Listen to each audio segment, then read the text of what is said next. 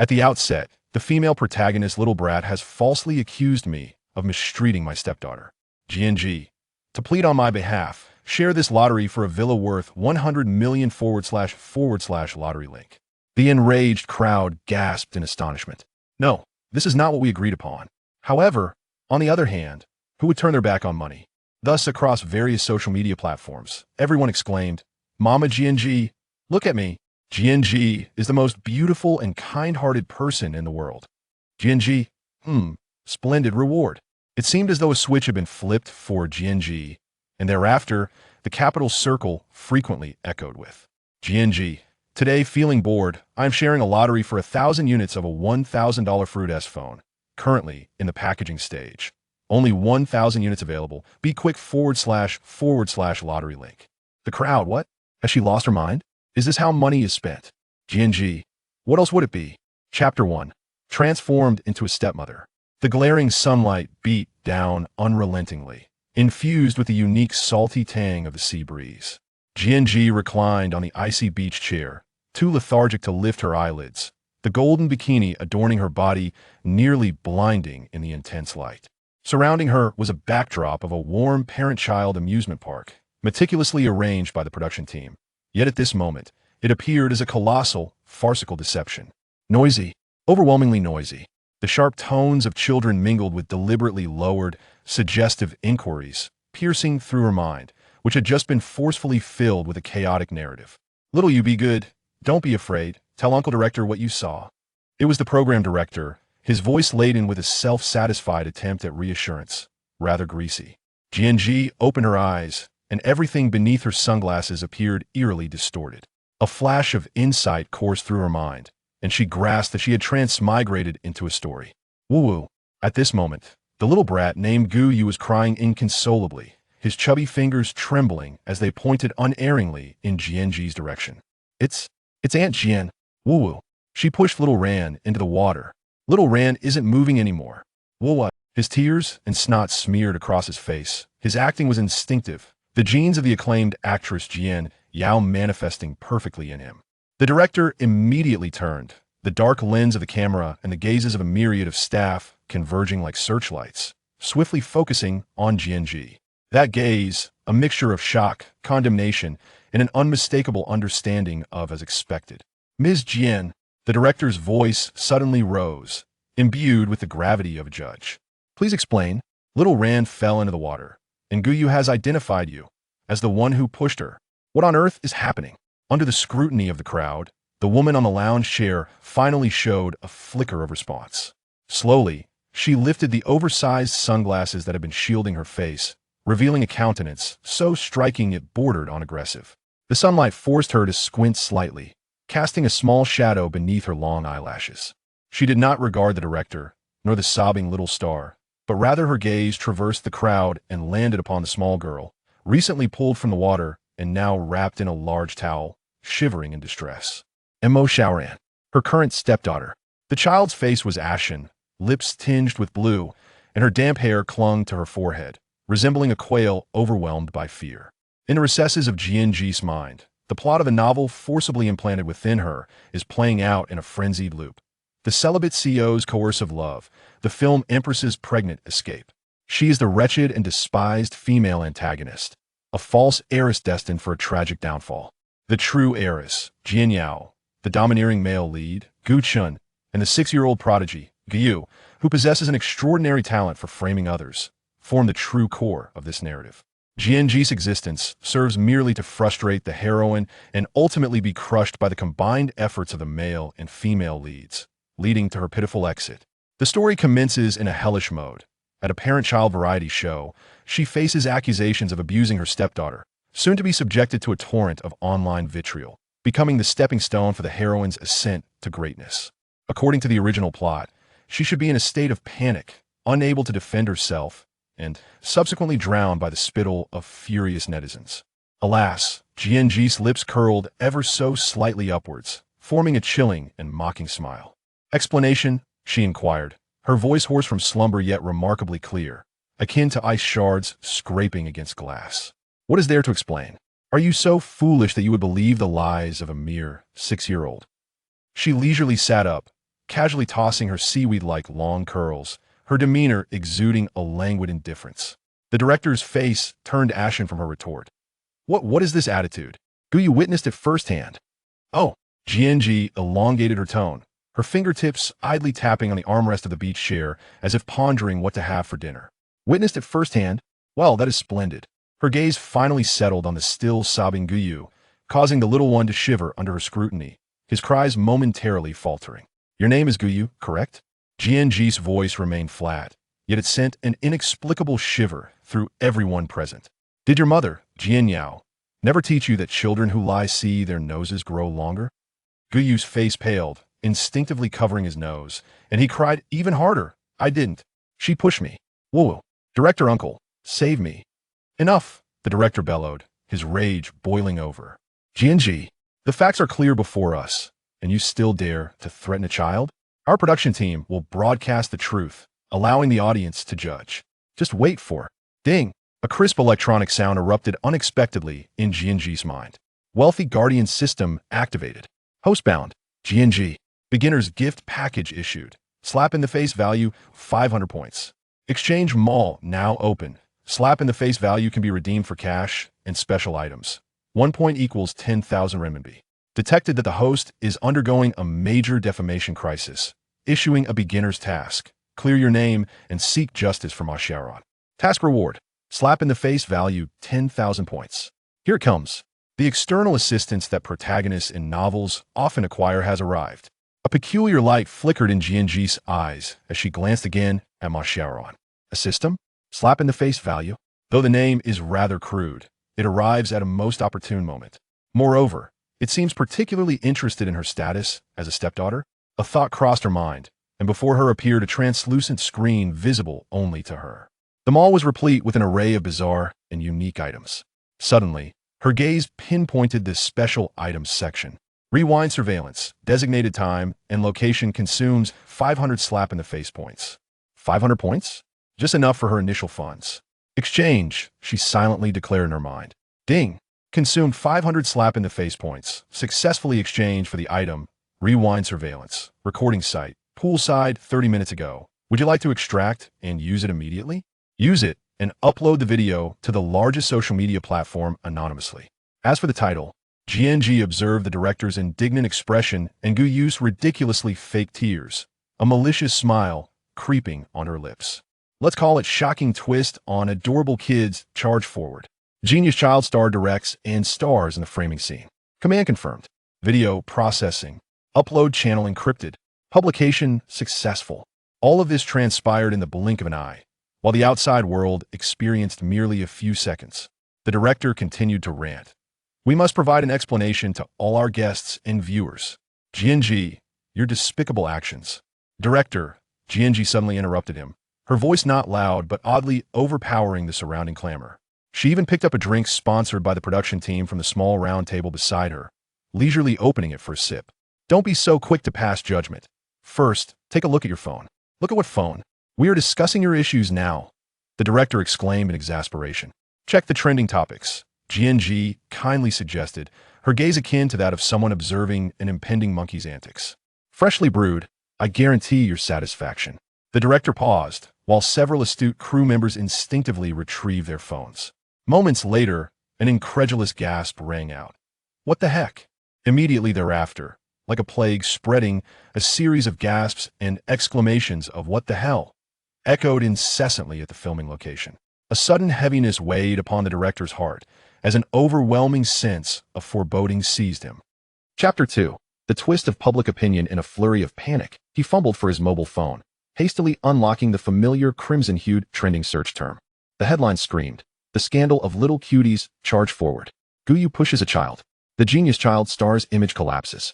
At the top, a video posted by an anonymous account caught his eye. The footage was clear and stable, captured from an impeccably angled surveillance camera by the poolside. In the video, Ma Xiaoran was quietly squatting at the edge of the pool, drawing with a small twig. Guyu strode over with an air of arrogance, pointing at her drawing and uttering something. Although the sound was muted, his lips unmistakably formed a command. Ma Xiaoran shook her head in refusal. In an instant, Guyu's expression shifted, his eyes darkening with malice as he thrust both hands forcefully against Ma Xiaoran's back. The little girl, entirely unprepared, screamed as she tumbled into the water, sending up a tremendous splash. Guyu remained rooted in place, an unsettling smirk of triumph spreading across his face. He glanced around furtively, then, in a swift change of demeanor, dashed towards the director's team, wailing and pointing in the direction of Jianji, who was reclining on a sun lounger. The video concluded. The filming site was enveloped in a stifling silence. The director, arm rigid with disbelief, held his phone aloft, his complexion shifting from crimson to ashen, cold sweat suddenly beading on his forehead. He whirled to face Guyu, his gaze akin to one encountering a stranger in the gifted child star. Guyu, equally bewildered, had forgotten even to feign tears. His small face ghostly pale as he registered the complex looks cast upon him by the surrounding adults. Wrapped in a towel, Imo Shaoran trembled, her large, glistening eyes fixated on Jianji, filled with confusion and a flicker of faint hope. Jianji set down her beverage, the soft clink echoing sharply in the oppressive silence. Rising to her feet, her delicate, pedicured toes pressed into the warm sand as she gracefully approached the director and Guyu. High heels, non-existent. The original owner had long discarded the stilettos intended for the family variety show beneath the beach chair. She halted before Guyu, looking down upon the diminutive demon whose height barely reached her thigh. Little genius, Jianji's voice was soft, imbued with a cruel tenderness, discernible only to those in close proximity. Is framing and scheming enjoyable? Guyu, under her gaze, felt a chill run down his spine. With a startled cry, he turned and sprinted towards his mother, Jian Yao's assistant. Jianji made no attempt to stop him, merely scoffing lightly, her attention shifting to the director, who was ashen-faced. Now, who owes whom an explanation? Ding. Newbie task completed. Reward of 10,000 points of face-slapping value has been issued.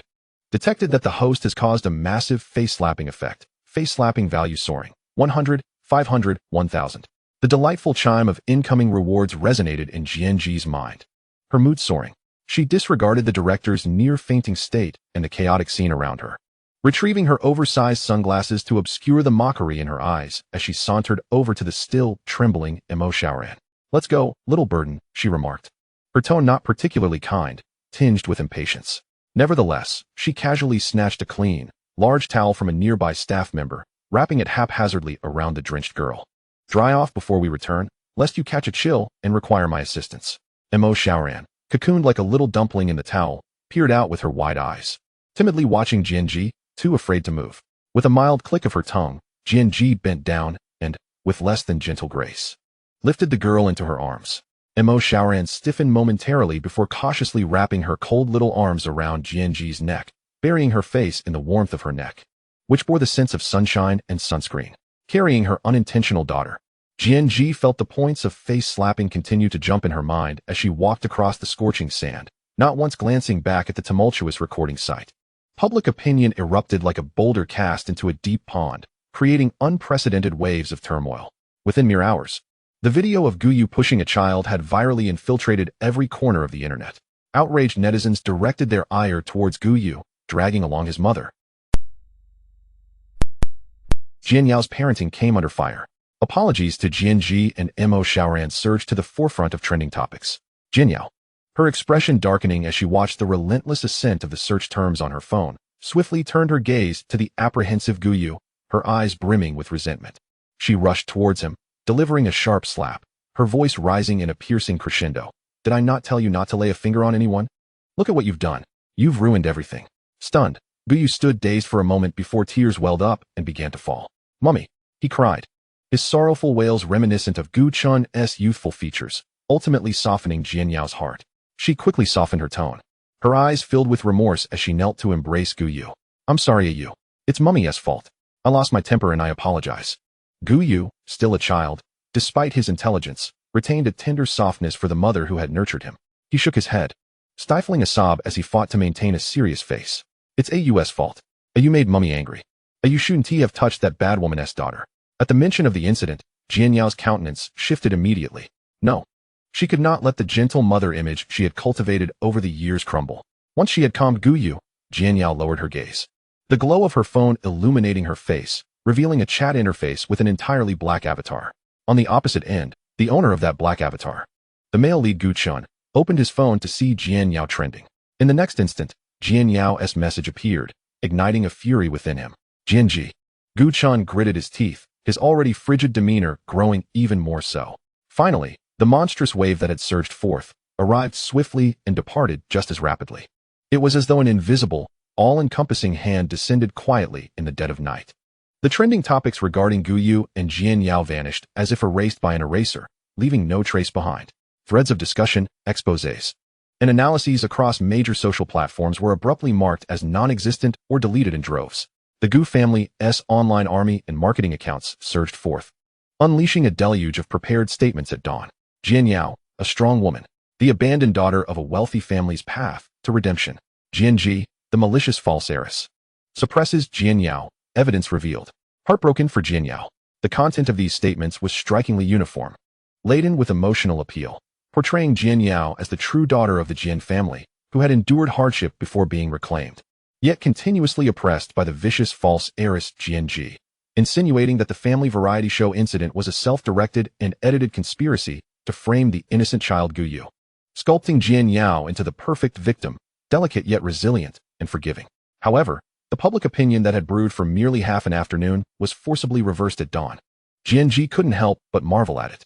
After all, with such tenacity, success in any endeavor was assured. Chapter 3. Jian Ji's exit from the entertainment industry. Those oblivious bystanders who had not been following the situation online were swept up in the momentum, while Jian Yao's fans, akin to a surge of adrenaline, frantically controlled the narrative, whitewashing their idol and redirecting their ire towards Jian Ji. The vitriol directed at her was even more intense and vicious than before. Fake heiress. Get out of the entertainment industry. Such a heartless creature. My heart aches for Yao Yao. How long has she been bullied by this wretched woman? Even using children. Jian Ji, why don't you just die? Support Yao Yao in her fight for justice. Let us bring this wicked woman to her knees. At 7 in the morning, a playful reference, please don't nitpick. In the opulent living room of a lavish villa, only a floor lamp cast a dim, golden light. Jian Ji, clad in a silk robe, lounged languidly on a colossal sofa, her slender fingers leisurely gliding across the tablet screen. Displayed before her were the distorted articles and a torrent of insults. Her face bore little expression. In fact, the corners of her mouth curled slightly, as if she were savoring a farcical performance. TSK, when President Gu intervenes, the difference is palpable, she murmured to herself, her fingertip delicately tapping on a certain term. Jian family fake heiress, get out of the aristocracy, her eyes glinting with amusement. The system panel unfolded, current slapback value, 278, 200 points. The previous vindication task and the subsequent intensification of backlash, combined with Gu Qin's forceful suppression that incited greater public outrage, had enriched her greatly. Triggered task, counterattack against injustice and slap back. Task objective, reshape personal image. Task reward, 50,000 slapback points. Special item, public opinion indicator, one-time use, 1. Jian Ji raised an eyebrow. 50,000 slapback points? A tenfold increase along with a special item? The system was quite generous this time. Reshaping her image? That was feasible, but she intended to adopt a different persona. She had no interest in inheriting the original character's submissive and ultimately crushed image. With a gentle tap, she exited the trending topics on Weibo and skillfully accessed the editing page of her personal profile. Her fingers paused for a moment on the virtual keyboard, and then, driven by a nearly euphoric frenzy, she began to type rapidly. A minute later, a sensational Weibo post was released from Jian Ji's verified Bluevy account, crashing into the freshly sanitized public opinion arena like a nuclear bomb. Jian Ji v. Yada yada. What a bunch of nonsense. You say I suppressed Jian Yao? Fine. Here is your chance. From now on, retweet this post and comment Jian Ji Queen is magnificent, and one lucky winner will be chosen. Prize, a standalone villa in Binhai Yuan by the seaside. Deadline for the lottery, tomorrow night at 8 p.m. Notarization will be conducted throughout. Get moving. Let me see your sincerity. Retweet and link to the lottery platform. As the Weibo post went live, silence ensued. The entire internet plunged into a bizarre vacuum. Seconds later, the comments and retweets exploded like ice water thrown into hot oil. What the hell am I seeing? Binhai Yuan? A standalone villa? Jian Ji, have you lost your mind? Absolutely insane. Ha ha ha, the biggest joke of the year. You'd give away a villa worth over 100 million just to clear your name? Not even Photoshop would dare to be that bold. In a moment of revelation, the true clown turned out to be me, Sister Jian. Although, Binhai Yuan, don't be fooled upstairs. This woman has gone crazy from the insults. She is just seeking attention. Don't fall for it. Jian Yao's team, come quickly. Your fake heiress rival has lost her marbles. Increase the pressure, ha. Although, what if Jian Ji Queen is magnificent? Just reserving a spot. Wow, those upstairs lack resolve. But GNG Queen is magnificent. I'm reserving one too. 1. GNG Queen is magnificent. Whether it's a villa or not doesn't matter. I just want to support Sister Jian in this showdown. Doubt, ridicule, insults, laughter, and an increasing number of reserved spots declaring GNG Queen is magnificent. Flooded GNG's Weibo, overwhelming it like a bursting dam. Related terms, GNG has gone mad. GNG's lottery gives away Binhai Qingyuan, the year's most surreal lottery. Soaring like a rocket, it swiftly ascended to the top of the trending charts, with a deep crimson explosive word trailing behind. The carefully crafted victim narrative and accusations of suppression that Gu Chun had orchestrated for Jian Yao crumbled before the absurdity of this lottery post, shattered into fragments. The attention of the entire internet was firmly fixated on that billion-yuan seaside dream. After all, who would dare oppose money? GNG watched with satisfaction as the back-end data soared. Retweets and comments skyrocketed by thousands every second. She took delight in the comments branding her a lunatic, her fingertip gently pressing down on the tablet. A high-definition scanned image was pinned at the top of the Weibo comments section, with a deep crimson cover, embossed with gold featuring a national standard emblem. The words, H Country Real Estate Ownership Certificate, were strikingly clear. The inner page read, Rights Holder, to be filled. Location, Binhai City, Wanghai District, Binhai Qingyuan XX. Purpose, residential. Area, 687 square meters. At the bottom of the photo, a vividly clear, cold glowing steel seal from the Binhai City Real Estate Registration Center bore a bright red stamp. GNGV. Here you go, the certificate. The steel stamp is still warm. Picture. In an instant, even the staunchest mockers were left speechless. Damn, that seal doesn't look fake, does it? Can Photoshop even replicate the three-dimensional effect of a steel stamp? Wake up upstairs. I have a friend at the housing authority, and he says this certificate looks real. So she is serious? After a brief, stunned silence filled with shock and skepticism, a wave of fervor erupted. GNG Queen is magnificent. Magnificent, magnificent, magnificent. Dad, look at me. I'm your long-lost daughter. Retweet, retweet, retweet. No one stop me. I'm coming for Binhai Qingyuan. Woohoo, Sister Jian. I used to be blind and insulted you. You're magnanimous. Long live Her Majesty the Queen. Jian Yao? Who? I don't know her. Jian Queen is the true aristocrat. Look at this move. Gu Chun is nothing. GNG Queen. I beg you to draw me for Binhai Qingyuan. Fellow siblings, let us get this trending. The public opinion had spiraled beyond control. A certain V platform urgently worked overnight to maintain order, barely preventing a collapse. GNG's Weibo was utterly engulfed in an ocean of queen magnificence. Countless marketing accounts, major influencers, and even official Blue V accounts could not resist joining in, retweeting and observing this unprecedented magical realism lottery. Jian Yao's once strong and oppressed trending topics had long been shoved down the ranks, falling out of sight. Jian Yao gazed at the trending terms online, her complexion shifting uncontrollably. Given the current resources at Mo's disposal, GNG, she could very well realize this. As it stands, everything Gu Chun has done for her will dissolve into a mere ripple on the surface of a still pond. She harbors a sense of unwillingness, contemplating her options before ultimately deciding to open a chat window with Gu Chun. Chapter 4 is the handiwork of GNG. On the top floor of the Gu Corporation building, Gu Chun, feeling somewhat agitated, rubbed his temples. His phone screen illuminated with a post from GNG, promoting a lottery. He couldn't fathom how GNG, merely a displaced faux heiress, could possess the audacity to share a lottery for Binhai Qingyuan. After all, he himself owned but a single property, and it was an immovable asset that he had no intention of relinquishing. Yet, GNG nonchalantly flaunted her participation in the lottery. Insanity. Pure insanity. Just as Gu Chun was about to rise to fetch a glass of water and instruct someone to keep a close watch on GNG's movements, his phone chimed again. He glanced at it, and it was Jian Yao. Yao Yao. Ah Chun, I'm feeling a bit unwell. Could you come and keep me company? A wave of relief washed over Gu Chun. It appeared that the events online had unsettled Jian Yao, and he realized it had been a while since he last visited them. Resolving to see Jian Yao, Gu Chun promptly set out and soon arrived at her doorstep. The doorbell rang, and Jian Yao opened the door.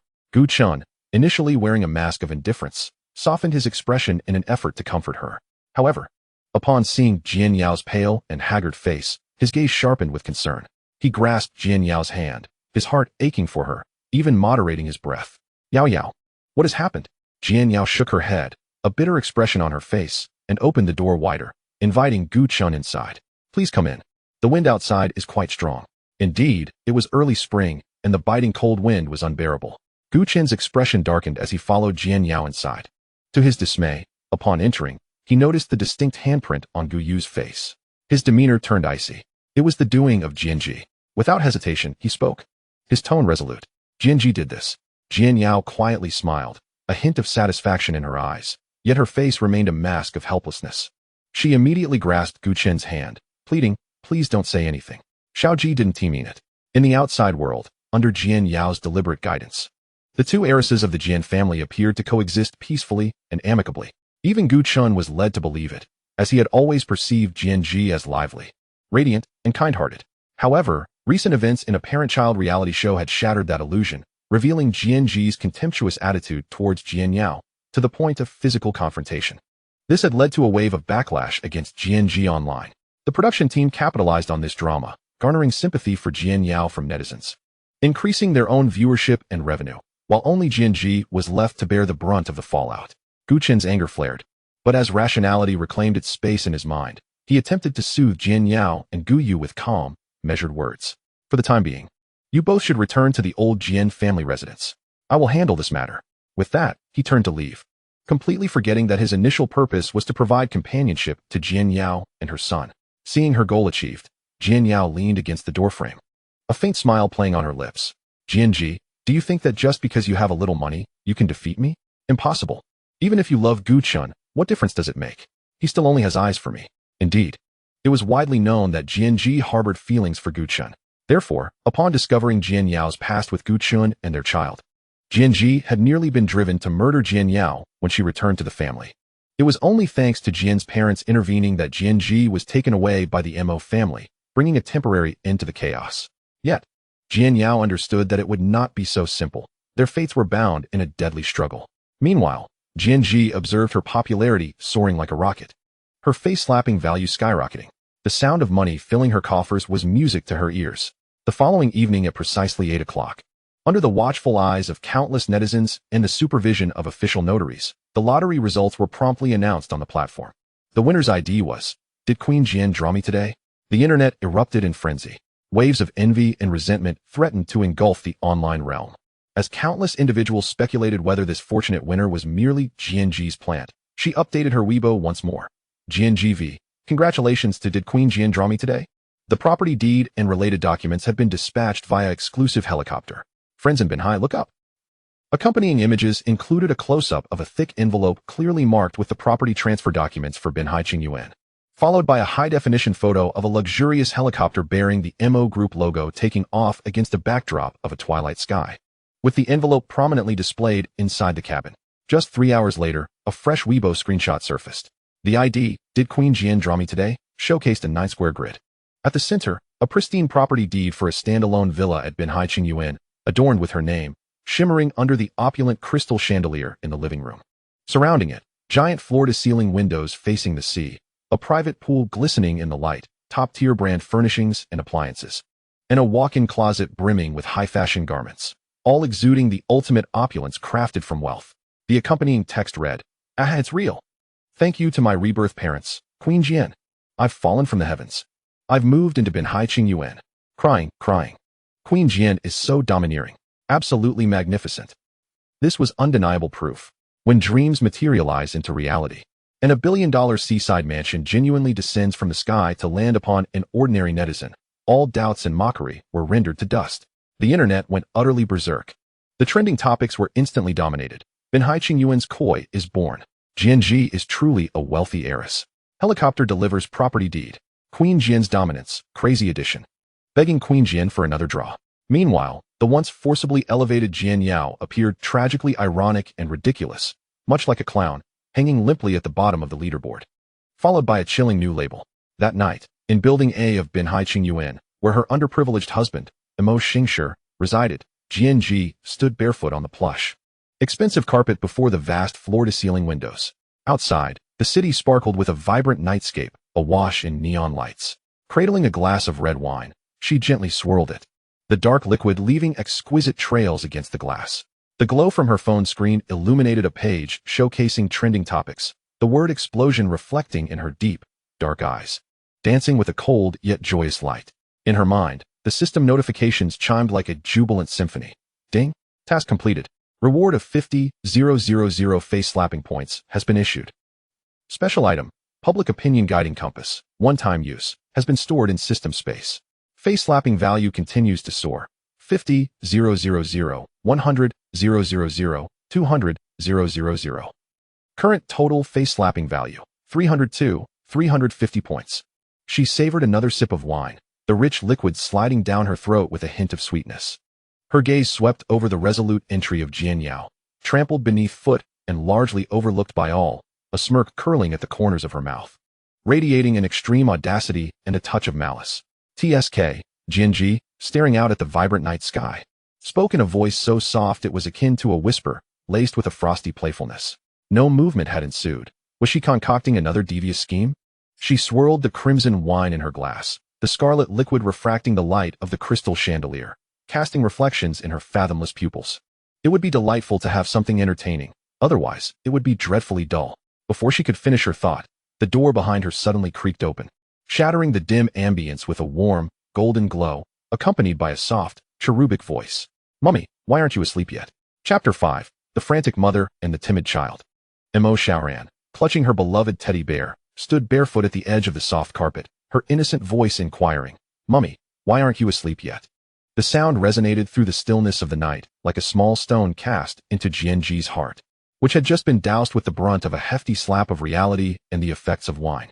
TSK, Jianji did not turn around, swirling her wine glass again, the scarlet liquid tracing perilous arcs within the vessel. "Contemplating life, do you understand? Perhaps I should ponder whether to feed you, this little troublemaker, to the sharks, or to parcel you off to Antarctica to accompany the penguins." Her tone was harsh, tinged with habitual disdain, yet her body betrayed her. Turning toward the source of the interruption, bathed in the warm yellow light, the little girl, clad in soft pajamas, her hair tousled and her large eyes still holding a trace of dreamy vapidity from sleep, gazed at her timidly. This tiny visage was rather striking. Mo Xiaoran, evidently alarmed by the prospect of being fed to sharks or sent to Antarctica, shrank back slightly, her fingers tightening around her bear, though she refrained from tears. Her gaze dimming as she murmured, "I'm sorry, Mummy." That simple apology pricked Jianji like a fine needle, not too heavy, yet not too light. She recalled the pale little face by the poolside, the cold little arms that had wrapped around her neck, and her eyes darkened involuntarily. Trouble indeed was trouble. But the system was bound to her. The mission could not be evaded with this little anchor weighing her down. Long-term task triggered, adorable child development plan. Task objective, transform Mo Xiaoran into the most beloved darling of the internet. Phase 1, preheating period. Task requirement, capture a series of photographs showcasing Mo Xiaoran's warm daily life, and publish them online to generate initial attention. Task reward, 3,000 face-slapping points. Warm reminder, host. Please be mindful of the contrast in your words and actions. The greater the disparity, the more adorable the appeal, and the more generous the rewards. Warm daily life? Contrast. Jianji regarded the little figure before her, who seemed eager to burrow into the carpet, then glanced at her own face, which bore the unmistakable sign of "do not approach," and felt the system was toying with her. Yet, those face-slapping points were indeed enticing. "Come here." Jianji set down her wine glass, her tone as rigid as if commanding a soldier. Mo Xiaoran hesitated for a moment before slowly approaching. Stopping a step away from Jianji, tilting her little face upward, her eyes a mix of fear, a hint of anticipation, and a greater degree of confusion. Jianji observed the unnaturally quiet little face, feeling a heavier weight of discomfort in her heart. Clearing her throat, she attempted to initiate a conversation. But as her mind blanked, the first words that escaped her lips were, "Do you know why the sea is salty?" Mo Xiaoran shook her head in bewilderment. "Because fish cry in the sea, and no one comforts them. After crying a lot, their tears become salty." Jianji uttered this absurdity with utmost seriousness, her beautiful yet cold visage making the whole scenario exceedingly bizarre. Mo Xiaoran. Her small head was filled with large question marks. Completely lost, but sensing that Mummy might be telling a joke, albeit one that lacked any humor. The atmosphere grew increasingly awkward. Jianji herself found her opening line to be utterly foolish, but with the system's task looming over her, she had no choice but to press on. She bent down, not particularly gently, scooping up Mo Xiaoran and placing her on a nearby high stool. "Sit tight, don't move." Then, under Mo Xiaoran's terrified and perplexed gaze, Jianji, a lady of high society unaccustomed to domestic chores, made her way to the kitchen. After a cacophony of clattering, a bowl of tomato and egg noodles, its presentation barely passable, was set before them. The noodles were clumped together, the eggs a crumbled mess, and the tomato chunks varying in size. Here, eat. GNG shoved the bowl towards Mo Xiaoran, her gaze drifting, as though silently questioning whether it was worth consuming. Mo Xiaoran gazed at the colorful noodles, then at GNG, whose feigned calmness belied an underlying doubt about the edibility of the dish. She opened her small mouth, yet in the end said nothing, cautiously scooping a tiny bite with her little spoon and bringing it to her lips. Is it good? GNG inquired nonchalantly, her fingers unconsciously fidgeting with the edge of the countertop. Mo Xiaoran swallowed with effort, forcing a smile, her voice delicate. It's really good. Everything Mummy makes is delicious. Just a bit salty, a bit sour, and a bit burnt. GNG was acutely aware of the truth in her words. But the sight of this little darling trying to be supportive softened some of her disdain. She huffed softly, turned, and rummaged through the wardrobe, finally retrieving the softest dress adorned with little rabbits, tossing it to Mo Xiaoran. Wear this tomorrow. Mo Xiaoran held the dress, her eyes brightening at the sight of the adorable rabbits, murmuring, Thank you, Mummy. The next day, driven by a sense of mission to complete the task, GNG embarked on her plan to create a warm daily life. Scene 1, a sunlit terrace. GNG, armed with the latest camera, aimed a lens at Mo Xiaoran, who sat on a rattan chair, dressed in her bunny dress and holding a glass of juice. Mo Xiaoran struggled to smile for the camera, her grin somewhat stiff. GNG, with a frosty demeanor, directed her, Tilt your head a bit. Yes. Gaze at the sky at a 45-degree angle. Your eyes should reflect a sense of emptiness, tinged with a hint of melancholy. Do you understand what ambience means? Mo Xiaoran, in a state of bewilderment, attempted to comply. System, face-slapping points, 50. Scene 2, the wardrobe. GNG sifted through a dazzling array of jewelry, ultimately selecting a petite, uniquely designed diamond hairpin, which she clumsily adorned in Mo Xiaoran's soft hair. As she awkwardly fastened the hairpin, she quipped, With this, you'll be the most glamorous child on this street. Remember, walk with a breeze, and let your gaze command attention. Mo Xiaoran felt slightly uncomfortable with the pin, but dared not move. System, face-slapping points, 100. Scene 3, the kitchen disaster zone. GNG once again took on the culinary challenge, aiming to prepare a lovingly crafted fruit salad. However, while slicing fruit, she nearly cut herself, and the salad dressing ended up looking like an abstract painting. Placing a plate of bizarrely colored concoctions before Mo Xiaoran, she maintained a stoic expression. Eat. You need your vitamins, A to G. Mo Xiaoran stared at the oddly shaped fruit chunks and the chaotic mess of dressing. System, face-slapping points, 150. In the end, GNG, with a stern face, selected a few passable snapshots from a plethora of candid shots.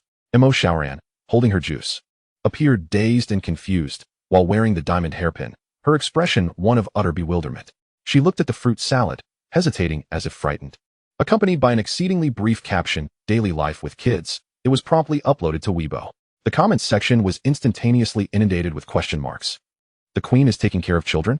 Am I blind, or has Weibo gone awry? Uft. This caption, this photo, Your Majesty, have you been kidnapped? Just blink if you need help. Little Ran is adorable. But why does that gaze seem to exude a blend of innocent foolishness, not really, and a hint of melancholy? Those upstairs clearly don't understand. This is what we call the Queen-esque style of parenting. Beneath the cold exterior lies profound maternal love. Am I the only one who noticed that diamond hairpin? It could buy me 10 years' salary. Your Majesty, look at me. I too desire such a detached yet affectionate love. Although the comments took a slight detour, the heat was undeniably rising. Chapter 6, New Variety Show, New Challenges. The bewildered yet slightly pitiful expression on Mo Xiaoran's face, juxtaposed with the extremely succinct, aloof yet lazily typed caption from GNG, created an intriguingly stark and adorable contrast. GNG's parenting style quietly climbed the trending searches. Ding. Phase 1 task completed. Reward, 3,000 face-slapping points. Current total, 305,350 points. GNG glanced at the accrued face-slapping points and the online comments describing her as a cold-hearted parent, her lips twitching slightly. Alright then. I suppose that counts as completing the task. Hey, little baggage. She set down her phone and looked at Mo Xiaoran, who was quietly engrossed in a picture book not far away. Didn't he enjoy the last variety show? Would you like to try a different place to play? Mommy has arranged a new one. I assure you, no one will dare to bully you. Mo Xiaoran's small hand, which had been turning the pages, froze momentarily. A variety show? Making friends? The thought filled her with yearning, yet the previous experience felt like a nightmare. She stole a glance at GNG. Over the past few days, Mommy had been acting strangely, cooking unappetizing meals, choosing blindingly bright outfits, and uttering words she couldn't comprehend. Though Mommy still wore a cold expression and spoke harshly, she didn't seem quite as terrifying anymore. Moreover, She truly longed for friends. The overwhelming desire eclipsed her fear and the faint worry of whether mommy had ulterior motives. Mo Xiaoran gently nodded, her voice barely a whisper. I'll think about it. All right, it's settled then. Jianji, decisive and efficient, immediately informed Xingyao Entertainment, a subsidiary of the Mo family, to withdraw all investments from Jian Yao's Cute Kids Forward, and turned to have Xingyao fully develop a brand new parent-child variety show Baby Forward. Star Edition. Guests. Irrelevant, with her presence. Even the King of Hell would have to serve as a mere backdrop for her little baggage.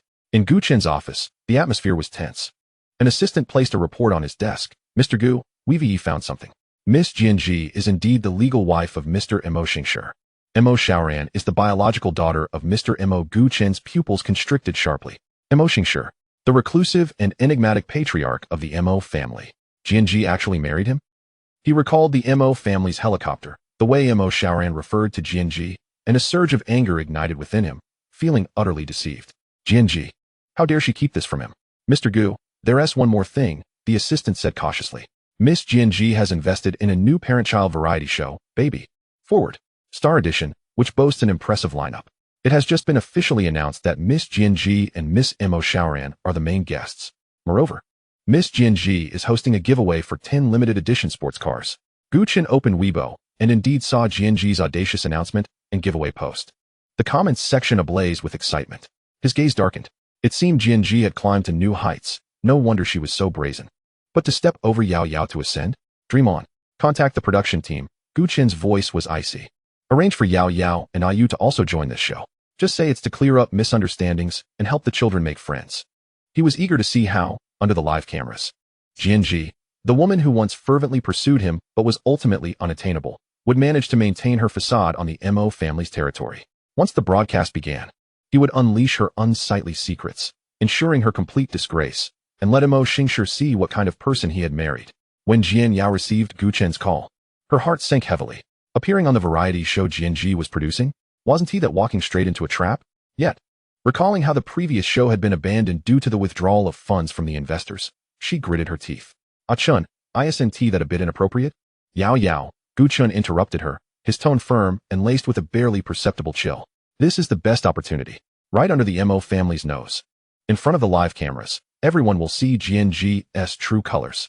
Rest assured, I will arrange everything and protect you and Ayu. You just need to cooperate with me.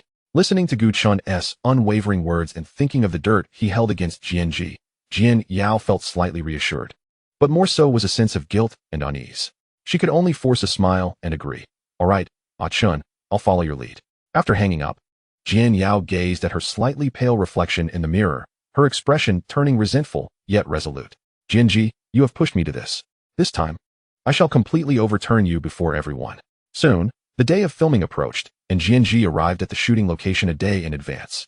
The filming venue was a picturesque farmhouse resort invested by the Mo family, nestled in the outskirts of Linen City in Province A, surrounded by mountains and water, with black-tiled roofs and white walls nestled among layers of lush bamboo groves. A gentle stream wound its way past the wooden walkways, and the air was infused with the refreshing scent of greenery. The place exuded understated luxury and depth, though the price was equally substantial. The day before filming, Jianji brought Mo Xiaoran along. The resort manager and director were all smiles, eager to cater to the genuine lady of the Mo family as they sipped tea in the waterside tea room.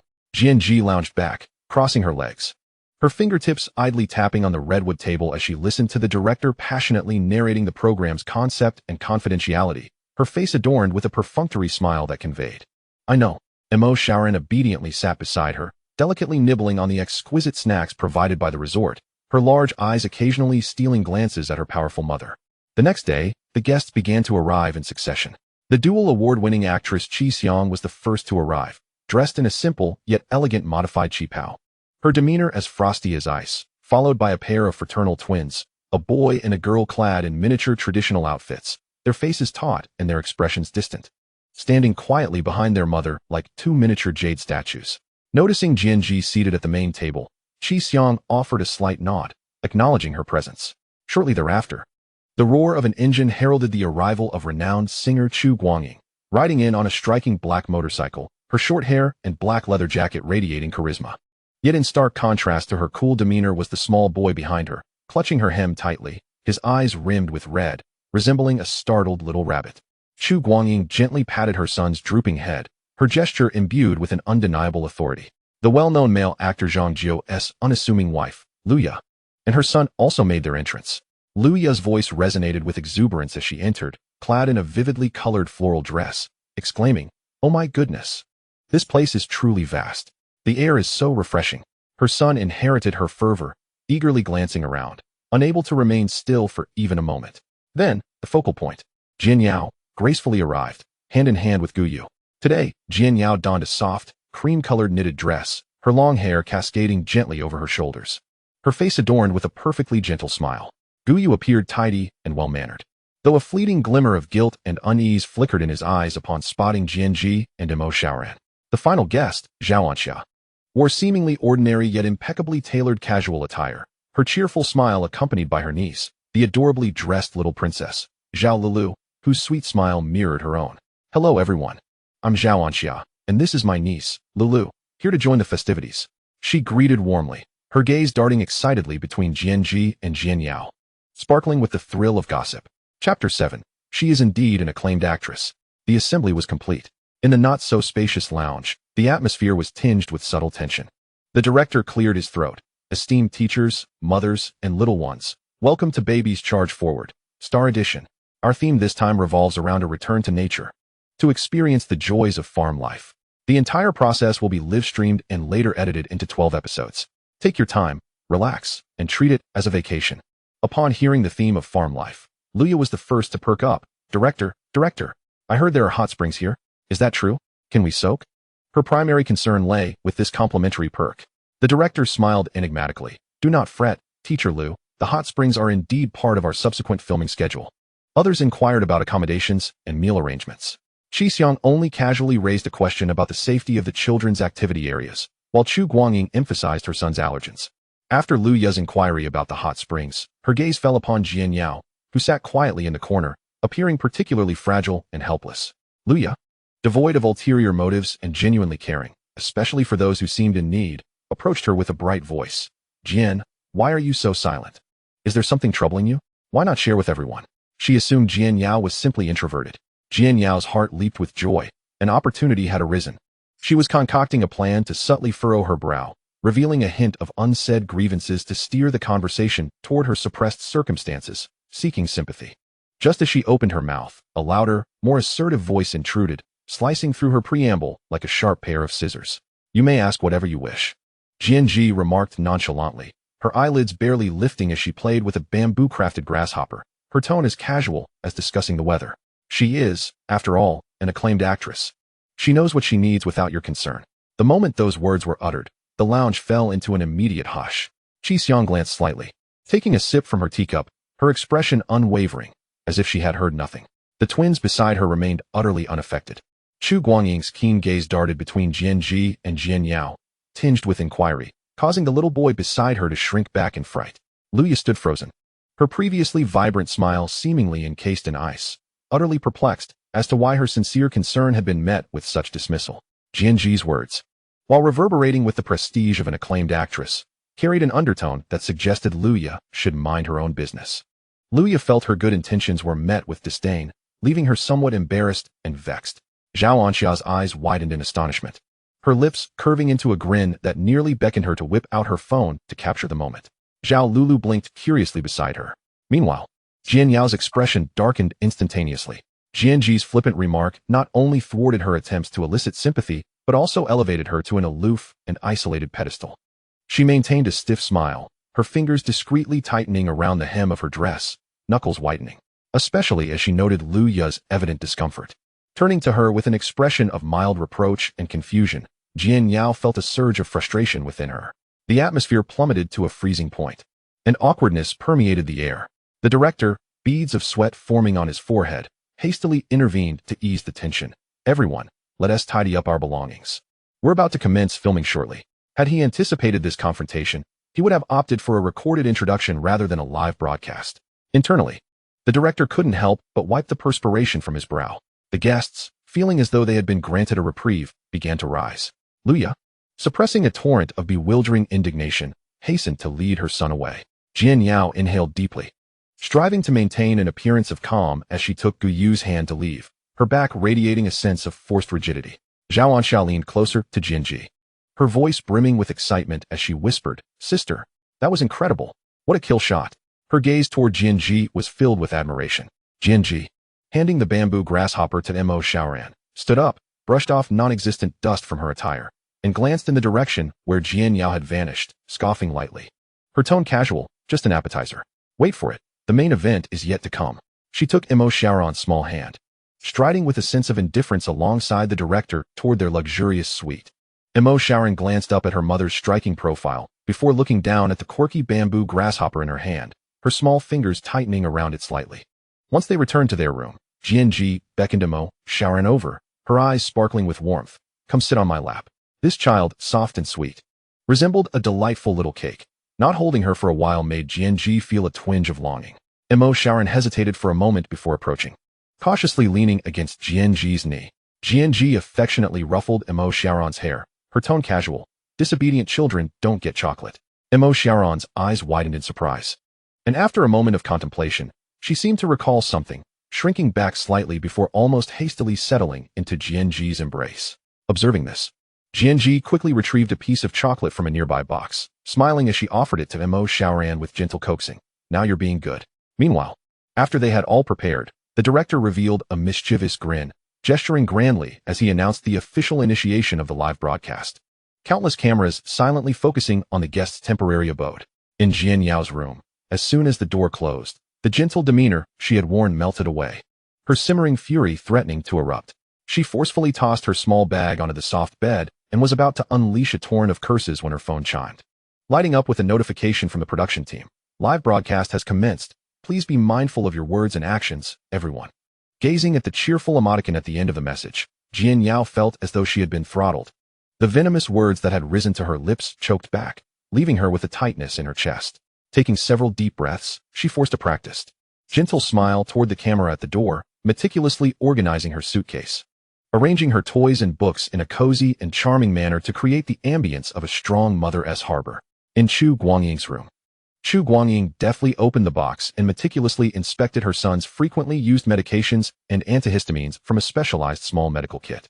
Her son stood timidly to the side, his little hands nervously twisting the hem of his shirt. Chu Guangying glanced at him, her tone steady and unwavering. "Stand tall. Do not fear. It is merely a camera." The little boy made an effort to straighten his small frame, yet his eyes remained filled with trepidation. In Qi Xiang's room, she sat gracefully on a bamboo chair by the window, while the fraternal twins quietly engaged with their books or played with Rubik's cubes, enveloping the room in a serene tranquility, free from worldly concerns. She herself held a cup of clear tea, gazing out at the bamboo forest, as if the cacophony beyond held no relevance to her. In Zhao Anxia's room, she animatedly discussed the trinkets in her room with her niece Zhao Lulu. Upon noticing the live broadcast notification, she chuckled mischievously and made a silly face at the camera. "Hello, dear netizens. Here we are, indulging in gossip, no deceit involved." Zhao Lulu imitated her aunt, cheerfully exclaiming, "Gossip time." In Jianji's room, she had already organized her belongings and was now lazily nestled on the sofa, cradling Mo Xiaoran as she scrolled through short videos. Mo Xiaoran nestled against her, her small head resting on Jianji's arm, her big eyes curiously observing the screen. "Mummy," she began hesitantly, her voice delicate and cautious, laced with a hint of hopeful anticipation. Chapter 8, The Live Broadcast Incident. Jianji raised an eyebrow at her words, and Mo Xiaoran bit her lip, her voice barely above a whisper. "Will I be able to make good friends this time?" Jianji swiped through a humorous video, not lifting her head, her tone resolute. "You will. It is imperative. Anyone who dares to avoid you will face consequences, as I shall ensure they are compelled to engage with you." Mo Xiaoran nodded, feeling a sense of reassurance despite sensing something amiss. A smile crept onto her small face as she extended her tiny finger to assist in swiping the screen. At that moment, a notification popped up. Breaking. Zhang Jiu's wife, Luya, privately criticizes Jianji and Jian Yao's superficial sisterhood. Live coverage. The video began to play automatically, revealing Luya in her room, hands on her hips, animatedly imitating Jianji while venting her frustrations about Jian Yao, her voice piercingly clear. Jianji burst into laughter, her shoulders shaking slightly. This woman is refreshingly candid. Swiftly, she tapped a few buttons. Ding. Consumed 10,000 points of reputation to purchase trending topic monopolization service. Instantly, Luya's critique of the Jian sisters firmly secured the top spot on the trending list, accompanied by a bold red breaking label, its heat unmatched. Mo Xiaoran observed her mother's actions, her brow furrowing slightly in concern. This doesn't seem quite right, does it? In Luya's room. She was completely oblivious to the live broadcast notification. Fuming, she tossed her phone to her son, Zhang Huaishan. Go, play some games, and don't disturb me. Zhang Huaishan, relieved, scurried to a corner with the phone. Luya plopped down on the bed, growing more frustrated with each passing moment, venting to the empty room. Oh my heavens! What is this madness? That Jianji, acting all high and mighty, speaking in such a confrontational manner. The esteemed Jian Yingho is graciously silent, and yet she, of all people, chooses to provoke. And that Jian Yao, appearing so gentle, what is she pretending to be? I express concern for her, and she reacts as though I've bullied her. Truly, they are nothing more than plastic sisters, unworthy of anything good. Can this show even continue? What bad luck. Her hands on her hips, her expressions animated, she unleashed her pent-up frustrations, her demeanor starkly contrasting the demure, virtuous image she maintained beside Zhang Jiui. The live stream chat exploded with comments. What the heck? Is this Luya? Zhang Jiui's wife? Oh my. Her demeanor is so harsh. She can curse like this in private? My heart aches for Jian Yao, being slandered by such a person behind her back. Though Jianji speaks harshly, at least she confronts directly.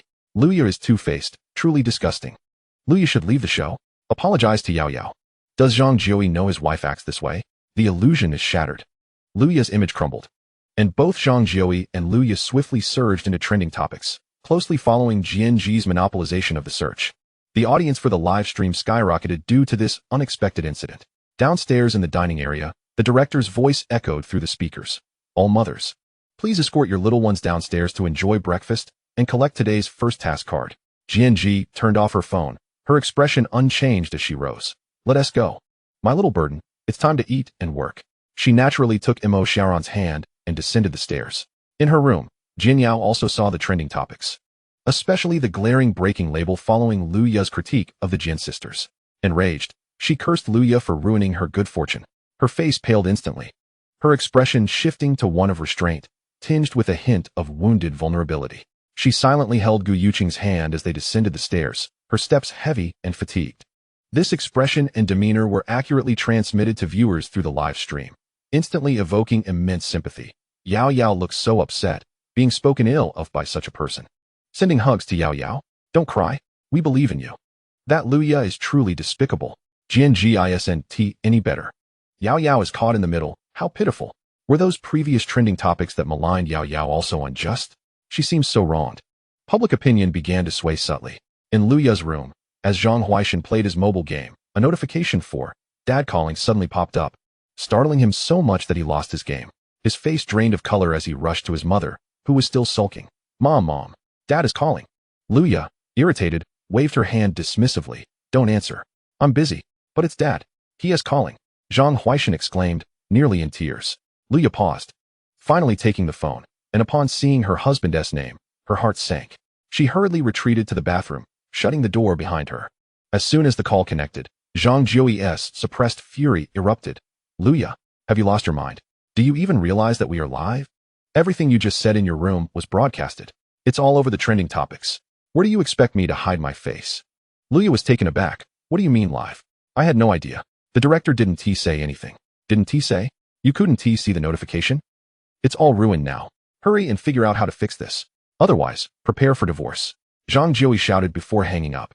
Luya's mind spun as she frantically opened her phone. An avalanche of notifications flooded in, all concerning her derogatory remarks and trending topics. Staring at her own harsh, exaggerated face in the videos, hearing her own shrill voice, Luya felt darkness closing in, her legs giving way beneath her. It was over, utterly over. She leaned against the frigid sink, gasping for breath, cold sweat instantly soaking her back. What to do? What to do? In her despair, a thought slithered into her mind like a venomous serpent. Embrace the error. Transform the mockery into prophecy. Convince everyone that her words were indeed true. She glared into the mirror, fiercely pinching her thigh to coax out a few tears, then splashed some water on her face to create the impression of having just wept. Taking a deep breath, she donned an expression of utter exhaustion and resignation, then opened the restroom door and stepped out. She deliberately avoided the camera's direct view, pretending not to notice the small hidden camera nestled in the flower pot, with a volume neither too loud nor too soft, just sufficient to be captured. She sighed wearily into the air, murmuring as if speaking to herself, yet also for her son. Ah, Huaishun, the convolutions of this circle are truly beyond our comprehension. Some appear glamorous on the surface, yet behind the scenes, it's a different story. Enough of others. Let us focus on ourselves. Let us pack up. It's time to head downstairs. Shaking her head in resignation, she forced herself to begin gathering her belongings, her movements slow. Imbued with a palpable sense of reluctant obligation and a weary understanding of the world. It was as if the person who had just been fervently lamenting in the room was not herself, but rather a wise observer who had grasped the truth yet felt powerless to change it, left only to endure in silence. Indeed, the livestream comments began to shift slightly. Does she really know something behind the scenes? She looks so exhausted. Was the earlier rant out of anger? Could it be that the Jian family truly has issues? What a facade. Where's that fiery spirit from earlier? Luya, pulling her son Zhang Huaishun along, donned a face of weary understanding and reluctant performance as she slowly descended the stairs. Chapter 9, Jianji. Cold and detached towards her child. In the dining room, the atmosphere was as delicate as set jelly. Luya, sporting two deliberately reddened eye circles, wore an expression of weary enlightenment as she took a seat alongside the equally dejected Zhang Huaishun. Jian Yao maintained her fragile, delicate persona. Her eyelashes lowered as she sipped warm water, seemingly bearing immense grievances. Jianji, on the other hand, appeared unfazed. Effortlessly peeling a soft-boiled egg supplied by the estate for Mo Shaoran, her movements fluid and natural. The other mothers exchanged subtle glances among the trio, tacitly maintaining their silence. The director, unfazed by the bizarre atmosphere, even seemed to be suppressing a chuckle. After all, behind him stood the bona fide young mistress of the Mo family. No matter how tumultuous this show became, Jianji would be there to uphold it. He cleared his throat, took out the task card, and proclaimed in a voice deliberately loud, "Ladies and gentlemen, welcome to the first task segment of Baby Go Forward, Stardom Edition, the Farm Fresh Shopping Challenge." He unfolded the task card. The rules are as follows. The children, guided by the staff, must venture to the estate's farmer's market. Collect all the ingredients listed on the task card within 30 minutes, and return to the dining room. Meanwhile, the mothers will remain in the dining room to await their return. Upon receiving the ingredients, the mothers must prepare a dish on site using these ingredients. The team with the shortest time and highest completion rate will earn a luxurious breakfast prepared by the estate chef. The remaining teams will only enjoy a basic breakfast. Additionally, the director intentionally prolonged his tone, adding a mysterious smile. Each mother has a hidden task. The details have been secretly sent to your phones. Please note, the hidden task must commence after the children leave the living room and must be completed before the first child returns. Successfully completing the hidden task will reward you with a precious exchange card. With this card, you can forcibly swap your total score for this task with any mother of your choosing. Remember, it can only be used once. Upon hearing the rules, both the live stream and the dining room erupted with excitement. Wow, starting off with such intensity? Letting the kids shop for ingredients? And a cooking competition for the moms? How intriguing. Hidden tasks. Exchange cards. The director knows how to entertain. Feeling sorry for the little ones, having to run errands so early. But for the sake of mom's luxurious breakfast, let us go. Can Jianji really cook? I bet she can only make instant noodles. Jian Yao looks so delicate. Can she handle it? The task commenced. The staff led the children out. The chief family's twins left without a backward glance. Their little faces serious, marching in sync as if on a military mission. Chu Guangying's son looked back 3 times, his eyes reddening again, only to be hastened along by a stern glare from Chu Guangying. Conversely, Luya's son, Zhang Huaishun, was brimming with enthusiasm, viewing it as an adventure. Zhao Lulu sweetly waved at Zhao Anxia. "Auntie, wait for me. I'll bring you something delicious." Guyu also pretended to say to Jian Yao, "Mom, wait for me." Only Mo Shaoran, clutching her small bamboo basket tightly, moved hesitantly to the door, unable to resist glancing back at Jianji, her big eyes filled with dependence and uncertainty. Jianji set down her cup of water, her expression neutral. She rose and walked to Mo Shaoran, and under the focus of countless livestream cameras, she merely extended her slender finger, with an air of utter simplicity yet a hint of subtle strength, ruffling the soft top of Mo Shaoran's hair. Her voice was low, yet it carried clearly.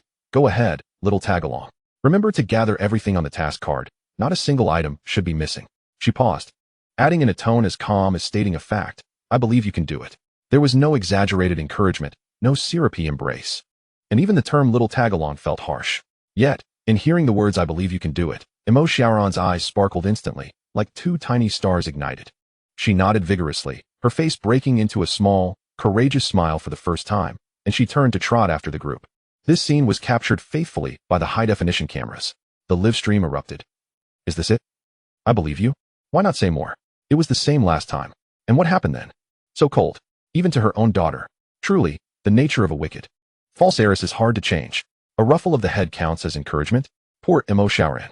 Stuck with such a mother. Feeling sorry for little Xiaoran. Her eyes, when lit up, shine so brightly. Just give her some sunshine. Jianji should exit the show.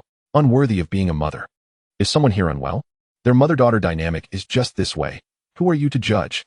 Oh look, the trolls have arrived. Can they really wash this away? The entire internet knows her true nature. Jianji's cold demeanor instantly skyrocketed to the top of trending searches, followed by a blood-red explosive tag. The show had barely begun, and Jianji faced another wave of overwhelming online backlash. The system alert echoed in Jianji's mind. Warning. Hostess reputation is under massive negative assault. Reputation points dwindling by 100, 500. In the dining room, the other mothers observed this scene with even more complex expressions. Leah could not help but smirk. Jianji's lowered gaze flickered with a hint of delight. Jianji returned to her seat, leisurely lifting her cup to take a sip, seemingly oblivious to the peculiar glances surrounding her and the silent accusations permeating the air.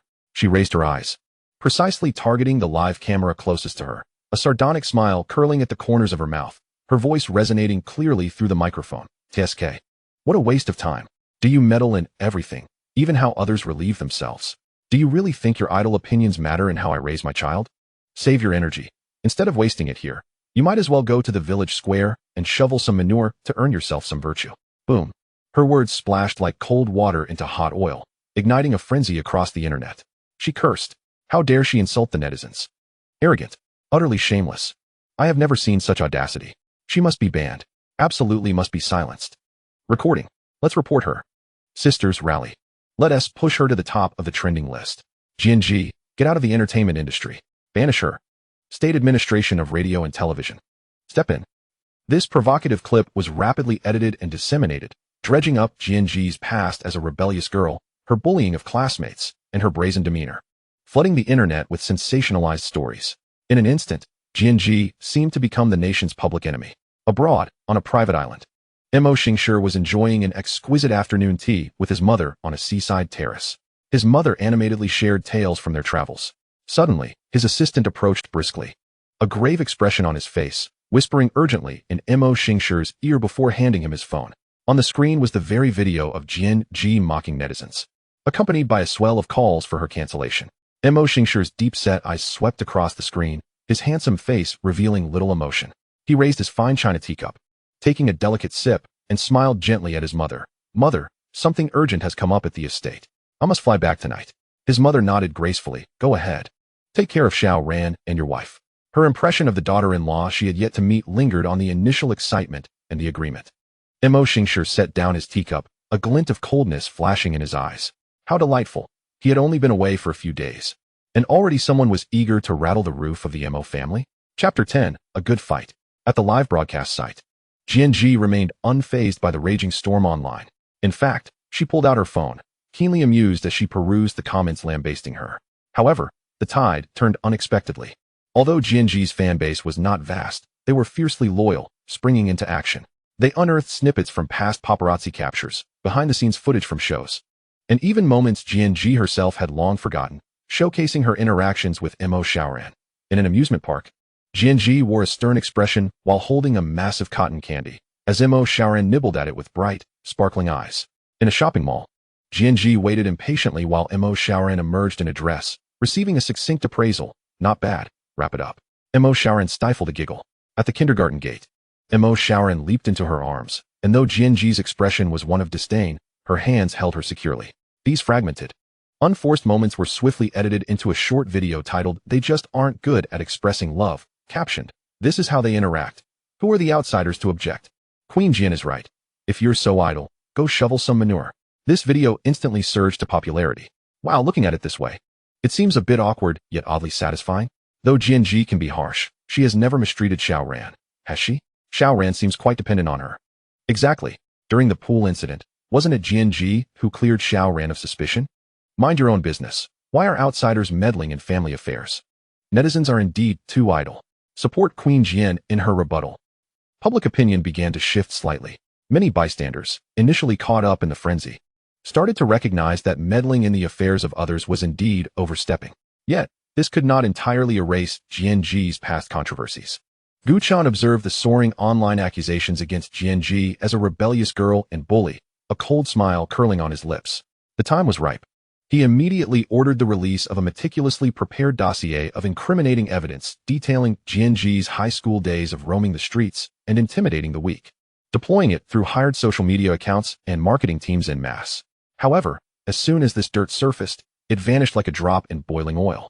Failing to gain any traction, Guchan frowned. What happened? His assistant quickly reported, "Mr. Gu, we found out that just before the last episode, Jianji posted a lengthy Weibo on her main account."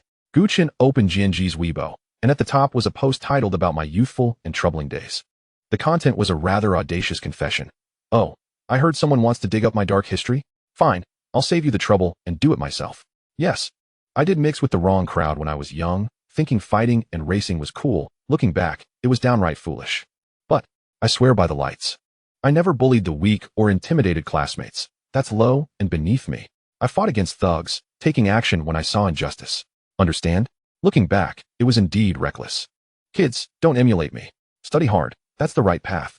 I'm now living an honest life, striving to be a law-abiding citizen, though I still have a bit of a temper, and raising a child.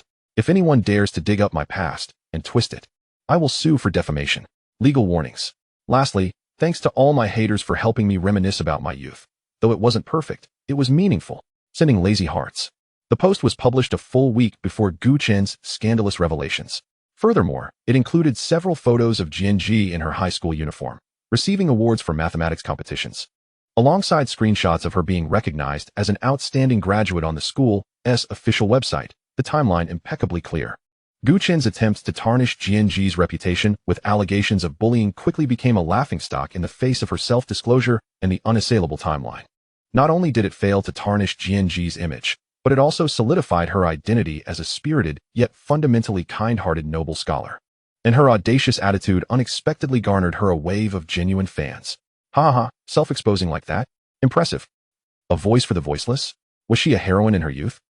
Excuse me, is this award-winning scholar who attended a prestigious school really someone like us mere mortals should judge? Nonetheless, this attitude of hers is delightfully audacious. I quite like it. Are the haters dumbfounded? She preempted them. The dirt you released only validates her truth. Ha ha.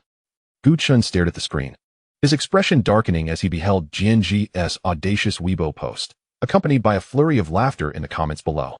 Furious, he slammed his fist onto the desk. Jianji, how ruthless you are. The scandal he meticulously crafted had become nothing more than a stepping stone to elevate her notoriety. The bus jolted along its route before finally halting at the entrance of the quaint town nestled at the foot of the mountain. 7 children tumbled out in succession, their little bamboo baskets slung over their arms, resembling a flock of fledgling birds just released from their nest. Before they could inhale more than a couple of breaths of the fresh air, a thunderous wail erupted, shattering the tranquility. Chu Guangying's son, Song Yuanji, who had been stifling his emotions since boarding, his small face flushed, could no longer contain himself. He crumpled to the ground like a cannonball, tears and snot streaking his face, crying out as if abandoned by the entire world. The other 6 children froze in shock. Zhang Huaishan wore a bewildered expression, while Zhao Lulu blinked her large eyes, taking a hesitant step back in fear. The fraternal twins, Qi Xiqing and Qi Xiheng, simultaneously scrunched their little faces in evident disdain and confusion, remembering Jian Yao's request to look after her younger siblings. Gu Yu stepped forward, mustering a semblance of gentleness. Yuanji, don't cry, Wah? Song Yuanji's wailing intensified, his voice soaring to the heavens, leaving no room for Gu Yu to finish his sentence. Gu Yu's outstretched hand hung suspended in the air, his previously composed demeanor shattered, replaced by a palpable awkwardness and helplessness. He looked around desperately for assistance. The live stream erupted in laughter. Ha, help. Song Yuanji's lung capacity is phenomenal. Gu Yu, who am I? Where am I? Why did I come here? Little Gu, I've never felt this embarrassed in my life. So the question arises. Chu Guangying is so fierce, and Song Yuanji's father, President Song, appears so cultured. How did they end up with such a whiny little crybaby? Genetic mutation? Or is the Queen Chu actually gentle at home? I'll bet with just one glance from Queen Chu, President Song would be kneeling on a washboard. Hence their son's whining demeanor. As the barrage of comments speculated wildly about the secrets of celebrity families, the Chi twins made their move. Qi Xiqing and Qi Xiheng exchanged a glance, their faces devoid of any expression, and simultaneously, with a cold indifference, turned on their heels, clutching their little baskets. Striding away without a backward glance towards the market, completely ignoring the wailing Song Yuanji.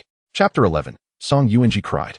This decisively unceremonious act of abandonment ignited a firestorm in the live chat. They just left? No compassion whatsoever? That is so cold-hearted. How could such young children behave this way? What kind of upbringing do the Qi family have? These two children seem quite unlikable. Shut up, you in front. Is it the crying baby's fault that everyone's mission is delayed? Exactly. What did the Qi children do wrong? Why should they comfort him? Enough. Crying, crying, crying. Go find your mom already. Don't burden others. Saints, go away. The world of children is harsh. You know? The comments quickly polarized into factions, one condemning the twins' lack of empathy, and the other siding with the twins against the whiny child. Engaging in a heated argument, Guyu observed the twins' retreating figures and then glanced at the sobbing Song Yuanji, his brow furrowing in confusion. Zhang Huaishan also found the situation tiresome and muttered about the noise before following in the twins' direction. Zhao Lulu felt a twinge of fear but remained rooted in place. Mo Xiaoran, watching the pitifully crying Song Yuanji, unconsciously tugged at the edge of her basket, recalling how her mother used to reassure her when she was frightened.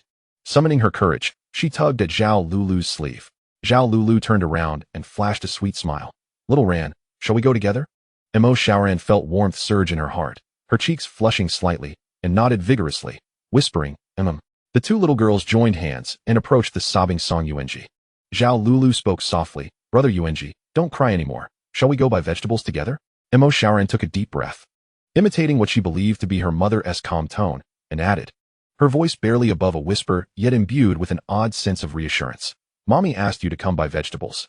If you do, Mommy will be happy. The mention of Mommy's happiness abruptly stilled Song Yuanji's heart-wrenching cries. He lifted his tear-streaked, snot-covered face, bewilderedly repeating those words. The stern and imposing visage of Chu Guangying seemed to flash before his eyes. In the next instant, a miracle occurred. The earth-shattering wail that had been so persistent abruptly paused, as if a switch had been flipped. He let out a loud, sobbing hiccup, hastily wiping his face with the back of his hand. Although his eyes were still red and his nose was still pink, he had, astonishingly, stopped crying. He sniffed. His voice, thick with nasal congestion, spoke in a muffled tone. Okay, bye. Buying vegetables makes Mommy happy. He then climbed back to his feet. The comments erupted. Wait, what? He is okay now? Did Mo Xiaoran's words cast a spell? Queen Shu truly my son? Ha ha ha. Kids change moods quicker than turning pages in a book. Just a moment ago, he was crying like the world was ending. Everyone shut up. The little team is already formed. The argument ceased abruptly, leaving only a flurry of laughter and exclamations. Mo Xiaoran, Zhao Lulu, and Song Yuanji. Three children who had just moments ago been in such contrasting emotional states, had magically formed an impromptu vegetable buying team. United in purpose as they headed toward the bustling entrance of the market. The scene shifted back to the dining room of the mountain villa. The atmosphere was tenfold more bizarre than a solidified jelly. On the sofa, 5 mothers resembled 5 distinct sculptures, each frozen in their own demeanor. Jianyao head-bowed, anxiously twisted the hem of her clothing, seemingly struggling to hold back her grievances, yet her peripheral gaze subtly darted toward a certain direction. Luya sat slightly apart from the group, her eyes still red from recent tears, her face wearing an expression of weary resignation that barely concealed an undercurrent of unease and lingering shock. Chu Guangying, arms crossed, sat upright, her gaze sharp as a blade. Scanning the empty seat beside her before casting a cold glance toward Luya, her jaw clenched tightly. Zhao Anxia and another mother appeared restless, exchanging glances rife with unspoken confusion, as if questioning the peculiar circumstances. And the seat that should have been occupied by Jianji was glaringly vacant. Where is she? The live stream captured the 5 mothers' discomfort and varied expressions, particularly Luya's attempt to maintain her fatigued facade while failing to mask her apprehension, and Chu Guangying's unfiltered icy scrutiny. The audience's curiosity surged to a peak. What the heck? Where's Jianji? Such a loud and brash character has vanished? What happened? Why does it feel like the atmosphere is even more terrifying than before? Luya looks like she has seen a ghost. What did she witness? Chu Guangying's gaze is utterly fierce, as if she harbors intentions of murder. Jianyao is once again playing the innocent little rabbit. How tiresome. 5 minutes. I demand to know what transpired during Jianji's disappearance. Director, quickly switched to the replay. Just as the audience was consumed by anxiety, A faint sound of footsteps emerged from the side door of the restaurant leading to the storage room. All eyes instantaneously turned towards that direction. There, Jianji emerged leisurely, holding a long, dark green object that shimmered slightly under the light, its scales glistening. The object was still writhing slightly. Luya was the first to discern the truth, her pupils dilating in alarm as she let out a short, high-pitched scream that cracked. She sprang up from the sofa as if struck by lightning, rolling and scrambling backward, having lost one of her high-heeled shoes, her complexion as pale as a ghost. Trembling as she pointed at Jianji, a snake. A snake. She holding a snake. A madwoman. A complete lunatic. The other mothers were equally pale with terror. Chu Guangying's face turned ashen, her hand instinctively reaching towards her waist as if accustomed to concealing something there. Jian Yao was so frightened her face went white, retreating into the corner of the sofa. The live broadcast camera zoomed in sharply, in high definition. The audience finally discerned that the object Jianji held was indeed a remarkably lifelike prop snake? A realistic snake? The long body dragged along the ground. The snake's head casually pinched in her hand, its tail even brushing against the spot where Luya had just been seated, leaving behind a slight suspicious red wine stain. Jianji appeared completely oblivious to the panic of those around her and Luya's shriek. She strolled back to her original seat, carelessly tossing the snake onto the floor. It landed with a soft thud. She leisurely retrieved a wet wipe from the table, cleaning her hands as if she had merely been holding a piece of string. Then, she lifted her gaze, her eyes precisely locking onto the camera, a smirk curling at the corners of her mouth. Exuding a blend of nonchalance and mischief as she addressed the camera, and by extension, the still-shaken Luya. TSK, what a fuss over nothing. It's merely a prop from the production team. Are you afraid of a little fake worm? What happened to the bravado some were exhibiting just a moment ago? Her gaze intentionally flickered over Luya before lightly settling on the harmless snake lying on the ground. Wasn't the hidden task just about inducing a little adrenaline rush? The entire restaurant fell into a hushed silence. Only Luya's heavy, terrified breaths could be heard, alongside the dubious dark red stains on the prop snake glimmering under the lights, reminiscent of red wine. A hidden task to induce a thrill? Chapter 12. Jianji completes her hidden task. The director, momentarily stunned by Luya's scream, felt a ringing in his ears as he covered one side, yet struggled to suppress a grin. He promptly grabbed a small megaphone. Ahem. Silence. Silence. I shall announce Jianji's hidden task. His fingers flew across the tablet screen, and the restaurant's large screen illuminated, rapidly replaying the events. In the footage, Jianji, after the children departed, rose leisurely and made her way to the storage room. She had a clear objective, rummaging through a pile of production props before precisely extracting a prop snake.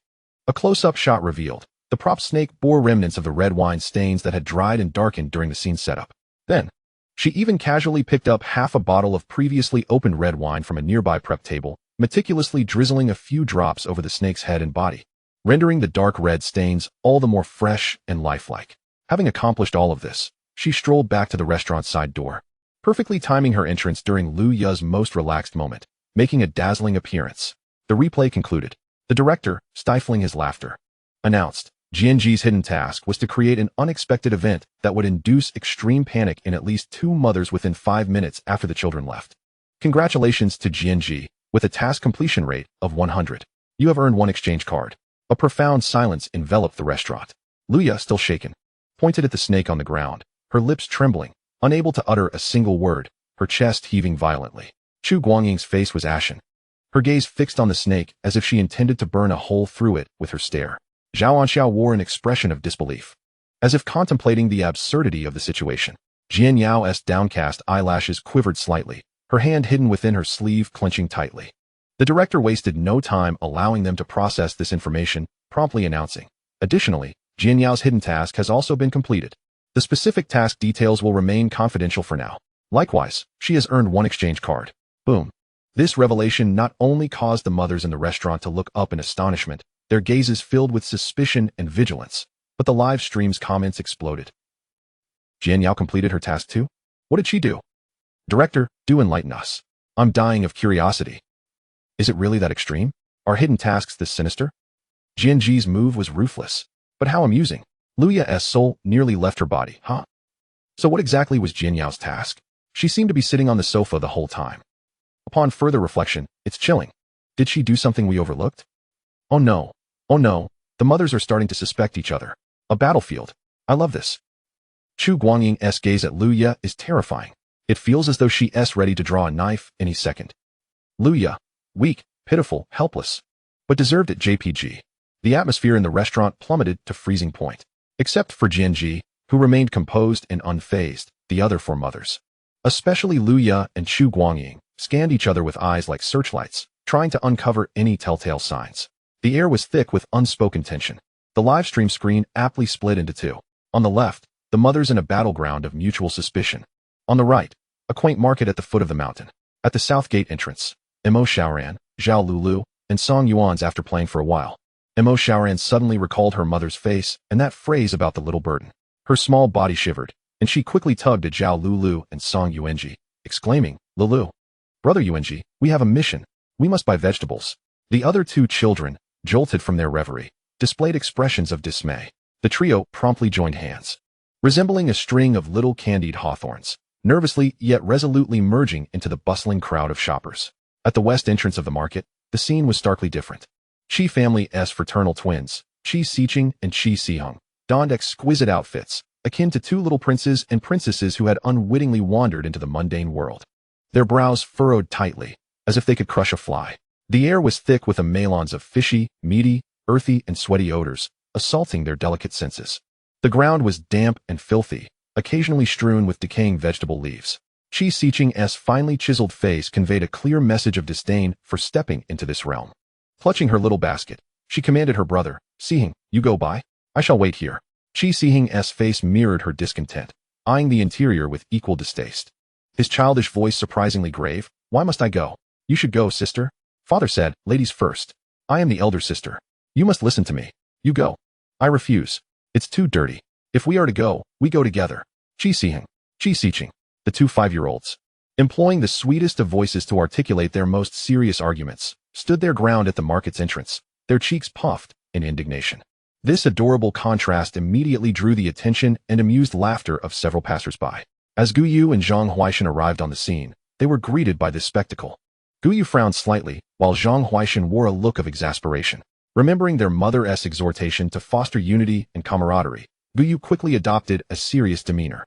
And with an unspoken understanding, he and Zhang Huaishan approached the twins, pulling them apart from their silent standoff. Sister Xiqing, brother Xiheng, let us not quarrel. We must complete our task. Time is running short. Exactly. What is the fuss about? Just go in and buy. Zhang Huaishan chimed in impatiently, after a prolonged standoff. Under the pressure of Guyu's task-oriented insistence and the curious gazes of onlookers, Qi Xiqing, albeit reluctantly, took a step forward as if entering a den of dragons and tigers, wrinkling her nose as she grasped her brother's hand and shuffled into the market. However, her tolerance was limited. Just a few steps in, she stepped onto a patch of slimy, rotten vegetable leaves, and her face turned ashen, as if she had encountered a venomous creature. Unable to endure any longer, she let out a short scream, akin to a startled rabbit, abruptly releasing her brother's hand. Shoving her little basket into Qi Xiheng's arms, and bolting towards the exit with astonishing speed. The sudden turn of events left Qi Xiheng stunned. Holding two baskets in his arms, dumbfounded as he watched his sister flee without a backward glance. The cacophony around him, the unfamiliar surroundings, and the feeling of abandonment washed over him, filling him with indignation. His small mouth quivered, large eyes rapidly welling with tears, his eyelids reddening, his shoulders trembling slightly. Yet he bit his lower lip resolutely, refusing to let a single tear fall or emit a sound, standing alone with the two slightly heavy baskets. His stubborn yet fragile appearance struck a chord with many onlookers. How could she leave her brother behind like that? My heart aches for little Xiheng. He wants to cry but holds it in. His eyes are so red, poor thing. Someone give him a hug. Qi Xiqing is being too harsh. A little cleanliness obsession shouldn't lead to this. Xiheng is so strong. No tears, no tears. Guyu's eyes lit up. An opportunity. He stepped forward, striving to present the most gentle and reassuring expression, softly patting Qi Xiheng's shoulder, his actions slightly exaggerated, his voice soothing and warm. Brother Xiheng, do not be afraid or sad. Sister might just be feeling a bit uncomfortable. You still have us. Let us complete the task together, shall we? Look, we are all here with you. He gestured towards himself and Zhang Huaishan, attempting to cultivate a nurturing elder brother aura. Qi Xiheng sniffled, lifting his tear-filled eyes to meet Guyu's gaze, then glanced at the somewhat impatient yet nodding Zhang Huaishan. The grievance on his face seemed to fade slightly as he nodded vigorously, his voice thick with emotion. Buy vegetables. Without further concern for his fleeing sister. Qi Siheng clutched the two baskets tightly, following closely behind Guyu and Zhang Huaishan, embarking on his shopping adventure. Guyu let out a quiet sigh of relief, presenting a picture-perfect, accomplished little gentleman smile for the camera. Mo Xiaoran, Zhao Lulu, and Song Yuanji, like three chicklings just hatched, stumbled through the market. Clutching their mission cards tightly, they huddled together, gazing at the crooked images of potatoes, tomatoes, and bok choy on the cards. Then lifting their eyes to the towering piles of actual vegetables at the stalls, wearing expressions of confusion. Is this one it? Song Yuanji timidly pointed at a gigantic winter melon. It seems too large. Mo Xiaoran replied uncertainly. No. The card shows a round one. Zhao Lulu insisted, straining to differentiate. Their clumsy yet earnest attempts at comparison elicited kind laughter from nearby shoppers. With flushed faces, they exerted themselves to finally procure the items on their list. Despite the chaotic process, they returned triumphantly with their baskets brimming. The trio let out a collective sigh of relief, their faces lighting up with smiles of liberation. Hand in hand, they trotted joyfully towards the bus station. Upon reaching the bus stop, they stumbled upon a familiar figure, Qi Siqing. She stood alone beneath the sign, her delicate dress fluttering in the wind, appearing somewhat frail. The haughtiness that had previously marked her countenance was replaced with a look of frustration and inner turmoil. She nervously twisted the hem of her garment, casting glances toward the market from time to time. Seeing her, Mo Xiaoran instinctively called out, Sister Siqing? Qi Siqing was suddenly jolted back to reality, and upon seeing Mo Xiaoran and her companions, particularly the basket brimming with vegetables they carried, the fleeting trace of vulnerability and regret on her face vanished without a trace. She lifted her chin, regaining the frigid demeanor of an aloof little princess. And with a dismissive huff through her nose, she averted her gaze, feigning ignorance of their presence. Mo Xiaoran, taken aback by her attitude, nonetheless asked kindly, Sister Siqing, why are you here all alone? Where's Brother Siam? This inquiry was akin to stepping on Qi Siqing's tail. She spun around abruptly, her face flushed with a mix of embarrassment and a certain insecurity that had been pierced, hands on her hips, her voice rising with a piercing anger. Mind your own business. Mo Xiaoran, just take care of yourself and stop meddling. This sudden outburst and her hostile demeanor frightened the timid Mo Xiaoran and Song Yuanji. Their faces paling as they instinctively took a step back, huddling closely together, their eyes filled with panic and confusion. Hey, Qi Siqing, why are you being so fierce? Zhao Lulu interjected, clearly displeased. Like a protective hen, she swiftly positioned herself in front of Mo Xiaoran and Song Yuanji, her round face puffed up in indignation. Glaring defiantly at Qi Siqing, Xiaoran was just showing concern for your brother. What kind of attitude is that? It's rude. Qi Siqing, confronted publicly by Zhao Lulu, felt even more cornered, her chest rising and falling with agitation, and just as she was about to retaliate, her peripheral vision caught sight of the camera lens aimed directly at them. A sudden jolt of realization hit her. This was being filmed for a show. She recalled her mother's stern admonitions. All her fury and resentment were forcibly suppressed, her face tightening, lips pressed into a straight line. Though her gaze remained resentful, she ultimately fell silent, coldly turning her head away to present the back of her head to them. Seeing her demeanor, Zhao Lulu lost interest in further conflict, letting out a heavy huff as she took Mo Xiaoran's hand with one and Song Yuanji's with the other. Xiaoran, Brother Yuanji, let's go. Ignore her. We're getting on the bus to go home. The three little ones maneuvered around Qi Siqing, heading toward the parked bus. Stop. Qi Siqing was flustered, once more extending her arms to block their path, her face a mask of hurt and unreasonable indignation. You can't leave. What about Siheng and the others? Why aren't you waiting for them to return together? You're so selfish. Huh. Zhao Lulu was utterly baffled by her illogical reasoning, almost laughing in disbelief. Selfish? This is a timed game. Why should we wait for you? Time's almost up. Move aside. No, you can't leave. You must wait for everyone. Qi Siqing stubbornly blocked their way, reaching out to tug at Zhao Lulu's arm. Let go. Zhao Lulu was equally furious, straining to shake her off. The two little girls, one wanting to leave and the other refusing to let her go, became entangled in a tug-of-war at the bus stop. Mo Xiaoran and Song Yuanji found themselves caught in the middle, their small bodies being pulled this way and that, observing the chaotic scene before her. With Qi Siqing's unreasonable behavior and Zhao Lulu's angry face, Mo Xiaoran felt a mixture of fear and sorrow, a deep sense of familiar hurt swelling within her. She tightly held the hand of the equally bewildered Song Yuanji, her big eyes brimming with tears, lost and helpless. Stop it. Please stop. A nearby staff member, sweating profusely, rushed over to separate the two entangled girls, speaking soothingly. All right, no more arguing. The bus is about to leave. Get on first. And Siheng and the others will return soon. Zhao Lulu, still held by the staff, had her chest heaving with residual anger, casting a fierce glare at Qi Xiqing. Qi Xiqing, too, was being pulled away by the staff, her face taut, yet she finally refrained from lunging again. The small commotion was forcibly quelled. However, the live broadcast room had already erupted. What the heck? What kind of princess syndrome does Qi Xiqing have? She abandons her brother and still dares to block others? So uncouth. My heart aches for Xiaoran and Yuanji. Their faces turned white with fright. Zhao Lulu is so fierce. She's so cool protecting her friends. Qi Xiqing should be kicked out of the show.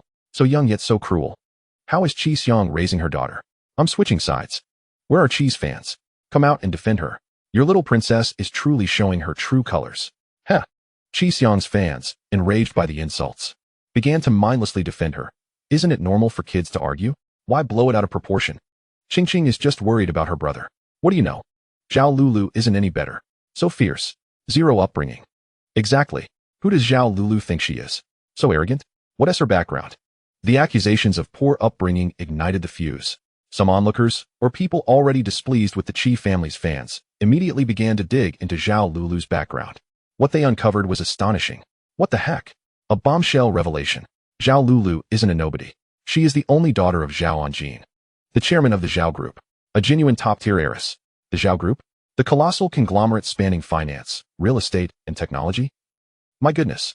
What does the Qi family even amount to in her presence? A nouveau riche? No wonder Zhao Lulu exudes such elegance. A low-key luxury. Case closed. Zhao Anxia is Zhao Anjin's biological sister. They are merely here for the experience and to enjoy the show. Qi's fans have struck a titanium alloy steel plate. How dare they insult the Zhao family's little princess's upbringing? Ha! Qi Xiang's fans were done for. Barbecue. Once her identity was exposed, the Qi fans who had previously been cursing Zhao Lulu for her lack of upbringing instantly fell silent, as if they had never existed. The direction of the live chat shifted dramatically, now filled with praises for the power player, comments about Miss Zhao's might, and astonishment at the elite family drama. At that moment, several official accounts began to post on the live stream, delivering a series of cold, domineering messages that appeared on all streaming platforms. Zhao Group Legal Department v. In response to the malicious defamation and personal attack comments against our chairman's daughter, Miss Zhao Lulu, we have completed evidence collection, and legal letters have been dispatched. The internet is not a lawless zone. We await the court summons. Zhao Group Legal Department v. Same as above. A barrage of over 10 such messages flooded the screen. Simple, brutal, and menacing. The entire internet fell silent for a second, followed by an even greater uproar. What the heck? A real lawyer's warning. And the entire legal team from the group is mobilized. What an impressive display. Zhao Dad is formidable. A protective parent at all costs. Qi's fans. Is it too late to delete our accounts and run now? Laughing to death. Why provoke someone from a real wealthy family? They could crush you with a flick of their fingers. This move deserves full marks. So satisfying. In the restaurant, Zhao Anxia's phone suddenly vibrated violently. She cast a fleeting glance at the caller ID displaying her elder brother's name, swiftly covering her phone with her hand, her heart racing. Stealing a glance at the tense atmosphere surrounding her, she rolled her eyes and then, with an apologetic expression, gestured towards the director while indicating her phone. Adopting a demeanor akin to that of a thief, and successfully slipped out of the living room. The others regarded this with indifference, as though it were a trivial matter. Just as Zhao Anxia pressed the answer button, her brother Zhao Anjin's deep, authoritative voice reverberated through the phone line, exuding an oppressive aura despite the distance. Devoid of much emotion, yet delivering a message that sent shivers down Zhao Anxia's spine. Anxia, it's fine to take Lulu out to play. But keep it low-key and don't go overboard.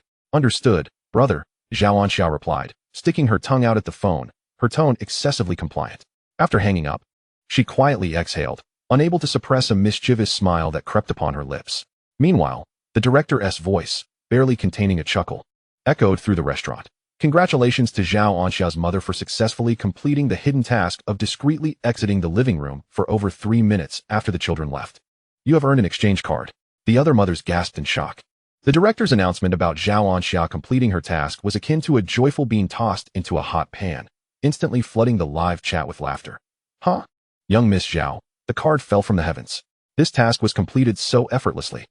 Young Miss Zhao, did I leave? Of course I did. Hidden task. Discreetly retreat to a corner for 3 minutes after receiving a scolding from an older brother. This variety show's hidden tasks are truly adaptable. I can't stop laughing. Yet within the restaurant, the atmosphere was far from jovial. The expressions of Chu Guangying, Qi Xiang, and Lu Ya had noticeably darkened. Chu Guangying's competitive spirit was ignited. Zhao Anxia had inexplicably completed her task and acquired an exchange card, while she herself remained utterly clueless. Her sharp gaze swept over Luya, and she abruptly stood up, exuding the aura of a pop diva, her voice laced with undeniable challenge. Luya, since we have some idle time, how about a tea art competition? Luya's heart sank. Her hidden task was precisely to win a challenge against the other mothers. Winning would grant her an exchange card. The temptation was overwhelming. Chapter 15. Chu Guangying versus Luya in a tea art showdown. Yet, as she observed Chu Guangying's confident posture, she hesitated. Who knew what Chu Guangying's task entailed? What if it were a trap? Her face, marked by exhaustion and resignation, struggled to maintain composure, her eyes flickering, unsure of how to respond immediately. Just then, Qi Xiang, who had been watching silently, suddenly found her opportunity like a serpent poised to strike. With a sly smile, she coolly remarked, her voice low yet piercing. Oh, Chu Jia, such enthusiasm. But facing off against a mere housewife who only gossips behind closed doors in a tea art contest? Winning would hardly be a feat, would it? Luya's skills are only good enough to entertain her husband at home. Can they truly stand on a public stage? Her words were sharp and caustic, the intent to provoke evident on her face. Wow, Qi Xiang has escalated things. How cutting, yet oddly satisfying. I see. Is Qi Xiang's task to incite anger in others? Luya, quickly, tear her apart. Luya was already troubled by her hidden task, and Qi Xiang's public humiliation struck a raw nerve, especially the comment about entertaining her husband. Her mind buzzed, all rationality consumed by a blaze of fury. Shut your mouth. Qi Xiang. Luya suddenly stood up, her face flushed, and declared resolutely to Chu Guangying, let us compete. Chu Guangying's eyes glimmered with triumph. Yet her demeanor remained haughty. All right. The live chat erupted in excitement. Let the battle begin. Director, hurry up. We're ready with sunflower seeds, peanuts, and mineral water. Luya getting fired up. Chu Jia is bound to win. What is wrong with being a housewife? Luya, go for it. Show them what you've got. The director, witnessing the surging enthusiasm, grinned widely, promptly signaling his assistant to post a real-time voting dynamic on a certain platform. Chu Guangying versus Luya in a tea art showdown. Who do you pick to win? Once the dynamic was posted, a flood of votes poured in. Director, you know how to stir the pot. Although, I'm voting for Luya. Chu Jia's aura is too strong. I fear she might crush the tea set.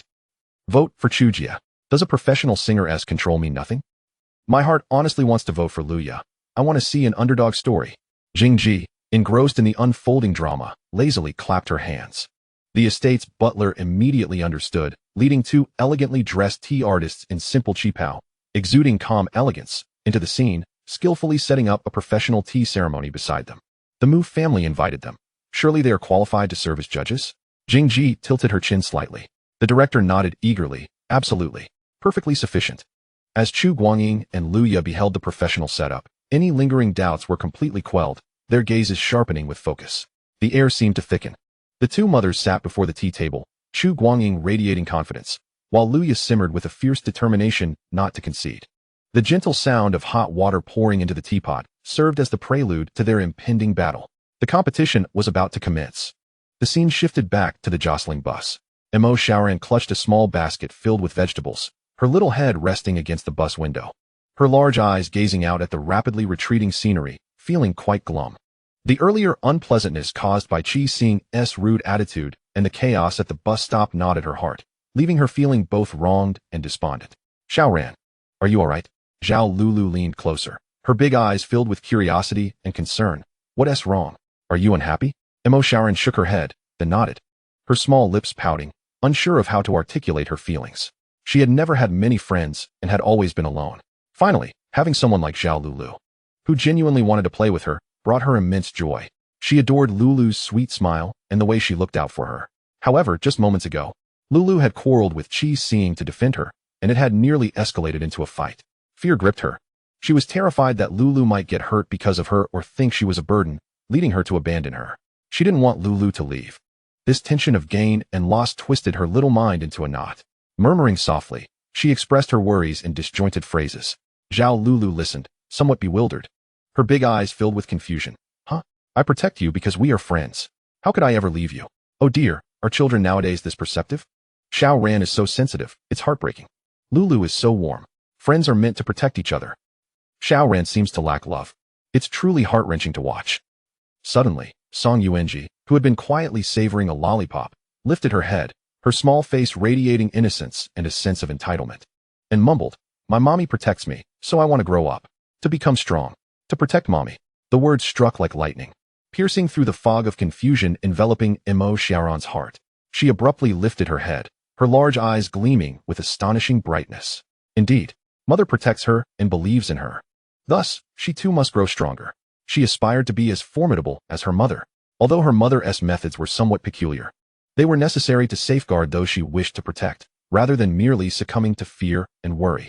"Brother Yuanji, thank you." A radiant smile instantly blossomed on Mo Xiaoran's face, dispelling the clouds of despair, as she joyfully grasped Song Yuanji's hand and gave it a gentle shake.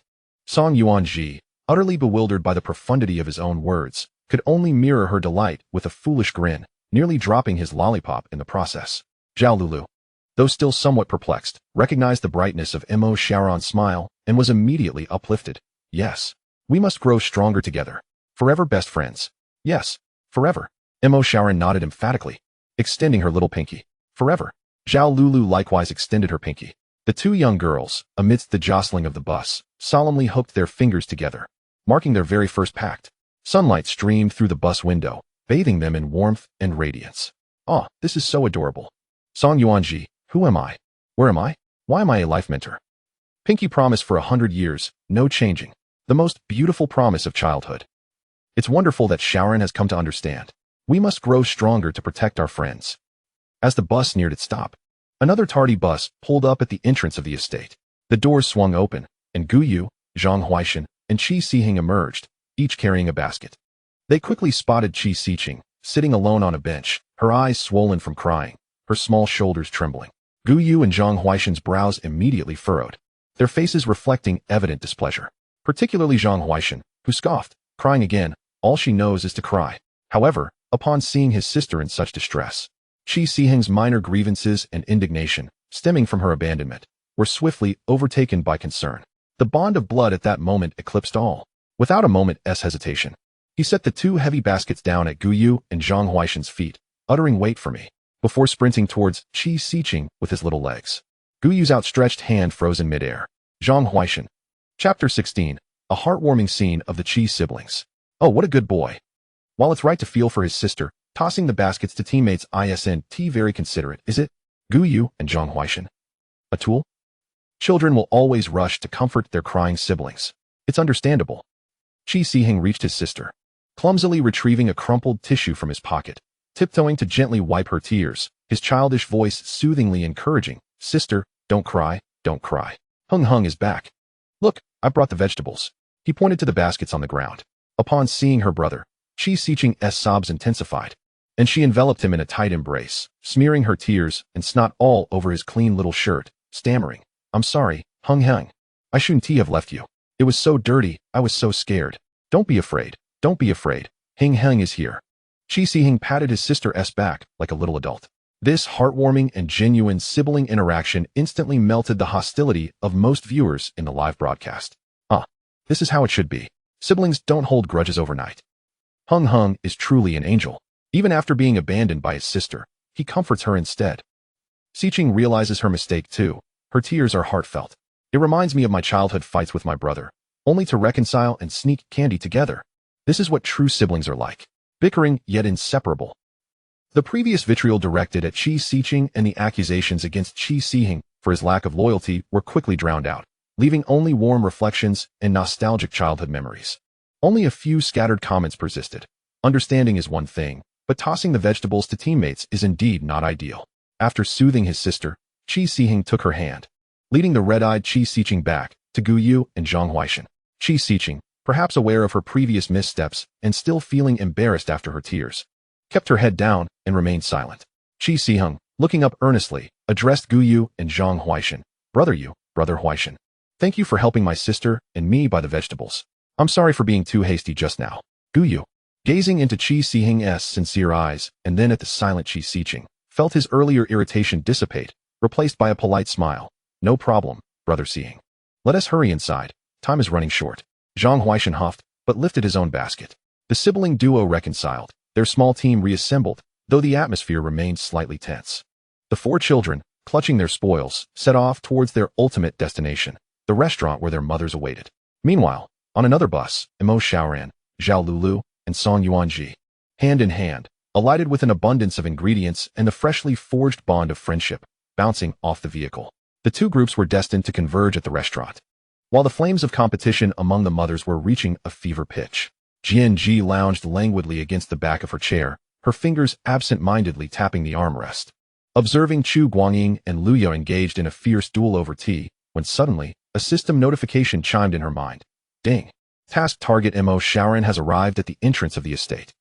Without the slightest flicker of her brow, she rose with decisive grace, as if merely brushing off a speck of dust, and strode directly towards the restaurant door amidst the astonished gazes of those present. Where is Jianji going? The tea ceremony isn't finished yet. How rude. They're in a critical moment. Does a queen need a reason to act? Just wait and see. Just as the doubts in the comments were being typed, a cheerful and slightly excited child's voice resonated from afar, like a small cannonball crashing into the restaurant. Annie, we're back. We bought so many vegetables. Zhao Lulu burst in like a joyful little bird, rushing towards Zhao Anxia. Hot on her heels were the rosy-faced Imo Xiaoran and Song Yuanji, hand in hand. Zhao Lulu's exuberant shout hit like a pause button. Chu Guangying's wrist, poised midair, froze. The flow of water from the teapot abruptly ceased. Lu Ya's hand, which had been deftly stirring the tea powder, stilled, half of her carefully prepared mixture spilling out. The highly anticipated tea competition, ignited by Qi Xiang's provocations and eagerly awaited by the audience, came to an abrupt and silent halt due to Jianji's exit and the children's return. The director rubbed his nose, feeling a tinge of regret, yet picked up the microphone to announce, ahem, due to unforeseen circumstances, the tea ceremony showdown between mothers Chu Guangying and Lu Ya has been interrupted, and no victor has been declared. Consequently, both mothers have failed to complete their hidden tasks. Currently, only mothers Jianji, Jianyao, and Zhao Anxia have successfully acquired exchange cards. Chu Guangying was momentarily taken aback, but then she exhaled in relief. As long as she hadn't lost. She set down the tea set, and the tension that had gripped her began to dissipate. In stark contrast, Lu Ya's reaction was entirely different. The feigned weariness on her face vanished in an instant, replaced by a fleeting expression of incredulity that swiftly darkened her features. The opportunity had slipped away like a cooked duck taking flight. The exchange card was gone.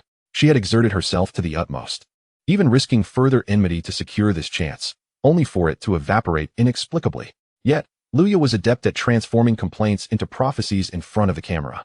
That ghastly expression lingered for less than a second before she forcibly suppressed it. Her eyelashes fluttered downward, her shoulders sagged slightly, and her fingers unconsciously clenched the edge of the tablecloth. When she raised her eyes again, only a profound sense of disappointment and sorrow remained, as if she had anticipated this outcome all along. A hint of self-mocking humor flickered across her lips as she gently shook her head at the camera, letting out a soft sigh. Lu Ya's expression is heartbreakingly genuine. It seems as if she knew this would happen all along. Wait. Considering her sudden outburst to agree to the competition and this result, it's chilling to contemplate. Could it be that the production team indeed has a script, intentionally thwarting her task? Chu Guangying clearly breathed a sigh of relief, and Lu Ya's reaction is profoundly intriguing. The trending topic of charging forward. Baby seems destined for hot searches. Lu Ya's unmistakably sorrowful expression stirred ripples akin to stones cast upon a lake, instantly igniting a storm of speculation in the live stream and across the internet. Concerns regarding the fairness of the show and allegations of scripted manipulation surged once more, propelling related discussions to the forefront of hot searches. At the entrance, Jianji remained oblivious to the undercurrents and online frenzy swirling behind her. She reached out, habitually and somewhat dismissively ruffling the head of Zhao Lulu, who had excitedly flung herself into Zhao Anxia's embrace, chattering away. Yet, her gaze drifted past her, landing on Imo Xiaoran, who stood timidly in the back, clutching a small basket and gazing at her with apprehension. Imo Xiaoran hadn't anticipated that her mother would wait for them at the door. She assumed her mother would be seated as usual, waiting for her to approach. The sensation of being awaited stirred a strange, bittersweet emotion within the little one, akin to cotton candy dissolving in warm water, soft, yet somewhat bewildering. All she could do was gaze with her big, glistening eyes, resembling a naive little rabbit yearning for closeness, fixedly looking at Jianji. Chapter 17, Culinary Contest. Jianji said nothing, simply lifting her chin to beckon the little girl over. Imo Xiaoran's eyes brightened, and she scurried over, her gaze betraying a hint of hesitation and nervousness, but predominantly radiating eagerness and joy. Jianji's eyes softened as she gently took the basket from Mo Xiaoran's hands and embraced her, offering comfort with a reassuring pat on her head. Meanwhile, Chu Guangying strode purposefully toward her son. Song Yuanji's early return was evidently unexpected. She welcomed him into her arms, and the little one promptly raised the basket triumphantly. "Mom, look, vegetables," Sister Xiaoran said to hurry back, "so you'd be happy." He recalled how Mo Xiaoran had coaxed him at the market.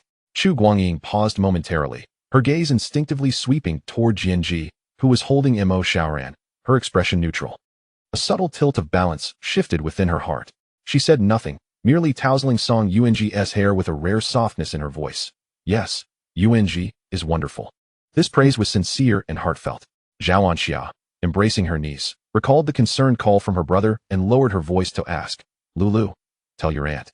Did anything happen outside just now? Your father seldom speaks to me in that tone." Her brother was notoriously protective of his daughter, and to receive a personal warning from the authoritative figure was undoubtedly not merely due to the online squabbles.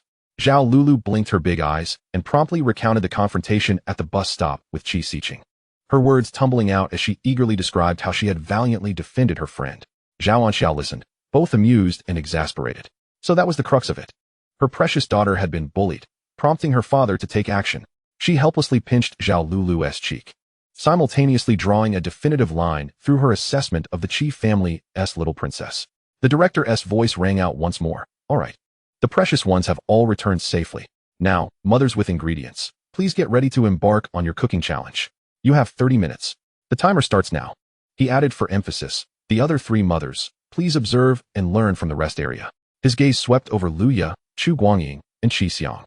Luya maintained her despondent demeanor, quietly walking toward the rest area.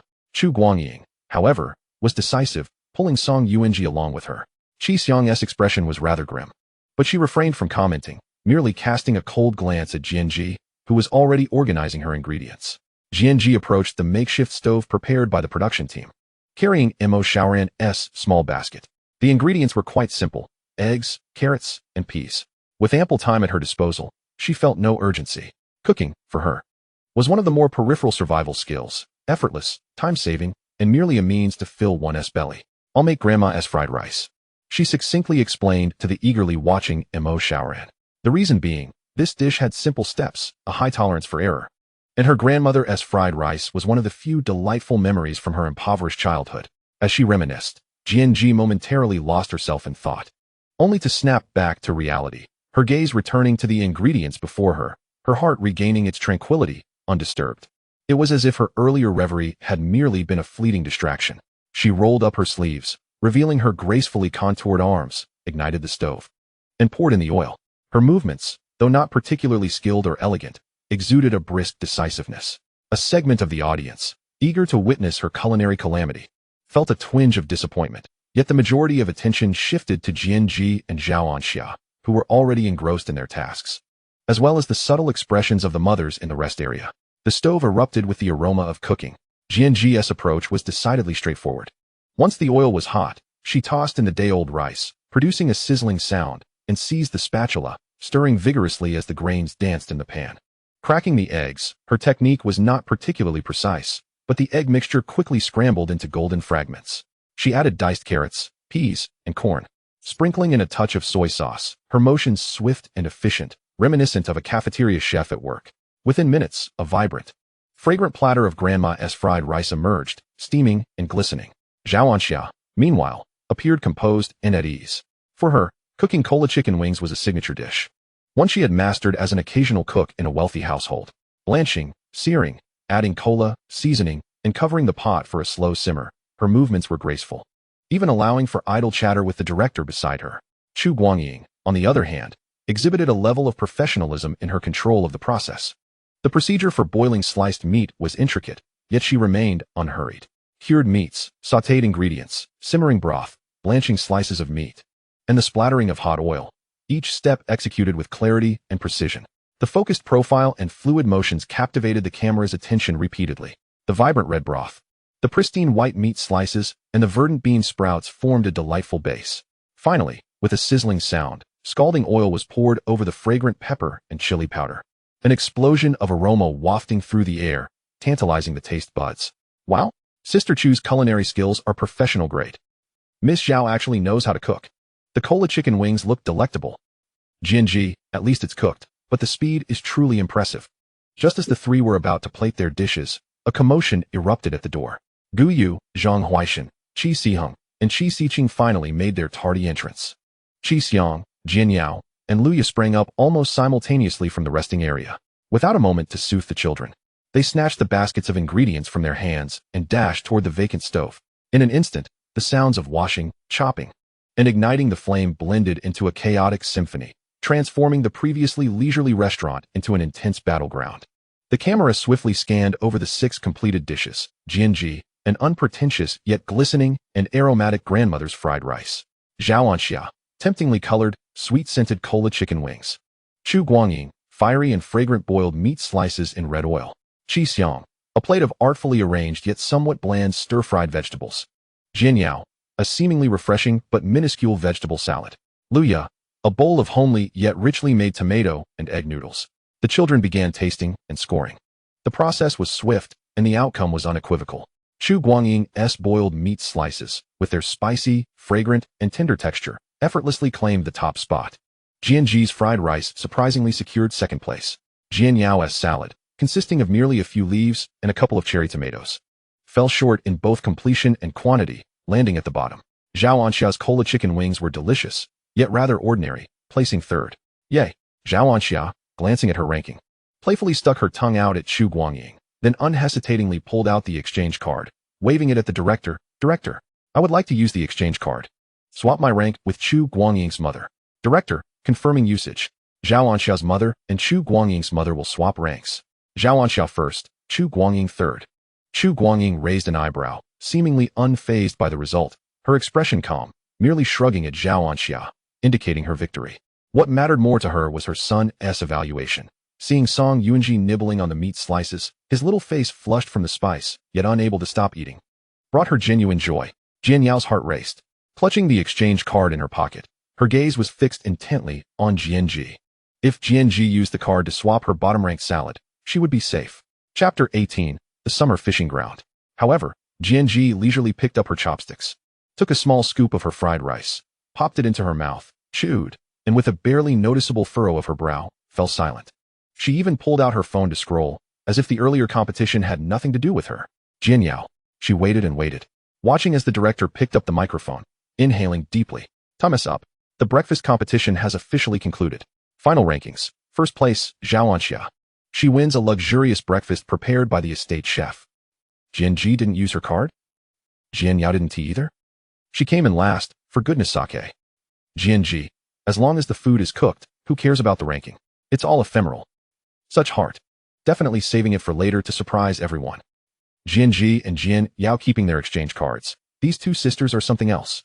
The barrage of comments instantly filled the screen with excitement over the luxurious breakfast, while a few voices questioning their intentions in retaining the cards were drowned out. A beautifully crafted dining cart was wheeled in. As the lid was lifted, it revealed the most renowned specialty breakfast from Linghai City: translucent shrimp dumplings, golden and crispy durian pastries, sweet and sticky red rice sausages, and steaming boat porridge, all exuding a tantalizing fragrance. Beside it was a pot of bright green, clear, and fragrant billionaires tea. The production team really went all out. It looks so delicious. I'm drooling. Miss Zhao truly deserves it. Zhao Anxia, accompanied by Zhao Lulu, joyfully indulged in the fruits of her victory. Others gathered around to taste the dishes everyone had prepared. Upon sampling Chu Guangying's boiled meat slices, even the discerning Qi Xiang had to concede that the flavor was indeed bold and authentic, leaving her impressed. At that moment, Jian Yao wore her signature expression, delicate yet tinged with admiration, her voice soft as she addressed Chu. Sister Chu, your culinary skills are extraordinary. Did you learn specifically for President Song? I truly envy you. Though it sounded like a compliment, there was an underlying hint of trying to curry favor with her husband. Who was Chu Guangying? A diva of the music industry, exuding an aura of 2 meters and 8. Upon hearing this, she cast a discreet glance at Jian Yao. A flicker of derision in her eyes, then burst into a hearty laugh, waving her hand dismissively, completely disregarding Jian Yao's subtle intentions, and opened up the conversation. For him? Does he even deserve it? She half joked, half seriously retorting, her gaze softening as she looked at her son, Song Yuanji, who was slurping the meat soup with delight. Her tone shifted to one of reflection. It's for this little guy. When Yuan Ji was young, he was frail and couldn't eat many things. I was wary of the heavy seasonings and outside food. There was no choice. As his mother, I had to grit my teeth and learn. From nutritious meals to medicinal dishes, and when he was older and could handle some spice, I pondered how to make Sichuan cuisine both delicious and healthy. Forcing myself to become a half-decent cook, her recounting lacked melodrama, exuding instead a proud and forthright maternal strength. Those present, after hearing her words, regarded Chu Guangying with newfound respect and understanding. Zhao Anxiao silently gave her a thumbs up. Even the typically stoic Qi Xiang softened her expression. The barrage of comments instantly flooded the screen with heartfelt reactions. Emotional. It was all for her son. Queen Chu, truly the epitome of a capable mother. Converted to a fan. So radiant and responsible. Song Yuanji is so lucky to have such a mother. Some who only know how to gossip behind backs should take note. This is true capability. Chu Guangying's heartfelt account of motherhood instantly garnered her countless admirers. Her popularity soaring. Meanwhile, Jian Yao's subtle intentions appeared particularly pale and contrived in the glow of such a candid motherly figure. Her smile faltered slightly, suppressing the envy in her eyes, as she quietly scooped a spoonful of her neglected vegetable salad, tasting nothing. As the breakfast chaos settled, the restaurant was filled with the aromas of food and a subtle, lingering resonance. The exquisite luxury of the morning tea contrasted with the simplicity of the fried rice. The boldness of the boiled meat slices juxtaposed with the blandness of the vegetable salad, each leaving its distinctive mark on the palate and in front of the lens. In the afternoon, the sun shone just right. The production team adeptly adjusted the rhythm of the program. The camera captured several heartwarming moments of parental bonding. Zhao Anxiao and Zhao Lulu nestled together on a swing in the garden, with Zhao Lulu animatedly recounting her adventures at the market, while Zhao Anxiao playfully pinched her cheeks. Chu Guangying sat comfortably in a rattan chair on the terrace, taking a rare moment to relax as she taught Song Yuanji to hum a simple nursery rhyme. The little one sang with a charming hesitance, but with utmost sincerity, eliciting smiles from Chu Guangying. Luya whispered to Zhang Huaishan in their room, seemingly explaining something, as Zhang Huaishan nodded in a manner that suggested partial understanding. Jian Yao and Guyu sat by the window engrossed in their books. The scene was tranquil, yet Guyu occasionally cast furtive glances at his mother, his expression tinged with a subtle complexity. Qi Xiang was engaged in a serious discussion with Qi Xiqing and Qi Xiheng on the lawn, reviewing their performance from the morning. As the twins lowered their heads, their little hands nervously entwined, Jianji lay on a lounge chair on the balcony with closed eyes, while Mo Shaoran quietly sat on the carpet beside her, clutching her little doll and absorbed in a picture book. Despite their minimal interaction, an odd harmony enveloped them. How serene the passage of time is. The dynamic between Queen Jian and Shaoran is unexpectedly delightful. Queen Chu's gentle singing lessons are so tender. Yuanji's voice is adorably sweet. Qi Xiang is once again reprimanding the children. The pressure is palpable. Yao Yao and Guyu appear so well-behaved. After a brief respite, the director's voice resonated through the intercom. Attention, all mothers and children. The exciting tasks for the afternoon are about to commence. Please gather your belongings and assemble in the main hall of the villa in 5 minutes. We will be heading to the Bansha fishing beach. Wow, the beach. Instantly, the children's eyes sparkled with excitement. Even the lethargic Song Yuanji perked up. The camera followed the procession of vehicles as they slowly moved. And as the convoy exited the estate's grand gates, an astonishing panoramic shot unfolded. The undulating, perfectly manicured lawns resembled an expansive green carpet extending into the distance, adorned with meticulously designed flower beds teeming with rare blooms. In the distance, the main buildings, a splendid fusion of Eastern classical and modern architecture, gleamed under the sun, exuding a rich historical luster. A clear artificial lake sparkled like a vast sapphire, with an exquisite pavilion at its center. Further away, a lush private forest concealed the outlines of a horse ranch and a helipad. The entire estate was vast and imposing, a magnificent blend of luxury and nature, emanating the essence of a prestigious family with a history spanning centuries. The live stream chat was instantly inundated with exclamations of astonishment. Holy cow! Is this an estate? This must be a royal garden, right? Production team. How many sponsors did you manage to secure? This is beyond extravagant. Poverty has limited my imagination. How much would this cost? I declare this the most luxurious filming location I have ever witnessed. Without exception. Chapter 19. An indirect slap to Jian Yao. The director's voice resonated at an opportune moment, laced with a barely perceptible hint of pride and the suggestion of concealed accomplishments. As the narration clearly reached each viewer's ears, this illustrious estate, steeped in a century of history, is currently owned by the Mo family. He deliberately paused, the camera seemingly glancing over the guest convoy before he leisurely added, "Of course, we are immensely honored to film here and extend our gratitude to the estate's proprietor." The name Mo family landed like a stone cast into the still waters of a lake. Following a brief moment of stunned silence in the chat, it erupted in a frenzy. Mo family? Which Mo family? Which other Mo family could it be? The one that rules over Linhai City. Of course, Mo Xingshi. Oh my, the production team is absolutely phenomenal. They managed to secure the Mo family's estate. Wait, did the director just say they are filming here and thank the estate's owner? Could there be someone from the Mo family among the guests? The implications are chilling. Who is it? Speculations swept through the live stream chat. It must be Jian Yao. Wasn't she previously spotted near the Mo family's old residence? Yes, I remember. The paparazzi even captured a blurry figure. Case closed. No wonder Jian Yao has such excellent resources. Turns out she is a true heiress of a wealthy family. Yao is amazing. So low-key. Yao fans are filled with pride. Our Yao is just modest. The young mistress of the Mo family is right beside me. Yao forever. Jian Yao's fans were instantly invigorated, their comments imbued with a sense of superiority and exhilaration, as if they had firmly established Jian Yao's identity as the Mo family's young mistress. Various expressions of admiration flooded in, portraying her as an authentic heiress, with praises soaring high. However, the slap of reality came quicker than a tornado, almost simultaneously. Several comments bearing screenshots and links surged to the forefront. Check out GNG's pinned Weibo post. See for yourself. Quick, take a look. An astonishing twist awaits. Yao fans, stop jumping around. Is your face hurting yet? A multitude of curious viewers flocked to GNG's uniquely styled, long-neglected Weibo. The pinned post was a lengthy narrative of her cringeworthy youthful exploits. Among the accompanying photos, one particularly stood out, a slightly blurred image. Yet the crucial information was strikingly clear. The backdrop featured a stark, sleek private helicopter. By the cabin door, a tall woman clad in cargo pants, her profile strikingly elegant, casually leaned against the door frame, seemingly holding a lollipop. And at the helicopter's tail, a large, artistically designed golden logo gleamed in the sunlight. Mo Corporation. Next to the logo, a corner of a property deed bearing the same logo was also captured. Mo Corporation's helicopter? Property deed? GNG? So the estate's owner they thanked is GNG? Yao fans, smiles gradually fading JPG. Oh my, so the one truly connected to the Mo family is GNG. The figure previously spotted entering and exiting the Mo family's estate seems to resemble GNG more closely now. So tall and striking. The livestream chat fell into an eerie silence. The Yao fans, who had been jubilantly celebrating moments before, felt as if they had collectively had their throats squeezed. Their proud comments vanished without a trace.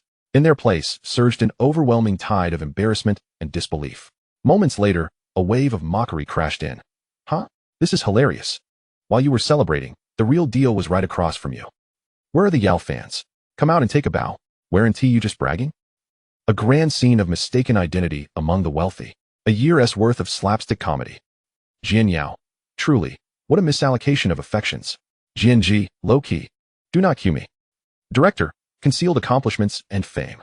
The dramatic twist instantly reignited the smoldering flames of controversy surrounding the so-called wealthy families on a certain V platform, setting off a wildfire that exploded across the internet.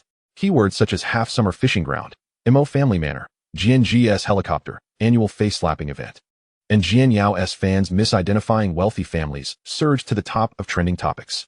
GNG's fans finally had the chance to hold their heads high.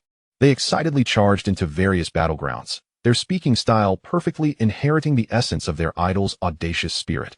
Thank you for the invitation. I'm at the manor. Just got off the helicopter. Some people should stop trying to ride on our coattails. Our sister G is busy cooking fried rice, not playing the wealthy matron. Yao's fans, don't cry. Stand up and continue to flatter. When it comes to low-key, our sister G is a professional, referring to her self-exposed dark history. Quality? The quality of our sister G's fans depends on the opponent's IQ. When dealing with certain individuals, being arrogant is sufficient. Friendly reminder, feel free to insult us, but be cautious of slandering the Mo family. Our lawyers are ready. Their precise strikes were aimed solely at the overzealous Yao fans and mindless detractors, their words sharp and arrogant yet imbued with an intriguing sense of sophistication. devoid of vulgarity and personal attacks, leaving the Yao fans seething with frustration, unable to retaliate. Amidst this online revelry, the convoy finally arrived at the half-summer fishing ground beach. The azure sea and sky, the delicate golden sands, and the gentle waves lapping at the shore created a picturesque scene. The salty sea breeze swept in, instantly dispelling the oppressive atmosphere of the manor and the acrid scent of online skirmishes. The children, upon seeing the ocean, forgot all their grievances, rushing joyfully towards the beach.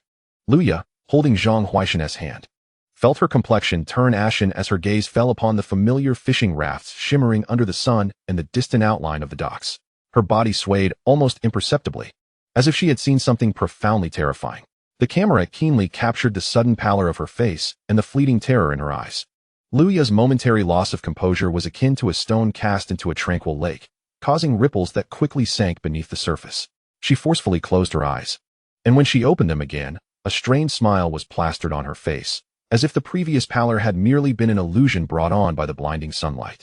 She clenched Zhang Huaishan's hand tightly, her knuckles whitening from the pressure, her voice tinged with a barely detectable tension. "Shun, look, the sea." The production team timely disrupted this delicate atmosphere, enthusiastically inviting everyone to the changing room to don the beachwear prepared by the crew. When the guests reappeared on camera, the comments section erupted. The visual feast begins. Sisters stun me. They look so beautiful. Queen Chu's figure is to die for.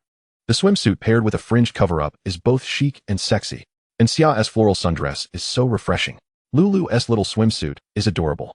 Qi Xiang truly embodies a supermodel. The simple white shirt dress paired with a wide-brimmed hat emanates a cool vibe. Yao Yao's pink polka-dot bikini with a sheer cover-up is gentle and sweet, and Guyu's little swim trunks are so cute. Although Luya still doesn't look well, the pale yellow dress makes her gentle and charming, and Huaishan's little yellow duck flow tie is just perfect. Here she comes. My sister Ji. Wow. Jianji, you're my goddess. Chapter 20, The Incident. All eyes converged on Jianji. She eschewed traditional swimwear in favor of a striking black tank top that perfectly accentuated her toned arms and defined collarbone, paired with high-waisted khaki shorts and black flip-flops. Simple, crisp, and exuding a sense of strength. Mo Shaoran donned a matching tank and shorts, resembling a cool little sidekick, closely trailing her. What a presence. Standing tall at 2 meters 8. So handsome. Look at those muscle lines. Sister Binmi. Shaoran looks cool too. Mother-daughter outfits are the best. This is the right way to enjoy the beach, not just playing around. Yao fans, don't be envious. Observe what true sophistication looks like. The director announced that everyone could enjoy some free time to soak in the beach atmosphere. Soon after, a task was announced for the children. A swimming competition with the first-place winner receiving a priority card for all 3 episodes, limited to just 1. Upon hearing this, everyone eagerly prepared to compete for the top spot. During the break, the children cheered as they dashed towards the shallow water. Mo Shaoran and Zhao Lulu held hands, cautiously stepping through the waves, their heads bowed as they searched for beautiful shells and pebbles washed ashore by the sea. Whenever they found something special, they excitedly held it up for the other to see, their laughter ringing out in the sea breeze. Jian Yao's gaze, however, remained locked onto Mo Shaoran.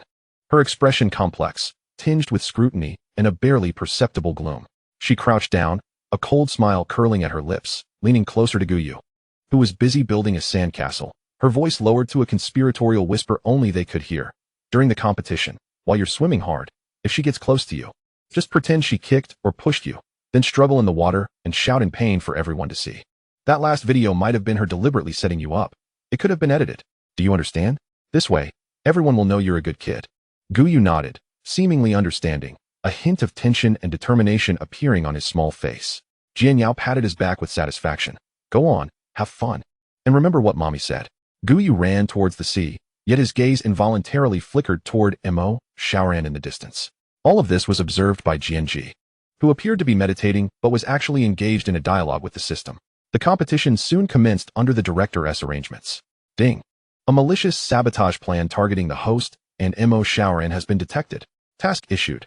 Thwart Jian Yao and Guyu's deceitful scheme and deliver an effective counterattack. Successful completion of the task rewards 5,000 face-slapping points. Beneath Jianji's thick lashes, her eyes suddenly sharpened like a hawk. The languid, casual aura surrounding her abruptly retracted, replaced by an almost predatory, cold energy poised to strike. Sister Ji, what's wrong? Zhao, keenly sensing the air had thickened around her, turned in confusion to inquire. Just then, Jianji's gaze flickered sharply. She noticed Guyu, struggling valiantly to swim forward, seemingly unwittingly being drawn closer by the current to Mo Xiaoran, who was diligently treading water towards the opposite shore. Guyu's legs began to move awkwardly beneath the surface, his body tilting slightly as if on the verge of colliding with Mo Xiaoran. And he opened his mouth as if about to shout, Mo Xiaoran, Guyu. Jianji's icy voice cut through the sound of the waves, carrying an undeniable order. In the blink of an eye, everyone felt a blur as a dark figure shot into the water like an arrow released from a bow. The splash barely had time to rise as Jianji, like a mother hen, expertly seized the straps of Mo Xiaoran and Guyu's floaties, yanking the two little ones out of the water with precision. Splash! Two children, accompanied by their inflatable rings, were abruptly lifted from the water, their feet dangling in midair. As droplets of seawater trickled down their calves, Mo Xiaoran wore a bewildered expression, while Guyu appeared utterly dazed, his face frozen in a grimace as if about to cry out in pain, leaving only shock and a hint of panic at his disrupted plans, his mouth slightly agape. The entire beach fell silent in an instant. The sounds of laughter and crashing waves seemed to have been muted. All the guests, staff, and the livestream cameras stared in astonishment at this unexpected scene. Jian Yao's heart raced as if it might leap from her throat. She quickly covered her mouth, stifling the scream that nearly escaped her lips. Her gaze fixated on her son, who was being held aloft by Jianji, a mixture of fear, anger, and disbelief swirling within her eyes. How could she possibly know? How could she act so swiftly? What was her intention?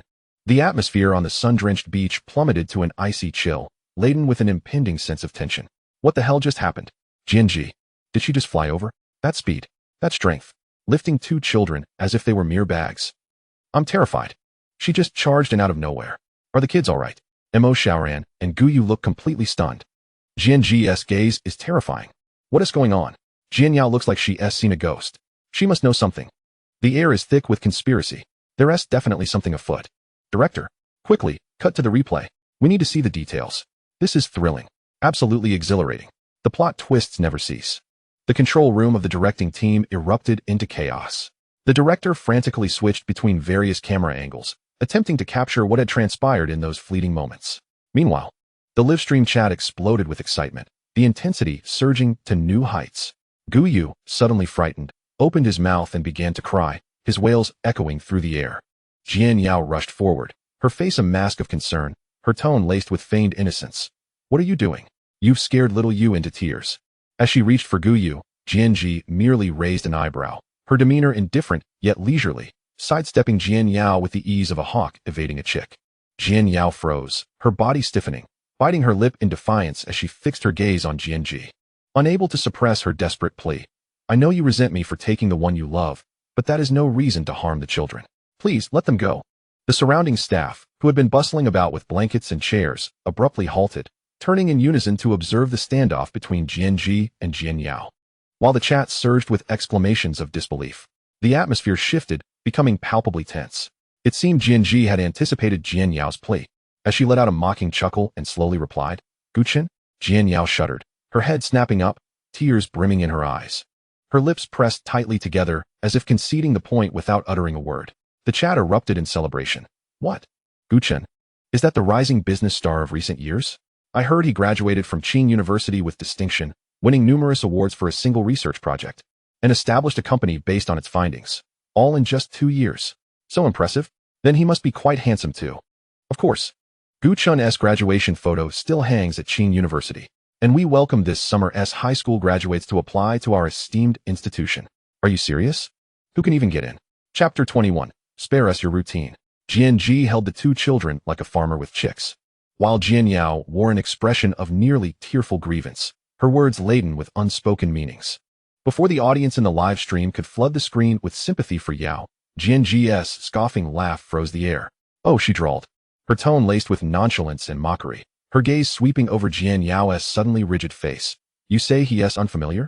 Jian Yao was nearly choked by Jianji's flippant attitude, her tears hanging precariously on her lashes, struggling to maintain a facade of defiance despite her hurt. What is with that tone? Jianji clearly doesn't care about Gu Chun. It seems Yao's performance is faltering. Jianji, Gu Chun? Who is that? Never heard of him. This is hilarious. How does it feel, Yao fans? Your idol isn't even on Jianji's radar. Jianji had no time to revel in the unfolding drama. With a swift motion, she evaded Jian Yao's outstretched hand while effortlessly carrying the two children. Her poise reminiscent of someone playfully toying with a cat. "Spare us your routine," she said, her voice low but each word struck like a hammer. "But since you brought it up, I won't hesitate to respond." She set the children down, holding them firmly by her side, her stance unyielding. Her gaze locked onto Jian Yao, filled with derision. "Hate you? You think you're worthy? Yet I must express my gratitude to your family for raising me for 20 years, only for my biological parents to appear, denying me even a glimpse of their faces, and then shoving me into the Mo family as a bride to bring good fortune. TSK, this is quite the betrayal." The weight of her words sent a shockwave through the beach, leaving it utterly silent. The server for the live stream almost crashed under the deluge of reactions. What the hell? This is a bombshell. Bride to bring good fortune? The Mo family? That notoriously enigmatic top-tier family. Forced into marriage. Denied the chance to reunite with her biological parents? The Jian family is ruthless. So Jian was sold like a pawn? No wonder. No wonder she harbors no feelings for the Jian family. Who wouldn't he be bitter? Yao fans, step forward. Look at the mess your goddess has created. Jian Yao's face drained of color, her lips trembling, unable to muster a single retort. Her expression one of sheer disbelief at Jian's audacity to publicly unveil the veiled truths they had all tacitly agreed to conceal. Jian, disinterested in Jian Yao's crumbling demeanor, shifted her focus back to the little Mo, Xiaoran still in her grasp. Her expression softening. "Thank goodness the heavens didn't blind me, allowing me to encounter you, Xiaoran." She gently shook Missouri Xiaoran, the child representing her hopes for a better future. Though her earlier words had been fabricated, it didn't negate the fact that her current feelings had shifted. However, Jian's gaze suddenly hardened, piercing like ice as it turned to the still-dazed Guyu, then searing into Jian Yao. "Your son, Jian Yao. At such a tender age, his heart mirrors your own darkness. What were you planning just now? To pull the same old trick of framing Xiaoran in the water? Creating a scene where she pushes me, is that it?" Her voice crescendoed, infused with thunderous fury and an undeniable sense of authority. "I, Jian, declare today, if anyone dares to lay a finger on my daughter, I will ensure they regret it, regardless of whose child they are." Director. Jian spun around, her eyes blazing. Commanding, cut to the underwater footage from 5 minutes ago, where Guyu approached Xiaoran. "Bring it to the big screen. Play it back. Now." The director in the control room jolted, his voice reverberating louder than that of Jian. Eating melon? No, this was a matter of survival. The aura of that ancestor was utterly terrifying. The colossal live broadcast screen instantaneously split, precisely replaying the moment Guyu endeavored to swim towards Mo Xiaoran. In high-definition slow motion, nothing could escape scrutiny. Guyu's calves beneath the water did not move naturally, but were distinctly angled and forceful, deliberately tripping towards Mo Xiaoran's legs. Simultaneously, he tilted his body, his small face taut, his mouth slightly agape, already forming an A shape. Holy moly, this was intentional. Heavens, such a small child. How can his thoughts be so malicious? Jian Yao whispered to him just now. She definitely taught him this.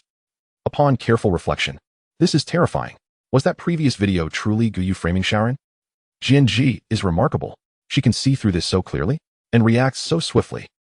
Protect our Xiaoran. Jian is magnificent. Irrefutable evidence. The barrage of comments instantaneously shifted from spectatorship to vehement condemnation of Jian Yao and her son. Jian Yao, gazing at her son's clumsy yet unmistakable performance on the big screen, turned as pale as a sheet, her body swaying dangerously close to collapse.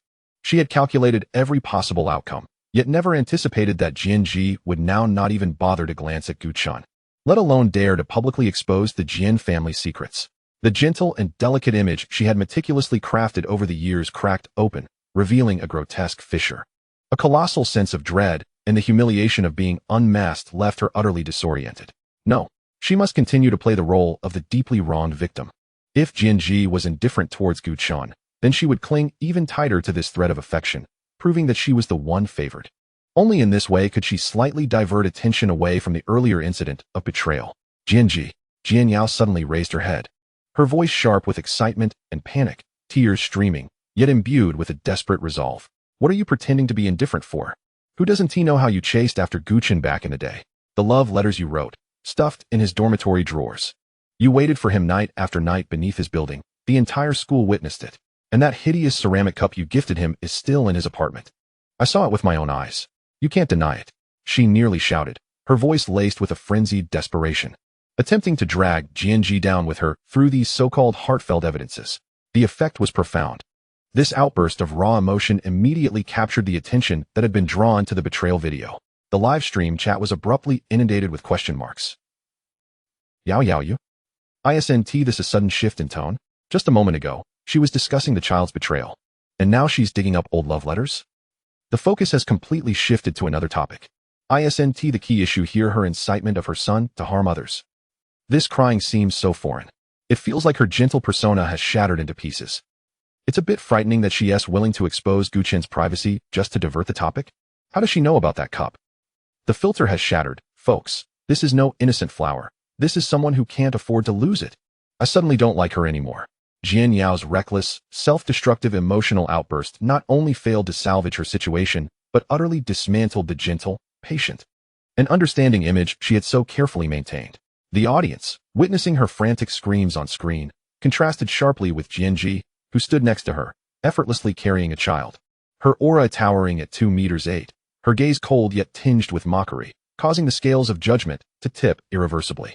What she believed to be her trump card had, in fact, become the final straw that broke her own persona. Chapter 22, a turn in performance. But this was not the end. In the next moment, Jian Yao's tears flowed incessantly, yet the madness on her face twisted into profound heartache. The despair of being cornered.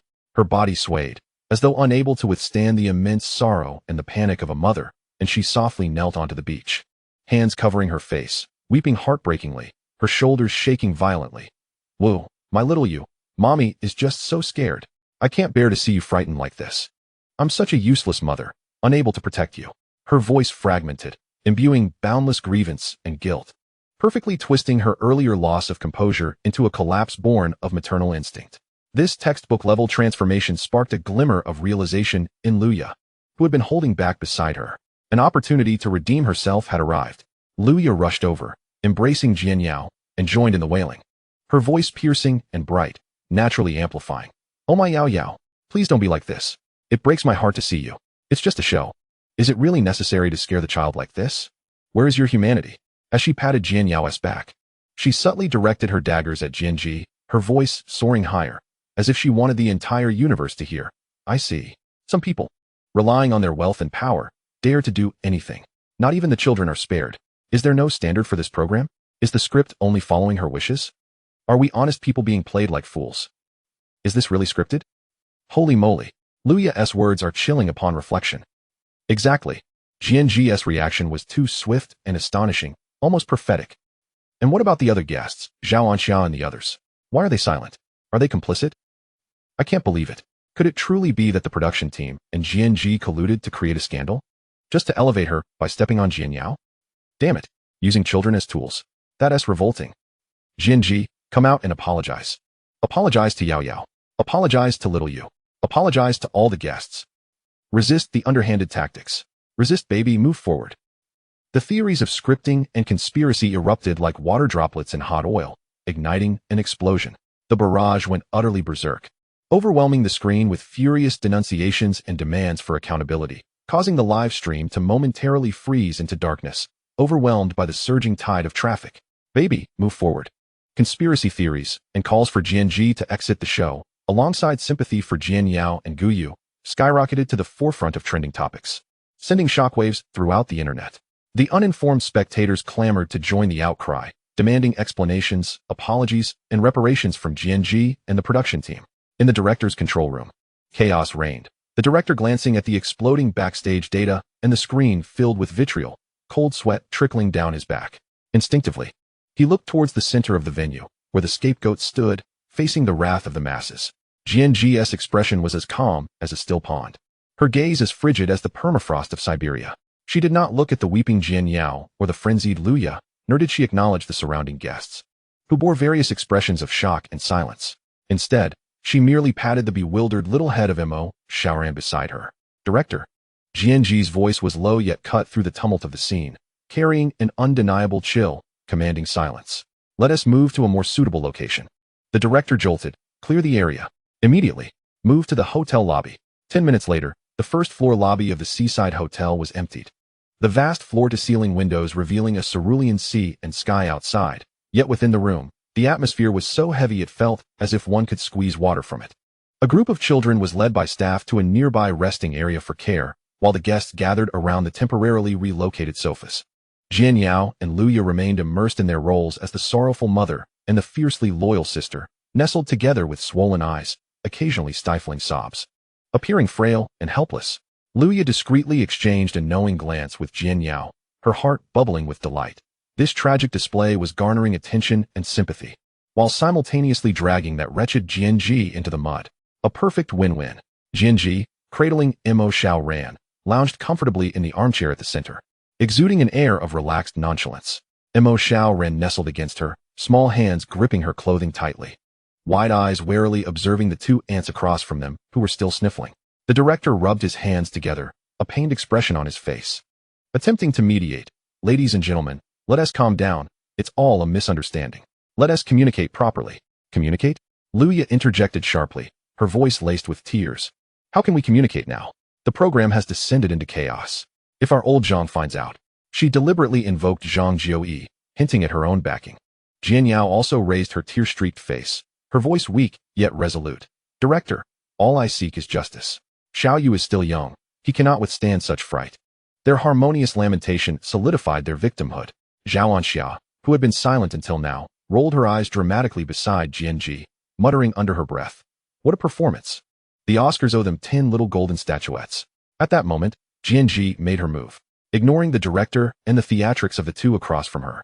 She leisurely extracted a neatly bound document from the bag handed to her by an assistant. Then, with a dismissive flick, she tossed the document onto the coffee table before the group. The pages spread out, revealing a prominently bolded title that pierced the gaze of all present. "Baby. Charge forward, guest agreement, supplementary terms, confidential." The first item boldly highlighted in crimson read, "If a guest's personal actions, including but not limited to intentionally creating conflict, guiding negative public opinion, or disrupting the normal order of the program, lead to the forced suspension or cancellation of the program, it will be considered a severe breach of contract.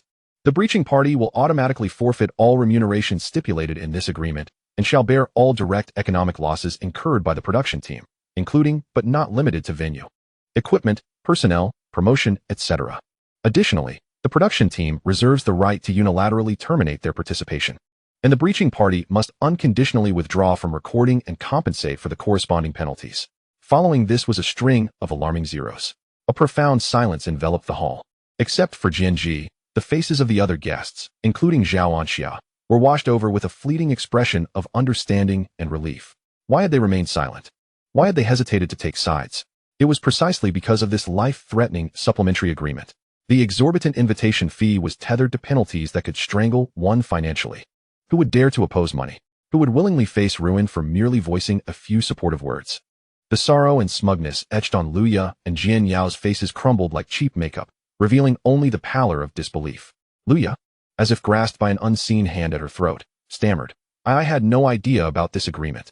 She had been half persuaded by Zhang Jiuyi to sign, solely fixated on exposure and the invitation fee, neglecting to scrutinize the supplementary terms. Jian Yao, feeling a chill coursing through her, trembled, her lips quivering. This agreement had been thrust upon her directly by Gu Chen's assistant.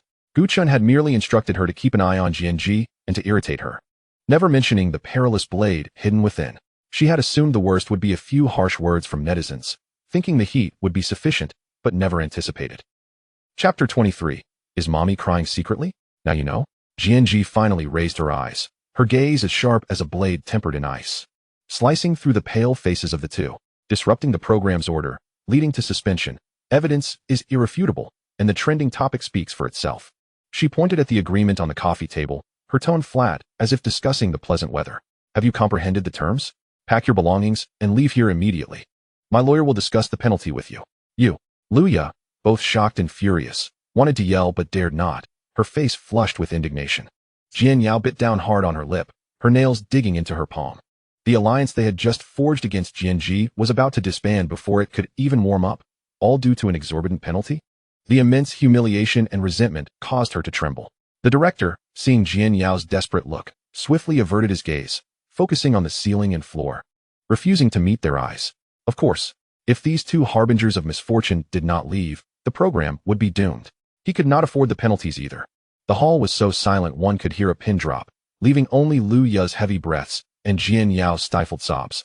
This time, she truly wanted to cry. Under the scrutinizing gazes of all, the two endured the indifference and amusement of the crowd as if they were being roasted over an open flame. After a tense standoff lasting several seconds, it was ultimately the overwhelming pressure of financial consequences that shattered everything.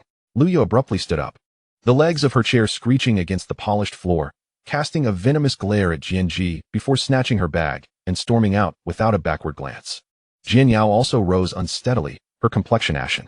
She cast one last glance at Jian, who was still seated, cradling Mo Xiao Ran as if nothing had transpired.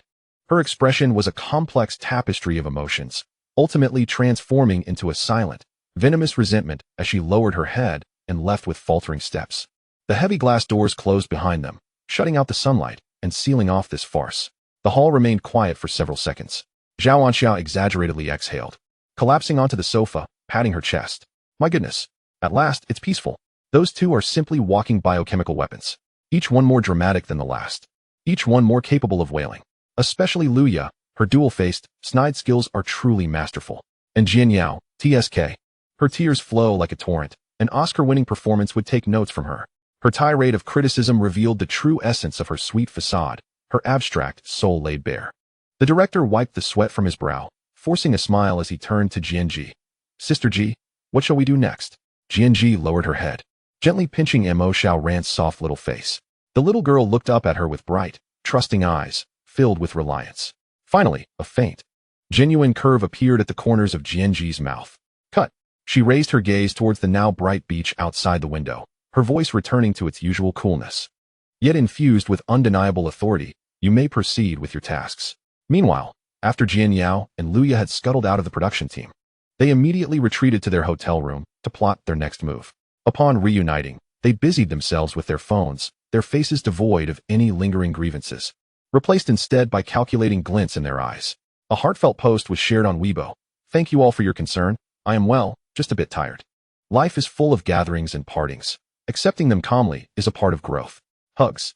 The accompanying image featured Jian Yao gazing sorrowfully at the sky at a 45-degree angle, with a filter so thick that even mosquitoes would struggle to land. Don't worry.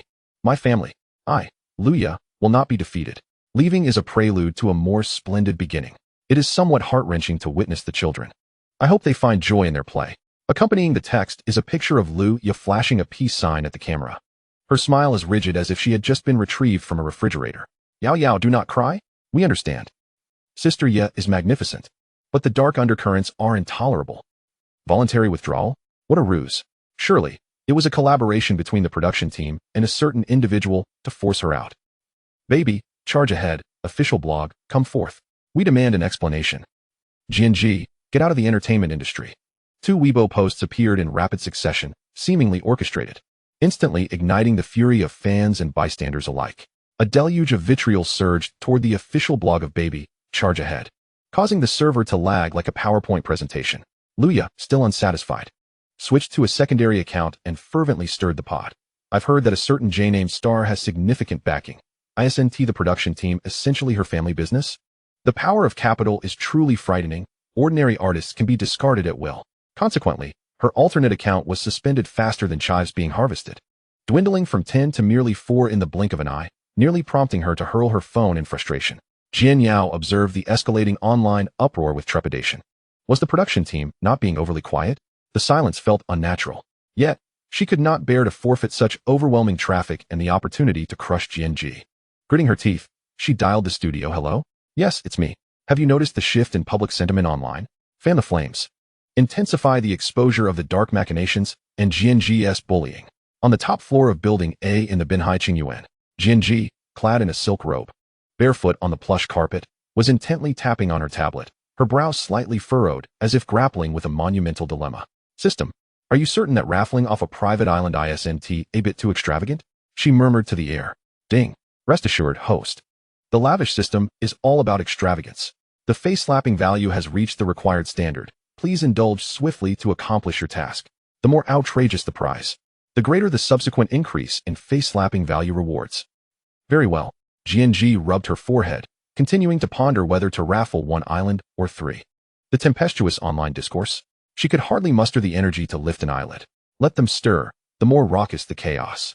The more explosive the face-slapping value, she would reap later. In the restaurant below, Mo Shaoran clutched her pink kitten-themed phone, her brows knitted tightly. The words scrolling swiftly across the screen were largely unfamiliar to her, but Jianji out, scoundrel, drop dead, these phrases pricked her eyes like needles. She did not grasp the concept of an opinion war. She only knew that her Jianji mommy was being mercilessly vilified, and the insults were harsh. The little girl's eyes reddened instantly, her lips quivering, tears plopping onto the screen. She yearned to retort, to cry out that it wasn't true.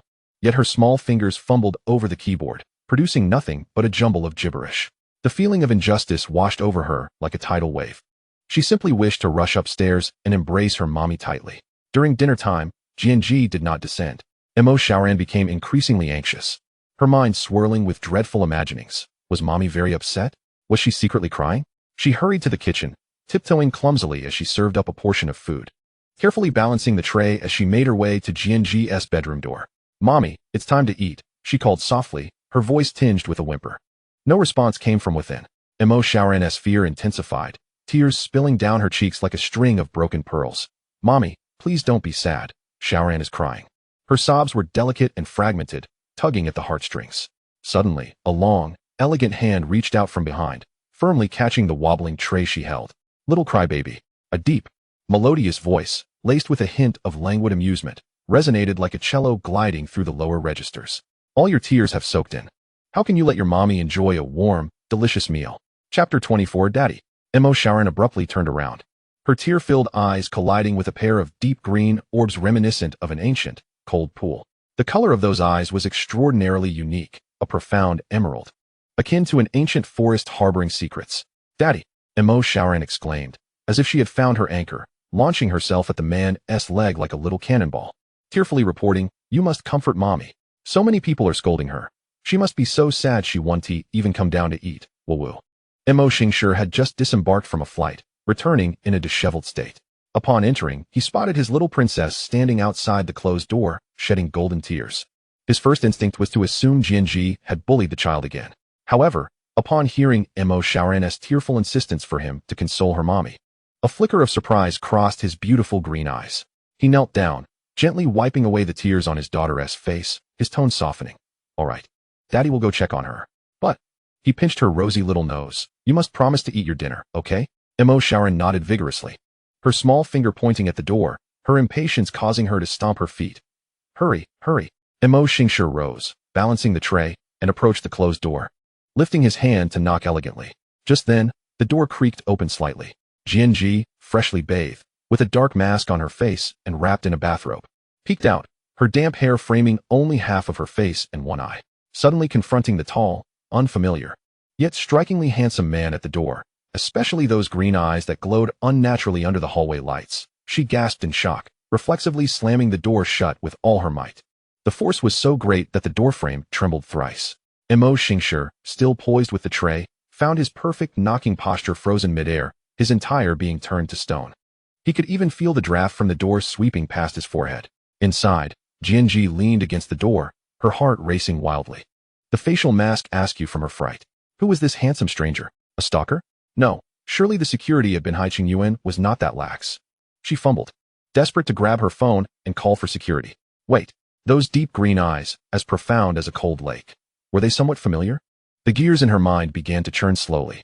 The elusive husband she had not seen in ages, the one who appeared only to vanish again. Mo Xingshi. Taking a deep breath, her wariness heightened to the utmost degree, she cautiously reopened the door just a crack, revealing only one eye, meticulously scanning the man standing at her threshold like a searchlight.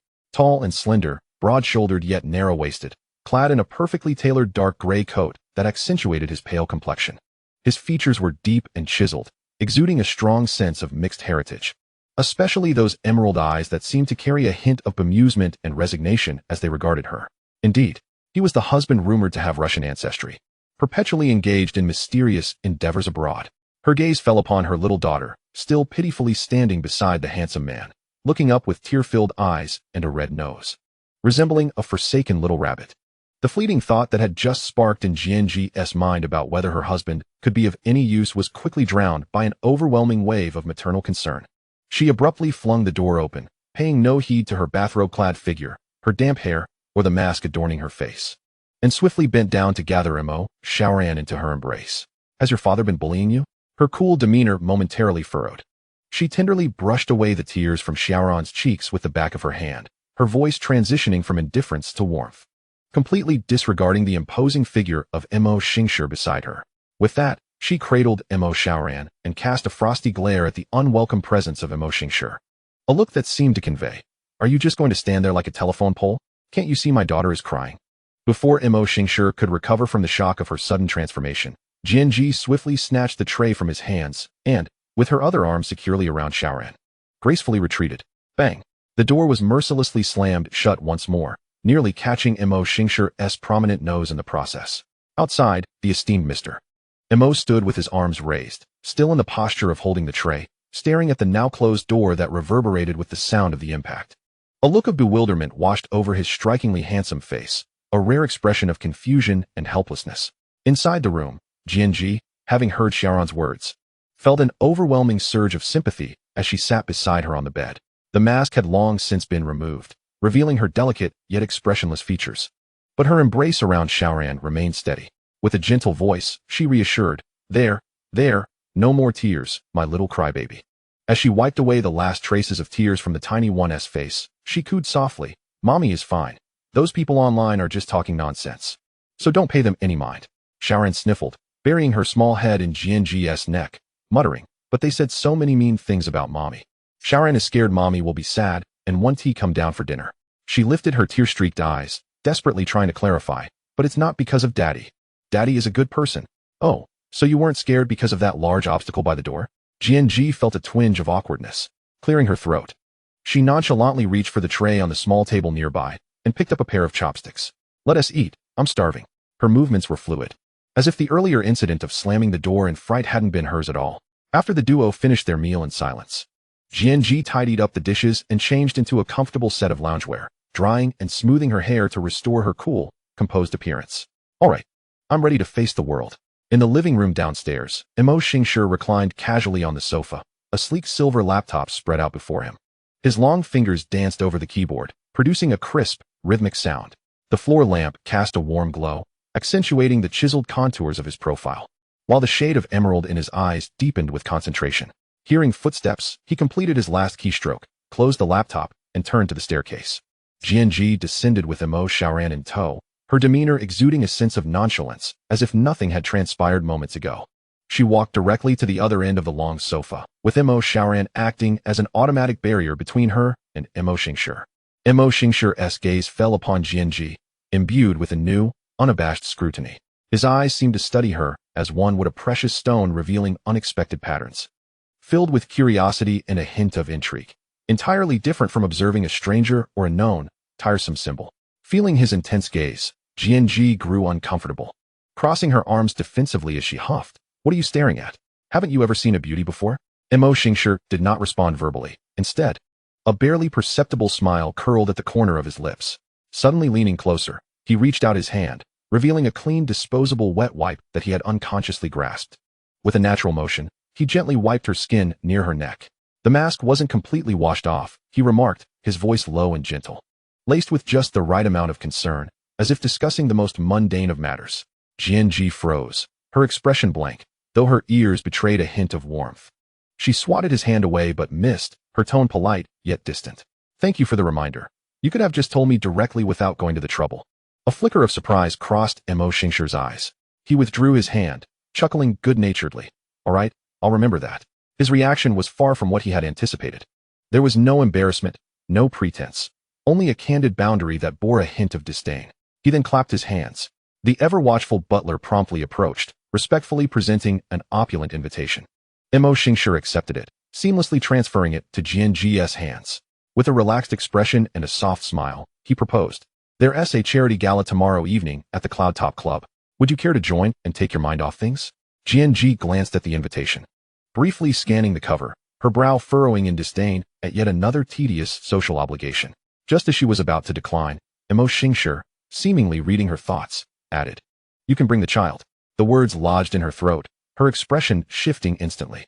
With a slight lift of her chin, she adopted an air of aloofness, as if to say, "Since you've sincerely invited me, I shall reluctantly acquiesce, and responded coolly, very well.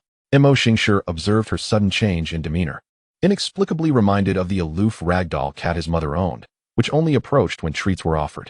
A subtle sense of fondness stirred within him, sending ripples through his heart. Meanwhile, Mo Xiaoran watched the harmonious interaction between her parents, her cheeks flushed with excitement, her big eyes sparkling with delight and satisfaction. Later that night, Jianji's Weibo, which had been silent for an entire afternoon, suddenly sprang to life. There were no lengthy explanations or legal warnings, only a straightforward, audacious giveaway post accompanied by an image, an aerial view of a lush island surrounded by cerulean waters, its outline shrouded in mystery. The caption was equally abstract, giveaway of an island. Trust me and retweet. If you don't believe me, that's your loss. For the backstory, see the link below. Attached is a timeline summary of the production team's turmoil. Live draw tomorrow night, surprises await. The night owls, unable to sleep, erupted in confusion. In the next moment, the Weibo servers groaned under the sudden influx of traffic. Wait, what? An island? Is it the island I think it is? Jinjia? Are you serious? My poverty limits my imagination. An island giveaway. Yes. I believe it. Jinjia, look at me. Oh my goodness. The link details are terrifying. So it really is those two causing trouble? Oh. Retweet for me. An island. Oh my goodness. The frenzy ignited, setting the entire internet ablaze. Regardless of the truth, let us share first. Ah, the island. An abundance of riches. The once tranquil comment section has been utterly overwhelmed, with shares skyrocketing at a terrifying pace. Meanwhile, the instigator has long activated the Do Not Disturb mode, cradling the peacefully slumbering Mo Xiaoran in her arms, contentedly drifting into dreams. The following morning, as Jianji powered on her phone, it was immediately bombarded with countless messages from various entertainment company managers. Sister G, the internet has exploded. The public opinion regarding the production team and Miss Liu Yejian and Jian Yao is severely polarized, with substantial skepticism. Should the PR department intervene for guidance? Jianji leisurely brushed her teeth, glancing at the messages with a slight, knowing smile of affirmation. It was time. As she expelled the foam, she dialed one of the managers. Her voice still laced with morning lethargy, yet distinctly clear. Post the electronic version of the supplementary agreement on the official blog and pin it to the top. Emphasize. Circle the breach of contract clause in red. Bold it. Enlarge it. Tag Liu Yejian and Jian Yao and politely inquire. Did you forget your glasses while signing? Additionally, release a statement. This program is exclusively sponsored by the MO Group, firmly opposing any scripted behavior and upholding authenticity. Lastly, her gaze turned icy. Compile a captivating highlight reel of the complete high-definition playback from yesterday at the beach, starting from Guyu's approach to Xiaoran, to Liu Yejian and Jian Yao's dramatic wailing. Don't hold back. Censor what needs to be censored and enlarge what needs enlarging. On the other end of the line, understood. Sister G, I'll get right on it. A series of strategic moves descended like a thunderclap, just as the onlookers were still reeling from the island lottery shock. Irrefutable evidence. High-definition clarity. The contract terms in black and white. The MO Group's golden emblem gleamed brightly. The public sentiment instantaneously reversed 180 degrees. Wow. Solid proof. Unassailable. The breach of contract clause is right there. The production team stands firm. MO Group sponsorship? No wonder Sister G is so formidable. I watched the replay. Guyu's leg placement. Liu Yejian's gaze. Jian Yao's whisper. Disgusting. So, they are the true drama queens. Pretending to be pitiful. Jian Ji is incredible. This counterattack is so satisfying. Jian Yao's studio was closely monitoring the public sentiment. Upon seeing the agreement and playback video, Jian Yao's heart sank, cold sweat trickling down her spine. She never anticipated they had captured even the details during their break. Gritting her teeth, she cursed her own lack of caution. However, she reacted swiftly, immediately posting a new Weibo. Thank you for your concern. The storm has passed, and the truth will reveal itself. I hope everyone can refocus on life itself and cease the futile debates. Let the past remain in the past and look forward. Heart emoji, still projecting that image of a delicate yet resilient and broad-minded white lotus. Her persona remained as steadfast as a mountain, as if she had not been the one stoking the flames before. Liu Yejian's situation was utterly dire. Her previously hidden accounts were uncovered by tech experts, linking her ID information directly to her. Moreover, her past misdeeds on other variety shows, including throwing tantrums and speaking ill of other artists, even suspected resource hoarding, were unearthed by furious netizens and well-meaning individuals, trending on social media. Liu Yejian, two-faced. Liu Yejian, leave the entertainment industry. Sympathy for Zhang Jiui. Zhang Jiui, currently filming, turned pale with anger upon seeing the trending topics. The hard-earned reputation he had built over many years was on the brink of being dragged down by this foolish woman. Whether Liu Yejian would beg for mercy or be cast out, no one cared anymore. GNG glanced at her phone, satisfied with the task completed. The system notification showing a face-slapping value of 5,000, and put her phone away. It was time to wake the little sleepyhead. In the children's room, Mo Shaoran was roused from slumber, rubbing her eyes drowsily, murmuring softly, "Mommy, Shaoran slept so well last night." She nuzzled GNG's hand, having enjoyed the sweetest sleep. GNG's heart felt a gentle pang, a touch of sweetness. She wouldn't utter any sentimental words. Instead, she lifted her hand to gently tousle Shaoran's tousled hair. Then, as if performing magic, produced a beautifully wrapped strawberry-flavored candy from her pocket and placed it in the little one's palm. Mo Shaoran looked at the candy in her hand, momentarily stunned. Then her big eyes curved into crescent moons as she sweetly smiled. "Thank you, Mommy." Chapter 26. Is this the level of your photography, journalists? This scene was perfectly captured by Mo Xingshi, who stood outside the door, poised to knock. He observed GNG's slightly awkward, yet undeniably genuine tenderness, and Mo Shaoran's face radiating pure reliance, and something deep within his emerald green eyes melted quietly, becoming more gentle. Time swiftly glided to the evening. At the entrance of the Cloud Summit Club, the stars shone brightly, and luxury cars congregated. Mo Xingshi exited first, clad in a perfectly tailored black suit, his stature striking and exuding a sense of unparalleled nobility. He circled to the other side, personally opening the car door for GNG and Mo Shaoran.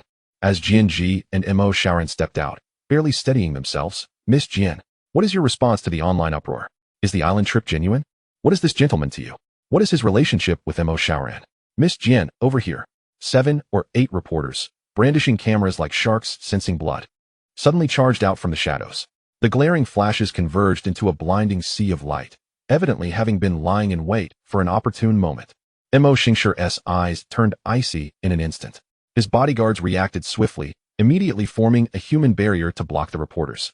However, amidst the chaos, a cleverly angled bright light struck directly into GNG's eyes. Ugh! GNG instinctively closed her eyes and turned her head, her brow furrowing. In that fleeting moment of closure, a tall figure, exuding a cold scent of pine, swiftly shielded her, blocking all the cameras and flashes with precision. Mo Xingshi secured GNG and the tightly held Mo Shaoran in his embrace with one hand, while the other casually lifted to block the most blinding light source.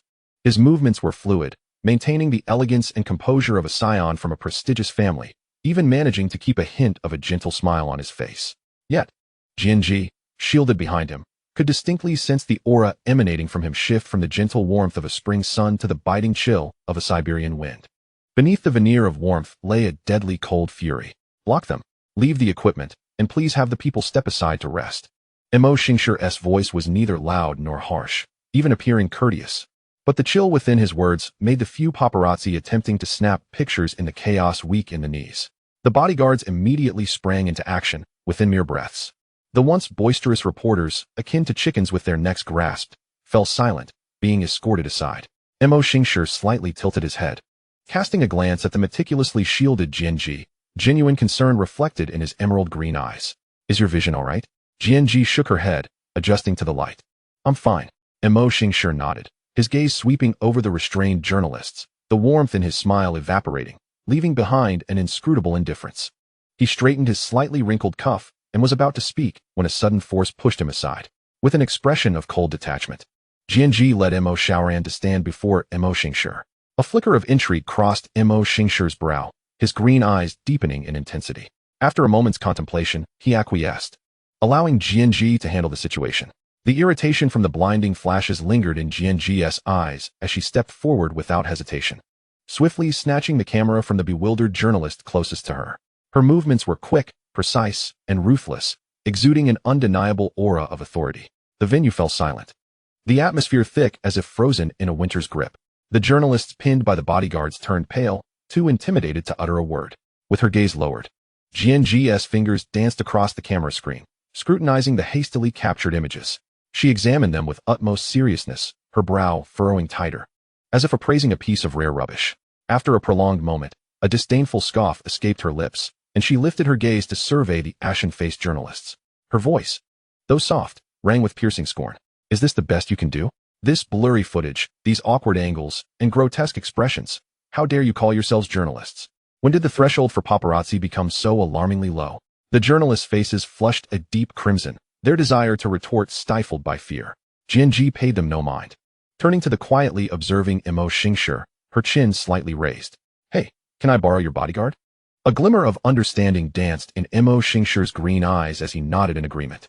Feel free. Jianji quickly pointed to the tallest and sternest-looking bodyguard. You, come here and take this. She thrust the camera into his hands and gestured towards the equipment of the nearby journalists. Make sure you hold those steady. The bodyguard, expressionless, grasped each camera with unwavering steadiness. Satisfied, Jianji took Imo Xiaoran's hand, still in a daze, and naturally looped her other arm through Imo Xingshi's. The motion flowed seamlessly, as if rehearsed 1,000 times. Imo Xingshi's body stiffened imperceptibly before he relaxed, obediently allowing her to lead him, even bending slightly so that Imo Xiaoran could stand comfortably between them. Now, smile, Jianji commanded, turning towards the camera, her lips curving into a flawless, regal smile. Click, click, click. The bodyguard remained a stoic human tripod, the shutter sounds echoing around them. Once the photos were taken, Jianji casually walked over, returning the cameras to the stunned journalists, her movements exuding the elegance of someone distributing tips. With the photographs secured, she stood with her arms crossed, her striking visage devoid of expression. Were you not inquiring about our relationship? She pointed to Imo Xingshi beside her. Here, Imo Xingshi, my legally certified husband. She then affectionately ruffled Imo Xiaoran's hair. And this is my daughter, beloved. Her gaze swept over the journalists, imposing an invisible pressure. For today's report, I expect to see that the president of Imo Corporation attended a charity gala with his wife and daughter, in a picture-perfect family setting. Understood? The journalists, still reeling from the bombshell revelation of Imo Corporation's president, were caught off guard as Jianji deftly produced several thin black cards from her handbag, nonchalantly offering them to the journalists. A little compensation for your efforts. Consider it a reward for promoting us. Each card was worth 300,000. Jianji's tone was as casual as if discussing the weather. The air thickened once more. 300,000. Payment on the spot. The journalists' eyes widened in disbelief, their breaths caught in their throats. The 10,000 promised by Jian Yao just moments ago seemed trivial in comparison. Who even remembered Jian Yao? The woman before them was the true benefactor. The overwhelming impact of wealth, combined with Jianji's brilliantly subversive maneuver, shattered all their psychological defenses in an instant. The journalists' faces instantly transformed into the most earnest, sycophantic smiles, nodding eagerly, practically offering their cameras as if in worship. Understood. Absolutely understood. Mr. Imo, Mrs. Imo, young miss. You can rest assured. We will portray you positively, as a harmonious family. Wishing you a delightful evening. The previously tense atmosphere morphed into an oddly harmonious camaraderie. The journalists clutched their suddenly invaluable cameras, reverently watching the trio with an imposing presence stride confidently into the resplendent entrance of the Yunding Club. Chapter 27. Shall we try again, my husband? Inside, Imo Xingshi turned to his wife, who had boldly taken charge, unable to suppress a chuckle. His clear voice laced with playful sarcasm. My dear, your commanding presence just now eclipsed even my own as the head of the Imo family. Jianji shot him a wary glance, withdrawing her arm from his with an air of disdain. Stop right there. My surname is Jian, not Imo. Spare me the flattery and manipulation. Imo Xingshi observed her reaction, shaking his head with a resigned smile. He bent down, playfully tapping Imo Xiaoran's curious little nose as she gazed up at them. Xiaoran, see? Daddy's too foolish to persuade your mommy to follow him. Imo Xiaoran blinked her big eyes, looking between her father and mother, her little face filled with earnestness, her voice sweetly reassuring. It's okay, Daddy. If you can't take mommy, I'll just take her instead. Jianji caught every clever word from her little one, a playful smirk gracing her face. Suddenly, she halted, and in the midst of Imo Xingshi's puzzled gaze, she gently pulled Imo Xiaoran aside. In the next moment, without warning, Jianji stepped forward, pinning Imo Xingshi against the wall, her hand firmly grasping his meticulously arranged tie. Imo Xingshi was utterly taken aback, his deep green eyes reflecting Jianji's suddenly mischievous face. She stood on her toes, leaning closer to whisper in his ear, her warm breath carrying a faint fragrance, her voice deliberately lowered, soft yet magnetic, laced with a hint of languorous rasp. Shall we try again, my husband? With that, she casually released his tie, smoothing out the minor creases at his collar as if nothing had happened. Then, taking the hand of the giggling Imo Xiaoran beside her, she elegantly turned and gracefully stepped towards the radiant light and shadows of the main hall, leaving Imo Xingshi standing rigidly in place. The fragrant breeze from moments ago seemed to linger at the tip of his nose, while the husky voice of husband crackled through his limbs like a subtle electric current, sending a shiver through his very soul. He raised his hand, unconsciously brushing his fingers against his warm earlobe, gazing at the graceful and spirited silhouette ahead. As the astonishment in his eyes gradually morphed into a profound smile, imbued with a fierce sense of possessiveness. Such an intriguing and captivating wife, he would cherish her dearly. Jianji led Mo Xiaoran into the bustling main hall filled with clinking glasses and fragrant attire. Ding. Target available for consumption detected. Task issued. Capture a photograph of tonight's charity auction's grand finale, the Boronia Emerald Jewelry Set. Estimated value, 300 million. Task success reward, 10,000 face-slapping points. The system's notification chimed in time. Jianji did not pause her steps. Her gaze swept over the auction stage that had been meticulously arranged not far away. Her lips curling into a faint smile tinged with a hint of disdain as she muttered under her breath, "Only 300 million? Quite a bargain." As her words fell, Mo Xingshi had already caught up, just as their eyes were about to meet. "Oh, isn't this our Miss Jian?" A male voice interjected, dripping with evident sarcasm and superiority, shattering the harmonious atmosphere. Jianji and Mo Xingshi turned in unison. There stood Gu Chun and Jian Yao, appearing before them like conjoined twins. Gu Chun, clad in a meticulously tailored deep blue suit, his hair impeccably styled, bore a strikingly handsome face that revealed unabashed coldness and arrogance, his gaze toward Mo Xingshi filled with scornful appraisal. Jian Yao, dressed in an intricately designed gown of the same color palette as Gu Chun's attire, nestled against him, her face adorned with an impeccable gentle smile, though a trace of concealed triumph flickered in her eyes. Beside them, Gu Yu stood with an air of haughty disdain, dressed in a matching suit. TSK, Gu Chun's gaze, like that of a venomous serpent, fixated on Jianji, then swept over to Mo Xingshi, whose elegance and beauty rivaled his own. A malicious smirk crept upon his lips, and his voice, though not loud, was clear enough for everyone within earshot. "Jianji, I truly underestimated you. To flaunt your little boy toy in a place like this, squandering your husband's wealth. How utterly shameless. Is it that the one from the Mo family cannot satisfy you, or perhaps your appetite?" He was certain Mo Xingshi was merely a pretty face living off others' fortunes. After all, the true power of the Mo family, Mo Xingshi, was notoriously low-key and mysterious. Never having made an appearance in public, Gu Chun had never even laid eyes on him. Upon hearing this nonsensical tirade, Jianji nearly burst into laughter. Spreading rumors about his wife in front of the principal party? Mistaking the principal for a kept man? Was Gu Chun's intelligence truly dragged down by his academic accolades? She refrained from rushing to rebuttal, instead slowly turning to Mo Xingshi with an air of amusement, her interest piqued. Mo Xingshi maintained a gentle, aristocratic smile on his face, seemingly oblivious to Gu Chun's vile words. Just as Jianji pondered whether he was concocting another masterstroke, the smile on Mo Xingshi's face abruptly faded, replaced by a remarkably natural and vulnerable pallor. He slightly lowered his thick lashes, casting a shadow beneath his eyes, and the formidable aura surrounding him instantly receded, becoming soft and harmless. He lifted his gaze, the emerald depths of his eyes seemingly clouded with moisture as he addressed Gu Chun, his voice soft, even trembling.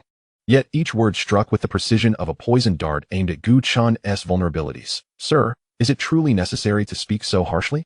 Does my attendance with my wife and child at this charity event offend you?" He paused for a moment, his tone growing more fragile. Yet his words pierced deeply. "Or are you simply envious? Envious that my wife harbors no regard for you, reduced to howling like a child robbed of its toy?" He chuckled softly, laced with endless sarcasm. Indeed, what right did a man who had sown his wild oats and fathered a child have to accuse others of marital disloyalty? Should my wife forsake her lawful husband to pursue a man who, despite having a child, still disrespects women? Huffed. Jianji could no longer contain herself, hastily covering her mouth as her shoulders shook with suppressed laughter, nearly succumbing to fits of mirth. Magnificent. Such a deftly executed counterattack, steeped in subtlety. At the same time, she swiftly covered the curious little ears of Mo Xiaoran beside her. Not suitable for children. Her daughter must not be exposed to such filth. Meanwhile, Gu Chun's handsome face had turned to a hue that could scarcely be described as merely pale. It was akin to the bottom of a burnt pot. Veins throbbed violently on his forehead, and the fury in his eyes seemed poised to incinerate Mo Xingshi. In his lifetime, he had never been so directly accused of being a scoundrel and garbage, especially by a man he deemed a mere pretty face. Jian Yao's gentle smile had completely frozen, as she regarded Mo Xingshi's seemingly fragile yet piercing words, then glanced at Gu Chun, who was teetering on the brink of explosion, her heart sinking with trepidation. Chapter 28. Hopelessly Foolish.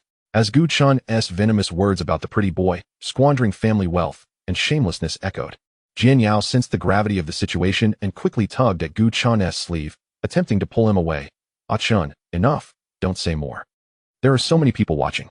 But Gu Chun, fueled by rage and provoked by Mo Xingshir's delicate retorts, had lost all rationality.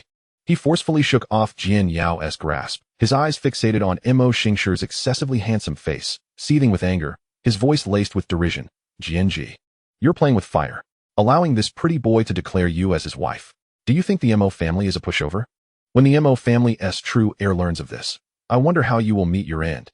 Even if you beg me to shelter you on your knees, I, Gu Chun, shall not spare you a glance." Jianji, her expression shifted from amusement to sheer incredulity, her eyes regarding Gu Chun as though he were a patient who had just escaped from a mental institution.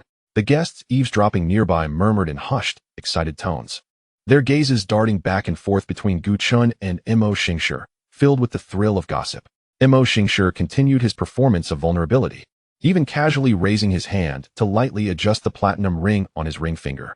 The understated elegance of the ring harmonized with the identical one on Jianji's finger, glinting brilliantly under the dazzling lights, symbolizing an inseparable bond. This glaring scene instantly struck a nerve with Gu Chun. "A ring? Like a cat whose tail had been stepped on," Gu Chun's voice spiked, brimming with incredulous disdain. "Jianji, you dare to wear matching rings with this pretty boy? You are beyond redemption. If Mo Xingshir finds out, the Mo family will never let you off." He seemed to have grasped some monumental leverage, his tone twisted with a perverse sense of concern for her. "Hurry and remove it for me. While he is still oblivious, there remains a chance for redemption. Don't wait until he discovers it. By then, not even I can protect you. Do you understand?" Jianji was genuinely amused by Gu Chun's shameless remarks. She took a deep breath, feeling that even uttering another word to such a peculiar fool would be a waste of her life. She couldn't be bothered to cast him another glance, not even a fleeting look, as she bent down to take Mo Xiaoran's small hand, her face cold, and without looking back, strode towards the auction area. The message was clear: this fool is your problem now. Deal with him. I disdain to get my hands dirty. Mo Xingshir received his mistress's directive, a hint of amusement flickering in the depths of his eyes. Once Jianji's figure vanished into the crowd, the gentle and harmless aura surrounding him dissipated like a receding tide. Jian Yao's unease surged to its peak. She watched as the gentle facade on Mo Xingshir's face completely faded, leaving behind an unfathomable detachment and indifference. When his deep green eyes swept over her, a shiver ran down her spine. She dared not linger any longer, neglecting even the customary farewells, and hurriedly tugged Gu Yu along in pursuit of Jianji. Despite having no clear plan of what to do upon catching up, left behind were Gu Chun and Mo Xingshir. Gu Chun, elated, was eager to seize the opportunity to teach this unassuming pretty boy a lesson. A sinister smile brewed on his face as he prepared to speak. Yet, Mo Xingshir didn't even spare him a glance. He merely raised his hand nonchalantly and lightly clapped twice in the air. The crisp sound of applause, though not loud in the slightly chaotic environment, bore an air of command. A well-dressed middle-aged man in a black suit, exuding a calm demeanor, promptly approached from the side, respectfully standing beside Mo Xingshir and slightly bowing. Mr. Mo Gu Chun's heart raced as he recognized the newcomer. It was Zhou Sun, the head of the Yunding Club. Gu Chun was acquainted with him and had even interacted with him on several occasions. This man had a formidable background, commanding respect even from someone like Gu Chun. An overwhelming sense of foreboding seized Gu Chun instantly. Mo Xingshir, relaxed and unperturbed, still not looking at Gu Chun, casually instructed Zhou Sun, "Manager Zhou, please inform this Mr. Gu of my identity." Zhou Sun immediately turned to Gu Chun, maintaining a professional demeanor, yet his eyes betrayed a hint of barely perceptible pity, his voice impeccably clear. "Mr. Gu, the gentleman before you is Mr. Mo Xingshir, the current head of the Mo Corporation." Boom. Gu Chun felt as though something within his mind had exploded. Mo Xingshir? The legendary figure rumored to be frail and confined to a wheelchair, perpetually masked and shunned from the world, resembling a living corpse. The tall, handsome man before him, radiating an imposing presence, who could even feign weakness. How could this be possible? A profound sense of absurdity and shock engulfed Gu Chun. The widely circulated rumors that had echoed through the capital and even nationwide were nothing but fabrications. Was this a deception meticulously crafted by Mo Xingshir himself? And here was Gu Chun, in the presence of the very man, dismissing him as merely a pretty boy, and making grandiose remarks. Just as Gu Chun was overwhelmed by this bombshell revelation, his mind blank, Mo Xingshir finally deigned to cast a glance in his direction. That gaze was as indifferent as one might reserve for mere dust by the roadside. Manager Zhou. Mo Xingshir's tone remained calm and unruffled.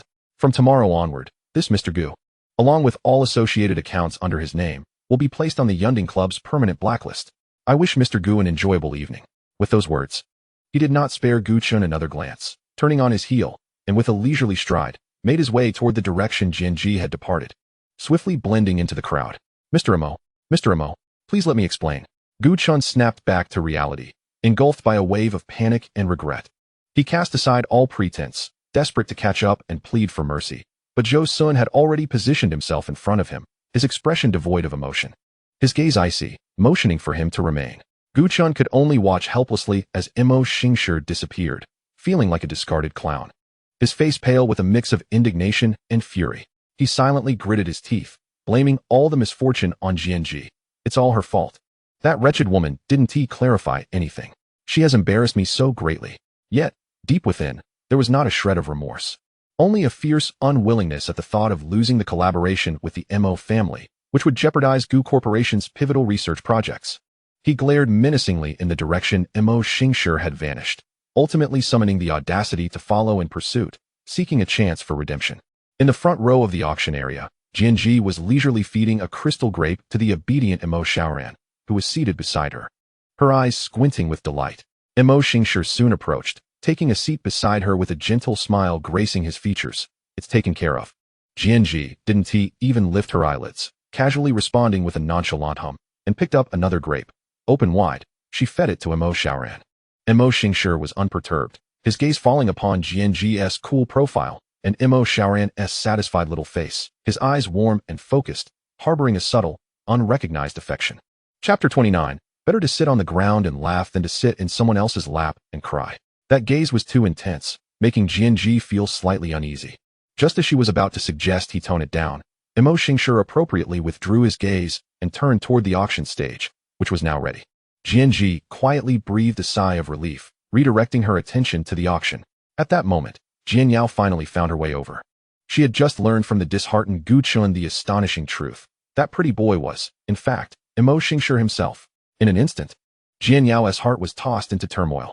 Shock, disbelief, and even a tinge of regret she had never experienced before washed over her. For the first time, she clearly realized that pushing the opportunity to marry into the Mo family onto Jianji might have been a monumental mistake. Mo Xingshir was not the rumored living corpse at all, but rather, remarkably young, handsome, and exuding a powerful aura. This was a far cry from her preconceived notions of the Mo family's head. However, Jian Yao possessed exceptional self-recovery skills. After the initial shock, she swiftly concocted a plausible explanation. What does it matter if he feigns such a facade? So many rumors about his frailty cannot be without basis. He has not shown his face in years. There must be something amiss. Perhaps he is merely pretending to support Jianji, but is secretly monitoring her, fearing she might tarnish the Mo family's reputation by associating with Gu Chun. As for the money Jianji spends, who knows if Mo Xingshir had someone take over her account. After all, Jianji was so foolish and arrogant before. How could Mo Xingshir possibly trust her with money? Just now, the way Jianji looked at Mo Xingshir was also off. It was nothing like the arrogance she displayed on the show. Rather, it seemed a bit evasive. She must be frightened, just putting on a brave face. As she envisioned the scene, Jian Yao's heart was finally at ease, even stirring with a hint of relief and superiority. Fortunately, it was Jianji who had married into the family. She thought to herself, these seemingly glamorous yet internally torturous days, she could hardly bear. With a gentle and serene smile returning to her face, she adjusted her skirt and gracefully took a seat at a nearby table. Her gaze casually swept over the front row where the Jian family sat, just in time to catch a glimpse of Mo Xingshir withdrawing his gaze from Jianji's face, while Jianji appeared to exhale a sigh of relief. At that moment, Jian Yao felt utterly reassured. Look at that. Just as she suspected, Jianji was indeed feigning composure under the scrutiny of Mo Xingshir. That brief moment of unusual silence was clearly a manifestation of fear. Jian Yao felt completely at ease, even harboring a touch of pity and anticipation, eager to witness how Jianji would perform under Mo Xingshir's high-pressure gaze. The auction unfolded amidst a flurry of exquisite attire and elegant presents. The initial few pieces of jewelry and antiques passed without much excitement, until the auctioneer presented a document and cleared his throat. Next up is a plot of land in the newly developed area of the southern part of the city, designated as G07. It is of moderate size, with With specific planning details still under discussion, starting bid, 800,000. The information regarding this land was vague, and the risks considerable, yet its geographical location was undeniably advantageous, making it the core target for Gu Chen tonight. He planned to acquire it at a low price as one of the potential sites for his new company, Chengwang Technology's Future Research and Development Center. 1 million. Gu Chen raised his paddle first, his voice imbued with a cold determination. Several interested buyers followed suit, and the price gradually climbed to 1,500,000. In the front row, Jianji languidly peeled grapes for Mo Xiaoran, not even bothering to glance up at Gu Chen's familiar voice. Mo Xiaoran, taking small bites, curiously looked in the direction of the paddle. The price reached 1,800,000, and the number of competitors noticeably dwindled. 1,850,000. Gu Chen raised his paddle once more, his tone resolute, knowing his psychological price point hovered around 2 million. Securing it would also leave some funds to buy Jian Yao a few trinkets. Just then, a delicate, fair hand, with a hint of nonchalance and mockery, slowly lifted a paddle. A melodious, yet clearly provocative voice rang out, 1,900,000. In an instant, nearly every gaze in the room converged upon the striking figure of Jianji in the front row. Gu Chen whipped his head around, his eyes glinting like ice shards, piercing Jianji with a furious stare. What was her intention? Was she deliberately trying to vex him? Jianji seemed oblivious to the murderous glare, even taking a moment to shush the curious Mo Xiaoran, her face adorned with an abstract grin that suggested, "I'm just playing." Mo Xingshi, seated beside her, clearly recognized his wife's petty vendetta, yet a gentle, composed smile graced his lips as his fingers lightly tapped the armrest, not only refraining from intervening but rather adopting a demeanor that conveyed, "As long as my wife is happy, I can shoulder any consequences." Gu Chen felt an overwhelming surge of fury. He suppressed his rage and raised his paddle once again. 1,950,000. 2 million. Jianji almost instantaneously followed suit, her voice airy, not even sparing Gu Chen a glance, as if to say, "Is that all? Such a stingy increment?" The room fell silent, with only the auctioneer's voice and the hushed murmurs of the guests remaining. It was evident that the eldest daughter of the Jian family was singularly targeting the young master of the Gu family. Gu Chen's expression darkened, akin to someone who had swallowed 10 pounds of lead. He stared intently at Jianji, his eyes swirling with the tumult of public humiliation and a chilling warning.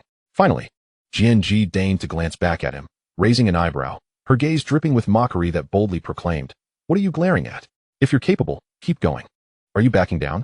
That look precisely struck at Gu Chen's meager pride and competitive spirit. The string of rationality in his mind snapped with an audible pop. 2,200,000. He nearly shouted. 2,300,000. Jianji effortlessly matched his bid with ease. 2,500,000. 2,600,000. The price soared, the atmosphere reaching a boiling point. Other buyers had wisely withdrawn, becoming mere spectators. Gu Chen was now caught in a proverbial fire, unable to retreat. With each increase in the bid, his heart bled, yet gazing at Jianji's mocking face, he only yearned to trample her down. The price surged past the 3 million mark. Gu Chen's hand trembled as he raised his paddle, veins bulging on his forehead. Just as he prepared to call out 3,100,000, the ever-quiet Mo Xingshi leaned slightly towards Jianji, his tone low and warm, laced with a hint of indulgence, speaking in a volume only they could hear. "Madam, if you've had your fun, it's time to stop. That plot of land is worth at most 2 million. A glint of cunning flashed in Jianji's eyes. Initially, she merely intended to irritate Gu Chen, to make him bleed financially. Since she had achieved her goal, and even exceeded expectations, it would be foolish to continue. Thus, when Gu Chen called out 3,100,000, and the entire room held its breath, awaiting Jianji's next bid, she elegantly picked up the juice delivered by a nearby server, leisurely took a sip, and gently waved her hand towards the auctioneer, signaling, "No more." Gu Chen. He looked at Jianji in disbelief. She was just going to give up like that. What happened to that earlier tenacity to fight him to the end? Instinctively, he turned to Mo Xingshi. The legendary head of the Mo family remained seated, exuding an air of calm and grace, his face adorned with a gentle smile. As if the previous bidding war that had sent Gu Chen into a panic was merely a whimsical jest by his wife, of no real consequence. Chapter 30. Are you out of your mind? A chilling sensation shot from the soles of Gu Chen's feet to the crown of his head. He had been duped. That wretched woman had never truly desired that plot of land. She was merely toying with him, using him as a pawn. The land was indeed attractive, but it was by no means the only option. The ambiguity of the information presented significant risks. Others had long since abandoned the bidding due to the outrageous price, leaving him as the sole fool. genuinely wanting to purchase it, and Jianji had manipulated him into raising the bid to 3 million. A full 1 million over his anticipated budget. 3,100,000 once. 3,100,000 twice. 3,100,000 thrice. Sold. Congratulations, Mr. Guchun. The auctioneer's gavel struck decisively. Sparse applause followed, more in the spirit of spectacle than genuine celebration. Guchun stood frozen, his complexion shifting from red to green to white, ultimately fading to a ghostly gray. 3,100,000. He felt as though someone had force-fed him a mouthful of steaming excrement, a mix of disgust and frustration, impossible to spit out or swallow. His company had only recently commenced operations, and liquidity was already tight. This 2 million gap was a significant blow. He suddenly recalled his earlier promise to have some funds left over to buy jewelry for Jianyao. Forget about jewelry. He could barely scrape together the final payment for this land. The cash flow chain absolutely could not break. Stiffly, he turned to Jianyao, seated not far away. His eyes filled with a plea for help and embarrassment. Jianyao had been closely monitoring the situation and had naturally heard the final bid. Her gentle smile had long since frozen. 3 million? Was Guchun out of his mind? Was that dilapidated land truly worth that much? What left her trembling with fear was the gaze that Guchun directed towards her, an unmistakable plea for financial assistance. Indeed, Guchun, mustering his courage, leaned in during an intermission of the auction and quietly implored, Yao Yao, I'm experiencing a temporary financial strain. Could you possibly lend me 2 million? I assure you, I shall repay you the moment the project yields returns. 2 million. A wave of darkness washed over Jianyao. This sum was equivalent to her half-year's allowance and wardrobe expenses. It implied that for the next 6 months, she would be unable to indulge in haute couture, purchase jewelry, or attend elite salons at her leisure. The meticulously curated quality of her socialite life would plummet. The gentleness on her face was nearly uncontainable, her nails digging deep into her palms to stave off an emotional outburst. She forced out a smile, more grotesque than tears, her voice quivering imperceptibly. Ah Chun, is it truly this much? I will consult my parents. Observing her suddenly altered countenance, Guchun felt a knot of anxiety tighten within him, a surge of unnameable anger seeking an outlet, which he could only vent by casting a scathing glance at Jianji in the front row, who was leisurely entertaining a child, alongside the calm and composed Mo Xingshi. Jianji, sensing the scrutiny from behind, couldn't be bothered to turn her head. She pinched the soft cheek of Mo Xiaoran, reveling in the moment, thinking, this sense of satisfaction from spending someone else's money, leaving them with nothing to spare, is truly delightful. Mo Xingshi, observing the glimmer of triumph in her eyes, smiled more warmly, gently tucking a stray lock of hair behind her ear and softly murmuring, as long as my lady is happy. His tone was reminiscent of indulging a cherished pet that had inadvertently damaged a priceless antique vase. As the auction continued, the atmosphere had shifted to a more nuanced tension. Jianyao sat not far away, gazing at Jianji's relaxed demeanor, which was tinged with a hint of pride. And as thoughts of her dwindling finances and Guchun's earlier discomfort swirled in her mind, a poisonous vine of jealousy began to flourish within her. Jianji, you have embarrassed me publicly and caused me financial loss. I shall ensure you do not escape unscathed. Jianyao's fingertips dug fiercely into her palm. Yet her expression maintained a facade of grace as her mind raced, concocting a more ruthless plan to manipulate public opinion, portraying Jianji as a spendthrift who squandered the Mo family's wealth, a brazen and arrogant wastrel, thereby inciting the Mo family's disdain for her. Ideally, she envisioned a public humiliation that would leave Mo Xingshi unable to defend her. She had even devised a way to inadvertently leak the insider story about Jianji's reckless bidding to a familiar paparazzo. Just as she was engrossed in her dark scheming, Jianji appeared to be struck by inspiration, casually pulling out her phone and opening a live streaming app. Good evening, everyone. Jianji's cool, unhurried voice effortlessly directed the camera towards the auction stage. Let's take a look at how the upper crust spends their money. And while we're at it, I'll reveal the lucky winner of last night's island lottery. She said this while seamlessly handing her phone to Mo Xingshi, her movements fluid and graceful. Darling, could you hold this for me? Steady now. Her tone was as though commanding a personal assistant. Mo Xingshi was momentarily taken aback, yet he graciously accepted the phone, adjusting the angle to capture the auction stage and Jianji's profile with precision. His expression remained placid and accommodating, as if holding the phone for his wife was a privilege. The title of the live stream read, Charity Auction Live. Witness the Tycoons unleashing their fortune and the chance to win a private island. With the excitement from last night's island lottery still fresh, coupled with the charity auction and the allure of wealthy patrons, the viewership of the live stream skyrocketed. The comments flooded the screen. Wow, This is an actual auction. Is that person holding up the paddle the chairman of XX Group? Oh my goodness. I'm witnessing a real tycoon. This is worth a lifetime. The streamer is amazing. This angle is incredible. Brother-in-law's hands are so steady. Let us take a picture in the front row. Bring in the good fortune. Island, please let me win. I promise to balance my diet for life. The streamer's beauty is hitting hard. Brother-in-law's profile is killing me. Is this place the Cloud Summit Club? You can't enter without a top-tier membership? What is the streamer's background? The live stream's popularity soared, rocketing to the top of the trending list. An influx of onlookers rushed in, eager to witness the rumored high-end auction. As the auction approached its climax, a set of luxurious, understated jewelry crafted from exquisite emeralds, designed by a master artisan, was presented. With a staggering starting bid of 5 million. This was one of GNG's target items for the evening. 6 million. GNG was the first to raise her paddle, decisively and efficiently. 6.5 million. Instantly, someone matched her bid. The price steadily climbed among a few genuine buyers with considerable means. In the back row, Gu Chun watched GNG's spirited visage on the livestream. Hearing the torrent of praise directed at her and Mo Xingshi, and as thoughts of his insurmountable debt and Jian Yao's dismal expression coursed through him. A tempest of rage and resentment surged within. Why? Why should she, GNG, bask in such glory? What gave Mo Xingshi the confidence to support her? 8 million. Gu Chun nearly roared, thrusting his paddle up with fervor, his gaze locked onto GNG in the front row, brimming with provocation. He intended for GNG to experience the sting of financial loss.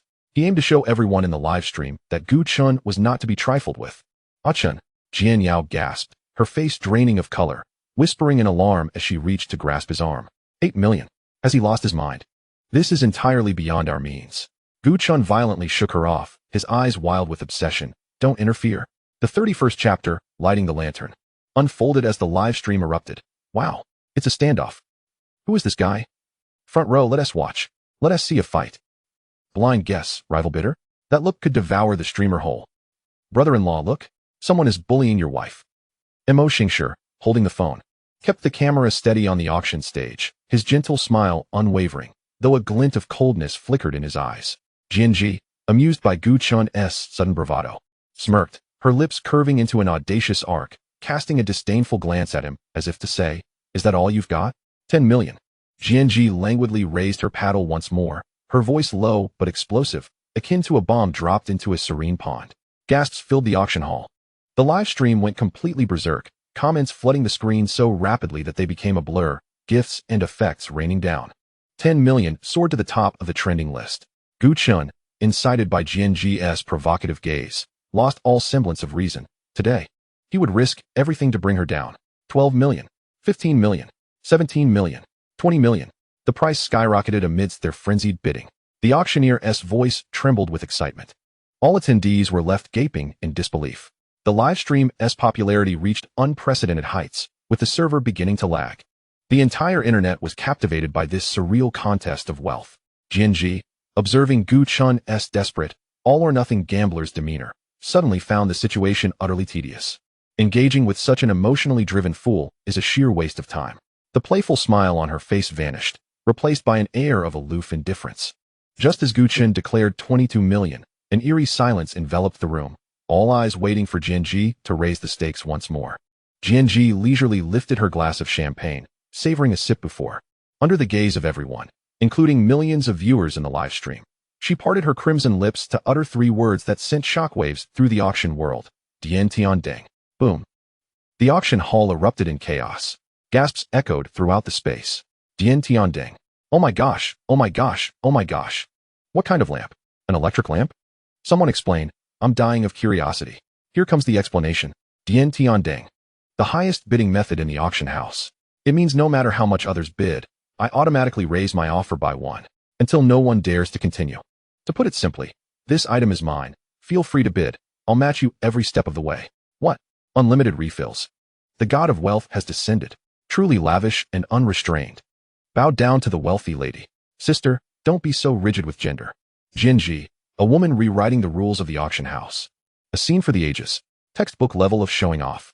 Sister, do you need a leg accessory? One that can do laundry and cook? The barrage of comments went completely wild. The screen was filled with worship of the mogul, the god of wealth, and the brilliance of Dian Tian Deng. The fervor soared to unprecedented heights. Subsequently, GNG's title as the god of wealth surged into the top 5 trending topics. Meanwhile, Gu Qin's complexion turned ashen, stark and pale as parchment. Upon hearing those 3 words, it felt as though all the strength had been drained from his body, his limbs turning cold.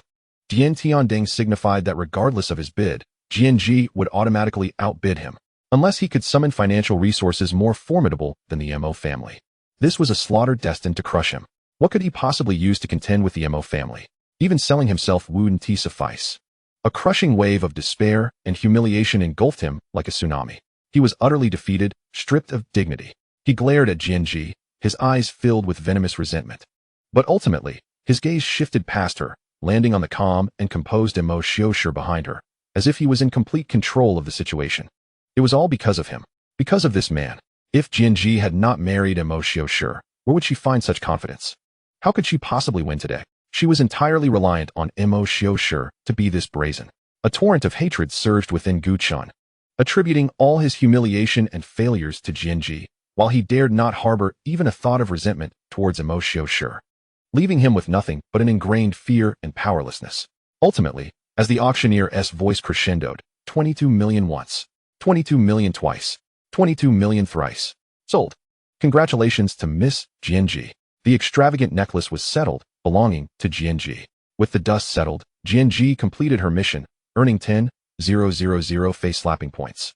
With a balance of 373,550 points remaining, she then cheerfully waved at the camera. All right, the excitement is over. Time to get down to business. Congratulations to the netizen whose ID was "I want to get rich today" last night. You've won an island. Message my assistant with your real name and address. And Mo family bodyguards will personally deliver the documentation and transfer procedures to you, ensuring safe delivery right to your hands. Once again, the live stream erupted with cries of envy and admiration. So jealous. Bodyguards doing deliveries. What a scene. Sister, do you need a younger sister? One that can breathe. The live stream culminated in a thrilling finale. Mo Xiushi returned the phone to GNG with effortless grace. The staff soon presented the priceless jewelry set before them. Mo Xiao Ran curiously leaned in, her big eyes sparkling as she gazed at the dazzling jewels in the velvet box, her mouth agape in awe. Wow. It's so beautiful. GNG caught the glimmer in her daughter's eyes and glanced at the necklace, casually remarking, "Do you like it? I'll give it to you as a toy." Mo Xiushi chuckled softly, gently ruffling Mo Xiao Ran's hair, and said in a warm tone, "Xiao Ran is still too young, wearing this isn't suitable. It should be worn by you, so that it doesn't go to waste." His gaze fell upon GNG, filled with unabashed admiration, as if it were only natural. His words were soothing, bringing comfort to GNG's heart. She raised an eyebrow, her spirits lifted, and casually retrieved a pitch-black card, devoid of any markings, from her exquisite handbag. With an enticing nonchalance as she slipped it into the pocket of Mo Xiushi's suit jacket. Simultaneously, she leaned in closer to him, lowering her voice. Laced with a hint of lazy amusement, her breath almost brushing his ear. "Sweet talker, this is for you." With that, she did not wait for Mo Xiushi's reaction, bending down to scoop up Mo Xiao Ran, who was still captivated by the necklace in the bodyguard's hands. "Let us go, darling, time to head home." She twirled gracefully, striding towards the exit. Mo Xiushi remained rooted in place, feeling the presence of the thin card in his pocket, watching GNG depart with their daughter, a subtle smile gracing his lips. That smile contained indulgence, affection, and a hint of intrigue. He raised his hand, delicately retrieving the pure black card from his pocket, playing with it between his fingers. Chapter 32, The Power of Capital. The card felt cool to the touch, made of a unique material, devoid of any bank insignia or card number, with only an exceedingly tiny, almost imperceptible dark pattern in the lower right corner. Mo Xiushi's voice remained gentle, yet it carried an undeniable directive. An assistant, who had been lurking in the shadows, promptly stepped forward. Mr. Mo Xiushi handed the black card to him. His gaze calm and unwavering. "Investigate the origins of this card. Do it swiftly and discreetly." "Understood." Mo respectfully took the card and vanished into the crowd. Mo Xiushi then took a step forward, leisurely making his way in the direction GNG had departed, the smile on his face as inscrutable as ever. His little wife seems to harbor an increasing number of secrets. This game is becoming increasingly intriguing. The following day, the internet erupted in a frenzy. The top 10 trending topics were dominated by GNG. GNG, Dian Tianding, God of Wealth GNG. Charity Gala donation rankings, GNG at the top, and the Mo family's warm family appearance. Gu-chun, looking all prim and proper, was overshadowed. GNG's personal account posted a succinct update, GNGV, charity, never ceasing, with an image, a screenshot of the official donation details from the gala. In the image, her name stood prominently at the top, the donation amount trailing a long string of zeros that dazzled the eyes. Following her were names whose combined donations paled in comparison to hers. The entire internet gasped in astonishment.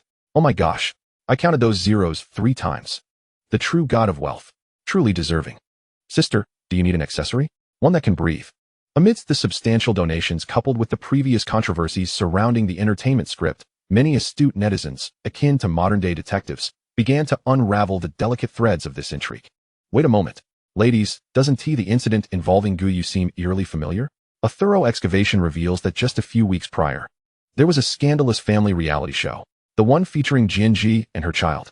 Within it, a video accused Jianji of mistreating her child, only for the narrative to twist, revealing that it was Guyu who had pushed Xiao Ran and subsequently framed Jianji. The parallels with the recent script scandal are uncanny. 2 instances, both employing the same dramatic ploy. One successfully tarnished a reputation, while the other was thwarted by Jianji, only to be counterattacked. Moreover, upon observing Jian Yao and Lu Ya's disgruntled posts following their dismissal from the show, it became evident that their conspiracy had been unmasked, leaving them in a state of frantic desperation. What a revelation! It appears that Jian Yao conspired with Lu Ya, intending to annihilate Jianji through public sentiment, only to be thwarted by the overwhelming financial might of the benefactor. Although Jianji has since quelled the situation in a more sensational manner, netizens couldn't resist their commentary. The power of capital? No, this is the overwhelming force of monetary influence crushing conspiracies. Jian Yao, this so-called pure lily, harbors a truly dark heart. Even as the fervor began to wane, another fresh entertainment headline ignited discussions. The head of the Mo family, accompanied by his wife and daughter, warmly attended a banquet, unexpectedly encountering a childhood sweetheart, leading to a scene spiraling out of control. The primary image depicted Jianji, beaming with joy while holding the smiling Xiao Ran, alongside the poised yet faceless Mo Xingshi, all under the shimmering chandeliers of a luxury venue, projecting an image of a blissful family of 3. The second image, however, presented a stark contrast, a raw capture of Gu Chun, his face twisted in rage, nearly pointing a finger at Mo Xingshi's nose, standing beside a pale Jian Yao and a bewildered Guyu. The implications were abundantly clear. The content bluntly revealed that Gu Chun, accompanied by Jian Yao, publicly insulted the married couple Jianji and Mo Xingshi, accusing Jianji of infidelity, inciting widespread outrage. The onlookers quickly grasped the situation. So the childhood romance Jian Yao lamented on the show was this affair? Caring for a child, yet fixated on another man's wife? Gu Chun, where's your dignity? What a facade. My sympathies go out to my benefactor sister, entangled with such a leech. Gu family. Is this the family's ethos? A decline in stock values would be a travesty. Indeed, the stock of Gu Corporation plummeted, leaving Gu Chun in agony. Frustrated, he smashed a 3rd cup in his office. Suddenly recalling Mo Xingshi's chilling, yet seemingly casual words from the auction night. Mr. Gu, I hope you enjoy your evening. A cold sweat drenched his back. It was over. Mo Xingshi was serious about this. All his anger and resentment were cast aside, replaced by an overwhelming fear. He disregarded his image and promptly summoned his assistant, driving to the Mo Group headquarters, desperate to meet Mo Xingshi, to explain, to apologize, even to beg. Yet, the receptionist, with a professional smile, politely but distantly informed him, I'm sorry, Mr. Gu, but Mr. Mo is currently out of the office. Where could he possibly be? We are not at liberty to disclose Mr. Mo's schedule, she replied, her eyes betraying a hint of sympathy. Gu Chun waited for 3 days. Yet he never caught a glimpse of Mo Xingshi. Unbeknownst to him, Mo Xingshi had not been at work, instead spending these days at home with his wife and child. Jianji, Xiao Ran, and Mo Xingshi were either basking in the sun on a private island, shopping at high-end malls, or enjoying family time at a Michelin 3-star restaurant. Mo Xingshi transformed into the epitome of a devoted husband and father, diligently attending to every need, occasionally captured in Jianji's live streams, provoking waves of laughter and meme creations from netizens.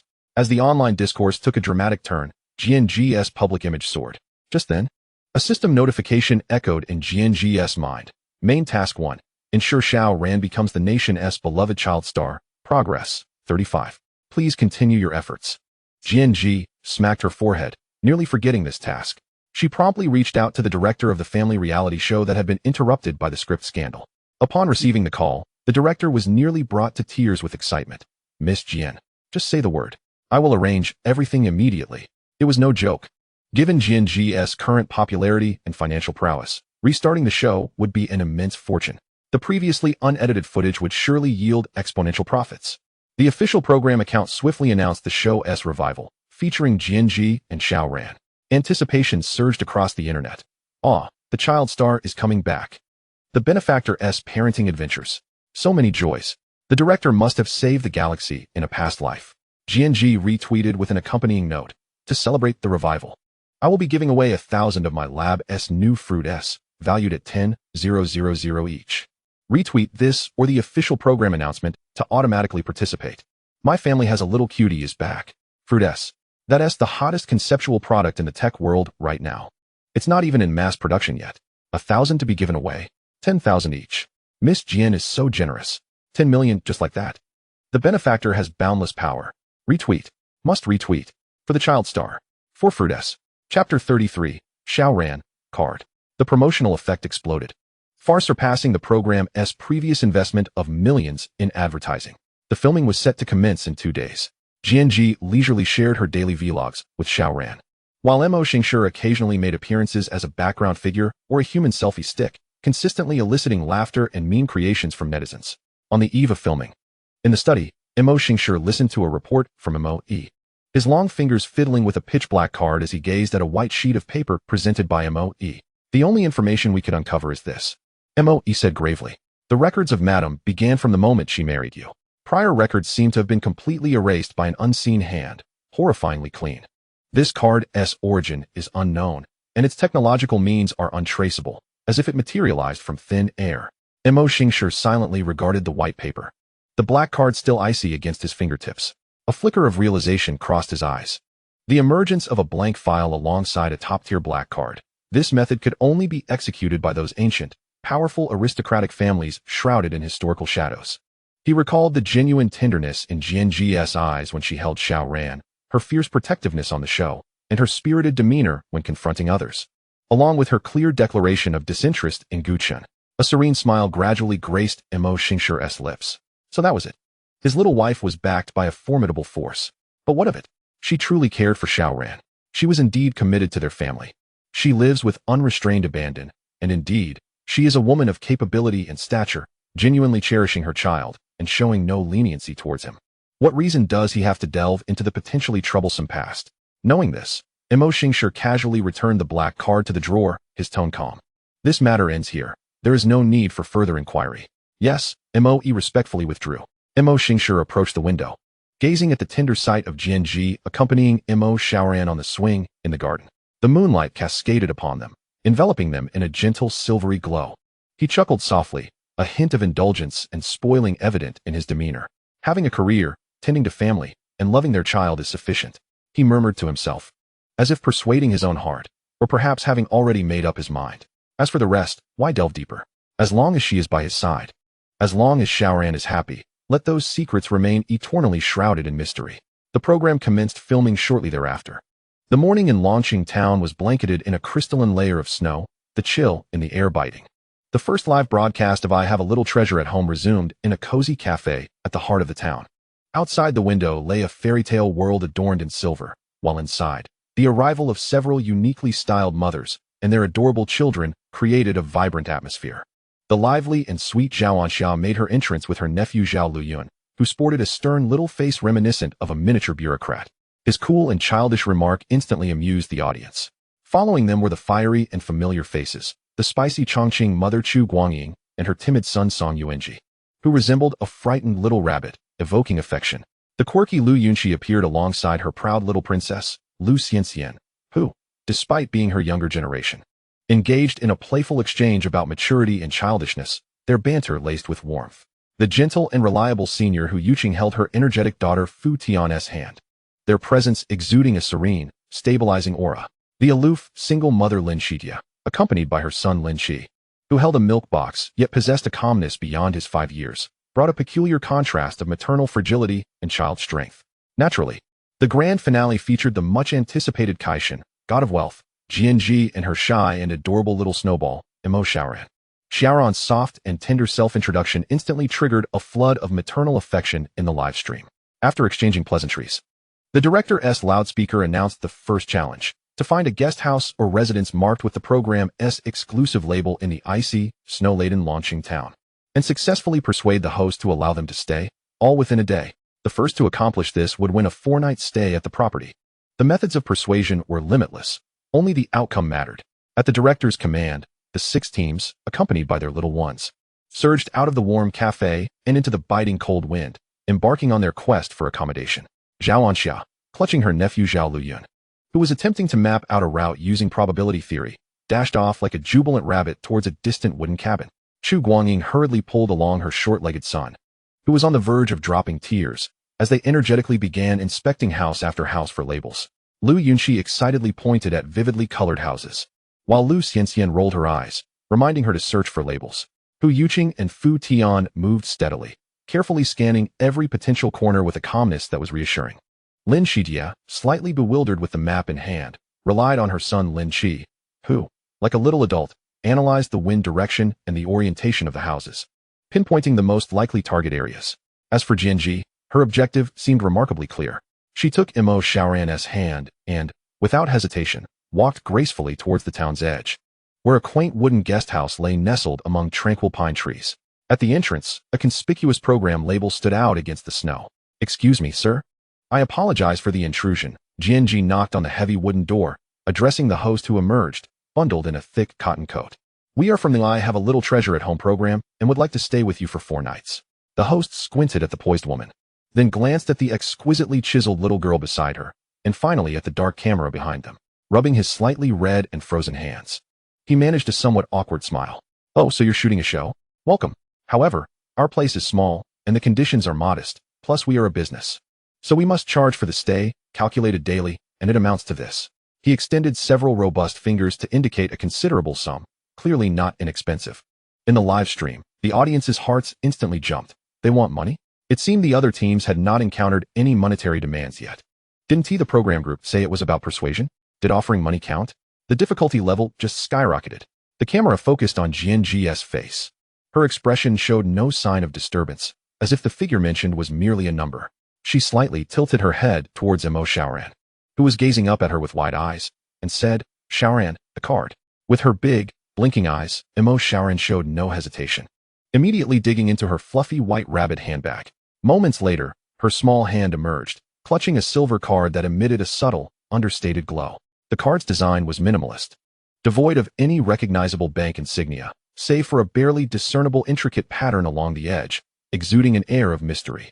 Jianji took the card, her movements so casual that it was akin to accepting a mere tissue, holding the silver card with her slender, fair fingers. She didn't even glance at the number inscribed upon it. With a gentle flick of her wrist, the card floated down like a feather, or like discarded scrap paper, landing precisely in the outstretched palm of the guest house owner. It settled for nights. The code is 6/8. Jianji's voice remained steady and unruffled, as though she were discussing an utterly mundane matter, prompting no further elaboration. The guest house owner stared at the cool, extraordinary card in his hand, then lifted his gaze to the unflappable beauty before him, whose aura was undeniable. He nodded in agreement, regardless of which deity's card it was. As long as it worked, that was sufficient. This demeanor, this casual toss, was not that of an ordinary person. "All right, please come inside. Stay as long as you wish. I'll get the stove warmed up." The owner instantly became effusive, stepping aside to open the door, his face breaking into a beaming smile. Simultaneously, the control room of the director's team erupted in chaos. "What? A card? Where did that card come from?" The director's thermos clattered onto the console, hot water splashing all over him as he failed to wipe it off. "Quick, switch to her and her daughter's mic. Issue a statement. Immediately issue a statement." He shouted into his earpiece, his voice cracking. "All guests and children, before the task begins, all personal items, including wallets and bank cards, all of them, must be collected and secured. Miss Jianji's card is of unknown origin. The program group is unaware. We take no responsibility. Repeat, the program group is unaware. We take no responsibility." The live stream's chat was instantly inundated with a tsunami of question marks and exclamation points. Collected? What about that card? Did the Kaishin's card run back into Xiaoran's bag on its own? Space folding? Quantum transmission? Dimensional pocket? Director, I was utterly terrified at that moment. The program effect was explosive. It's all thanks to my lucky star. What a brilliant move. Just as GNG, accompanied by the innocent yet awestruck Mo Xiaoran, gracefully stepped into the warm wooden cottage, another group received delightful news. Hu Yuqing, with her steadiness and meticulousness, swiftly located a tidy and well-maintained farmhouse marked with a label. The homeowner was a kind-hearted elderly lady with a head full of silver hair, whose children resided far away, leaving only their cats and dogs to keep her company. Touched by her story, Hu Yuqing readily agreed when the lady expressed a desire to watch a skit. The lady was overjoyed and rewarded Hu Yuqing with a lodging card. The viewers in the live broadcast room were equally engrossed. Teacher who is indeed an esteemed artist. Effortlessly brilliant. Little Tian Tian is so spirited. Her performance was truly splendid. The lady has great taste. This accommodation fee is a jackpot. Warm and humorous. Sister Yuqing's luck is also a testament to her prowess. The program crew's announcement echoed through the snowy town. Congratulations to GNG and Mo Xiaoran's team for successfully checking into the breath of the forest BB. Congratulations to Hu Yuqing and Fu Tian's team for successfully checking into the cozy farmhouse. Other guests, please continue your efforts. The broadcast resonated in the icy landscape, bringing joy to some and sorrow to others. 6 family groups staged a series of heartwarming house-hunting adventures amidst the wintry scenery of Longqing Town. Zhao Anxia ultimately persuaded an elderly gentleman who demanded firewood, thanks to her sheer determination and Zhao Liuyun's tactical guidance. Chu Guangying, with her fiery Sichuan accent and a steaming bowl of ginger soup, consoled the sobbing Song Yuanji, winning over the landlord in the process. Lu Yunxi and Lu Xianxian bickered while laboriously shoveling snow, their flushed faces revealing the effort exerted. Yet they unexpectedly completed the task and earned the landlord grandmother's affectionate cookies. Lin Shijia, under Lin Shi's navigational precision, discovered a hidden gem of a household with the best conditions, at the cost of helping the owner organize accounts for a day, while Lin Shi calmly supervised with a glass of milk in hand. The icy backdrop of Longqing Town became the most heartwarming setting for the rebooted My Family Has a Little Cutie.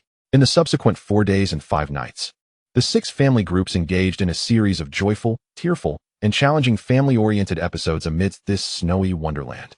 Zhao Anxia and Zhao Liyun, a duo of sweet yet serious characters, created numerous laugh-inducing moments.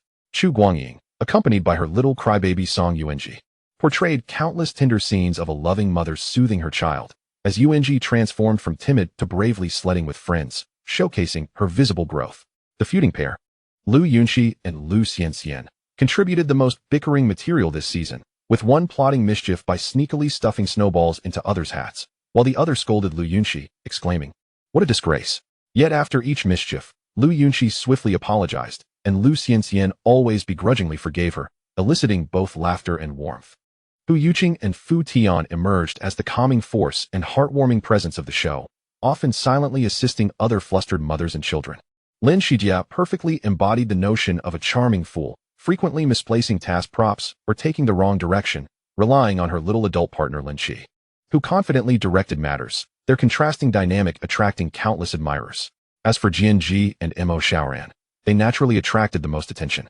Mo Xiaoran, initially shy and timid, gradually revealed her angelic smile and curious nature under her mother's unwavering love and support. GNG's abstract humor, hidden beneath her cool exterior, such as seriously crafting an abstract snow sculpture for Mo Xiaoran and occasionally tucking her in at night while softly narrating stories only they understood, captured the hearts of many. The mysterious silver card incident became an enduring joke within the show, humorously dubbed the Lucky Stars Dimension Pocket by viewers, leaving the production team with mixed feelings of trepidation and amusement whenever it was mentioned. On the final day, the emotional climax of the program unfolded. The production team meticulously arranged a segment allowing the little treasures to select gifts for their elders using the task currency they had earned. Watching the children's earnest selections and their clumsy wrapping, the mothers could not help but feel teary-eyed. Particularly poignant was when Mo Xiaoran, using all her accumulated currency, chose a scarf adorned with little rabbits, her favorite, to gift Jianji, cheerfully saying, "Mama, it's warm." Even the typically aloof Jianji could not resist tightly embracing her daughter, her eyes shimmering with unshed tears. Chapter 35, The Enigma. The live chat was flooded with poignant comments, as viewers expressed nostalgia and longing for home. The program concluded amidst an atmosphere of warmth and emotion. As the theme song played, the scene froze on the silhouettes of the 6 families waving goodbye amidst the falling snow, with subtitles stating, "No matter how far one travels, home will always be the warmest harbor. Come back home often." Undoubtedly, the reboot of My Family Has a Little Cutie at Longqing Station was a resounding success. Both viewership ratings and online popularity soared to unprecedented heights, with discussions remaining fervent. Among the most dazzling new stars, Imo Shaoran undoubtedly shone the brightest. Her pure, snow-like smile, her soft and adorable demeanor, and her naturally affectionate interactions with her mother propelled her to become one of the most beloved national treasures online. Ding. Main Task 1. Make Imo Shaoran a national treasure. Progress. 100. Task completed. 200,000 face-slapping points have been credited. Current face-slapping points. 507, 850. The system notification chimed in Jianji's mind, carrying a hint of joy.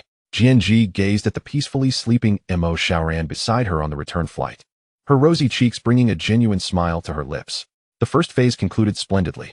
Upon returning to the opulent Imo family mansion after several days, they were greeted only by the respectful butler. "Madam, young miss, welcome home." The butler bowed. "Sir has urgent matters abroad and will return in about a week." Jianji raised an eyebrow. "Oh?" Playing hide and seek again. A slight sense of annoyance crept in, but the butler promptly presented a beautifully packaged gift box. "This is a sincere apology gift from Sir, intended for you before his sudden departure," the butler added, his tone laced with a subtle affirmation of his employer's desire to appease. Jianji took the box, feeling its weight. Upon opening it, she discovered it contained the ownership documents and keys for a top-tier luxury private yacht. The documents bore the flourishing signature of Imo Xingshi, accompanied by a note that read, "For Madame S. leisure at sea, do not worry, estimated return in 7 days. Xingshi." The handwriting was robust and confident, and the sincerity was undeniably palpable. As Jianji looked at the yacht's image and the keys, her earlier annoyance dissipated like smoke. "TSK, this man may be enigmatic, yet he never falters in his attitude and sincerity. Well then, considering this generous gift, I shall forgive him this time." After all, Jianji has always been one to respond better to gentleness than to harshness. When confronted with a sincere apology, she never spurns anyone's face. "Understood, put it away." Jianji casually tossed the key back into the box, her tone returning to its usual languidness. The butler then presented her with a gilded invitation. "Madam, there is also this. It is from your high school class monitor, inviting you to the annual high school reunion next weekend, intended to rekindle old connections." A high school reunion? Jianji took the invitation, her fingers gliding over the smooth cardstock. A flood of vague yet unpleasant memories surged to the forefront of her mind. High school was hardly a cherished recollection. Surrounded by a crowd of sycophants, she, once the genuine daughter of the Jin family, was not spared from their disdain. Rekindle connections? Surely, they merely wished to see her humiliation. Ding. Side quest triggered. The glittering reunion. Quest requirements. Attend with the adorable Imo Shaoran and deliver a resounding slap to the faces of those who once looked down upon and bullied you. Let them witness the stark contrast between yesterday's indifference and today's unattainable heights. Quest reward. 10,000 face-slapping points. The system's prompt echoed with thrilling excitement. Jianji retorted in her mind. "System, how old are you? Are you really issuing such childish face-slapping tasks? A reunion with a child in tow? What a ridiculous notion." System, host, isn't face-slapping delightful? Moreover, making an entrance with the child amplifies the effect. Just imagine their expressions. Envision the adorable impact of Shaoran. Jianji, though she feigned disdain, her body was betraying her. Indeed, she was somewhat intrigued by the thought of their astonished faces. Furthermore, the reward of 10,000 face-slapping points surpassed 10 regular tasks. Very well, she accepted. Jianji mentally agreed, then turned to the butler, saying, "Reply to the class monitor that I will attend on time. Also, prepare a suitable outfit for the child to wear to the gathering." The butler paused momentarily, surprised at her decision to take the young miss to the reunion. This was indeed a novelty. He promptly responded, "Yes, madam." Ding. Triggered the second stage main quest, safeguarding the child's dreams and aspirations. Quest requirements. Ensure that Imo Shaoran grows up healthy, safe, and happy, guiding her toward a bright and beautiful future, completely escaping the tragic fate of becoming a malicious supporting character in the original narrative. Quest duration. Until Imo Shaoran reaches adulthood. Quest reward. Dependent on completion and the happiness index of the child. The new system notification caused Jianji to immediately cast aside her nonchalance. A malicious supporting character? Original narrative? Imo Shaoran's tragic fate. These phrases pierced Jianji's mind like ice picks. She clenched the invitation tightly, her gaze sharp as a blade. "System, come forth. Clarify your words. What do you mean by a malicious supporting character? What is happening with Shaoran's future?" Jianji demanded fiercely within her mind, a chill rising from her core. She would never permit anyone, nor any so-called scripted fate, to harm her daughter. The system seemed momentarily intimidated by her intensity and quickly summoned a detailed, chilling stream of information into Jianji's consciousness. Warning: this information pertains to the core script of this world. Reception may induce cognitive dissonance. Less chatter. Transmit it. Jianji commanded without hesitation. A vast array of information flooded her mind. It turned out that the world she inhabited was not a standalone narrative, but rather a novel world constructed from countless interwoven scripts. The script she occupied was the primary novel, where the original Jianji, out of jealousy towards her sister Jian Yao for winning the affection of the male lead Gu Chun, became utterly deranged. She repeatedly kidnapped, extorted, and threatened Jian Yao, even cruelly orchestrating the loss of Jian Yao's second child. Ultimately, in a fit of madness, she even resorted to extracting Jian Yao's kidney and ran her over, leaving her in a critical state. Naturally, the resolution was one of betrayal, legal retribution, and a wretched demise amid despair and scorn.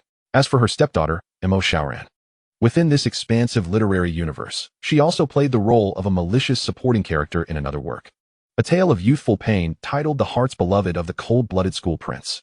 Orphaned at a young age and influenced by the malevolence of her stepmother Jianji, the original character's indifference towards Mo Xiaoran fostered a profound hatred for the cold pretenses of the affluent, erecting emotional walls steeped in neglect. Upon reaching adulthood, she encountered the warm-hearted young male lead, Jiang Hegui, who appeared like a beacon of salvation, leading her to fall deeply in love. Alas, Jiang Hegui was already bound to his childhood sweetheart, Qi Xiqing. Despite misunderstandings and obstacles between Jiang and Qi, fate had already woven their destinies together. Mo Xiaoran, having been bullied by the spoiled Qi Xiqing in her youth, harbored seeds of hatred, driven by twisted affection and past grievances. She viewed Qi Xiqing as an impediment and vowed to eliminate this obstacle, fully claiming Jiang Hegui as her own, ultimately descending into the depths of despair as a malicious supporting character, leading to her own disgraceful exit. As the transmission concluded, Jianji fell silent. In the vast living room, only the sound of her gentle breathing and the rustle of leaves outside filled the air. She glanced down at her hands, knuckles pale from exertion, then slowly relaxed her grip, her gaze drifting toward the children's room on the second floor. There, Mo Xiaoran lay nestled in her soft bed, clutching a rabbit plushie, soundly asleep with a sweet smile gracing her face. A phoenix and a dragon? She and her little Xiaoran were, astonishingly, two formidable malicious supporting characters within the same universe, across two distinct narratives. The cruel joke fate had played upon them was indeed darkly humorous. A tumultuous mix of absurdity and icy fury coursed through Jianji's heart. The absurdity lay in the wretched narrative framework, while the anger stemmed from the malicious orchestration of the original plot against her and Xiaoran. Kidney extraction? Hit and run? Driven mad by love? Harm to others and oneself? Was this the script assigned to her and Xiaoran? To hell with that script. Fortunately, Jianji took a deep breath, forcing herself to regain her composure. She halted the plunge into the abyss, veering towards a radically different path.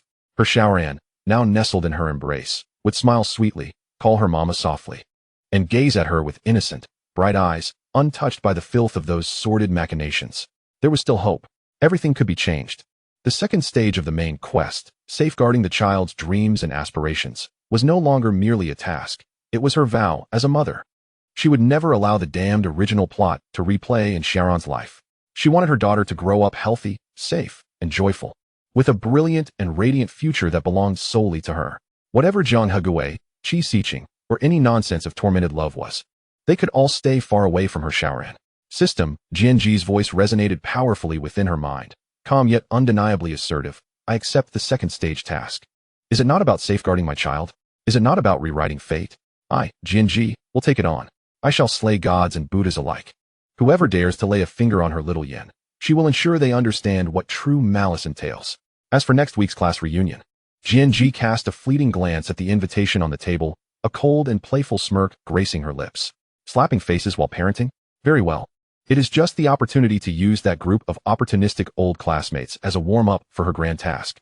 Butler, Jianji called out, her tone returning to its usual languor, yet tinged with an imperceptible sharpness.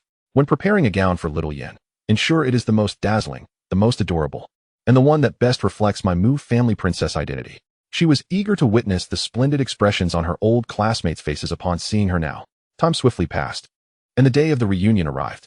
Jianji had initially intended to keep a low profile, donning a sharply tailored, high-quality, yet simply styled black dress. In contrast, Mu Xiaoyan was adorned like a true royal princess, her fluffy tulle skirt embellished with tiny crystals, her hair meticulously braided, and adorned with a delicate diamond hairpin. Looking as exquisite as the most expensive doll in a shop window, the driver halted the car before the brilliantly lit hotel entrance. Jianji took her daughter's small hand as they exited, her gaze casually sweeping around until it landed on a strikingly new and shiny top-tier sports car parked in the most conspicuous spot, its license plate flaunting a conspicuous string of 8s. Oh, a cold smile crept onto Jianji's lips. Indeed, this so-called effort to reconnect was merely a stage for certain individuals to flaunt their wealth. Low profile? For whom? Xiaoyan, wait for mommy a moment, Jianji said, bending down to her daughter before turning back into the car. A few minutes later, when she re-emerged holding Mu Xiaoyan's hand, she had changed into a floor-length champagne gold gown that perfectly complemented her daughter's princess attire. The gown, adorned with intricate and exquisite embroidery, shimmered under the lights, while a uniquely designed diamond necklace sparkled at her neck, instantly casting aside any semblance of modesty and radiating an air of opulence. As the mother and daughter stepped into the hotel lobby, they drew countless gazes. Jianji, ignoring the stares, walked straight towards the banquet hall, holding the slightly shy but determinately upright Mu Xiaoyan's hand, pushing open the heavy doors to the hall. The lively scene of clinking glasses and cheerful chatter filled her vision.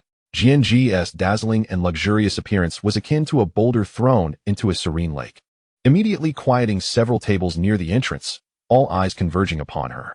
Having attended high school in a neighboring province, her old classmates were largely ignorant of Jianji's current status, only aware that her family seemed to possess considerable wealth, though the specifics remained unclear. Isn't that Jianji? Long time no see. I almost didn't recognize you. A woman clad in a sequined bodycon dress, her makeup exaggerated, was the first to speak, her tone deliberately elevated with an undercurrent of subtle disdain. Quite a dazzling outfit you have there. Where did you strike it rich? Indeed. You certainly look affluent. Another man chimed in, his gaze roaming Jianji with a hint of lewdness. But Jianji, don't you think your taste might be a bit over the top? This brand looks unfamiliar. Did you perhaps buy a counterfeit? Laughter erupted as muffled snickers echoed around the room.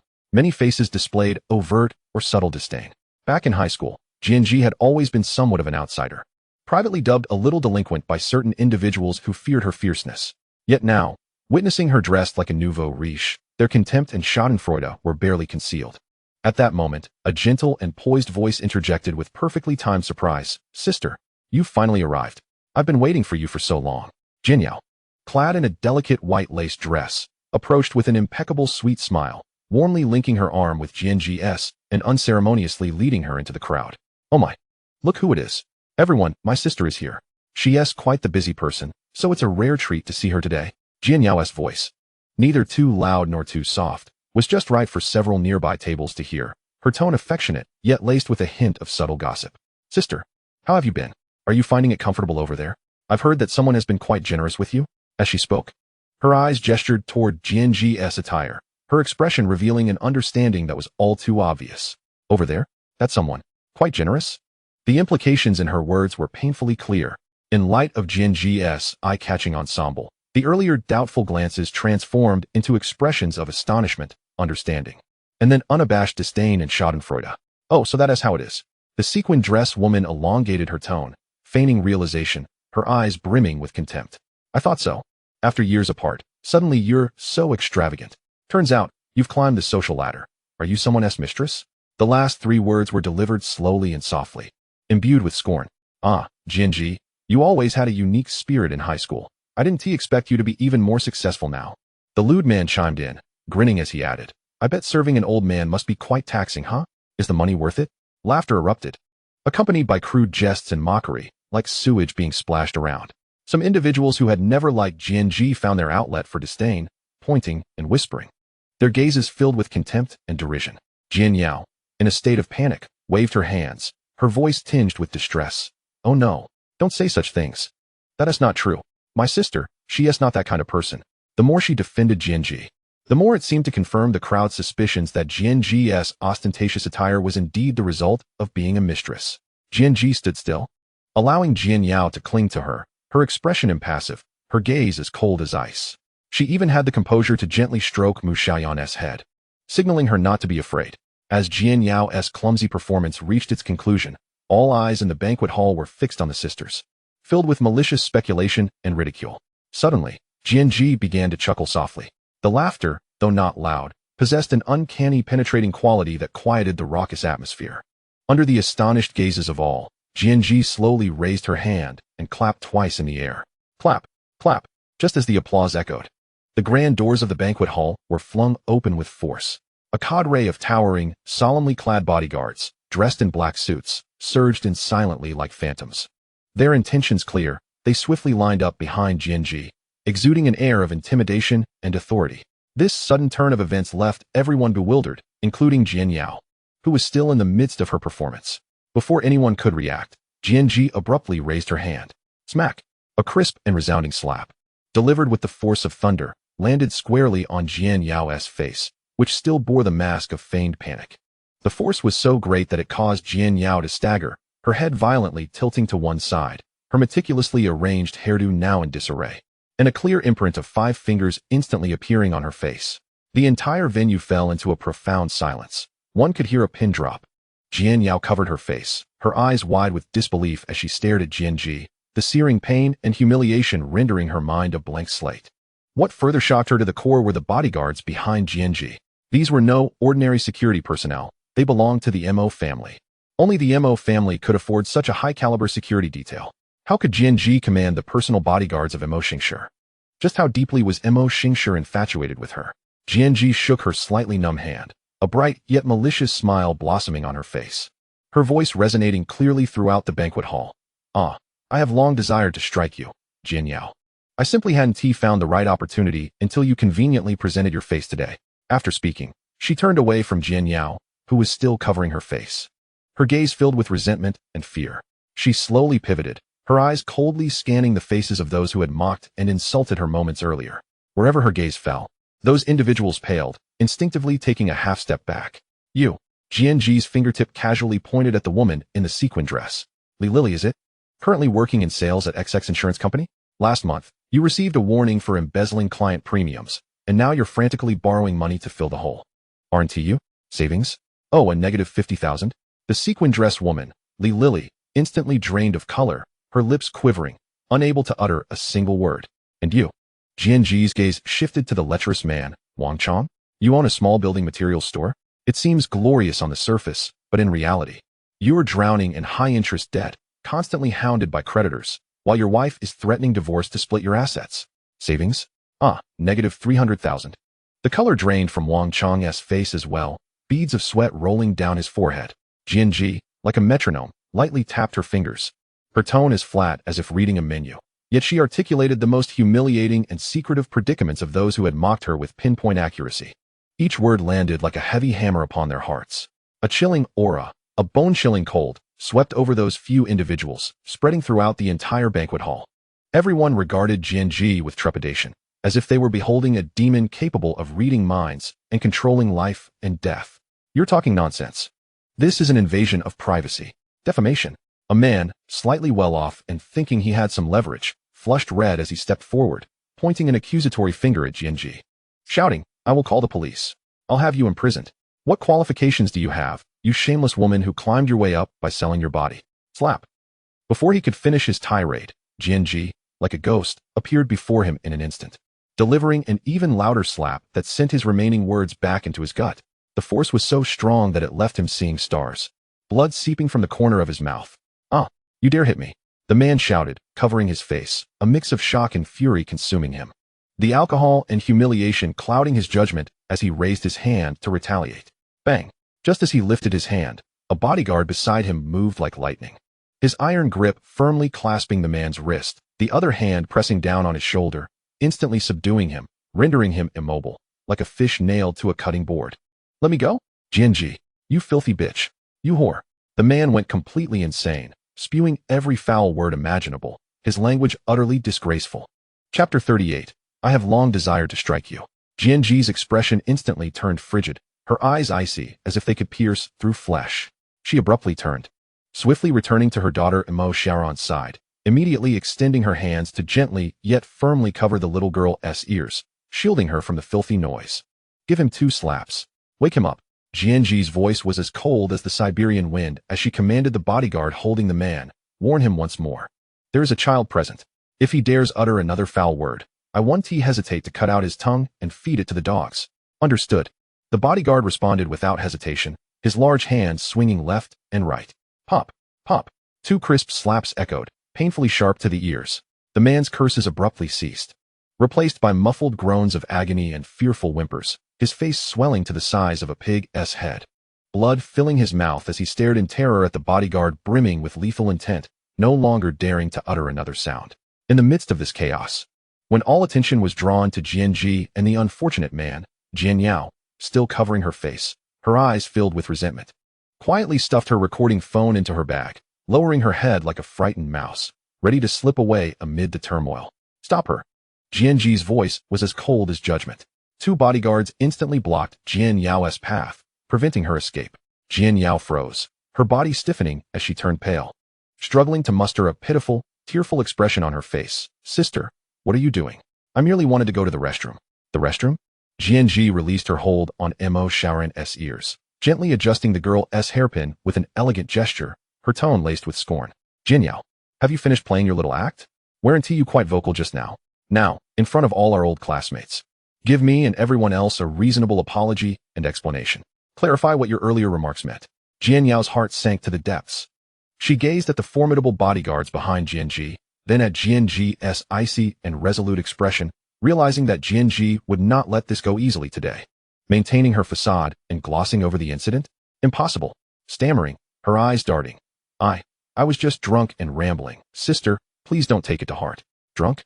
Jianji chuckled softly, stepping closer, her overwhelming presence almost suffocating Jian Yao. Perfect timing, then, to sober up. Or, she leaned in slightly, her voice dropping to a whisper only they could hear, slowly threatening. Do you think the Jian family can afford to make a small mistake in front of the Mo family, such as a sudden disruption in the funding chain? Or some unsavory accounts accidentally being exposed? I believe my husband, Mo Xingshi, with his deep affection for me, would be more than willing to eliminate such eyesores. Ensuring the Jian family vanishes completely? Jian Yao felt as if struck by lightning. Her entire body trembled. Her face turned as pale as a sheet, devoid of any color. The complete obliteration of everything she possessed, her identity as the eldest daughter of the Jian family, her privileged lifestyle, would vanish into thin air. She could not afford to gamble. She absolutely could not afford it. The immense fear instantly overshadowed all her scheming and resentment. Jian Yao suddenly raised her head, forcing a smile that was more grotesque than tears, her voice trembling uncontrollably as she addressed the entire hall. I'm so sorry, everyone. I was just drunk and babbling. My sister is not a mistress. She is the legitimate wife of Mr. Mo Xingshi, the president of the Mo Group, the rightful matriarch of the Mo family. It was my thoughtless words that caused everyone to misunderstand. I will punish myself with a drink, to apologize to everyone. Upon concluding her words, she seized a glass of wine from the table beside her, disregarding its contents, and tilted her head back, draining it with reckless abandon. The fiery liquid choked her, eliciting tears and rendering her utterly disheveled. Once again, an eerie silence enveloped the room. Everyone stood in stunned disbelief, their eyes fixed on this dramatic turn of events. The legitimate wife? The president's spouse of the Mo Corporation? A glance at Jianji's regal demeanor and the formidable bodyguards surrounding her only deepened the spectacle. The frantic attempts of Jian Yao to distance herself, even contemplating escape moments ago, now contrasted sharply with her current predicament, forced into a pitiful clarification. Those who were not fools began to grasp, albeit belatedly, that they had been used as pawns by Jian Yao, thoroughly exploited. Jian Yao had deliberately misled them into humiliating Jianji, only to find themselves confronting a formidable opponent. A myriad of complex gazes transformed into scrutiny, simmering with anger and disdain, all directed at Jian Yao, who stood there clutching her empty wine glass, her complexion ashen and on the brink of collapse. The classmates who had once held a favorable impression of her now regarded her with a shifted perspective. Jianji observed Jian Yao's woeful countenance with indifference, casting a glance at the pale-faced, evasive old classmates, and felt a profound sense of weariness. This farce needed to conclude. She had no desire to further engage in superficial pleasantries with this group. Taking hold of Mo Shaoran, her gaze drifted towards the class monitor, who had remained an inconspicuous presence in the corner, striving to diminish her own visibility, and with a subtle nod, she acknowledged her. Then, a languid yet enigmatic smile re-emerged on her face, as if the tempestuous scene moments ago had merely been a trivial interlude. Dear classmates, enjoy your meal and drinks. We shall take our leave, she declared, casting no further glances at anyone. Surrounded by her bodyguards clad in black, she departed the tainted banquet hall like a queen, accompanied by her little princess, leaving behind a profound silence and a wreckage of shattered impressions. Jian Yao, now stripped of favor and goodwill, had truly suffered a loss on all fronts. In the restroom, the warm yellow lighting was tender and inviting. The sound of running water was a soothing backdrop as Jianji stood before the immaculate mirror, methodically uncapping a vibrant red lipstick. Mo Shaoran obediently stood beside her, her tiny hands gripping the cold marble countertop, her cherubic face tilted up, eyes wide and unblinking, watching her mother with rapt attention. "Mommy, that looks beautiful," she whispered.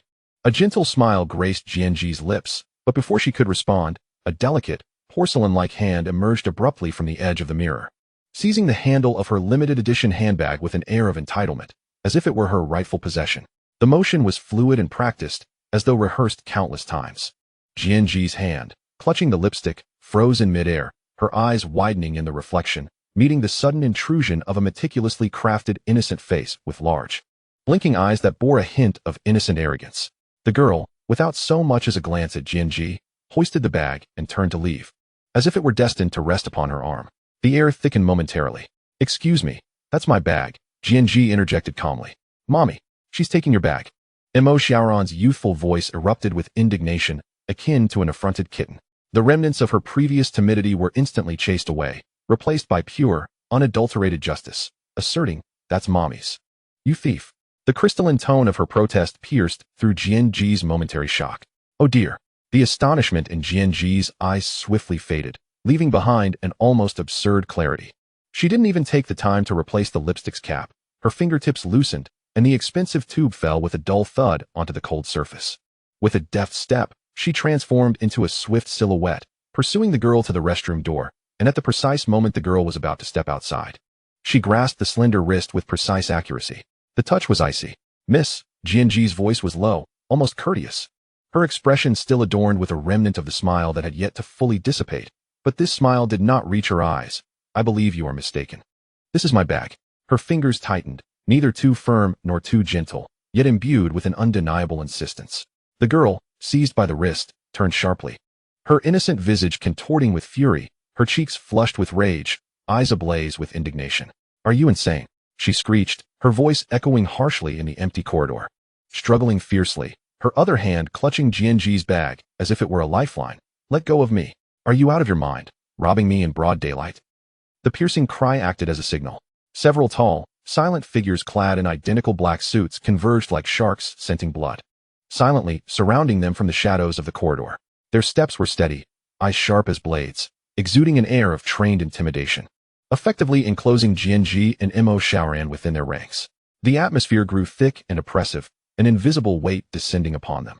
Mo Shaoran gasped, her small hand tightening around the hem of Jianji's clothing, her diminutive frame pressed against her mother, trembling slightly, her large eyes filled with fear, the flicker of anger extinguished by the imposing presence. She looked up nervously at her mother's taut profile.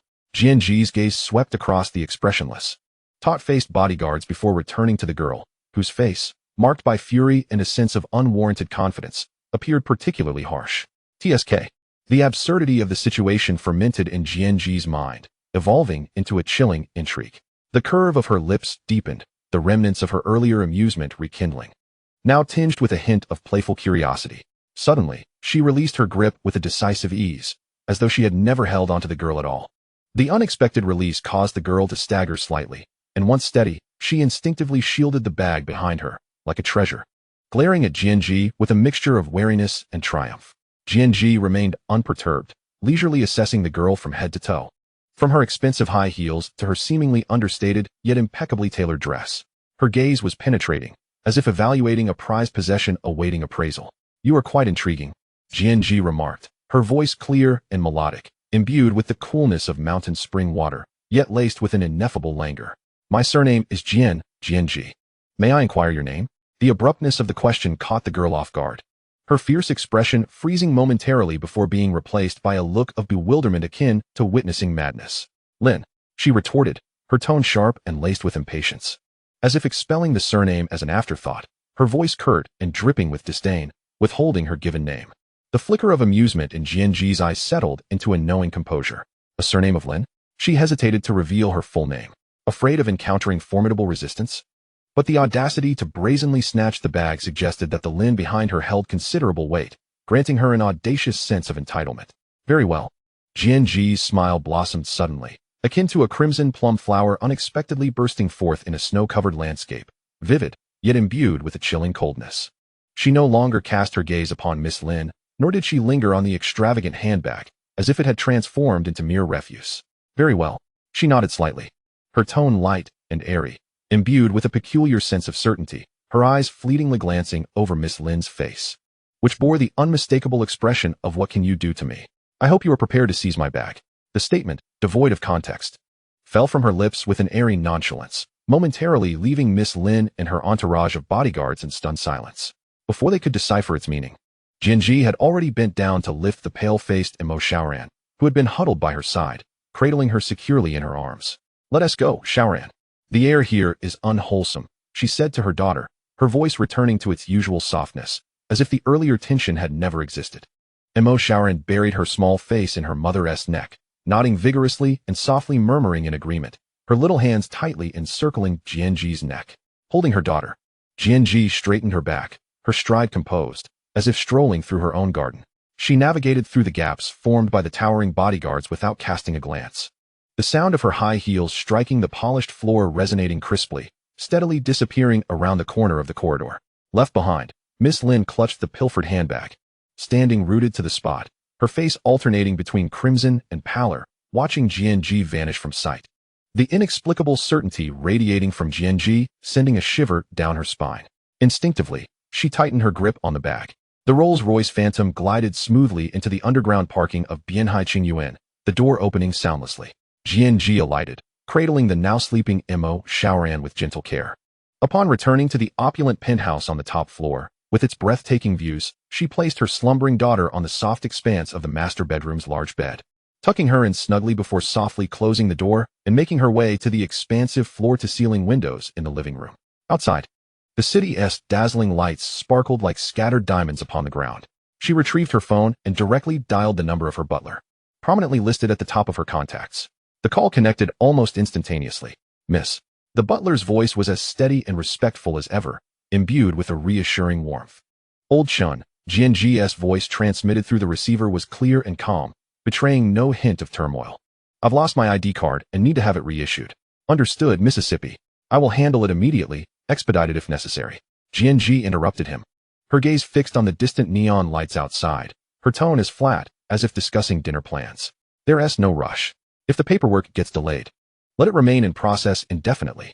If anyone inquires about the reason," she paused, a minuscule, cold smile gracing her lips, "just say I might be involved in a case and am cooperating with the investigation. My identity information is temporarily frozen, making it impossible to obtain my new credentials on time."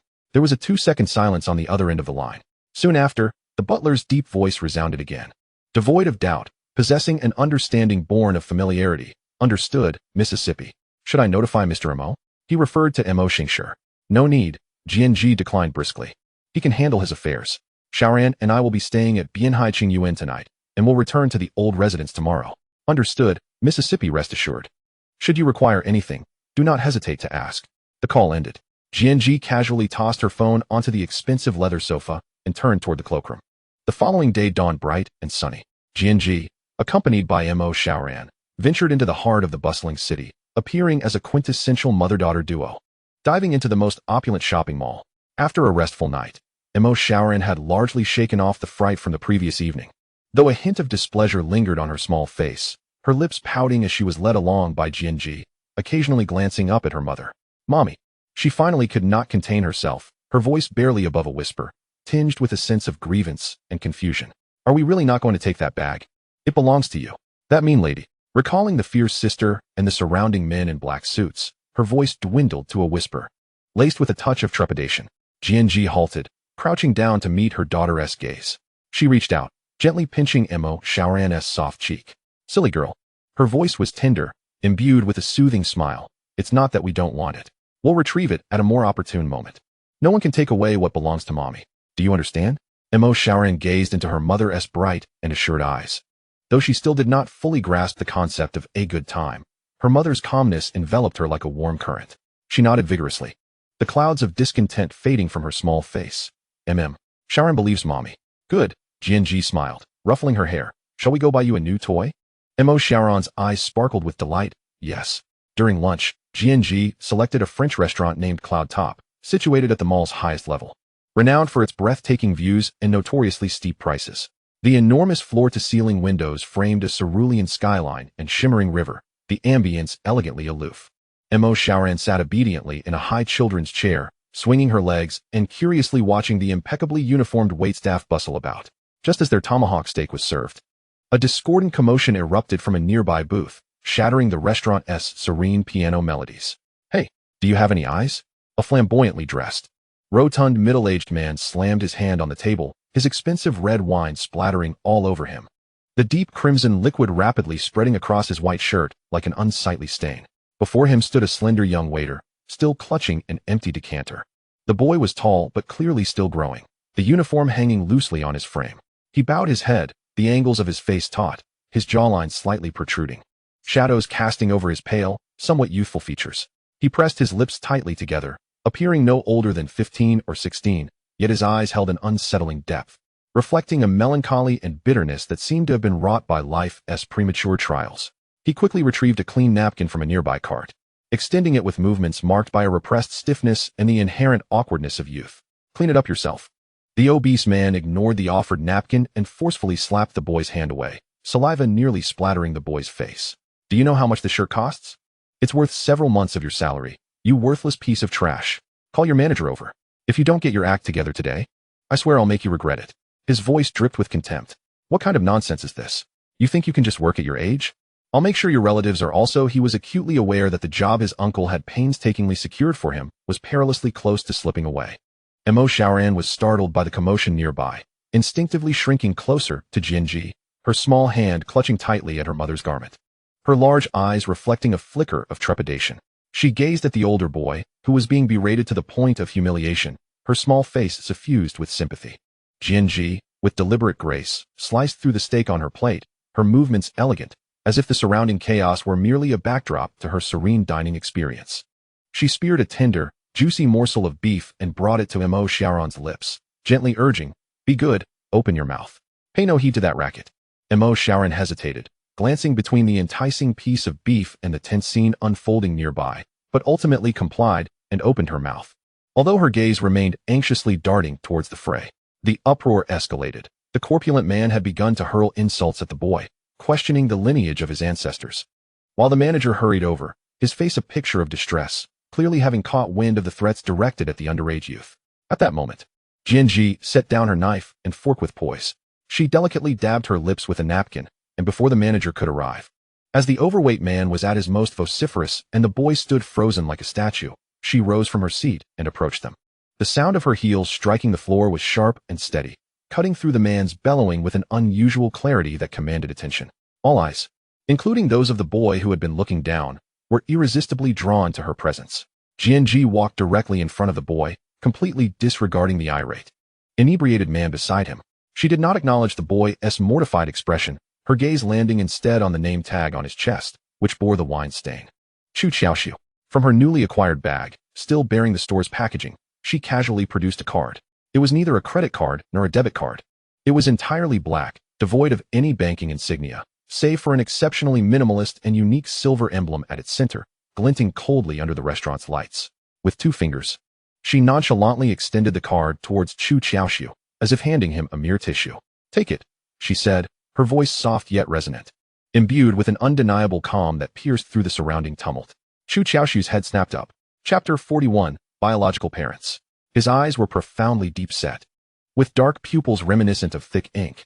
In that moment, those still youthful eyes brimmed with astonishment, confusion, and a hint of offended vigilance, coupled with a youthful stubbornness.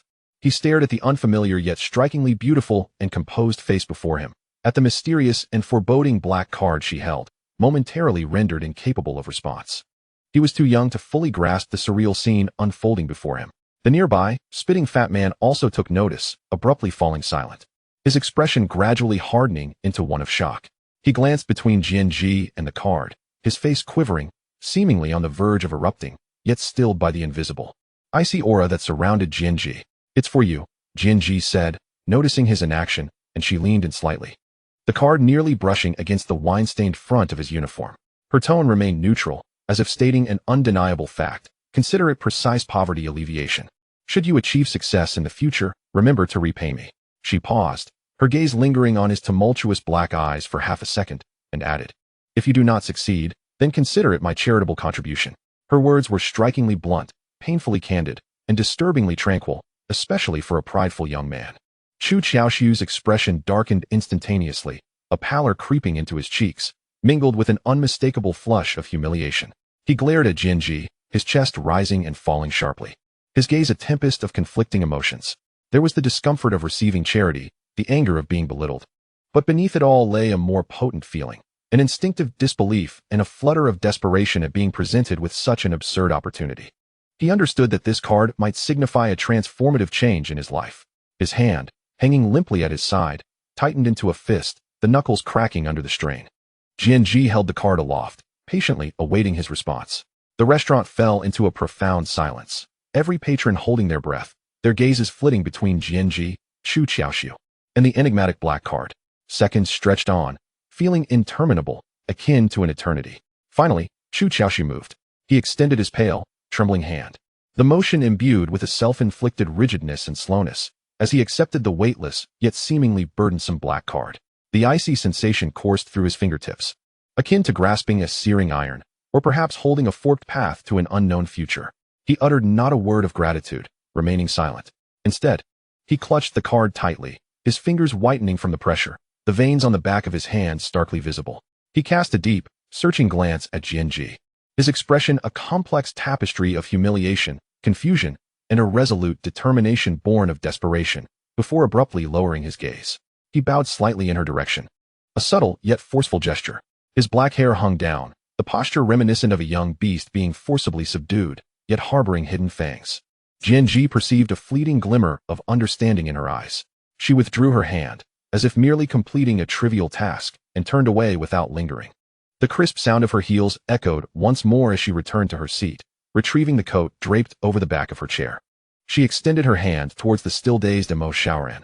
Shaoran, let us go. Emo Shaoran glanced at the older boy, who remained in his bowing position, then at her mother. And with a bewildered "oh," she hopped off her chair, hastily grasping her mother's hand. The mother and daughter departed the cloud-kissed restaurant, oblivious to the myriad of astonished, probing, and reverent gazes upon them, their demeanor unperturbed, as if they were merely stepping out to fetch a cup of coffee. Chu Xiaoxiu remained in his rigid bow until the manager cautiously approached him, helping him to stand upright. He clutched the frigid black card tightly, its edges almost embedding themselves into his palm. He lifted his gaze toward the entrance where Jianji had vanished, his expression as turbulent as the sea before a storm, swirling with a potent mix of desperate resolve and a chilling ambition ignited within him. He looked down at the card in his hand, an object that could easily alter his fate, yet it felt like a searing poison. His throat tightened, silently rolling the realization within. She was certainly no benevolent soul. Yet he needed this opportunity, needed it with a fervor that bordered on madness. The afternoon of familial bonding gradually slipped away. As evening fell, the heavy, intricately carved wooden door of the Mo family's ancestral home closed silently behind them, shielding them from the cool night breeze. Jianji led Mo Shaoran into the brightly lit living room, steeped in the essence of time. Her pace faltered imperceptibly. On the sofa, a pair of modestly dressed, visibly anxious middle-aged individuals immediately rose to their feet. The woman's eyes were rimmed red, clearly having wept recently, upon seeing Jianji and the luxurious surroundings behind her. A flicker of mixed emotion, excitement, and humility ignited in her gaze. The man rubbed his hands together, a sycophantic smile plastered across his face. "Xiaoji, you've returned?" Jian Mu's voice trembled with cautious emotion as she hurried forward, eager to grasp Jianji's hand, yet hesitated midway, fearful of being too forward. Jianji's gaze swept over them with a calm detachment. They were her biological parents, Jian Guodong and Zhao Xiumei, the closest in blood. Yet emotionally they stood on opposite shores of an icy sea. Her connection to kinship had always been tenuous, and at this moment, her heart remained as tranquil as a still lake. Out of basic courtesy, her tense expression softened slightly as she nodded, her voice devoid of warmth. It's late. Is there something you need?" Her coldness doused the flicker of hope igniting in Jian Mu's eyes. Zhao Xiumei's smile froze, quickly morphing into a deeper sorrow. Yet she endeavored to mask it, forcing a smile as her gaze shifted to the timid figure of Mo Xiaoran, hiding behind Jianji. Xiaoran, I am your grandma. She spoke in a voice laced with tenderness.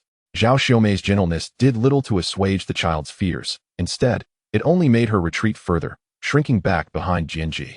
Clutching tightly to her mother's clothing, Mo Xiaoran timidly peered from behind Jianji's leg, her large eyes filled with wariness and unfamiliarity. Grandma? She echoed, her expression a mixture of confusion and hesitation. She could not comprehend the situation, so she chose to dismiss it. This unspoken resistance thickened the atmosphere further. Jianji glanced down at her daughter's small hand, tightly gripping her own, before raising her gaze to the unmistakable disappointment and awkwardness etched on her biological parents' faces.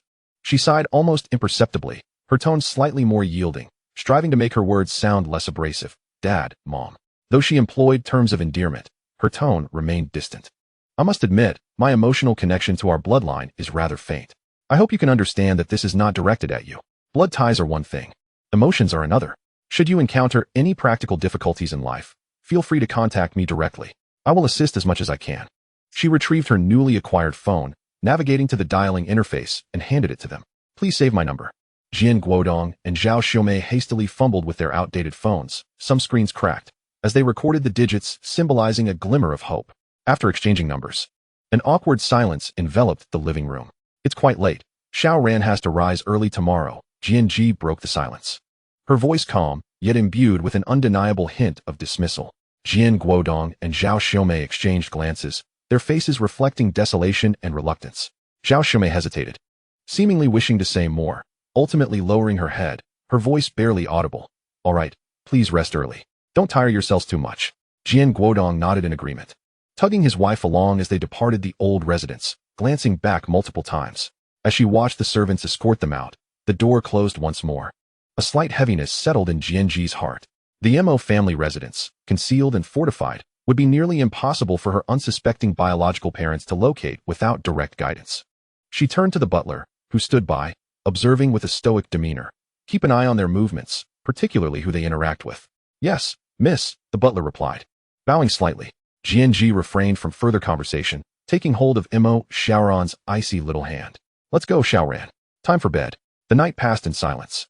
Morning sunlight filtered through the thick velvet curtains, casting a slender beam of light onto the floor.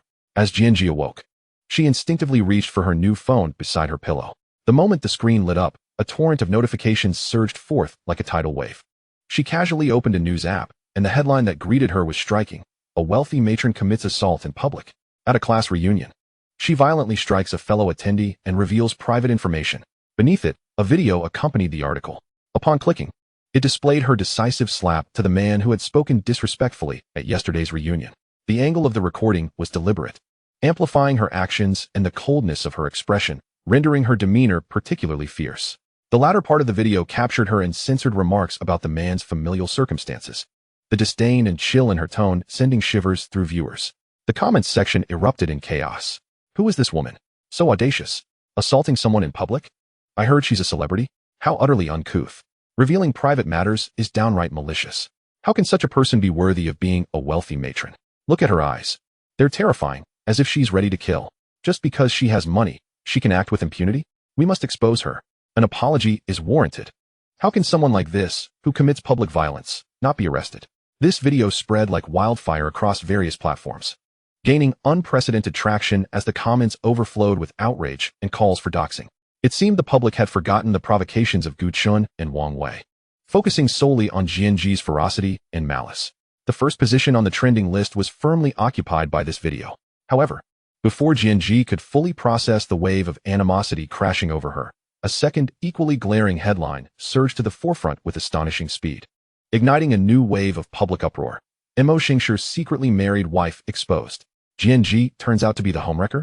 Clicking through revealed a lengthy article along with several images posted by a newly registered Bluevy account. The article lamented dramatically, claiming to be Mo Xingshi's true wife, Lin Yanru. It asserted that Jianji had used underhanded tactics to threaten her, persecute her, and ultimately usurp her identity as Mrs. Mo, leveraging the Mo family's influence. The accompanying images included a partially obscured marriage certificate, with the names Mo Xingshi and Lin Yanru clearly visible. Shortly thereafter, an official account bearing Mo Xingshi's name and verified with a gold V issued a statement. It retweeted Lin Yinru's complaints, stating, "This is indeed a commercial marriage. Both parties maintain independence post-marriage. The details of the agreement are confidential. I have been handling group affairs overseas, while domestic matters are managed by the Public Relations Department. My wife is indeed Miss Lin Yinru. Any prior rumors regarding my relationship with Miss Jinji are unfounded. I am not aware of them." This revelation sent shockwaves through the public. If the previous video merely ignited outrage, Mo Xingshi's personal involvement and Lin Yinru's declaration of her rightful position utterly plunged Jinji into an abyss from which escape seemed impossible. Oh my god. What a shocking revelation. So Jinji is the homewrecker? A commercial marriage? An arranged union? Mo Xingshi has confirmed it. Jinji is merely a mistress kept in the country. No wonder her spending is so extravagant. She must be using Mo Xingshi's money to usurp the rightful wife's position and then act so brazenly. Knowing she is a mistress and still acting shamelessly, she should leave Jiangxing. She pretended to be an aloof goddess, but she is just a parasite who climbed up the social ladder by stealing another's man. My heart aches for Miss Lin Yinru. Bullied by this mistress. Mo Xingshi, hurry back and protect your wife. A deluge of malice poured down upon Jianji like thick sludge, mercilessly besmirching her name.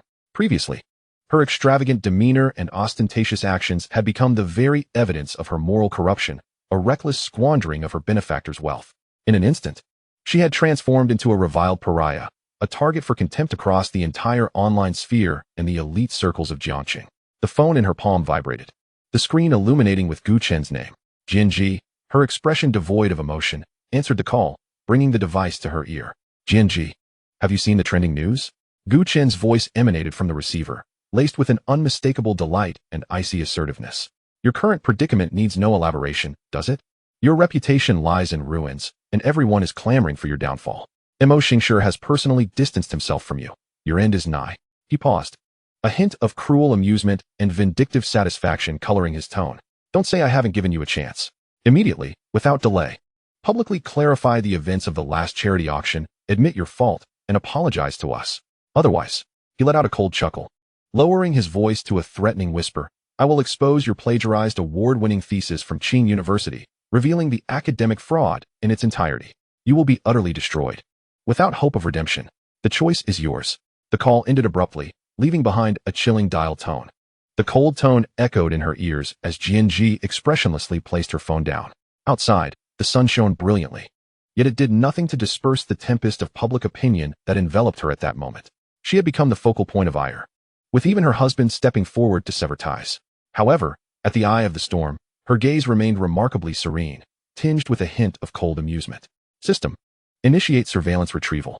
Chapter 43. The tables have turned. 500 face-slapping points have been automatically deducted to purchase surveillance retrieval. The video has been packaged and is being transmitted to the host's phone. Jianji cast her eyes down and picked up her phone again, confirming that the video was of pristine quality before deftly navigating the screen with her fingertips. Soon, an anonymous encrypted link was quietly disseminated across several key online nodes. The link directed to a complete, high-definition surveillance video featuring the corridor outside the private room from the previous day's class reunion. The video provided an indisputable account. The initial half recorded Wang Chong and Li Lily maliciously slandering her as a mistress, catering to an elderly gentleman. The personal revelations she had made were a counterattack against their accusations. Subsequently, the lecherous Wang Chong, enraged, hurled vile insults at her, spitting forth obscenities in a fit of indignation. In a fit of drunken rage, he raised his hand as if to strike her. At the moment his arm swung, Jianji swiftly retaliated with a resounding slap, followed by a bodyguard stepping in to intervene. This context stood in stark contrast to the previously edited and misleading video. The truth, often, merely requires a complete perspective. This high-definition, silent evidence exploded across the online realm like a drop of water in boiling oil. What the hell? The tables have turned. So there was a backstory. I knew it couldn't be that simple. Malicious editing be damned. That sleazy man's insults were appalling. He even tried to hit a woman? He deserved it. So that is how it was. Jianji was merely protecting herself. That man struck first. The reversal is incredible. If it were me, I'd hit back too.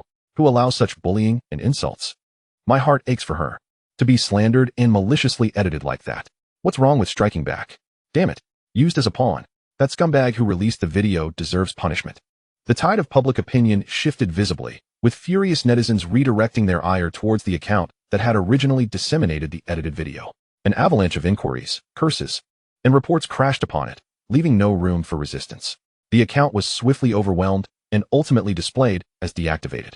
The crisis surrounding the altercation dissipated effortlessly thanks to Jianji's deft maneuvering. Yet, this was merely the first wave. At the Jian family villa, Jian Yao's parents had just returned from a brief business trip, weary from their travels. Jian Yao, who had been waiting with bated breath, rushed to them, her eyes glistening with unshed tears as she embellished her tale. "Dad, Mom, you finally returned. You have no idea. Jianji has become utterly unrestrained. With money from who knows where, she is extravagantly spending on limited edition bags and the latest phones without a second thought. And that's not all. She even brazenly assaulted someone at the class reunion, causing a scandal throughout the city. When I confronted her, she simply threw me out, mocking my humble origins and belittling my worth as a Jian family heiress." Jian Yao's voice quivered with feigned sorrow, painting Jianji as an ungrateful and arrogant spendthrift. Her countenance was a mask of heartbreak, mingled with just enough righteous anger to evoke a sense of desperation and devastation. Jian's parents listened, their expressions darkening. Their frustration over Jianji's rebelliousness had already simmered, and hearing that she was bullying their long-lost daughter pushed them to the brink. "This is outrageous." Jian's father slammed his hand on the table. "Who does she think she is? Does she truly believe she is the heiress of the Jian family?" Jian's mother furrowed her brow. "Did she really say you're unworthy of being a Jian heiress?" Jian Yao, sensing an opportunity, eagerly nodded, her eyes wide with faux innocence. "Yes, she did. She seized the moment to stoke the flames further. Dad, Mom, we cannot allow her to continue this way. She still holds shares in our company. What if she goes mad and uses them as collateral?" This statement ignited her father's fury completely. He promptly retrieved his phone, dialing Jianji's new number, his voice trembling with rage. "Jianji, you come back to the Jian family this instant. Otherwise, I will sell off all your shares in the Jian Corporation immediately. I will suspend your cards." On the other end, Jianji had just resolved the video crisis and was seated on the terrace of the Mo family estate, sipping coffee. Upon hearing her father's roar, her expression remained unchanged, her tone flat, as if discussing the weather. "Do as you wish." She was too apathetic to explain that she had no need for the Jian family's wealth. Nor did she feel compelled to mention that her shares were but a drop in the ocean of her vast assets. Jian's father was nearly choked by her nonchalant demeanor. "Fine," I hung up. Jianji terminated the call without hesitation. Listening to the dial tone, Jian's father shook with fury, while Jian Yao's eyes flickered with malice. Enraged, Jian's father shouted into the phone, "Fine. So you think you can do as you please now? I will make sure you have nothing." He turned to his secretary, bellowing, "Immediately. Sell off all of Jianji's shares in the Jian Corporation. Not a single one left. Also, suspend all her supplementary cards. Right now." As chaos erupted in the Jian household, Jianji had already dialed another international long-distance call. The phone rang for an extended period before it was finally answered, the background noise suggesting a bustling meeting room. "Hello?" Mo Xingshir's voice came through, slightly weary yet still composed. The voice of Jianji was devoid of discernible emotions, yet it carried an undeniable sense of oppression. She glanced at the trending searches in the country and promptly began to probe those around her, harboring suspicions of an insider threat within her company. "Immediately, right now." Mo Xingshir, on the other end of the line, was momentarily taken aback, swiftly recognizing the gravity of the situation. Without further inquiry, he promptly replied, "Give me 2 minutes." The call remained connected, allowing Jianji to discern the rapid switching of devices and the clattering of keys, accompanied by faint voices in the background. 2 minutes later, Mo Xingshir's voice emerged again, laden with an unprecedented seriousness and a trace of barely detectable coldness. "Apologies, I am completely unaware. I've received your apology." Jianji replied in her usual calm tone. "Now, consider how to address this matter." It seemed her suspicions were indeed justified. "Give me a moment." Mo Xingshir's voice was sharp. "Within 2 days, I will resolve this and provide you with a thorough explanation and clarification." "Very well." Jianji replied succinctly before ending the call. In the ensuing 2 days, Mo Xingshir displayed the formidable decisiveness befitting the head of the Mo family. He undertook a thorough investigation, tracing the roots of the issue with astonishing efficiency, ultimately unearthing a commercial spy deeply embedded within the Mo group, his most trusted personal assistant, who had been bribed by the Lin family from Jiangcheng. Chapter 44. A Tool for Alliance. Daring to rebel? This individual, exploiting his position, not only managed Mo Xingshir's schedule, but also directly controlled his official social media account. He crafted the severance statement and covertly collaborated with the Lin family to launch a media assault against Jianji. 2 days later, the official account of the Mo group released a statement that was both stern and meticulously detailed. It vehemently condemned the spy activities and slander of the former assistant. revealing partial evidence of collusion with the Lin family. It solemnly clarified that Mr. Mo Xingshi and Miss Jianji are legally married, deeply affectionate, and their marital relationship has never wavered. All statements previously released by the former assistant that tarnished Miss Jianji's reputation were fabricated and did not represent the stance of Mr. Mo Xingshi or the Mo Group. Legal proceedings have been initiated to pursue the liability of the defamer, including the account of Lin Yanru and its backers. Furthermore, Miss Jianji's Weibo account was granted the official verification mark of the Mo Group. The announcement sent shockwaves across the internet. The reversal was swift and forceful. Following this, Jianji also updated her Weibo with a concise and powerful message, part of the truth regarding recent turmoil. The complete surveillance footage of the assault has been released, and I shall refrain from elaborating further. The so-called marriage certificate is forged. My identification card was brazenly snatched by a woman surnamed Lin 2 days ago in the restroom of XX Hotel, with surveillance evidence collected. The police report receipt is as follows. I had the foresight to reapply for my ID in advance, thwarting any attempt to misuse my identity. The perpetrator, undeterred, resorted to forging and framing me using my husband's identity. I trust the police will uncover the truth. Thank you for your concern. The innocent shall clear their name. The two statements resonated with each other, presenting a tight logical structure and a clear chain of evidence. The truth was unveiled for all to see.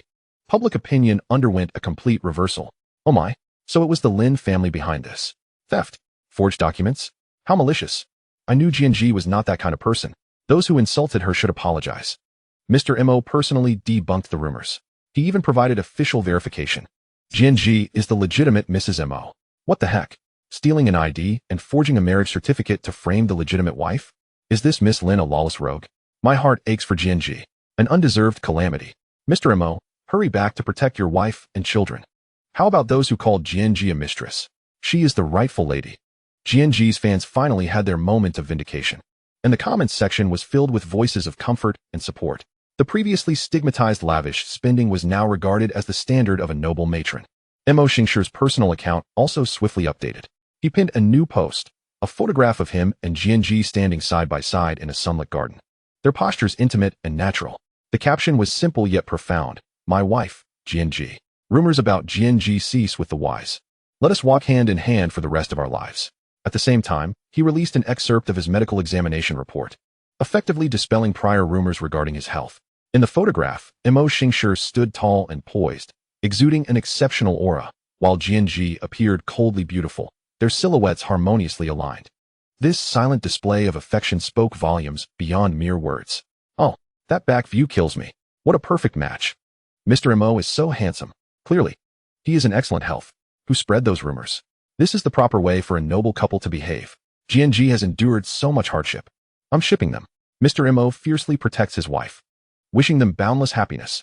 This storm, meticulously orchestrated by the Lin family in an attempt to drag the Mo family and Jianji into the depths of despair, was swiftly shattered by the combined might of Jianji and Mo Xingshi within just a few days. Online discourse flipped entirely, with Mo Xingshi's protective demeanor striking like a red-hot iron on Gu Qin's frayed nerves. He irritably slammed his laptop shut, the screen darkening to reflect the brewing malice and resentment in his eyes. A miscalculation. He had intended to employ a blade to eliminate Jianji from Mo Xingshi's world entirely, yet Mo Xingshi's counterattack had been both rapid and fierce. That blatant display of care felt like a heavy blow to his chest, igniting a twisted jealousy within him. Why? A discarded pawn, used by the Jin family, and then cast aside to bring fortune to the Mo family. How could she earn the favor of someone like Mo Xingshi? Vivid memories from university, both hazy and clear, surged uncontrollably in his mind. Jianji's focused profile under the bright laboratory lights, her occasionally teasing gaze as she glanced his way. That unique radiance had both captivated and blinded him. How could a mere counterfeit, devoid of genuine lineage, outshine everyone else? Gu Qin's throat clenched, his fists tightening until the knuckles turned white, a cold smile creeping onto his lips. Jianji, do you think that by climbing onto Mo Xingshi's pedestal, you can truly cleanse your false identity and secure your position? He inhaled deeply, suppressing the tempest of rage within, his gaze returning to a deep and determined intensity. His fingertips unconsciously tapped rhythmically on the table as he calculated how many more days it would take for his meticulously prepared gift to be flawlessly presented. A counterfeit, pinned to the pillar of academic fraud. Even if Mo Xingshi sought to defend her, he must weigh the reputation of the Mo family. That forged evidence was a trump card in his hand, capable of exposing Jianji's true nature for all to see. She was, at her core, nothing but a despicable fraud. The chilling intent of this twisted scheme seemed to transmit through the air to the Jian family's villa. As time marched toward dinner, the expansive dining hall was occupied solely by Jian's parents, the atmosphere thick with tension, as if leaden. The ashtray before Jian's father had become a mountain of ash. The heavy, acrid smell of smoke unable to mask the rising panic and fury within him. Jianji had yet to return. The call was abruptly terminated, and upon redialing, he was met with a persistent busy tone. This unprecedented defiance struck him like a bucket of icy water, leaving him chilled to the core, only to be immediately engulfed by an even fiercer fury. Their meticulously nurtured daughter of 22 years had now slipped from his grasp. The sensation of losing control coiled around his heart like a cold serpent, constricting his breath and causing the veins in his temples to pulse violently. A mere tool for marriage dared to rebel? Look at this. Look at the chaos unfolding online. Jianmu's sharp voice sliced through the oppressive silence like shards of glass. She held her phone aloft, the screen's glow illuminating her meticulously maintained visage, now marked only by shock and a barely perceptible hint of panic as her trembling fingertips tapped on Jianji's glaring Weibo avatar, adorned with the official Golden V logo of the MO Group. What right did she have? This designation coldly delineated the boundaries. The girl who had borne the Jian surname for 22 years remained, in her heart, an estranged presence. Jian Fu snatched the phone from her grasp. The information on the screen pierced his eyes like poisoned needles. Chapter 45. Dad, I was wrong. Mo Xing's declaration. Bestowing Jianji with the Golden V certification that signified membership within the Mo family's core dawned on him like a flash of lightning. In that fleeting moment, he comprehended the source of Jianji's unwavering confidence. A wave of profound dread seized him, more intense than his earlier rage. This false daughter, whom they had cast aside to procure resources from the Mo family, was not only thriving but had also secured her foothold. This realization left him cold and clammy. For the fear of losing a mere tool paled in comparison to the terror that this tool seemed to possess the capacity to turn against its master. Go. Jian Fu suddenly stood, the legs of the chair scraping against the floor with a jarring noise. His complexion was ashen, his voice tinged with a barely discernible tremor. To the Mo family. Immediately. Right now? He had to seize this last opportunity to regain control of the situation. While Jianji was still unsteady, he intended to warn Mo Xing that what he had married was nothing more than an impostor. Mom and Dad, I'm going to. Jinyao, who had been huddling in the corner of the sofa, eavesdropping, instantly rose, her face a mask of just the right amount of concern. Yet, deep within her eyes flickered a malevolent desire to witness Jianji's humiliation firsthand. She was the true jewel of the Jian family, the fiancée of Gu Chun. By all rights, she deserved to stand taller than Jianji. What chaos are you adding to? Jian Fu, already frazzled by an overwhelming sense of loss of control and apprehension towards Mo Xing, found Jian Yao's ill-timed interjection igniting the tinder of his suppressed rage. He whirled around. His eyes, aflame with panic and fury, locked onto her. Stay at home and behave. The tone left no room for dissent.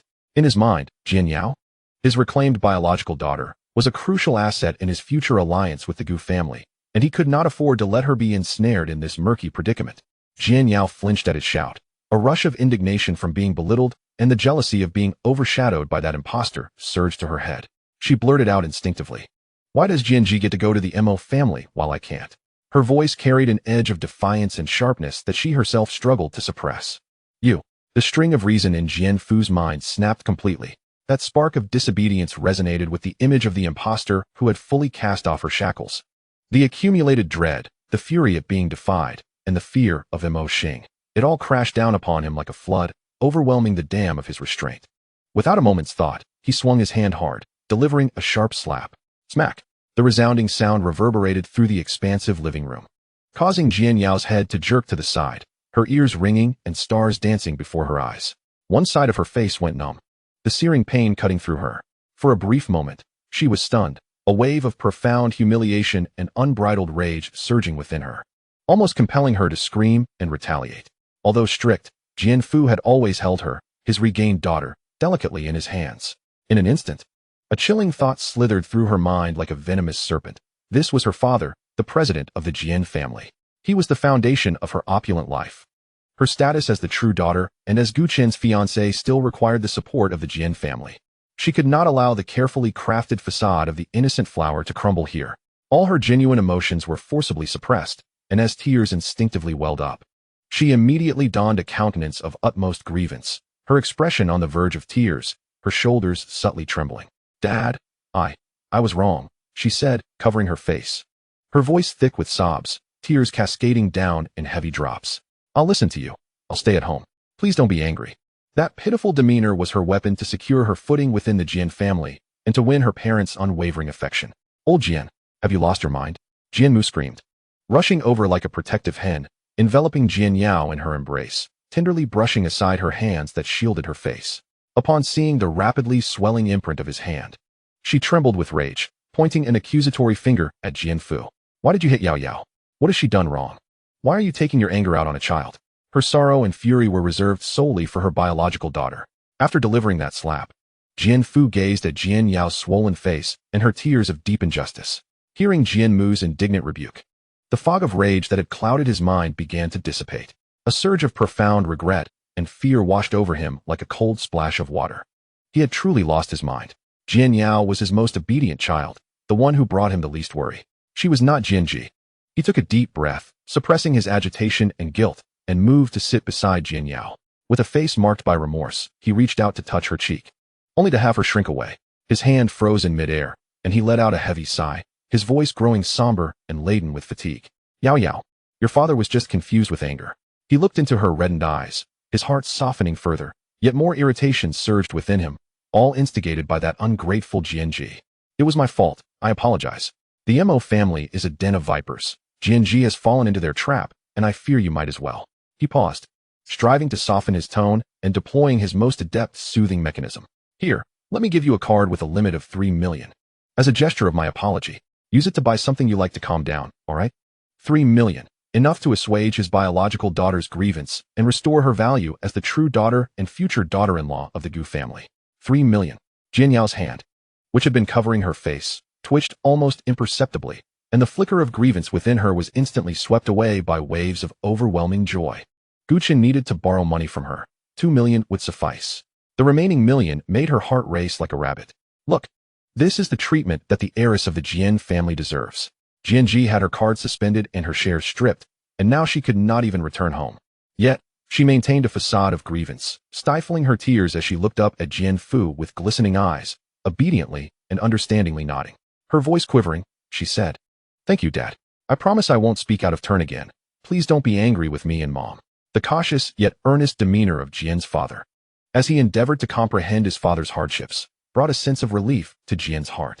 The overwhelming panic that had once engulfed him seemed to be momentarily soothed by the prospect of 3 million and the understanding displayed by his daughter, allowing him to reclaim a fleeting sense of false control and comfort. After hastily reassuring Jian Yao, Jian's father and mother dared not linger any longer, almost fleeing as they drove towards the Mo family home to confront Jianji, who had spiraled out of control and instilled fear in them. Jian Yao stood before the grand floor-to-ceiling window in the living room, watching as the taillights of her parents' car swiftly vanished into the thick night, a cold yet exhilarating smile gradually forming at the corners of her lips. Chapter 46. Where is Mo Xingshi? Though her cheeks still throbbed with residual pain, this slight discomfort paled in comparison to the imminent windfall of 3 million and her future plans. She was the true victor. Jianji was merely a stepping stone on her illustrious path, and to think he dared to dream of turning the tables? Such folly. She swiftly ascended the stairs, deftly discarding the intentionally crafted demure loungewear in favor of a fitted dress that Gu Chun had once casually praised for its flattering effect. Standing before her vanity, she meticulously concealed the remnants of the red marks on her face with layers of concealer, her gaze cool and bordering on ruthless.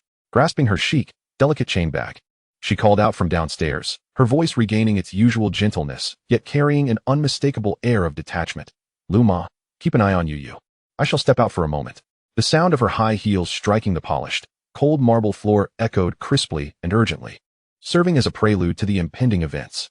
The atmosphere within the Mo family villa contrasted sharply with the somber tension of the Jian household. Warm, golden light flowed through the living room like melted honey, and the air was imbued with a faint scent of milk and a sense of relaxed tranquility. Mo Xiaoran, clad in a fluffy pink bunny onesie, resembled a drowsy little rabbit. Curled up on the small sofa beside Jianji, she clutched a drawing pad, her tiny head bobbing as she fought off sleep, a half-eaten cheese stick clutched in her hand, its tip smeared with a trace of white residue. Jianji had just set down her phone, the screen still illuminated with the director's note for my family has a little cutie. She gazed upon her daughter's adorable sleeping face, her expression cool, yet softened by a tender glow. This tranquility and sense of belonging were gifts she had never truly possessed in her past.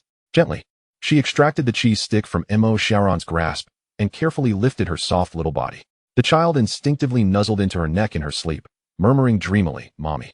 The birthday cake should be a pink My Little Pony." Jianji couldn't help but lean down to kiss her warm cheek, her voice slowing, laced with an imperceptible smile. "All right, Sharon wants a pink My Little Pony. Mommy will remember." That word mommy was the most precious gift she had received since entering this world, a tender compensation from fate. Reflecting on her tragic past life, Jianji's gaze lowered. In just 2 months, it would be the little one's 5th birthday, and meticulous planning was in order. Furthermore, preparations for her upcoming transition to elementary school later this year required early attention. As she pondered these matters, Jianji's icy demeanor gradually softened, eventually returning to her customary coolness. The invitation from the variety show director had come at an opportune time. A month-long filming in the picturesque Wachashan City and Summer Island would perfectly coincide with Sharon's birthday, serving as a special prelude to a parent-child trip. She cradled her sleeping daughter as she walked back to the whimsically decorated children's room. Moonlight streamed through the sheer curtains, casting a gentle silver hue upon the exquisite dollhouse and the pink princess bed. With utmost care, she laid Mo Shaoran into the soft blankets, tucking her in snugly with a small cover adorned with stars, moons, and flowers, meticulously arranging the corners. Observing the serene and secure expression on her little one's face, Jianji felt a wave of warm tranquility wash over her. She leaned down and placed a gentle goodnight kiss on her smooth forehead before quietly closing the door behind her. Just as she returned to the living room, a loud, aggressive doorbell rang out from the distant entrance, filled with unmistakable anger and insistence. The urgent sound pierced the stillness of the night, shattering the ambience of warmth and comfort, echoing the typical domineering and unreasonable nature of the Jian family. Jianji halted, her cold brows knitting together slightly, approaching the visual door control at the entrance. The screen illuminated with a soft blue glow. The image clearly displayed 2 familiar faces that weighed heavily on her heart, instantly freezing her gaze. Jian's father, with a grim countenance and tense muscles, bore eyes ablaze with suppressed fury and a hint of barely detectable apprehension, fixated on the camera as if trying to penetrate the screen. Beside him stood Jian's mother, draped in an expensive cashmere shawl, her makeup meticulously applied. Yet her face radiated a chilling indifference, surveying the surroundings with a discerning eye, as though evaluating a product that failed to meet her standards. Their expressions served as a stark reminder of her 22 years of existence as a false heiress, culminating in the humiliation of being exchanged like a mere commodity. The inevitable had finally arrived. Jianji's gaze settled into a profound stillness, the warmth she had felt in the presence of her daughter evaporating, leaving behind a chilling indifference. She refrained from opening the door immediately. Instead, she picked up the internal phone, her voice steady and devoid of emotion. "Uncle Fu, bring 2 people and wait for me behind the secret door in the living room." After placing the call, she gestured for the servant to open the door. The heavy, intricately carved door creaked open slowly as Jian's father and mother stepped inside, their movements deliberate and composed, back straight, as if they were not here to plead but to inspect their territory. Jian's mother's critical gaze swept across the entrance decor, carrying her usual air of superiority. Jian's father scanned the spacious living room, his gaze landing solely on Jianji, who sat leisurely on the sofa, a cup of tea in hand, while Mo Xingshi was conspicuously absent. "Where is Mo Xingshi?" Jian's father inquired, his brow furrowing, his tone cold and laden with an expectation of authority that demanded compliance. "Tell him to come out and see me. We're here." What does it mean for him to hide away? His posture clearly attempted to establish himself in a position of authority, akin to that of Mo Xingshi's father-in-law. Jianji slowly set her teacup down, the gentle clink against the coffee table resonating softly. She raised her eyes to meet her father's, a mocking smile tracing her lips, unmasked in its sarcasm. "Mr. Jian, do you not think you are assuming the role of the elder a tad prematurely, and perhaps a bit too grandly?" Her tone was calm, yet laced with barbs, as if to question his inflated sense of self-importance. "This is the Mo family, not your Jian family conference room where you issue commands." "You." Jian's father's face flushed crimson at the blunt mockery, the veins on his forehead bulging. The series of uncontrollable events and defiance he had faced today, compounded by the online debacle, ignited a fury within him that threatened to erupt. He fixed his gaze on Jianji, his fists clenched at his sides, taking several deep breaths to suppress the urge to lash out. No, the matter at hand was too important. With a sullen expression, he stepped forward, lowering his voice to a near whisper, saturated with raw threat. "Jianji, I warn you for the last time. Do not think that climbing into the Mo family means you have achieved everything. Do not forget, your biological parents are still out there. If you refuse to obey, I would not hesitate to invite them over for a thorough discussion. What unforeseen circumstances may arise then will be beyond my control." Chapter 47, Undercurrents. This was his habitual tactic, the most effective trump card in his arsenal. Initially, to compel Jianji to obediently marry into the Mo family for the sake of good fortune, he had resorted to threatening her with those honest, simple rural parents. To his astonishment, Jianji's expression remained utterly impassive upon hearing his words. She even lazily leaned back, casually waved her hand in dismissal, her demeanor as nonchalant as if she were swatting away a fly. "Oh, kidnapping? Go ahead. Be my guest." She even lifted her teacup and took a languid sip. "You." Jian's father was completely taken aback, his eyes brimming with disbelief. How could this be? This girl had previously risked her life for her biological parents. Was this indifferent attitude merely a facade? It had to be a ruse. "Oof, stubborn." Jian's father sneered, attempting to discern any signs of disguise on her face. "You may be defiant now, but when trouble truly strikes, you will regret it. Do not presume that Mo Xingshi can protect them." Jianji set down her teacup with a soft sigh, as if she found his foolishness utterly irredeemable. "Mr. Jian, it seems you have just returned from a business trip, and your information is somewhat outdated." She raised her gaze, her eyes clear and bright as she looked at him. "My biological parents visited just a few days ago. We had a delightful family reunion. Were you kind enough to inform them of my whereabouts?" She deliberately emphasized the words kind enough. Jian's father's pupils constricted sharply. "They came? How could he not have known?" He instinctively wanted to deny it. Nonsense. But he quickly realized that this was of little importance. What mattered was preventing Jianji from slipping out of his control. He immediately adopted a stern expression, his voice grave, imbued with an undeniable authority. "Jianji, I do not care whether they have come or not. Listen carefully, you do not possess the blood of the Mo family. Ultimately, you are still a Jian. Only by adhering to your station and remembering that you were sent into the Mo family by the Jian family will the Jian family be your greatest support. The Mo family is a treacherous quagmire. Without the Jian family's backing, do you truly believe you can secure your position here? The freedom you desire, do you think Mo Xingshi will genuinely grant it to you? Only with the Jian family's assistance can you acquire what you seek and genuinely control the Mo family." Control the Mo family? Jianji couldn't help but burst into laughter, unable to contain herself at what she had just heard. While she had suspected that Jian's father harbored grand ambitions, she had not anticipated his audacity to contemplate swallowing the Mo family whole. This was no longer ambition, it was sheer folly. "Mr. Jian, are you perhaps a bit unrealistic?" She was weary of wasting her breath on these delusional parents. Rising to her feet, the last remnants of politeness vanished from her countenance, leaving only a chillingly detached demeanor as she gestured for her departure. "Fu Bo, see them out. Mr. and Mrs. Jian, please." As her words fell, a hidden door on one side of the living room slid open silently. Butler Fu Bo, accompanied by two burly, expressionless bodyguards, emerged directly before Jian's father and mother, his demeanor respectful yet unyielding as he gestured for them to follow. "Mr. Jian, Mrs. Jian, this way, please." The expressions on Jian's father and mother's faces instantaneously soured. Glancing at the two towering bodyguards, then at Jianji's impassive face, they felt an overwhelming sense of suffocation that nearly robbed them of breath. Ultimately, Jian's father could only force out through clenched teeth, "Fine. Very well. Jianji, you will regret this." With that, he departed, his face ashen, dragging the equally displeased Jian mother along, escorted by the bodyguards, leaving the Mo family in disarray. The living room fell silent once more. Fu Bo waved his hand for the bodyguards to retreat, but did not leave immediately. He regarded the calmly seated Jianji on the sofa, hesitating for a moment before finally speaking. "Madam, were you truly not worried about your biological parents?" And what Mr. Jian said. He had listened from the hidden door throughout, feeling his heart race with apprehension.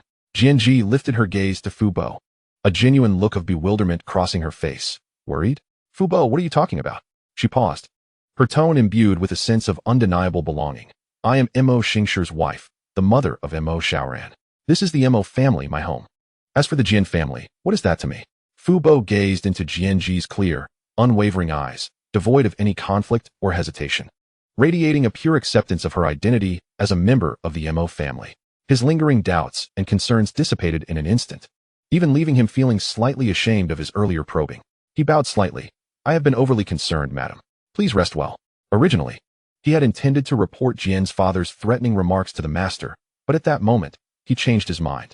The Madame stance was so clear that it was unnecessary to mention those words.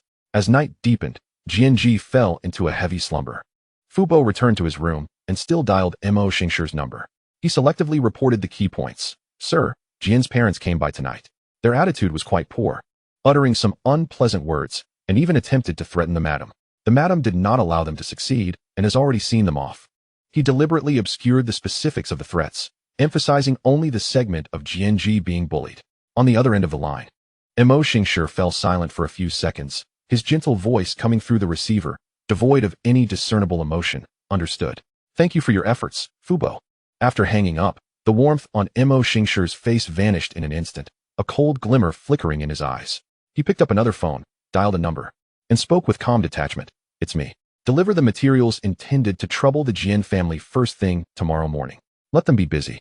He had not specified what they should be busy with, but the other party evidently understood. Seeking to disturb his wife? They would first have a taste of the chaos. On the other side of the city, the night was thickening. In the master bedroom of Gu Chen's upscale apartment, a languid atmosphere lingered after passion. Jian Yao nestled in Gu Chen's embrace, her face flushed with satisfaction, yet her eyes sparkled with shrewdness. The funds have been secured. The company is back on track. Jian Yao's voice carried a sultry rasp. As long as our joint project with Qing University's Research Institute successfully lands, and the data looks good, the path to going public will be paved. At that point, a plethora of investors will come bearing money, and we won't have to worry about the funding chain anymore.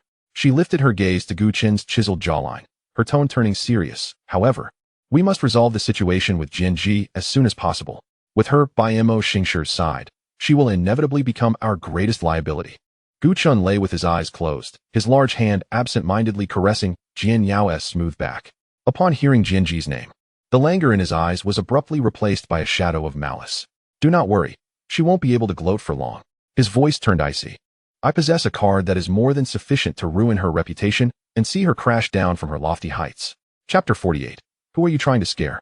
Oh, Jian Yao became intrigued, propping herself up, her eyes glimmering with excitement and a chilling gleam. What card? A cruel smile curled at the corners of Gu Chen's lips. Do you recall the scandal involving a certain girl from Qing University who fought off 7 suitors? Although the lead actress was never caught, the rumors circulated for quite a while. He paused momentarily, malice intensifying in his gaze. I possess evidence that can substantiate my claim. The original female lead was none other than Jianji. Furthermore, she was involved in several pivotal research projects during her time at school, and the core data has been severely fabricated. With academic misconduct coupled with a chaotic personal life, I wonder how Mu Xingshir can still defend her. Can the Mu family possibly tolerate such a stain on their reputation? Jian Yao's eyes instantly sparkled. Really? That's splendid. She was nearly on the verge of exclaiming in excitement, as if she could already envision Jianji being publicly reviled and utterly humiliated. Leaning in, she planted a fervent kiss on Gu Chen's lips, her voice dripping with sweetness and dependence. Brother Chen, I knew you would find a way. This time, we must ensure Jianji never rises again. Just as Jianji had sent away her troublesome parents and was about to indulge in a relaxing bath, the elusive and malevolent system suddenly sprang to life in her mind, its voice tinged with a hint of schadenfreude. Ding. Host, please be aware. Gu Chen and Jian Yao are conspiring to accuse you of scandalous rumors and academic fraud, aiming to ruin your reputation. Jianji paused, then let out a derisive laugh, her eyes revealing unabashed mockery. Scandalous rumors? Academic fraud? She was acutely aware of how Gu Chen had earned his so-called genius status. Back in the day, he had struggled under the weight of being a bastard child of the Gu family at Qing University. It was her, Jianji, who had drained her savings and even secretly sold several expensive pieces of jewelry to fund a crucial experiment. Without her selfless financial support, Gu Chen would have long been trampled by the legitimate heirs of the Gu family, reduced to obscurity. And now, he dared to turn the tables and accuse her of fraud? A mere clown. Jianji coldly uttered 4 words. What she held in her hand was far more substantial than Gu Chen's fabricated evidence. The information regarding Gu Chen's status as the illegitimate son of the Gu family was known only to her and Jian Yao, and it was a ticking time bomb. The Mu family, the foremost among the 4 great families in Jing City, alongside the Lin, Wan, and Gu families, held a transcendent position due to their profound ties and cooperation with the state, which far surpassed the others. The Gu family? They merely thrived on ancestral blessings. Ding. Detection of host's strong desire for retaliation. Triggering task. Expose Gu Chen's true colors as a faux genius. Shatter his conspiracy and earn 5,000 face-slapping points. Please seize the opportunity. Understood. GNG mentally replied, her gaze sharp. She intended to wait until Gu Chun was at his most boastful and vociferous before unleashing the incriminating evidence that could utterly demolish him. Just imagining that scene filled her with anticipation. In the dead of night, silence enveloped everything.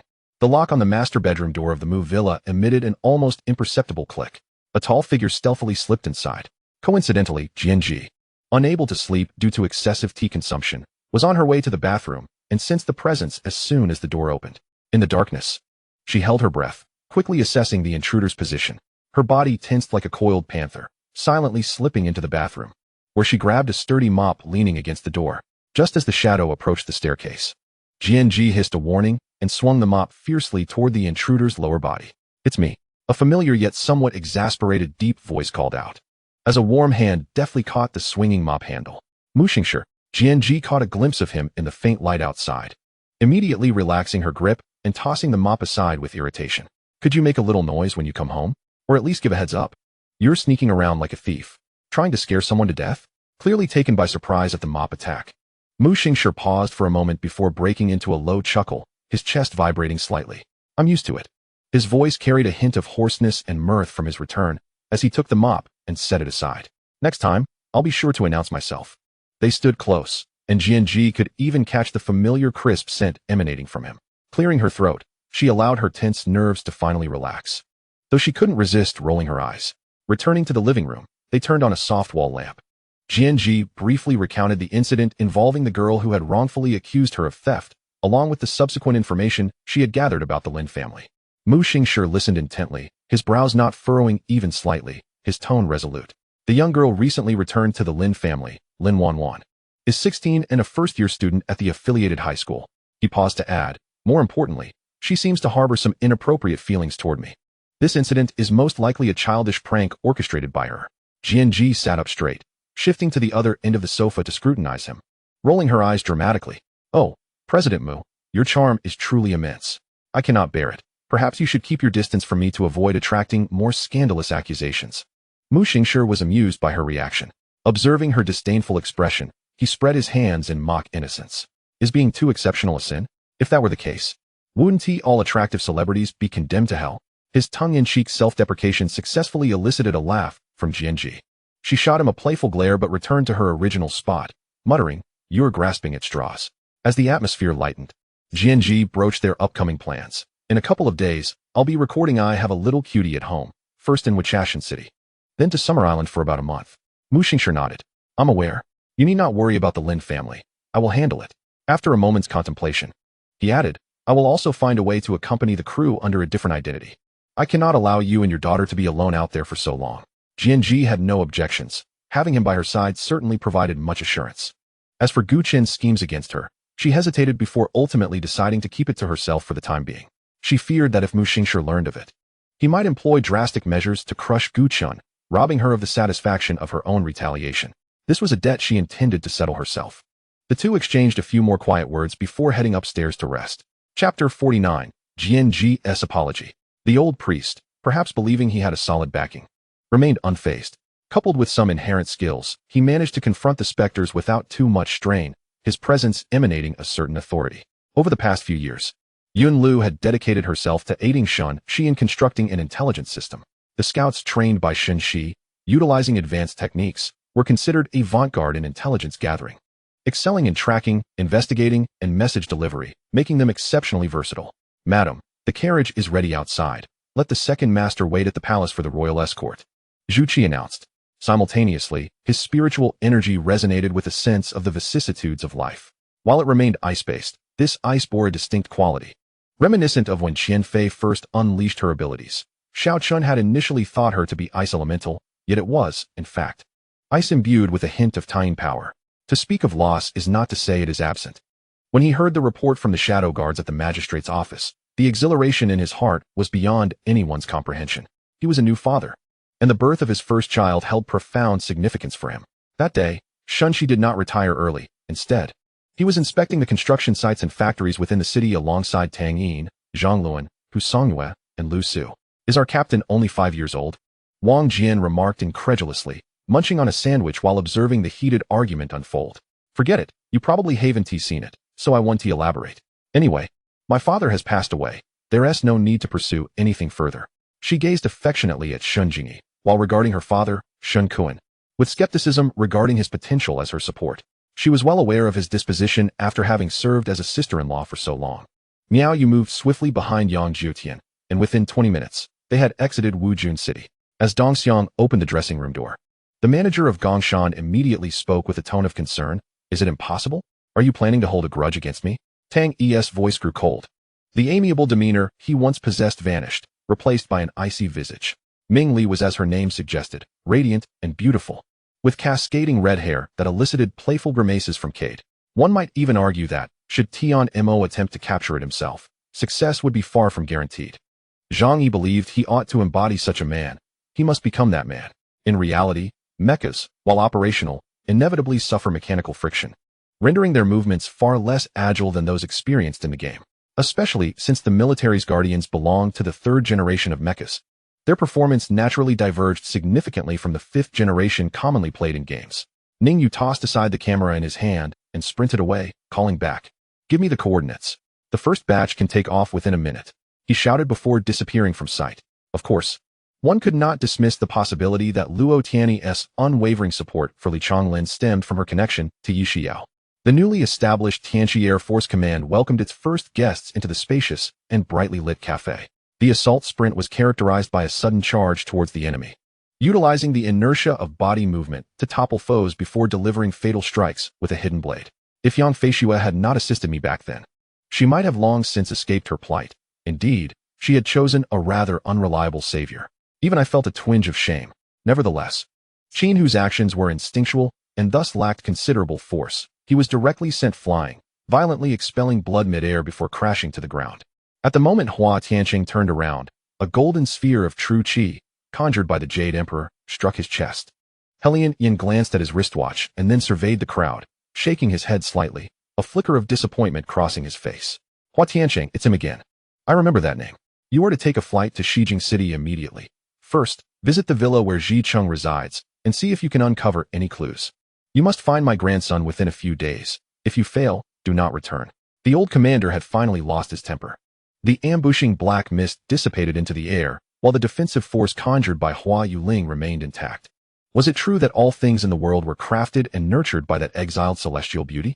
In the blink of an eye, half a month had passed, and Zhong Liu had not concerned herself with the wedding arrangements, as Li Mayan and Zhong Yijin had insisted she remain unperturbed. As he spoke, he replaced Lin Yuming's juice with another glass, clinking it with hers before downing his drink in one go. Chen Dong awoke with a start, bewildered as he opened his eyes to a sea of white, feeling an excruciating pain in his chest before suddenly recalling he had been shot. The dog-headed troops stationed there would engage in battles against ferocious beasts, inevitably incurring sacrifices, yet they ultimately triumphed, ensuring the miners remained unaffected. Li Yulin's voice brimmed with regret as Li Yujiao, still caring for her sister, sighed and rose to open the door. Criminal suspect, male, height between 1.78 and 1.80 meters, lean build, sharp shooting skills, voice somewhat recognizable. Though this statement was delivered plainly, its true implication within the hearts of the descendants of the Dark was that they had already regarded Zhu Sha as a transcendent figure destined for greatness in the future. This shop bore no extraordinary features, adorned in ancient style, with a chest-high counter and solid wooden flooring, casually furnished with rattan tables and chairs, resembling a simple parlor. In Chapter 50, cousin Mo Xingshi. Yet he suddenly realized that aside from the core members of the production crew, no one outside recognized this assistant as Mo Xingshi. In the eyes of others, this merely appeared as ambiguous behavior between Jianji and her unfamiliar male assistant. Quick, Xiaowang, go remind Teacher Jian. Tell her to be mindful of her actions. No, urge her to think of a solution. The director urgently instructed the crew. Crew member Xiaowang hurriedly approached Jianji, seizing the moment before the camera turned. Returning to the main topic, after I bled, a torrent of information flooded my mind, almost overwhelming me. I was taken aback. Darkness enveloping my vision, and instantly succumbed to unconsciousness. Though insects gathered within human homes, chirping melodiously or lying in quiet repose, they shared a common trait. As the dusky night descended, they would reveal themselves, allowing people to catch glimpses of their presence. The palace master once more raised the flowers from the table to her nose, inhaling deeply, instantly transforming back into a figure of enchanting allure. April, who is she? Why can't I recall what she looks like?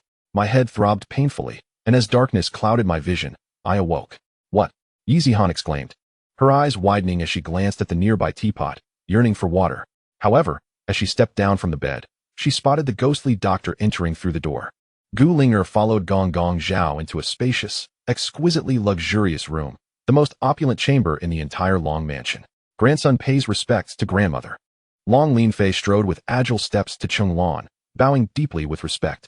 The largest hospital in Shanhaisen is the Shanhaisen Central Hospital, where Qin Yushan works as the head of the General Surgery Department. He is a descendant of the Qin lineage, sharing a common ancestor with Qin Yu, though their connection is quite distant, spanning over 5 generations. At the residence of Yang Zhongwu on West Avenue of Yifu, a line of carriages and horses stood at the entrance, filled with those seeking to curry favor with gifts. Zhuang gently swallowed hard, her chopsticks trembling as they reached for the salad before her, a plate of colorful vegetables and fruits, a plate of thin beef steak, and a bowl of chicken and mushroom soup, which would suffice for lunch. Power fruit, power fruit. Yi Feng chanted the name of the power fruit incessantly, hoping the wheel would land in that section. Wow, Li Chun, are we going to team up with Jialing? Wang Zhulan observed as Chun Yihan joined Deng Zhao and began discussing with Li Chun. The emperor restrained himself from being disrespectful in front of McQueen. Yet this trainer was indeed pushing the limits of absurdity. Could he not be a bit more earnest in such a moment? Even the audience surrounding them had not yet comprehended what had transpired, and the struggle concluded almost instantaneously, lacking any sense of suspense. Hey, where are you 3 going? Class is about to start. As the door swung open, 3 students brushed past, leaving their instructor bewildered. The Lingbo Weibu, renowned as the foremost lightness skill among the heavenly dragons, possessed an extraordinary grace, allowing an ordinary individual like Duan Yu to effortlessly evade the assaults of the Southern Sea crocodile god, Yu Laosan, even in his initial attempts. Once the filming commenced, the production progressed systematically for over half a month, with the assistance of the advanced technology exchanged by Mu Qiu from the system. Nearly half of the film was completed in just a fortnight. The remaining portion would likely be wrapped up within a month, enabling them to meet the spring festival release schedule. How could this be? Hai was not surprised that he could strike him. Rather, he was perplexed as to how he knew he would appear in that position. Why is it that my roommate seems so much more normal compared to the absurdity I encountered in the past? Li Chen remarked, glancing at their messages. Chapter 51, Dividing the Rooms. Mo Xiangshi, who was nearby, overheard this and paused momentarily, shaking his head in resignation. Though a slight smile of indulgence and affection crept onto his lips as he continued to tidy up the tousled hair of Mo Xiaoran, which had been ruffled by the wind. After a brief respite, the team set forth once again. The latter part of the mountain path proved to be more arduous, yet the goal was now within sight. As the group reached the summit, panting and drenched in sweat, they beheld the ethereal clouds swirling around them. Yin Fu Xiao shot a playful glare at Nangong Qing, her radiant and enchanting visage conveying a multitude of emotions, causing Nangong Qing to squint slightly. Undoubtedly, the central bureaucratic reform plan initiated by the emperor in collaboration with the prime minister had been approved in the council meeting. Do you know how your childhood friend Mingxin met her demise? Suddenly, the voice of the hall master of Lingyao Palace turned frigid enough to send shivers down one's spine. Upon Lu Yunyang's arrival, he was escorted to the hall on the 2nd floor. The room was already adorned with lanterns, and small groups of people were engaged in guessing lantern riddles. Furthermore, the severing of Lu Bingyun's heart meridian posed a significant challenge. It was evident that Ji Yunru could not mend it with mere divine power, for excess divine energy would claim Lu Bingyun's life.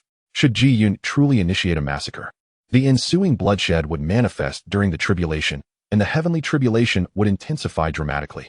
As long as Situ Nan himself did not breach the Vajra formation, no one would discover that the original leader of the Golden Vajra had been replaced. Xiao Feng and the others were taken aback. The voice was unmistakably that of the Ghost King, Su Ruowu. Yet, only the sound was heard, with no sight of the figure. As they were engulfed in confusion, the high walls draped in crimson satin at the back of the arena began to shift, slowly parting like 2 grand doors. Sister Tai was right. This Yao Zijin is far too enigmatic. It would be wise for the heir to maintain a distance from her, Ma Shan advised. Truly, she is exceedingly peculiar. Tong Jiabao, accustomed to various beauties, glanced at Wang Zhangzhu and acknowledged her beauty, though he did not find her particularly stunning. He merely nodded lightly, offering a brief smile in acknowledgement. Hey, buddy, while discussing Taoist theories, how did this girl manage to pull a line from Buddhism? Yet, the logic was sound. There was nothing inappropriate about it. This makes sense, I thought, opening my eyes to realize that we were all merely treading in place, failing to advance even a single step. I had suspected this. Even if we were aware of each other's positions, with so many people, collisions were inevitable. After walking for a considerable time, no one had moved, and thus, no one could reach anyone else. If someone were to lock eyes with Yang Jun at that moment, should their cultivation be insufficient or their mind unstable, they would undoubtedly find themselves ensnared, unable to extricate themselves. Xia Yongning glanced at Mu Zishan, receiving an unspoken message in return, dare to disrupt my performance. And you shall see. Her demeanor suggested a readiness to sever ties. The designated meeting place was the kitchen of a well-known Western restaurant, leaving Hao Dong astonished at their ability to secure a reservation there. Mother, what are you saying? Do you not see that my two younger sisters are still here? Before she could finish her sentence, she was interrupted by Lu Mingfeng, her cheeks flushed with playful reproach. The streets were not bustling with large horses, but were instead filled with tourists of various skin tones, their expressions predominantly languid and carefree. After being chewed, the edamame's tender and glutinous texture culminated in a subtle tang that slid down into the stomach, creating a sensation that, despite being a steaming bowl of soup, evoked a refreshing chill reminiscent of the countryside, even in the sweltering heat. Dong Linger gazed blankly at the pristine cave wall before her, her expression darkening. Without a moment's thought, she summoned the damage whip and struck the barrier once more. Silence! Nangong Feng bellowed, causing an immediate hush to blanket the room. Chapter 52. Imo Shaoran is not your daughter. However, the cold noodles being sold had become extraordinarily expensive, priced at $1 per bowl, even though prices were reportedly rising. A bowl of cold noodles now equated to the cost of 2 taels of noodles. Go take a look, and you'll understand. Yi Miao chuckled inwardly. Recognizing the fear that had set in, she had not shown a hint of panic when bullying Yi Miao back then, even though she had not been a particularly good child herself at that time. In the ancient forest, the most ancient and mysterious creatures dwelled, concealing long-forgotten histories. The light of the table lamp illuminated his handsome features, half in light and half in shadow, accentuating the depth of his contours. Even the most resolute individuals would likely go mad after enduring such torment. Rising to a height of over 100 meters, it was evident that its entire length must exceed 400 meters. Jiang Dong had never encountered such a colossal serpent, even in the dead lake. The longest serpent he had seen barely reached 100 meters. Zhang Jiaoyang's circle was expanding rapidly. Thus, could he not share in his resources? In this matter, he felt compelled to assist Zhang Jiaoyang in achieving his goals. As a point guard with an exceptional sense of the bigger picture, Paul would not become fixated on engaging Yang in one-on-one combat. Realizing the opportunity had slipped away, Paul promptly initiated a pass, sending the ball into Stojakovic's hands. A man venturing into the deep mountains with his son? Where did his son come from? Wang William shot a glance at Park Hyman. Reports should be made in the office. Besides, Director Ma had already provided a detailed briefing that day. From his observations at the meeting, Zhang Jiaoyang discerned that Ma Ping was quite supportive of Yan Wei. As soon as Yan Wei departed, he came to report, and Zhang Jiaoyang bore no favorable expression towards such a person. No sooner had the words left his lips than a golden seal shot forth from Ma Tiankuai's sleeve. Hovering before Nu Hai, you lie? She is not even in the city. Shen Ying's eyes widened with rage, almost ready to strangle Shen Etian. Lin Xiufan continued to berate, her gaze fixed downward as she inspected her son's injuries, oblivious to the additional hand encircling her neck. By the time she realized it, her breath had been seized, and the grip around her neck grew increasingly suffocating. Jiang Lin observed her expression, which had lost the earlier bravado she displayed when outnumbering him, and found it amusing. She contemplated, never mind, weapons are crucial. Thus, they proceeded without any psychological burdens, initiating their looting mode, regardless of whether she is or is not herself. Irrespective of usefulness or lack thereof, the intent to seize is paramount. With the presence of a steward system, they have truly achieved their goal. One must not miss the opportunity as they pass by. Jiang Lin, on the other hand, sleeps quite soundly. It is no wonder, the rigors of work are exhausting. And with his wife having moved in, he feels neither anxious nor apprehensive, but rather a sense of anticipation. After speaking, Shang Wanxiye cast a gratified glance at Mo Beishing. Wu Shuang has always regarded arguments with disdain, often responding with silence. While she does not take others' words to heart, she still feels a pang of sympathy. With Mo Beishing present now, she no longer worries about Wu Shuang being at a verbal disadvantage. Snape sighed, stating, I shall henceforth be known as Chier. And you as the Wang clan, now cast out. As he spoke, he gestured towards the nearby Qi residence. Zifeng calmly nodded, using his mental prowess to swiftly deplete the resources of the Qi residence, then pulled this fellow along to a different location. As the head of the Falling Moon sect, Bai Yunshang, renowned as the most beautiful in the martial world, merely glanced at him, and he promptly altered his name. I must go, otherwise it would be difficult to validate the thoughts in my heart. Chun Yin slowly nodded in agreement. Oh, my dear elder brother, when did you arrive? I was merely speaking in anger. How could I ever blame my own nephew? Although Boss Jiang uttered such words, his face betrayed the displeasure he felt. However, with his mouth sealed, he could not articulate his thoughts, resorting instead to a pitiful gaze directed at Zi. The reason she only heard the explosion without feeling any impact was that she was entirely enveloped by wings, with Ji Hanxiao serving as her human shield. Those at the 4th level of Qi training can recover 70% of their spiritual energy, while those below the 7th level can regain 50%. And those between the 7th and 9th levels can only recover between 20 to 30%. During this time, Yu Wei did not cease creating a foul stench. As he observed his son on the verge of dehydration, and with the acupoints momentarily unresponsive, Huang Liang found himself equally unable to halt Yu Wei's condition. Thus, Yi Xiao had no choice but to inject Yu Wei with glucose while calling for someone to handle the cleaning. The orb of light they absorbed was utterly distinct. Theirs predominantly bore a milky white hue, while only the top-tier individuals among them, such as Wang Yu, displayed a faint golden tint. In contrast, Ji Kelly's orbs were mostly golden with a slight admixture of milky white. Yao Zhixin initially sought to request aid from Li Xingji, but upon witnessing the two timid individuals with heads bowed, she immediately discerned that she held no significance in Li Shengji's eyes compared to Dongfang Chuxin. Having previously suppressed her tears, she could no longer maintain her composure and wept freely. In the Grand Hall, upon hearing the words of the second Prince Murong Wei, his trusted ministers erupted in laughter, their disdain for the third Prince Murong Jinlong evident in their derisive remarks, showing they held him in utter contempt. Furthermore, what Gu Jun needed to accomplish initially was to create a suitable geographical environment for rice cultivation, preparing the soil with nutrients, weeding, pest control, and sterilization. He entrusted these tasks to a Fu, who would manage them later. However, he intended to plant a greater quantity of rice the following year, thus preparing to requisition land from Shuiwan village. Choosing the latter option would indeed favor this factory, contradicting their initial intention of suppressing it. Yet, could it be that the interplay was merely a facade, or held some genuine sentiment?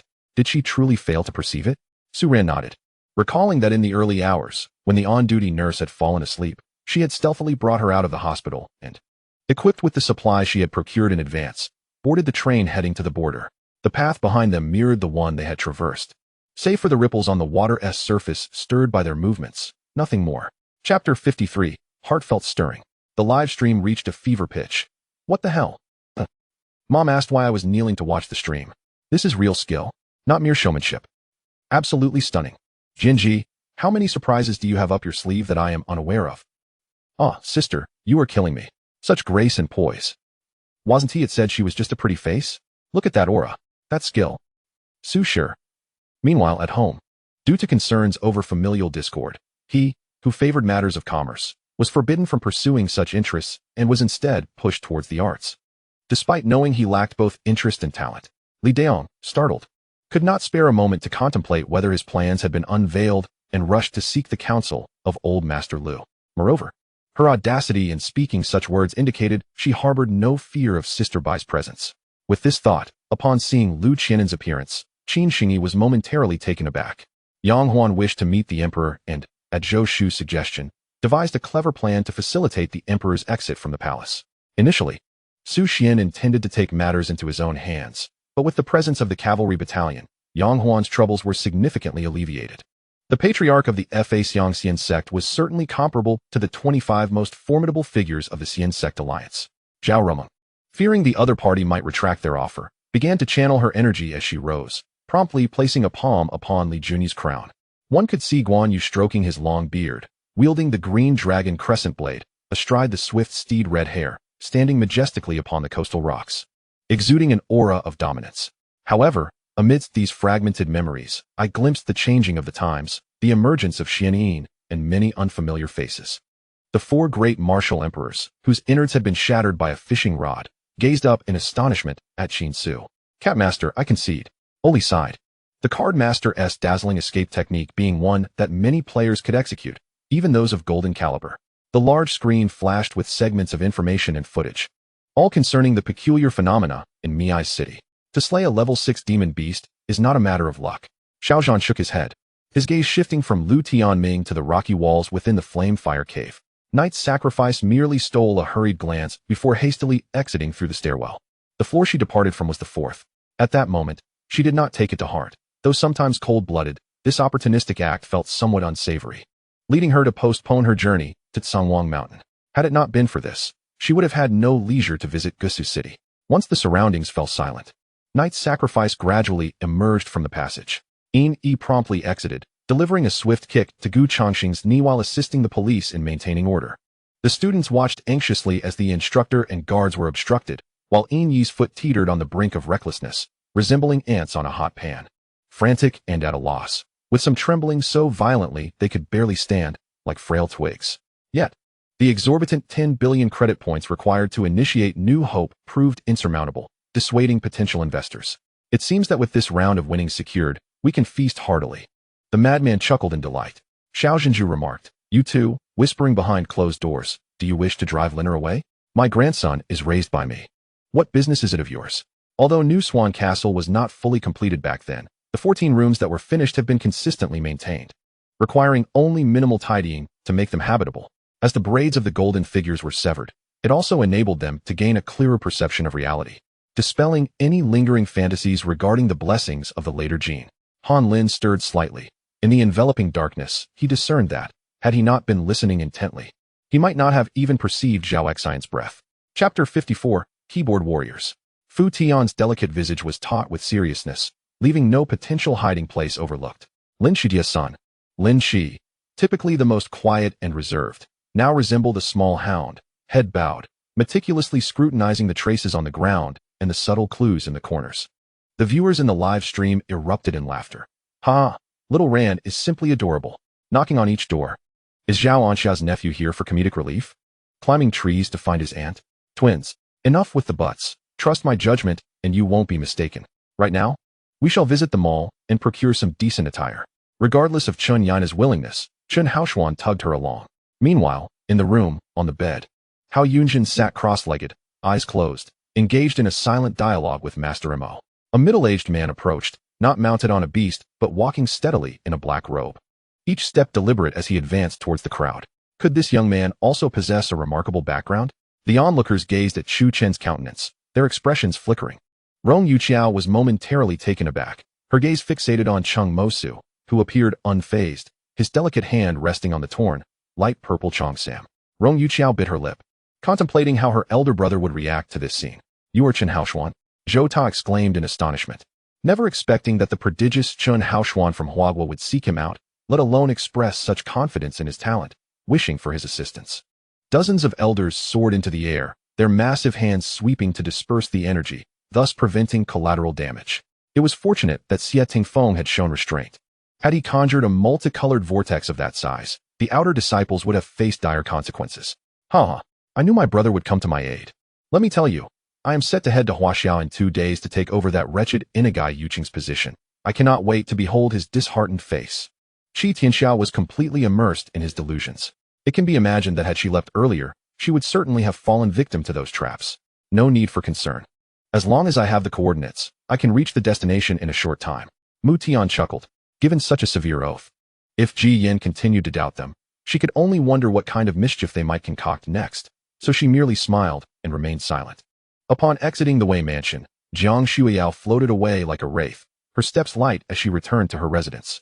Bai Laodao's pupils flickered momentarily. While others may have overlooked the instant of their confrontation, he, with his keen perception, discerned how Han Mu evaded that dark red attack.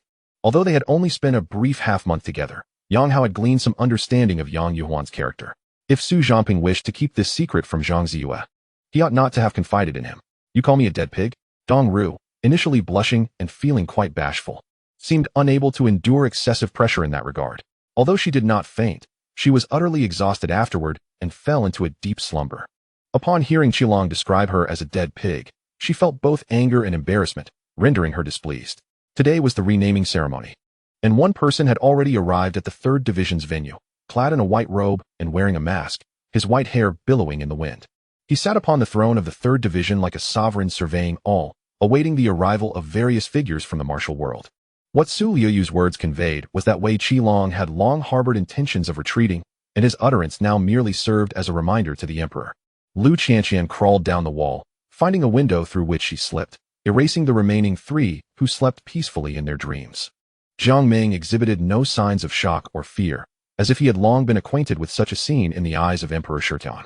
Chapter 55. Do not bully Qi Xing. She effortlessly returned fire at those trolls. Come, let us see your records of charity. A barrage of certificates stamped with red seals and genuine donation photos were displayed, clear and unambiguous. The extreme mothers and fake netizens who had been jubilantly jumping moments ago were suddenly rendered mute, leaving the live stream in utter silence. Other netizens were equally taken aback by this robust and resolute counterattack. Holy moly, a document maven. I bow in reverence. Is mustard powder this hardcore? However, the recent thunderstorm produced bolts of black apocalyptic lightning, creating significant trouble for Lin Feng. Standing quietly before the mirror, Bai Yu scrutinized her attire. The pink strapless gown, with its impeccable pleat design and adorned with pearls and gemstones, radiated an exquisite brilliance that was not an exaggeration. Nowadays, only a scant number of bandits equipped with ranged weapons could opt for close combat. Otherwise, their only means of harming cavalry would be the few rudimentary tripwires they had set. Yet now, they had inexplicably been discovered by the approaching individuals first, rendering the tripwires ineffective. Wu Fan raised his right hand, reclaiming the heavenly martial divine blade. He surveyed the surroundings, finding no one. Those who had been stripped of their physical forms, leaving only their primordial spirits, had long since fled. Wu Fan left several traces of divine consciousness in Lung Wutian's mind mirror space. Once Li Bai's song concluded, a dramatic turn revealed a new garment adorning his body. You actually bit me yesterday. Look, things have improved, haven't they? The next morning, Yicheng chuckled while caressing Sunan's forehead. General Gua has summoned you. Come. How did you come to consider joining the Northeast Army? Guijian conversed with Fan Zhongxiu as they walked. Wang Daga had finally resolved to move his assets from Gaisai to Shilin Joel League with the assistance of his friend Wu Xiqian, only to encounter a battalion of soldiers. If they were to be robbed, he would face ruin. Even if not robbed, the toll would still inflict significant pain on his finances. With a single swing of his axe, the elite goblins ahead were instantly cleaved in half, with Luo Yi's level 5 and the dual-bladed battle axe's level 6 attack power. Paired with weapon blessings, dispatching those level 3 and 4 elite goblins was akin to slicing through vegetables. Among the bandits, a notably tall man, upon sighting the cavalry of the Jiangdong army, seized the opportunity amidst the chaos to stealthily edge toward the periphery. Opposite him, a knight astride a white elephant bellowed, shaking the heavens and the earth, as he swung his war spear, cleaving through the air with ferocity. Thus, the conversation flowed, and Zhou Tian felt that, at the very least, from their discourse, he could sense no external judgments regarding Lu Cheng'an, nor any clandestine actions on his part. Perhaps it was because the Victoria's Secret Company and the Tianheng Company bore no competitive relationship, allowing Lu Cheng'an to extend such courtesy. Zhang Xiang's demeanor, however, remained calm and unhurried as he retrieved 1,000 spirit stones from his possession, handing them to the elder. Following a bloody battle, Qin Chuan's side emerged victorious. Yet the Five Elements divine child displayed no signs of a defeated demeanor. Rather, he appeared inclined to engage in a heartfelt conversation with Qin Chuan. Leaving others perplexed regarding his intentions, a night passed in silence, and the next morning, Wang Xiling rose early to summon Yi Zhengfeng. However, her eyes betrayed a hint of weariness, suggesting that she had not enjoyed a restful night, likely troubled by either Yi Zhengfeng's affairs or her father's circumstances. As the cake was being sliced, the students swiftly formed a line, combining the processes of collecting cake and presenting gifts, seamlessly continuing their activities. Liang Muchuan felt an urgent desire to leave, yet she knew she must secure that dress, as it pertained to her pride. At that point, even if her physical form remained unscathed, what would it matter? She would merely be a shell of her former self. Chapter 56. Heritage. Jianji's gaze shifted from the excited face of Mo Xiaoran to that solitary figure in the distance. With a slight furrow of her brow, she approached Qi Xiang, who was leisurely sipping coconut water on a beach chair, and spoke softly, imbued with a tone of caution. Teacher Qi, it appears that Si Heng has been motionless for quite some time. Should we not go check on him? Qi Xiang, upon hearing this, lazily lifted her eyelids and followed Jianji's line of sight to the edge of the beach where Qi Si Heng stood, his expression devoid of warmth. Lawyer Jing was understandably furious, refusing to relent, and vociferously called for action, yet no one paid him any heed. Due to the overwhelming presence of individuals in black, and Mei found herself compelled to maneuver around them cautiously, seeking an opportunity to rescue Wan Ying from Qin Ming's clutches. Indeed, the supplies aboard the vessel were relatively sufficient, with ample food and drink, alleviating some concerns. However, the true worry lay in their collective inexperience with such dire circumstances, which could lead to uncontrolled emotions. In such moments, who could still afford to pay heed to those clad in the same military attire. They seized this opportunity to masquerade as soldiers of the Red faction, thus facilitating their infiltration. Under normal circumstances, such a statement would undoubtedly be dismissed as the ramblings of a madman. Surely, fortune does not descend in such grand measures. He is to be judged by me. You shall not interfere. Upon hearing this, Wang Yu immediately unleashed his wrath, swiftly dispatching the puppets of the Wanling sect. At this juncture, she seemed utterly unconcerned with the prospect of embarrassment, as the helicopter, oscillating between rapid ascent and descent, had already drained the color from their faces, with screams resonating all around. If it had been a prior occurrence, it might have been bearable. However, this time she was to assume the role of captain, and a captain who could not partake in the mission would be a subject of ridicule. To Lin Luoran's astonishment, upon the emergence of the Scorpion King, there was no immediate onslaught. Rather, he halted the advance of the Scorpion army. At that moment, the figure in red had already wounded the twisted youth's subordinates, requiring just 3 final strikes to secure an effortless victory. Only Yi Feng, lurking in a corner, chuckled quietly to himself.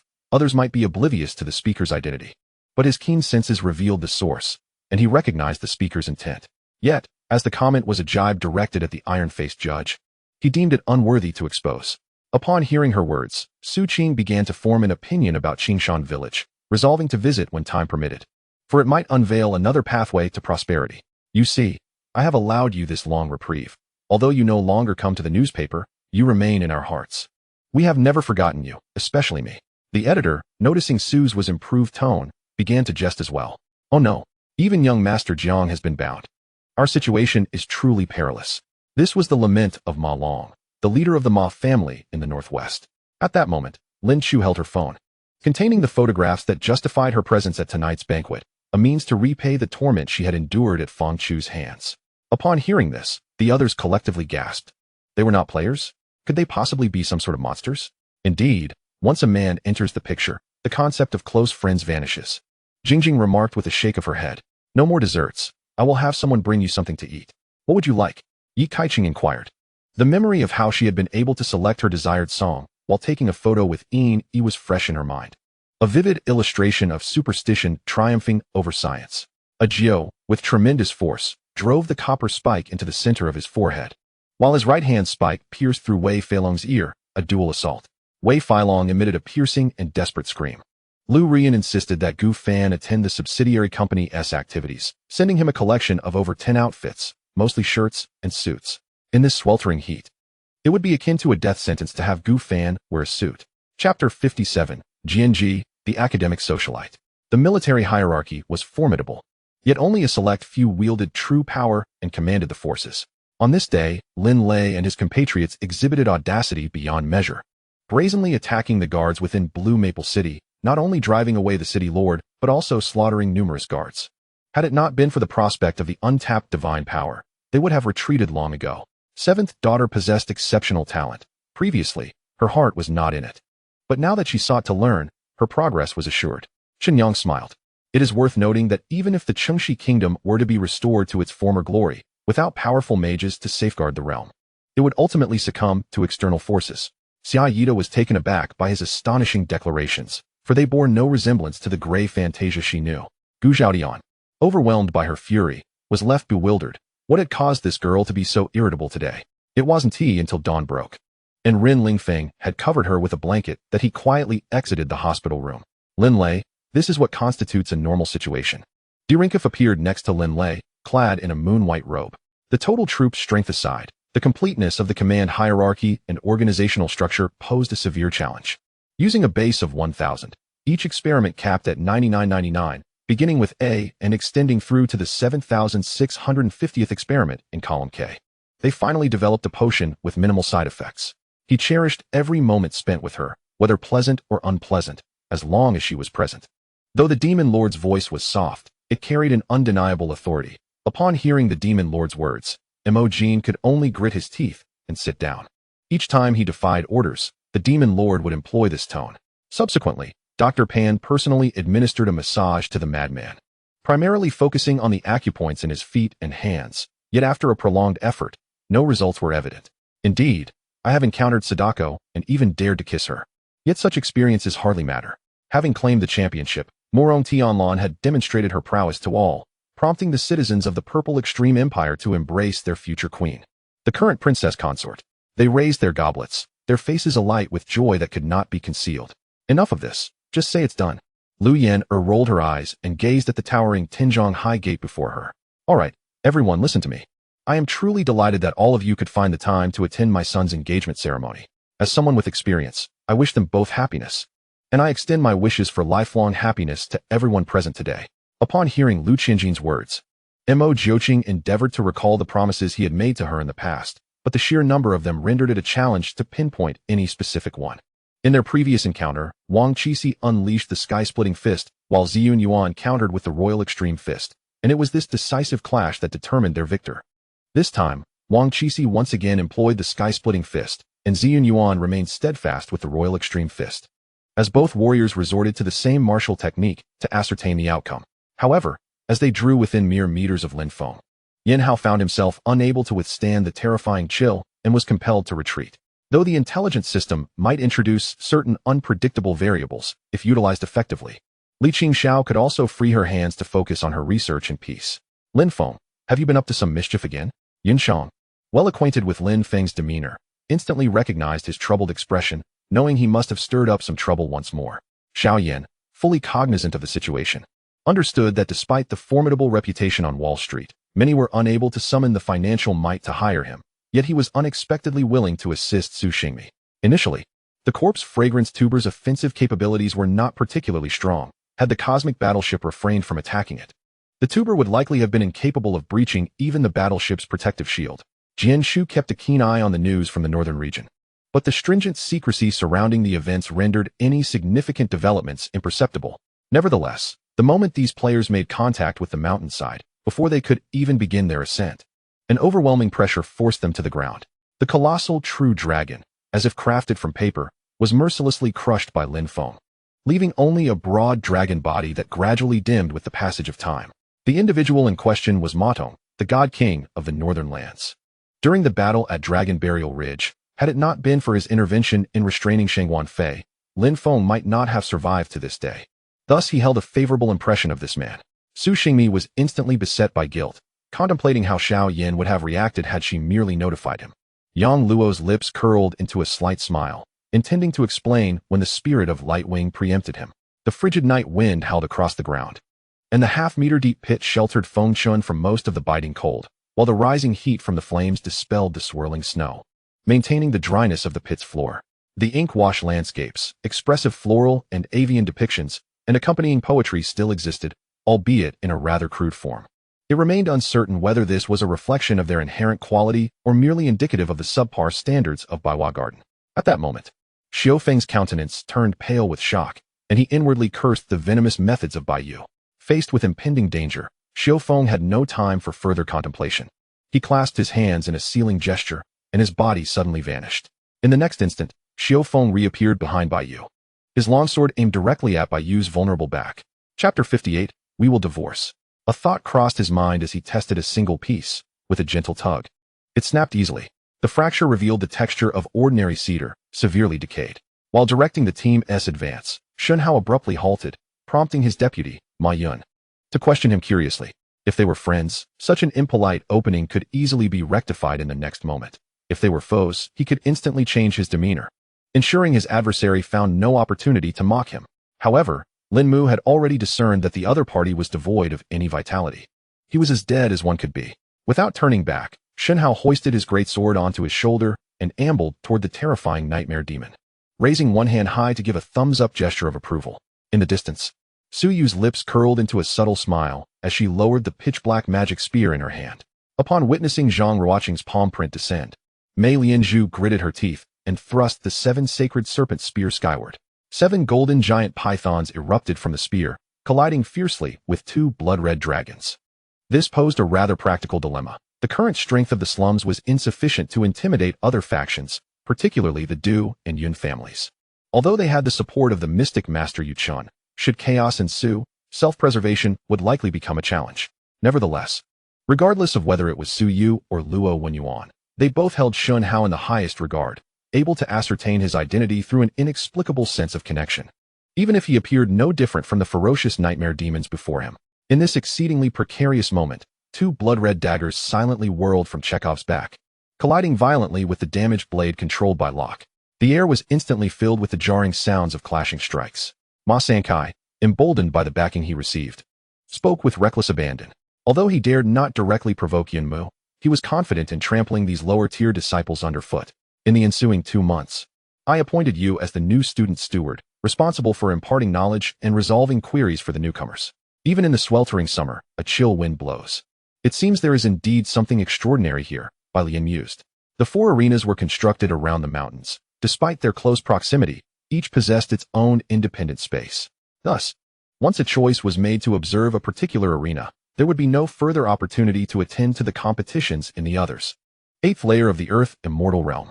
Sun Hao's vision momentarily cleared, allowing him to discern the cultivation level of the middle-aged man, prompting an instinctive sense of caution. Even if he dealt 2,500 damage every 3 seconds, it would take a considerable amount of time, and given the vast disparity in levels, he was unable to perceive the Abyss Centipede skills, which would only heighten his peril. Approximately half an hour passed, and the Yuan void barrier formed by Han Qianyu remained impervious. None of the arrows could breach its defenses. Although I cannot guarantee the safety of his son at this moment, I shall exert my utmost efforts in the time to come. It was said that the bottom of the carp pond connected to an underground water source, which prevented the army from exterminating the 4-legged carps within. Whenever the formidable army appeared, all the 4-legged carps instinctively sensed danger and would burrow underground, rendering them impossible to eliminate. Due to the absence of large greenhouse bases in Qiqiao City, fruits were sourced from other base cities for resale, resulting in substantial profits during the fruit-selling season, albeit often accompanied by life-threatening risks. This is the scene of Longman's dissolution. Neither he nor the euro within him could overcome this trial, sighed old Zhang. Enjoy it while you can. If you suffer any grievances here, your father will surely blame me. Xiao Chen chuckled, subsequently piling a generous amount of dishes onto Emma's plate. Just as Chu Yang was desperately holding on, awaiting the arrival of Qiangzi and the others, a tempestuous upheaval unfolded in their midst. Yet when he turned around, he found himself confronted by an unfamiliar face, while his pig-like teammate lay motionless on the ground, resembling a dead pig. Ha ha ha, this is truly the height of absurdity. Even now, recalling the so-called promise, Chao Taichuan found it utterly ludicrous. Sharing the same sentiment was Yao Xuanhu, who gazed incredulously at Grandma Tong. Feeling the need to reassess his half-year-long wife, Ying paid no heed to Chu Yang's syrupy words. Instead, she rose and took his hand, leading him back to the computer. As they walked, her hand deliberately brushed against Chu Yang several times, and he finally understood what it meant to be consumed by desire. The talented scholar nodded, saying, "Doctor, I heed your advice. I shall return to Ho-Hot for further treatment." The elderly lady in the white coat nodded in acknowledgement. 20 years had elapsed, transforming the youth into composed middle-aged individuals and guiding the young children to their respective roles. Yet simultaneously, it rendered the elder heroes increasingly frail and vulnerable. Xian Bing smiled. "Now, let us test the capabilities I have bestowed upon you." He glided to Bu Yu's side, and wherever Bu Yu directed his gaze, a radiant beam emerged, obliterating all the ice pillars. "I shall remain vigilant. Rest assured, this matter is entrusted to you. Convey my words onward. Those willing to stand and fight alongside me may remain. If not, I shall not impose upon them. Provide them with sufficient recompense to depart." Han Su spoke solemnly, determined to prepare thoroughly before taking action. He hastened to meet Dr. Lin, although she no longer remembered him. AI Mu sincerely expressed his gratitude before proceeding to the psychiatric department to find Shin Shishir. Sudden footsteps rushed toward them, abruptly halting a short distance away, refraining from advancing further. Thus, Wang Ming pursued them to eliminate the two. Generally, the sorcerers within the Church of Light were prodigies among humans. Wang Ming was already quite familiar with martial techniques, having also studied these sorcerers over the past decade. Under Wang Ming's conjecture and inspiration, his power surged into the verdant gourd, undergoing the trials and baptism of temporal energy. "I shall come to escort you home shortly, no matter the circumstances." Bo Yin remained calm and unperturbed. It is not an exaggeration to assert that Yili had already become a core member of the Church of Light and Justice in Yunluo City. Naturally, the ordinary followers could not possibly know of Yili's whereabouts. "Indeed, my brother and Yili may depart for a few days tomorrow. I entrust you with watching over the house during this time," Luo Yi stated. Lei Long was an exceptionally diligent police officer, hardly straying from the door of the detention room, not even taking out his phone to glance at it. She felt a haze of pain, struggling to discern his expression at that moment. However, in her recollections, there had been similar scenes before. Chapter 59. Engage more in puzzle games. Just as the two were about to leave, the sound of galloping hooves suddenly resonated from the alley, and shortly after, Hua Honglei, who had not returned home for over half a month, rode up, pulling his horse to a halt. Muttering to himself, Lin Beichen switched his posture to present the diamond ring engraved with dragon patterns, then promptly removed his nebula ring and adorned himself with the more prestigious cold star ring.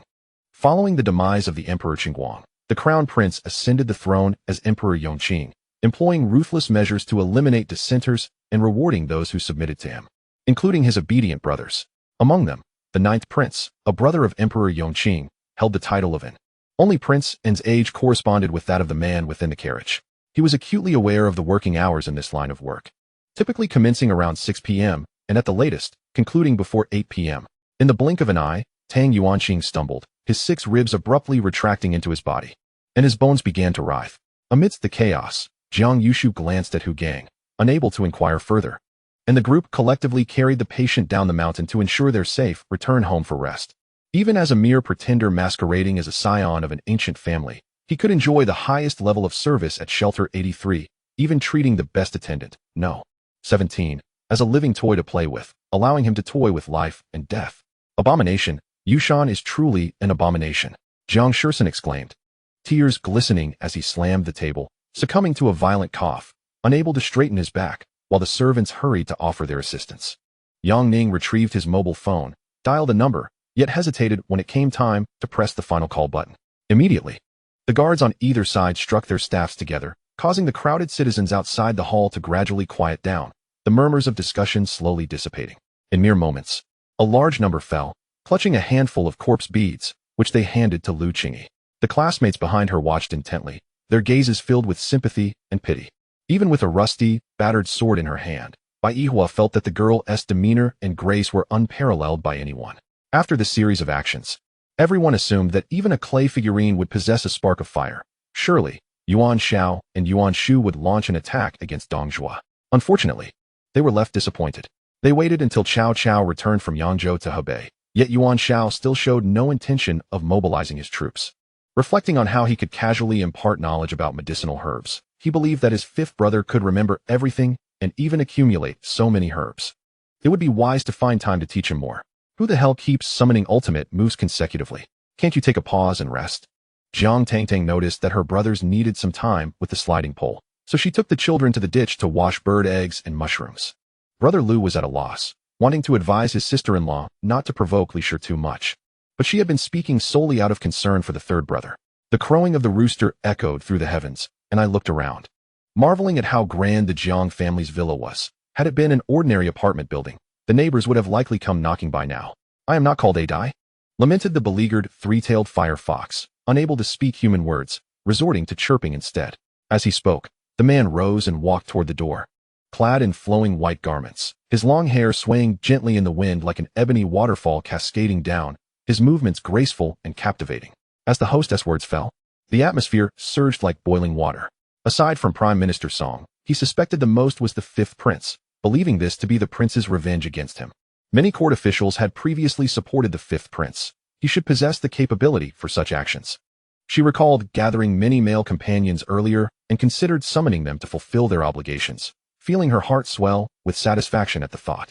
In the annals of ancient Western history, there are numerous instances of music masters curing the heart ailments of nobility with a single composition, subsequently being ennobled and revered as esteemed guests.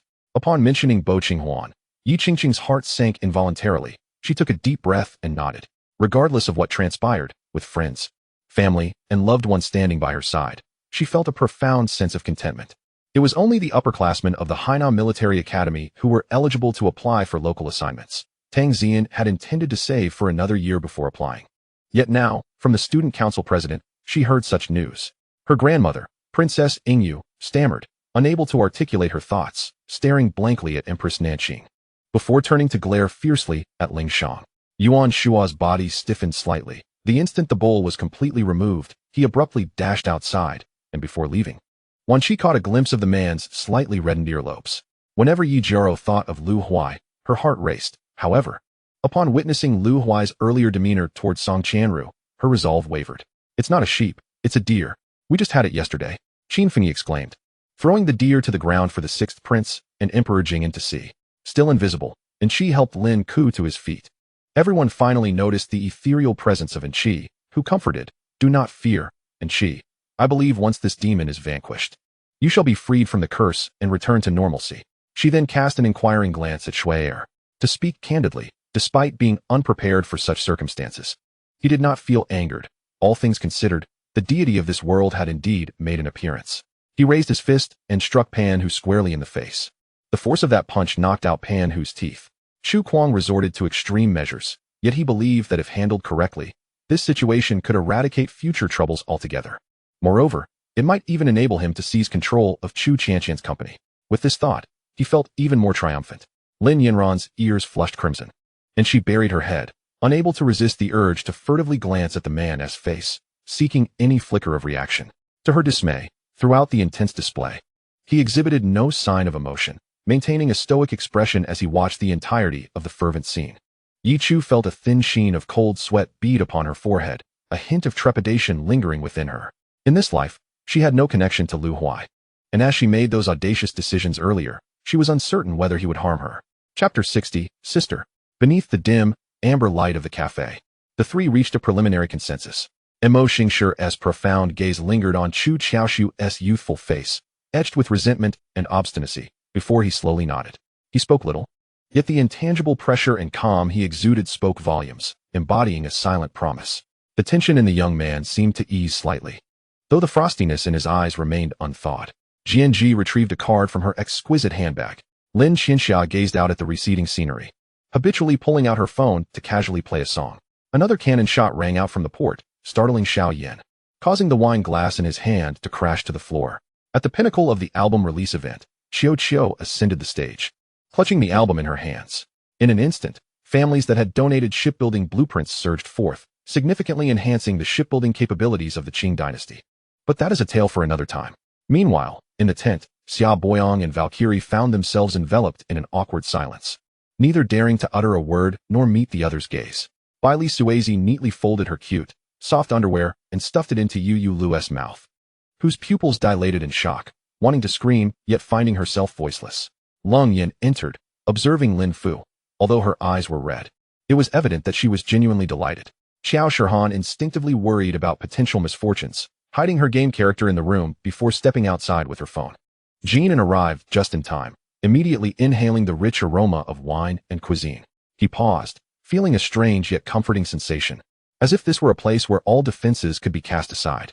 Lilinea did not hasten to leave. Instead, she took a moment to glance at her bare body beneath the bedding. She discovered that her plain striped undergarments had been replaced with more form-fitting, lace-trimmed attire. "I wish to preserve our first time for the wedding night. That would be a true testament to my love for you, and yours for me." However, had he known it was Zhang Han speaking, Li Xian would have gone out to eliminate him alongside Gai Nie and Wei Zhuang. For this man was a staunch loyalist to Ying Zhong, posing a greater threat than Zhao Gao's web of deceit. This time, the Lord would not extend a helping hand. Since arriving in the Marvel Universe, the usually silent blue dye finally spoke, specifically engineered for slaughter. Yang Jian solemnly grasped the triangular military dagger and entrenching shovel, then, like Mo Wang, combined them into an odd bayonet before separating them again. After tossing and turning for several minutes, Karp finally sat up, rubbing the dog-headed hat upon his head, a smile spreading across his face. Nami arranged for Wu Hao and Leah to reside near the Sherry Palace, where technology thrived, all dedicated to ensuring comfort. On the slopes of Snow Peak Island lay a pristine white town. From afar, one could see flames erupting from the houses atop the mountain, thick black smoke billowing into the sky. Ning Yusue, already possessing unparalleled beauty, now lowered her stance, speaking softly and pleadingly, making it hard for any man to utter a word of refusal. "You girl thinks so much. With me around, I will surely take you out," Wu Hao teased, pinching her cheek. Could this be the famed Ying Quan, known throughout the world overnight? Tong Guan remarked softly as he regarded the figure before him. Chang Yinshou suddenly felt pain in his foot, which had yet to heal after escaping the mountain's ambush, despite having applied healing ointment. Shouldn't it have been completely painless by now? Was it a lingering effect from the recent fierce battle? "Could you please clean up your language? What do you mean by flirtatious? What do you mean by the things I did?"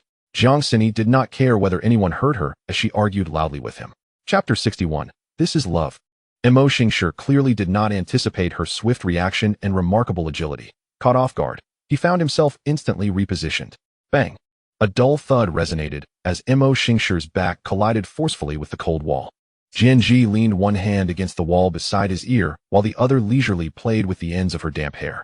A smirk of a victorious yet mischievous demeanor gracing her lips as she watched him with casual interest. Were it not for the powers of the North Ming free and easy technique being entirely devoted to subduing Feng Wanli's murderous intent, Chen Fuxing would have been confident that with dedicated practice, he could take that crucial step into the 9th layer of qi cultivation within a decade. As the chains broke, Zhuang Fingyu's strength surged back, her anger flaring as she ripped the bloodied crown from her head. The prominent figure before her was still bewildered by the unfolding events, leisurely puffing on a cigar. As dawn approached, the aura within Xiao Yun grew denser. At this moment, Li Tianshang was no longer by his side. Despite Xiao Yun's efforts to suppress his essence, an overwhelmingly powerful presence leaked forth, forcing Li Tianshang to retreat. Xiao Yun cast a cold glance at the speaker, recognizing him as the monk Hui Ting from Wei Chu Temple. On the day of the palace opening, the elder Ganzai of Wei Chu Temple had sought to humiliate Yuan Hongfu by forcefully invading, only to be suppressed for months, resulting in a significant loss of face for Wei Chu Temple. When the time came, with a slight application of strategy, Nan Huazi could reclaim a portion of his strength, even if it meant discarding his idol status for a temporary substitute. Yet, before the group could rest for even a moment, Ling Ling heard the sound of galloping hooves. Xia Yu gasped, covering her mouth in astonishment, pointing towards the distance behind Ling Ling, unable to articulate her shock. She could not comprehend why she reacted this way. It was as if, upon hearing his voice, she had become paralyzed. Lin Lin, emboldened, stared defiantly at Zhu Junyang, seemingly immune to his glare, puffing out his cheeks as he focused intently on him, as if this was the only way to stave off fear. This was undoubtedly the most challenging aspect. The Kai family controlled the political landscape of Jingxiang, while the Kuai family held the economic lifeline. If collaboration was not possible, elimination would be the only recourse. Yet that seemed like a fanciful notion. Removing Kai Mao might be feasible, but eliminating Kuai Yu would present formidable challenges. With a tall and upright figure clad in a yellow five-clawed dragon robe, a gold belt inlaid with warm jade at his waist, and embroidered golden boots adorned with the totem of a dragon spitting pearls, the young man was accompanied by palace eunuchs holding large paper umbrellas to shield him from the rain. Takashima Hirokazu had not anticipated that this collision would yield unforeseen complications. The corpse dog broke through the blood cocoon to stand before him, yet Takashima Hirokazu suddenly raised his hand, which, previously of normal hue, was now entwined with countless threads of blood. That bloodied hand forcefully swatted the corpse dog aside. This was peculiar. This wound could not be rationalized at present, unless it was not sustained during combat, as there would be no other explanation, nor any means of deduction leading to its origin.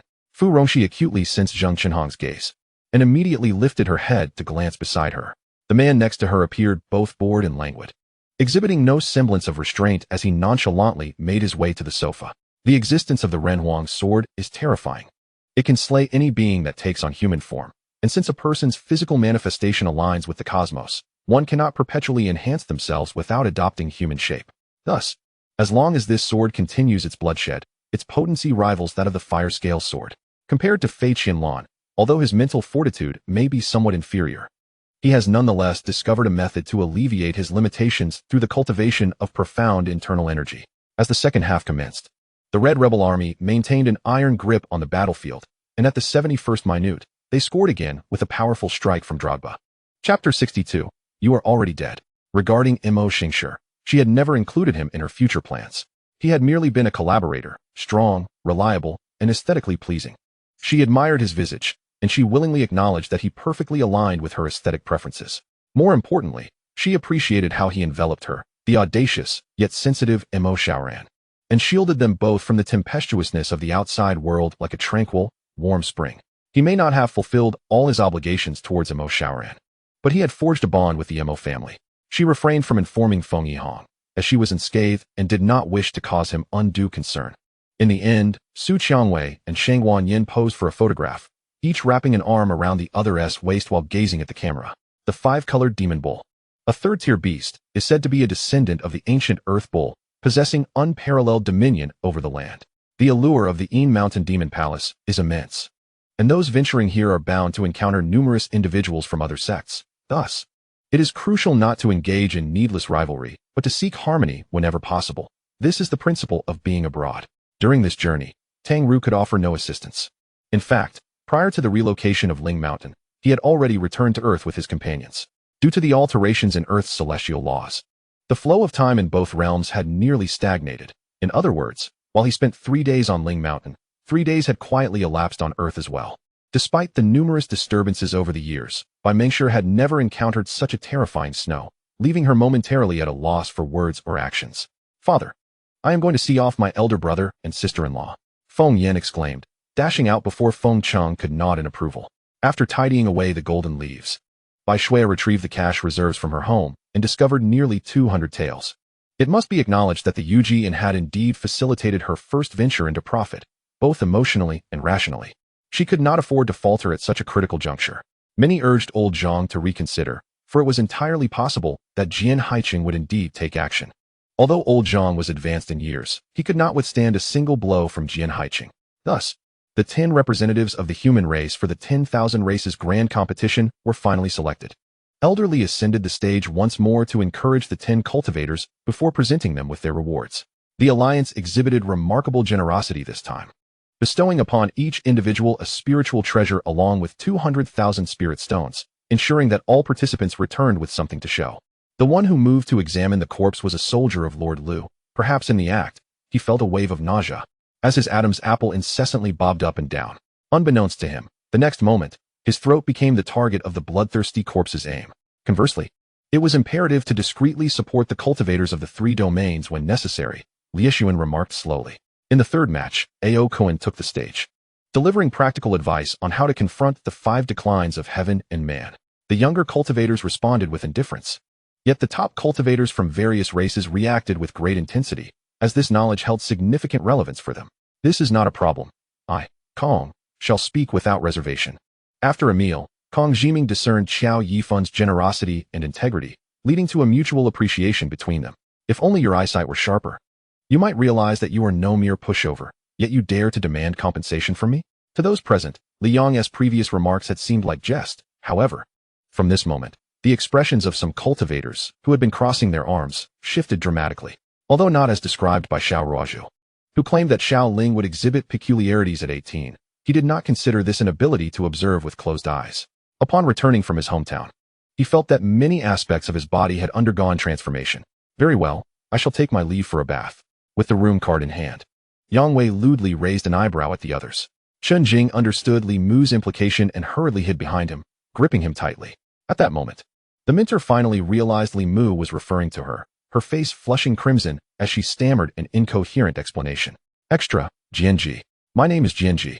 My blade is more authentic than my name. At the age of 8, I distinctly remember the sound of the world shattering. The last gaze of my father was like a searing brand, forever etched in my memory." The word he uttered, thick with the metallic scent of blood and rust, surged forth and spread across my mother's beautiful dress, a crimson more glaring than the brightest rose, overwhelming me. I clutched Aining's hand tightly. Furthermore, enhanced by the black demonic armor adorning these black-armored corpses, ordinary powerful beings found them impervious to harm. "Bailey," you looked down her nose at Lung Lian. "I know you admire His Highness Han, but must you so brazenly declare it before all of Xiaoxiang's people?" While she had grown accustomed to being duped by Song Nianian, she was unperturbed. However, Ji Ku's temperament was not to be trifled with. Subsequently, Yan Qingyu fortuitously encountered Chun Sen several times on the street, sparking her mischievous side.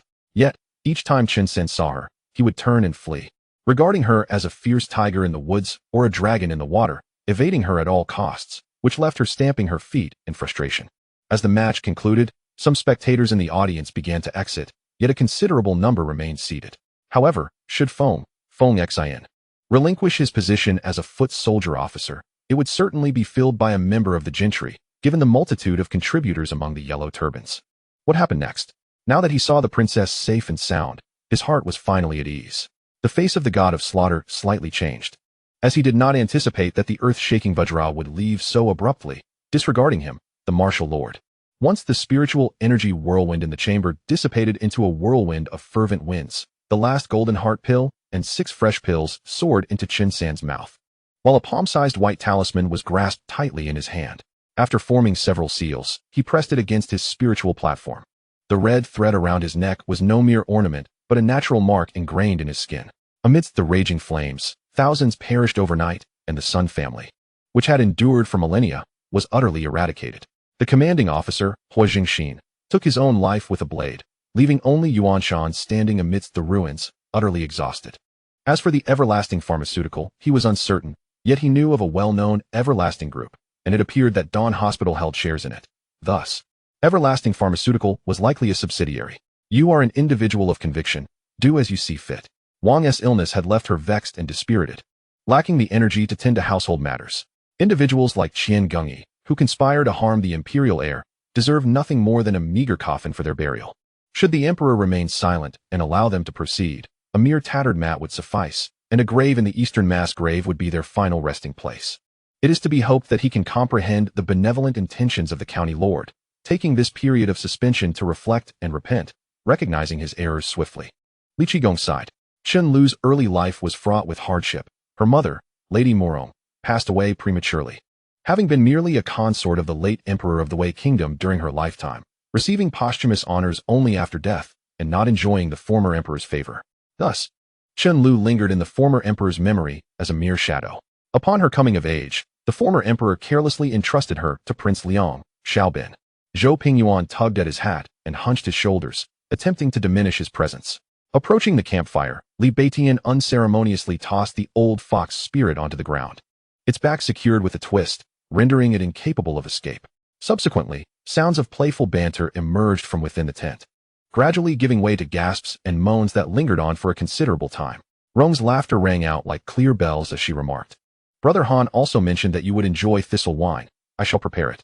He merely showcased the potency of a pyramid scheme. Yet Bao Zheng astutely sensed a troubling trend emerging, fraught with danger. Chapter 64, We Shall Meet Again. Second brother, do not engage them in idle chatter just yet. Where is that impostor who masqueraded as me? Lu Rishan's fist struck the wall of the secret chamber in anger. Yuantang and his four companions turned their gazes toward Lu Wuchen, speechless, particularly Yuantang, who found himself momentarily engulfed in a haze of confusion and hesitation. The box appeared somewhat antiquated, its edges worn, suggesting it had seen better days. Nangong Hao mused that such a profound grudge allowed those individuals to let the camel's spirit escape. To have survived until now was indeed a testament to their mercy. What lay ahead would be a battle determining the very survival of the realm, where the world was merely a backdrop, essentially cannon fodder, devoid of any substantial role. I know you cannot fathom it, nor can I. Let us deliberate, Yun Feng stated, eager to gauge Qi Dongfeng's intellect. Is this genuine? Xia Shiguang inquired uncertainly, raising a hand to poke Gu Chen's face. Do you believe that now that I am unwell, you can act with impunity? Gu Chen's expression hardened. In the rapid clash of blades, Chun Hao and the black-clad ninja parted, their gazes locking, both imbued with gravity. How could this be possible? With the absence of all, and the family scattered, how could there still be any semblance of home? The KGB and the Investigative Bureau, wary of any delay regarding such intelligence, promptly reported to their highest authorities. On the 10th, they swiftly conveyed all information thread by thread to Zhou Tiance, who was busy in the office of the vice-chairman of the Equipment Development Coordination Committee. Zhou Yi's passes always arrived at the most opportune moments, appearing precisely where needed. The current Lakers desperately lacked a guard of such caliber. To achieve this is already a source of great satisfaction. Thank you for your guidance, Senior Li. Zhong Yuan expressed at once upon hearing this. Yet again, two arrows flew toward Zhang Quan, but at that moment, the black earth giant spread its wings, blocking the assault. Such damage meant little to a super tank, the priority being to prevent any disruption to Zhang Quan's spellcasting. Without a moment's hesitation, it unfurled the mystical eye on its brow, a golden light, akin to a sharp arrow, streaked through the air and vanished. Beholding the face, honed by rigorous training to sharp angles, yet still retaining a hint of childishness when smiling, tears once again cascaded from Wei Wei's eyes. Chen Mingluo held confidence in himself, and others held confidence in him as well, especially those who had gleaned some insider knowledge. He dragged the unwilling Yin Yu to a shallow pond in the southeast of the canyon, but Yin Yu obstinately refused to proceed. Shen Tingyang had been listening to their back-and-forth exchanges, feeling that many matters had eluded his consideration or deep reflection. He regretted carelessly involving himself, leading to this predicament. The other elder counselors of the imperial court, albeit slightly slower, unleashed their prized artifacts, launching them toward Wu Ho with fervor. Failure to accomplish the task or meet the expectations of the heavenly Tao would yield consequences that Tai fervently wished to avoid. Upon answering, Luyan did not elaborate to Andrea but suggested they discuss further upon returning, then hung up. A furious roar erupted as the unicorn opened its mouth, this time emitting not a fireball, but a torrent. A blast of green light surged from the ruins of the stone gate, followed closely by the emergence of D. Minter's body, gently resting hands upon knees in a lotus position, facing the ancient remnants. How could I allow him to depart so easily? That would be far too lenient, Castro exclaimed in frustration. However, after such an intense battle, Zichuan suddenly sensed a decline in the power and frequency of the dragon's claw attacks. He raised his concerns within the team, and others shared the same sentiment. She did not inquire about his earlier state, but continued with the topic she had initiated. Following a flurry of tense activity, Yasui stretched languidly, glancing back at the neatly arranged luggage before stepping out of the Lord's residence, only to encounter an old acquaintance. Everyone gazed at the equipment produced by Old Nine. Along with the conditions he proposed, their breaths quickening. In comparison to what they had discussed, it felt as though they were insulting themselves. As Roger's words fell, the demon army, startled by Tuna's strategic magic, swiftly emerged from the ground. Faced with such a situation, Jiang Chun felt a mix of helplessness and guilt. Yet he could only focus on understanding the changes at hand, though she had absorbed so much blood from her father. Her constitution had reached the point of being impervious to toxins. Naturally, this secret must remain hidden. When Jean did not respond to her words, but rose, returning to her desk to open her computer and resume work. If he can pass the test of the Star Warriors, the superbrain remarked, then paused briefly. It seemed that Godot, on the brink of death, let out a low growl, causing the ground nearby to fissure as an almost unscathed abyss worm emerged from within. After filling a basin with water, Edward removed his short sword from his waist and swiftly began shaving his beard with it. At the moment the blade touched the bloodstains on Edward's face, it suddenly emanated a faint red glow, flickering momentarily. Lin Shuiao appeared somewhat pleased, for the demise of Yun Qi was, to her, a source of joy. It must be noted that during that time, Qi Tian'ao had framed the Han family, involving Gu Xinyue, yet Qin Mohan merely rebuked Qi Tian'ao, sensing something amiss.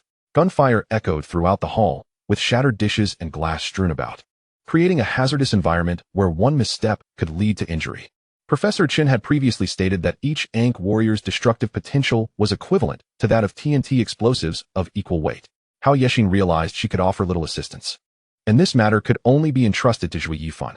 7 days had flown by, and during this time, she distinctly observed that Xinghua's belly had grown. The weather gradually turned colder, and at its coldest, even remaining indoors felt like a battle against the chill. In less than 2 minutes, 2 imposing black men followed Lika and approached the 2 individuals. In Liangzhou City, on the route to the office building of the Economic Development Zone Committee, Yang Yiqing shared a vehicle with Mayor Qin Weiran. At that moment, a flash of lightning suddenly illuminated the night sky, followed by a low rumble of thunder that sent shivers through the heart. Further inquiries seemed futile. The Flower Gang had dispatched individuals to apprehend Li Wei and then retreated. The clues they possessed remained insufficient, and if possible, additional personnel should be sent to search further. Chapter 65, Fathers and Mothers, Kin and Offspring. Gu Qin's entanglements had finally been swept away by the passage of time, leaving no trace behind. The online world buzzed with excitement, entirely dominated by that adorable variety show featuring the little darling.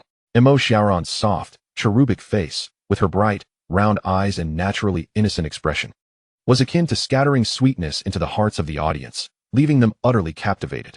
She rightfully became the beloved little angel across the internet, her popularity skyrocketing to unprecedented heights, enchanting people of all ages. The scabbard was crafted later and made of steel, so they had no concerns regarding residual toxins from the blade. Upon receiving the sword, it was sheathed without hesitation. Li Dong swiftly joined the search party, with their focus inevitably centered on the stone coffin before them. In the center of the room, a square opening was revealed, likely an entrance from earlier times, and astonishingly, the area above it was empty. In frustration, Guan Yu pounded the city wall, letting out a deep sigh. It was no easy task, even with 500 soldiers. Breaking through the Yellow Turban Army seemed as difficult as ascending to the heavens. Su Man, who had never engaged in physical exercise, adhered strictly to his biological clock, rising at 6 to meditate on the beach, undisturbed. Unlike the astonishment of others, Zhu Tianhu merely cast a glance at Lu Xiangyang before shifting his gaze to Wu Shaoqi, contemplating how long this second-ranked expert on the Tunglong list could endure against his Holy Spirit fire. After discussing the topic of having a second child, the conversation shifted toward entrepreneurship, specifically the recently established wedding planning company. Later, she vaguely recalled his outline from their brief encounter while arranging the wooden cabin. The azure dragon roared, shaking the azure sky as Xiao Yin stood atop it, his surrounding energy roaring fiercely, his eyes gleaming with gold, fists clenched. Descending alongside the furious azure dragon, As long as he could eliminate his opponent, who could possibly rival him? Even those on par with a first-tier innate being would find it nearly impossible to contend with him on this Yunnan continent.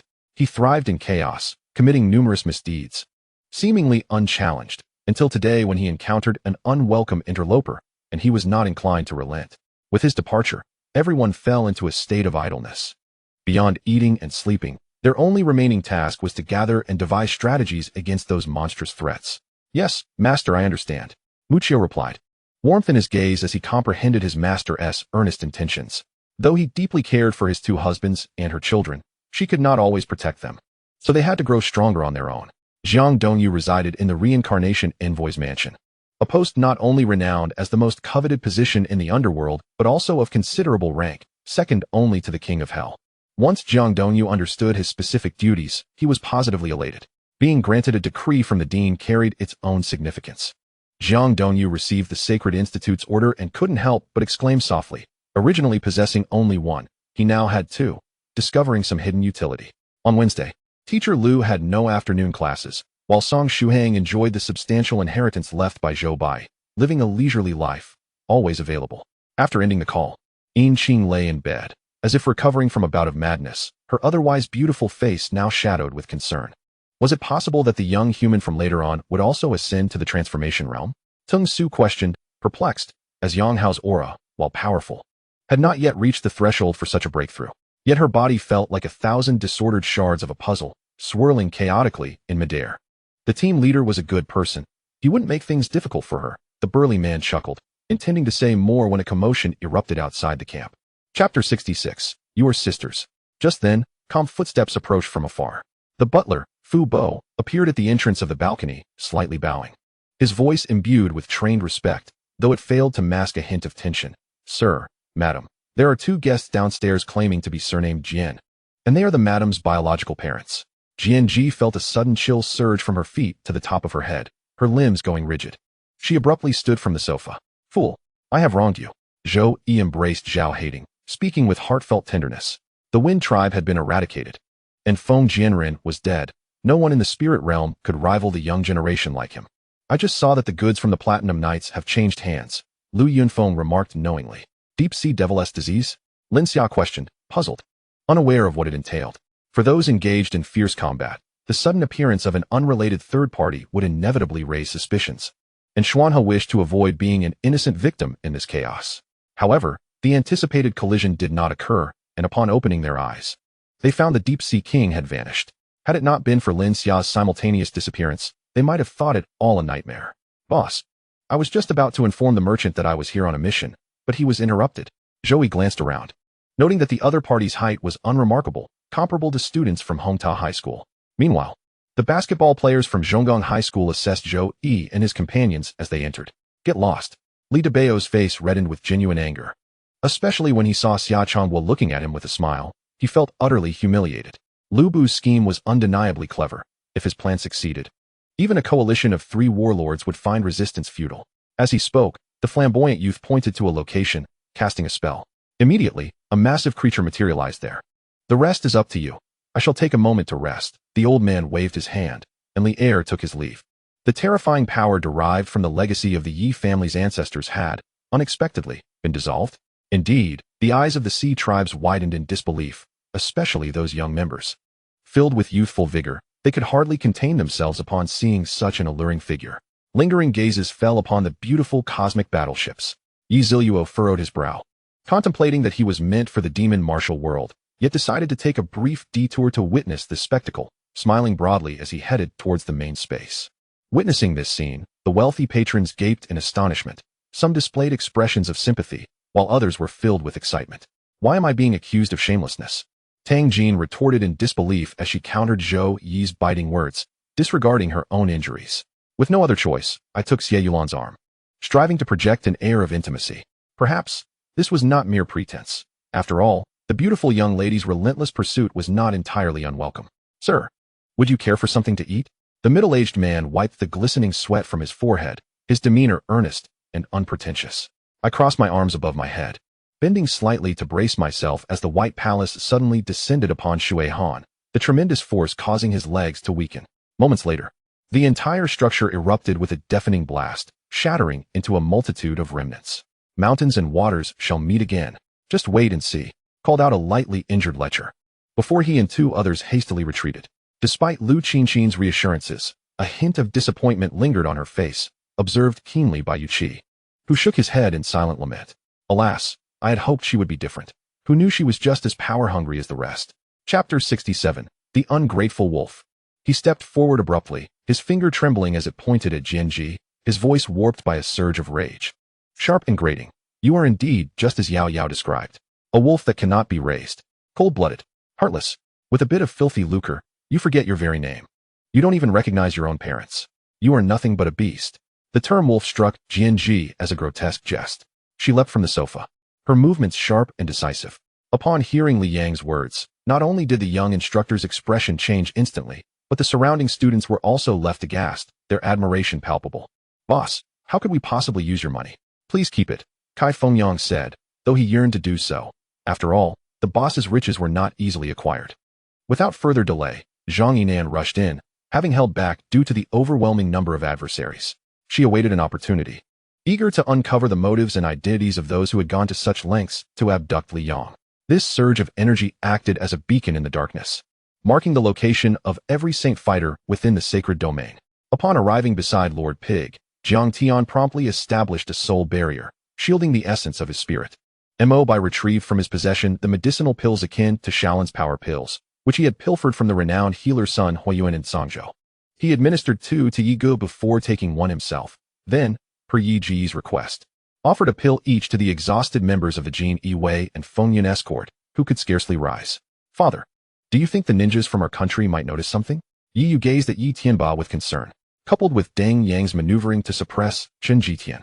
The latter had instructed his brother to exercise restraint, advising against any confrontations, no matter how raucous the Sun family became.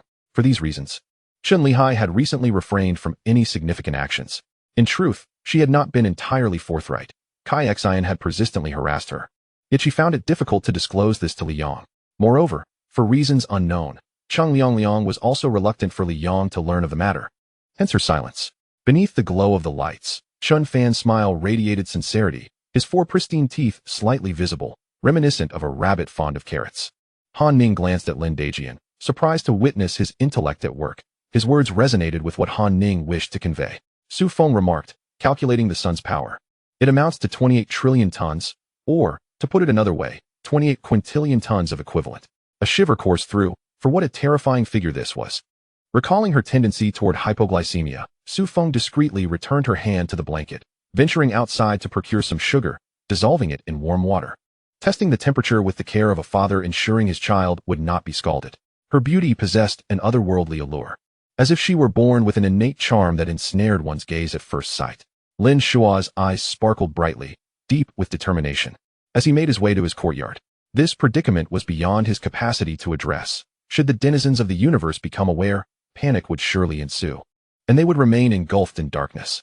The evil emperor extended his withered right hand, clenching it suddenly. In an instant, the light within a radius of hundreds of miles around him began to bend. "Indeed, Han Ning, do you wish to collect the items recently gathered from the ascended immortals at the auction house?" Ning Yu inquired.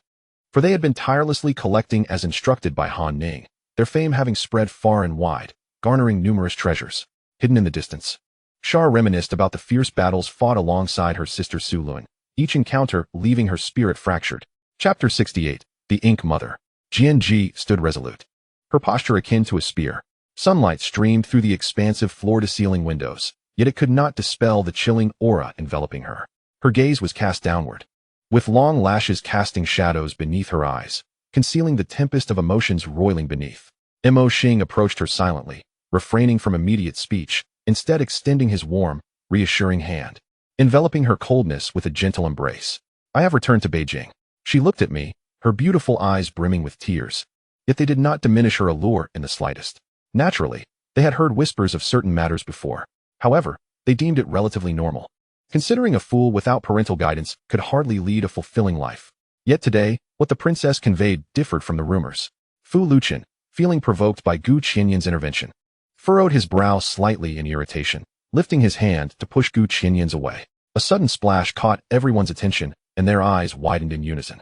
Rest assured, the prince has gone personally. He is leagues ahead of me in capability. Xian Yi has stayed behind while Han Tianyu has gone to rescue them.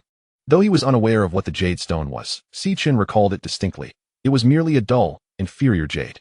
As the elder activated the stone, it emitted a faint red glow. Upon finishing his bath, Lan Xingyan remained ensconced in her previous position, wrapped in blankets, engrossed in her phone, thoroughly enjoying herself.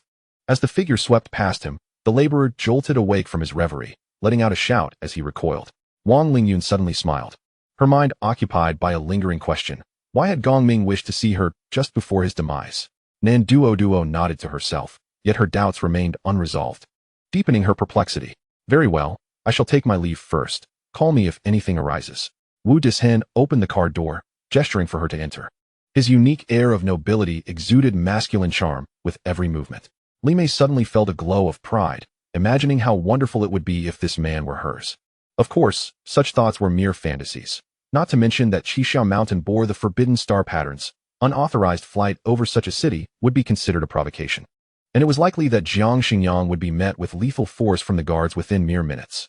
As the voice resonated, Chu Xiaoyang sensed a formidable aura erupting from behind the divine beast mountain. Raising his cup, Zhang Kexiang gulped down nearly 3 taels of the Azura brew in one go. Young man, I am advanced in years, and my heart cannot endure this. Perhaps you should take your leave. Here lies the heart of the city, far from the outskirts. The mayor urged Lin Yu. The brilliance of various elemental spirits, thunder, fire, water, wind, and wood, intertwined in unison, converging upon that expansive web of swords. Our vast realm of Dahua, spanning thousands of miles in every direction, implies that should the adversary venture abroad, we would be at a loss to counter them. Different individuals harbored diverse thoughts and perspectives, while Rose pondered the substantial costs of such a grand endeavor. Li was simply astonished by the sheer number of members in the Black Diamond Company's guild. Lin Yu's mind was preoccupied with the boss, having secured numerous first kills. His focus naturally gravitated towards this matter. However, the fact that Qin Bei could acquire this expanse of land, over 1,000 acres, at a price of 3 years of rent-free and 5 years at half the cost, contained implications that warranted deeper contemplation. As the 9 Calamities Thunder Sword collided with the Black Spear, Duan Xiaodong's Black Spear was effortlessly cleaved in two by Chu Xiaoyang's strike. Akin to Lin Feng's sword, Lin Yunjiao was evidently taken aback by the repeated defense of Lin Yunshu by the prince's concubine. Yet, in the early Ming dynasty, centuries prior, firearms had already begun to be systematically utilized within the military ranks. Chapter 69, A Kiss. Her expression remained devoid of any tumult, no excitement, no trepidation, nor displeasure from coercion. She simply extended her hand with remarkable ease. Her fingertips were cool, her movements as steady as if receiving a glass of water, as she calmly accepted the weighty jade bracelet, a symbol of her ancient familial legacy. Thank you, mother. She spoke with a voice that was serene, yet imbued with a sense of finality. The jade bracelet, warm to the touch, bore a heavy essence akin to a silent pact. Hong Wei sprinted towards the rear of the mountain. Bai Li Quan sat upon a wooden bridge over a reed marsh, clutching several clusters of reed flower buds. He bobbed his head in rhythm, and if he weren't reciting poetry, one might suspect he was singing. Hong Wei leaned against a tree, gazing from afar, and after wiping the tears from the corners of her eyes, she dashed forward once more. Luo Lai surveyed his surroundings, noting the enemy's advance had noticeably slowed, as the gap on the left also closed at a diminishing pace. He could almost ascertain that this was a trap, and the pressure within him intensified with each passing moment. He Fei pondered carefully, realizing that Xiong Qi's assertions held merit, as the likelihood of such occurrences was indeed high. Yet, he hesitated to return to the office, for this matter was inescapable and required a strategy to face it. After a brief moment of contemplation, He Fei instructed to drive directly to the municipal police station. Could it be that shortly after her departure, the prison guards began to mistreat him, depriving him even of a proper meal? Then provide me with the names of the herbs required for crafting a healing elixir. I shall gather them myself. Once I have acquired the materials, I will seek your guidance in alchemy, Yi Fan declared. Gao Guan, unsure of the context, retreated to inquire whether Bai Li Nu Yun was aware of this matter. Bai Li Nu Yun nodded, affirming, indeed, everyone in the know is well aware. He then proceeded to eloquently recount the tale. Intrigued by these revelations, Yi Fan joined the throng, advancing forward. Yet, a mere second later, Xia Yu swiftly grasped the situation. Upon witnessing the ground from which the burrowing zombie emerged, he transformed his sorrow into joy, a smile illuminating his face. The regulations of the inspection team dictated that in the event of an emergency, One could remain within the safety pod for a maximum of 5 days before assessing environmental issues. Exceeding this time frame indicated that the problem could not be resolved by mere avoidance and would necessitate a more aggressive approach. Tang Lichuan sprinted forth, harboring a sliver of hope, yet unable to fully trust Wei Shixing's words. If someone could not tolerate Su Zhaiyun, could this individual be someone from the heart of the crisis? Ling Yingrong observed that Zhou Chu's responses were impeccably airtight, leaving no room for elaboration, compelling her to relent. Mei Mo watched as the ninth concubine's countenance darkened increasingly upon hearing Lung Yu's words, and could not help but turn away with a secretive smile. The resentment sparked by her previous remark dissipated entirely. Pervert, on a serious note, your father is being discharged from the hospital. This time it's genuine. Hurry here. Tang Hui stated, her urgency evident in her tone. I still have some matters to attend to. After you return, consolidate the two armies and await my message. Xiang concluded before departing swiftly. It appeared that Klyuchikov was no fool, yet his ensuing words startled Zhou Chu profoundly. Li Hao, witnessing his father's jubilant demeanor, felt a surge of happiness within himself. Although not his biological father, he was nonetheless his adoptive parent, deserving of his utmost care in his twilight years. Gidge. What's wrong? It is still afternoon, yet cold sweat dripped from Lung Yu's forehead, prompting Mei Mo to swiftly check her temperature, only to find her icy to the touch. Li Da nodded and returned to Kangxi's side, while Mu Shimei, observing Li Da's retreating figure, understood that even a favored individual by the emperor must tread carefully, for the saying to accompany the emperor is akin to accompanying a tiger was one he grasped all too well. Chapter 70. The background of Chu Guangying. Get lost.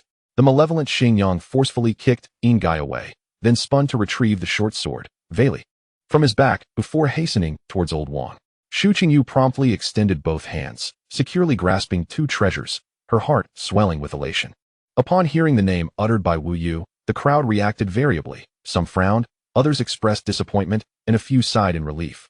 Yet the 7 members of the cormorant, named, all wore smiles, evidently pleased with Wu Yu's decision. Yesterday, Xiafeng ordered the release of 20,000 pounds of grain, distributing 10 pounds to each of the over 2,000 households in the city. Long lines of citizens formed outside various grain distribution points. The treasure map was divided into 2 parts. One had fallen into the hands of the Thieves' Guild, while the other had, due to historical circumstances, found its way abroad, into the possession of the Truth Society. Who knows if that shameless man would dare to pull a stunt on her? If she fell victim, it would certainly be entertaining. Ma Lu, do you truly believe the bandits in Dihua have exhausted all their options? Is there not some hidden strategy yet to be revealed? I can't shake the feeling that something is amiss, Ma Buqing mused, furrowing his brow as he sought counsel from Ma Lu, who had fought alongside him for many years. Just as Old Wang arranged his formation, a chilling wind swept through from the opposite side of the communal tomb passage, sending the ashes beneath swirling, though they had long since turned to soil. Suddenly, 8 ghostly hands, intertwined with blood, shot forth from the dark passage, lunging towards Old Wang and his makeshift formation. Observing the swords being drawn, Xia Lily's heart skipped a beat. She sensed that continuation of her words might lead to trouble, and thus refrained from further commentary, striding purposefully towards the front. Honored immortal, I humbly seek your guidance. Liu Bei, well aware of his own shortcomings, felt a pang of concern upon hearing Wu Yu acknowledge his past transgressions. Fortunately, Wu Yu had not abandoned him and intended to test him, stirring a sense of excitement within. Shin Manman blinked her tear-filled eyes at Shin Jiji, her worry unmistakable. Ultimately, it was merely an attempt to create trouble for them, an effort to assert dominance and deliberately vex her. Rumor had it that a third disciple, Chao Morin, held a grudge against Bai Jinquan. Even having clashed violently before, he was notably absent from this banquet. Shin Changqing strolled along the path, greeting acquaintances with nods or brief salutations. Su Ruo poured herself a cup of tea, remaining silent and quietly accompanying the gathering. Yet the profound desolation etched upon her visage was impossible to conceal. If she were indeed hiding her pregnancy from Lu Jinghuai and bore a child, she could scarcely fathom the depth of his resentment towards her, due to the harsh effects of external medicine on the stomach. The lady sought the expertise of a traditional Chinese physician to prepare a remedy suitable for Mr. Liu. Lin Tian was taken aback. While he was aware of the jade's value, he had anticipated it to be worth at most several 100,000, making Tang Lao's offer a source of great surprise. The young lady, with a disdainful huff, kicked the begging bowl from the hands of an elderly beggar as she passed by. After swallowing the yuan ing of Shin Tu-jin, he casually scooped up Shin Tu-jin's corpse along with the storage bag and made his way directly to the gate of the Burning Heaven sect. Ding Tao, seemingly weary of the games, sought a swift resolution, transforming into a colossal black python with a gaping maw poised to strike. Yun Fan, with a complicated gaze, reminisced about many matters and softly declared, "I have a significant task that necessitates my departure. I shall be unable to return to the Northwest continent for some time." However, the combat prowess of the MOD was formidable, and with 2 close-range skills at his disposal, he unleashed an attack without a moment's hesitation. Reflecting on how he had inherited the divine patterns of the Heiress sect, reaping countless benefits, Xiao Nu gradually began to accept his identity as the 9th-generation disciple of the Heiress sect. This subtle shift in mindset felt neither awkward nor unnatural to him. The establishment was bustling with patrons, many idly passing the time, including some obscure cultivators eager to hear tales, hoping to be more observant in future encounters. After dealing with Zhao Mingtong's corpse, he hurried back to the place where Zhao Minshi lay unconscious. The location was desolate and remote, and while it was seldom plagued by demonic beasts, it was prudent to return early just in case. Given that these were relics left by the Divine Emperor, he refrained from recklessly employing Dao power or the strength of the Star River map to experiment with them.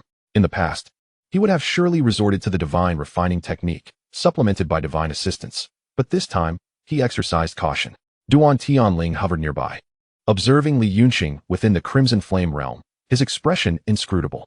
During this time, he again ventured to the Tianwang Merchant Alliance to repair the significantly damaged Minotaur, and indeed, before departing, he wished to see the old man by Qiao once more.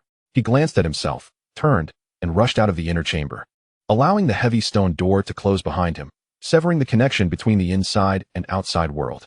Gu Xiqing was incensed. She loathed the exploitation of those around her, especially in such a manner. Wei Yining must be in great anguish, having endured the departure of her beloved, and was now utterly bereft of reason. Just as Chun Shi finished speaking, a shadowy figure appeared beside them like a wraith, extending a pair of withered claws towards them. Luo Qi, do you truly love this man? Behind her, Chu Tianyu pressed on with an insistent inquiry. Wait, does the school not have work-study programs? Wang Jin hastily interrupted his train of thought. You're not going to eat this, are you? Jian Qianqian pinched the edge of an Italian plate with her fingers, her clear eyes sparkling with hunger. Upon the hastily erected platform, soldiers of the Restoration Army brought the visibly pale governor of Hefei, along with the captain of the patrol camp and other officials of the Hefei Qing court, onto the stage. Old 19, take them down to rest first. I'll handle the rest. Yi Xingchen turned, casting a glance at Qin Shouheng, smiling as he spoke. Gu Sison's playful remarks elicited laughter from everyone, curious about the challenges she would pose. Chapter 71, The Net Titans. 19 years old. Instantly, the air was filled with a buzz as countless voices whispered to one another in disbelief.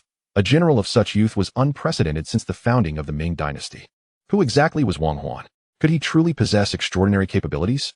As the sky darkened, the group decided to rest for the night at an elder's home. The elder's son had not yet returned from Shaolin Temple, and the hospitable elder did not ask for any silver in return. Though the meal was simple, it was a hearty dinner. Mu Ling Tian arrived at his place, casting a sidelong glance at the 6 disciples from Lingnan. He was unsure of the circumstances, but believed that sometimes it was better to intervene than to remain uninvolved.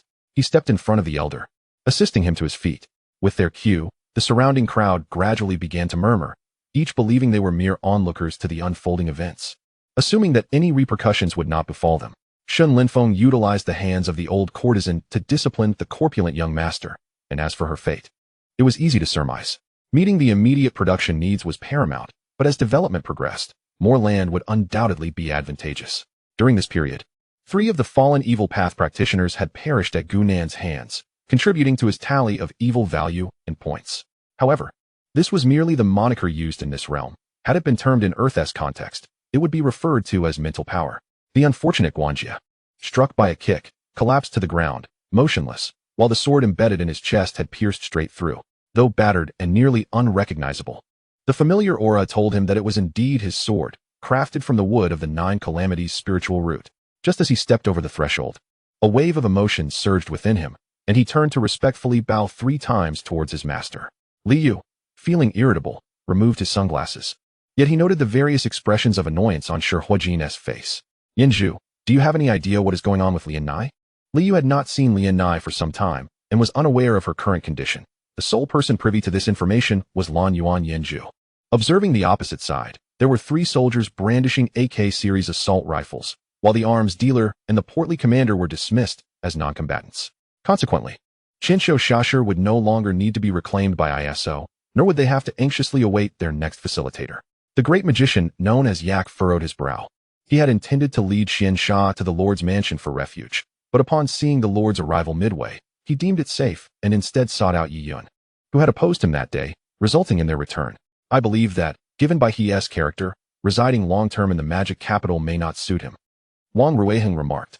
Everything appeared as if it were transparent. Even the ceiling was crystal clear, allowing the dimly lit stars in the sky to be discerned.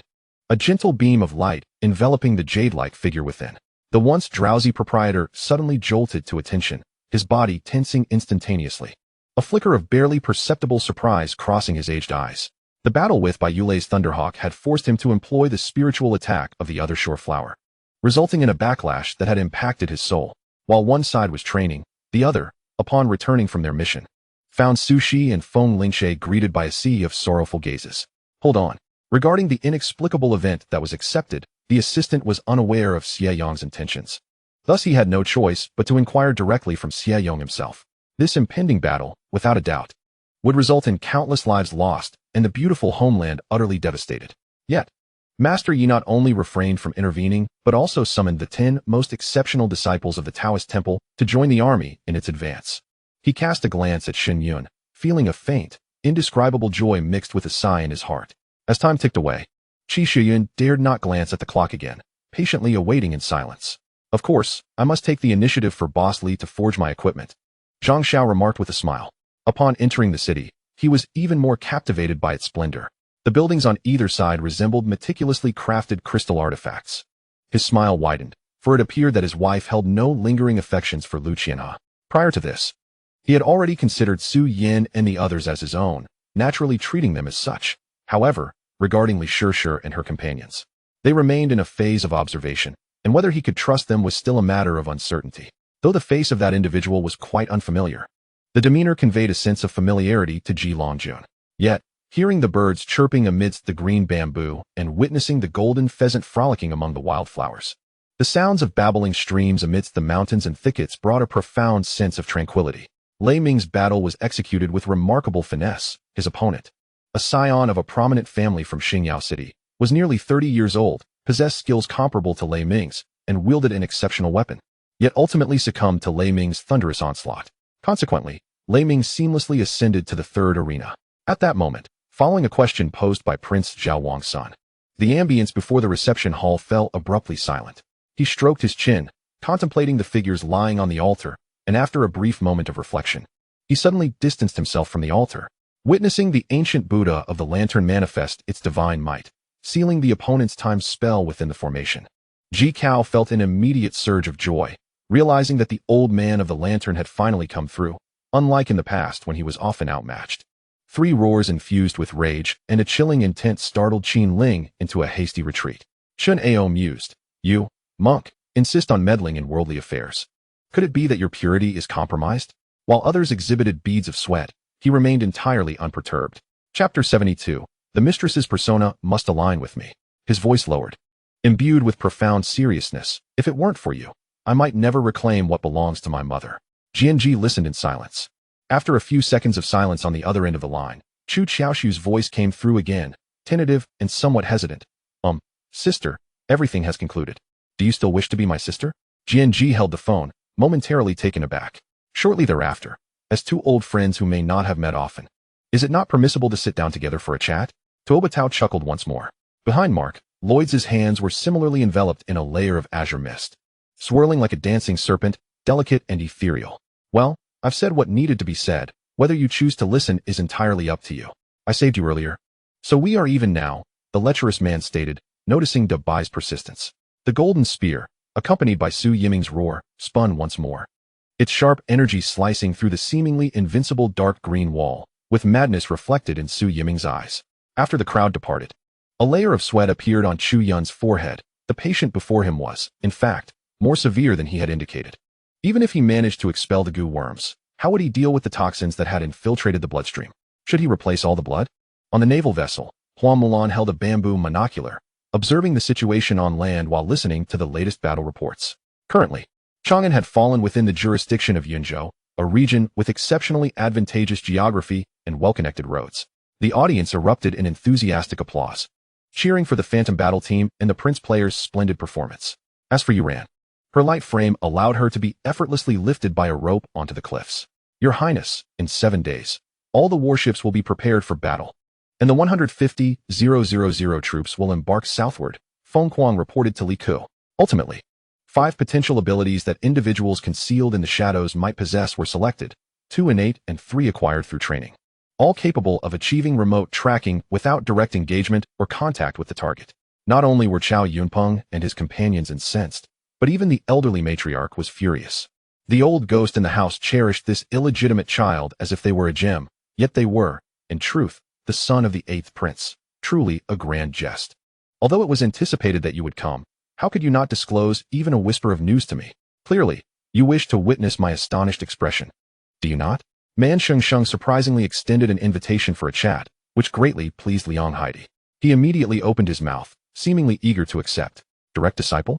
Wu Fan exclaimed in shock that Caesar was actually the direct disciple of the principal of the Jellyfish Island.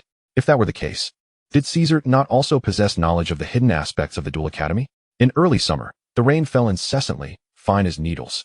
Chiken held up a green bamboo umbrella, walking towards the Rue Wang mansion located not far from the Changrong princess's residence. Zhang Lan brought along a radio and gold bars, initially believing it to be a gesture of goodwill from Zhu Muyun. Little did she know, it was a gift from Zhu Muyun to the underground party in Yingxing. Zhang Lan was merely running an errand for Zhu Muyun. Hee. Truly worthy of being my best friend. Let us go. If I capture that fellow, I'll have my uncle gift me his ancient mechanical giant. Hee. Sei Pei fantasized about soon acquiring the coveted card, unable to suppress a silly grin. Macmillan was carried out of the arena, and the Pacers' assistant coach took temporary charge. The game must continue. A team can do without any player, but it cannot be without its head coach. Ning Yunshu was not an impulsive person. She forced herself to calm down and ponder whether there was any oversight that her master had noticed, but she had not. Chapter 73. Third brother, reign in your aura. Zhong Yu glanced at the zeros on the check, his eyelids twitching. He extinguished his cigarette, picked up the check, and with a slight smile, finally regarded Jianji directly. All right, the financial backer has the final say. In 1 month, I shall deliver the first draft to you. The script was finalized. The next step was to assemble a team. Jianji took the initiative, leveraging her financial commitment and discerning eye to assemble a remarkably luxurious crew within a mere 2 months. A cinematographer who had won international accolades, known for their aesthetically pleasing visuals. However, in recent days, Long Yangyun had subtly emerged as the leading figure of the team, while the two of them were completely overshadowed, which was quite difficult for Chao Jingshan and Jin Haochu to accept. Jiang Feng urgently addressed Lu Pianran. Pianran, please refrain from collaborating with Lan Zixuan in your studies from now on, all right? I am concerned. At this moment, the light was dim and visibility was poor. A dazzling sword light cut through the air from the watchtower above, illuminating the head below in a fleeting moment. After several months of companionship, his dragon energy had been absorbed by Chu Chun, leaving only a mere third of its original strength. He Chuan was momentarily taken aback. He had not anticipated encountering these bandits under such circumstances once more. It could be said that the pyramid scheme represented a variable, and notably, the only significant variable among them. No one comprehended the depth of this existence, nor did anyone delve into its intricacies. For He Chuan, this posed monumental challenges. After all was said and done, the blood tiger's lips curled into a sinister smile, as though everything lay perfectly within his grasp. Meanwhile, on the other side of Beast God Mountain, Wang Fei was intently scrutinizing the myriad of information relayed by the insect robots, when suddenly, a prompt message intruded upon his vision. This move is truly perverse. There's nowhere to hide, and the venom is utterly terrifying, Hongder exclaimed in astonishment. In stark contrast to the ordinary barracks of the foot soldiers, the general's tent, commanding an army of 100,000, was indeed unique. As midnight approached, Gongliang Shiqian inquired, "Aren't you feeling tired?" Observing the unwavering brightness in Xiao Chong's eyes, it seemed fatigue was not an issue. Qin Luan bellowed once more, causing a recently revived soldier, blood streaming down his face, to faint again in terror. The Northern Family's army of 100,000 was divided into 10 camps, each consisting of 10,000 soldiers, with a commander leading each camp. Among these, the first camp was the most formidable, commanded by Bei Hu. No one truly knows what lies beyond death, whether one might be reincarnated, or if another realm awaits.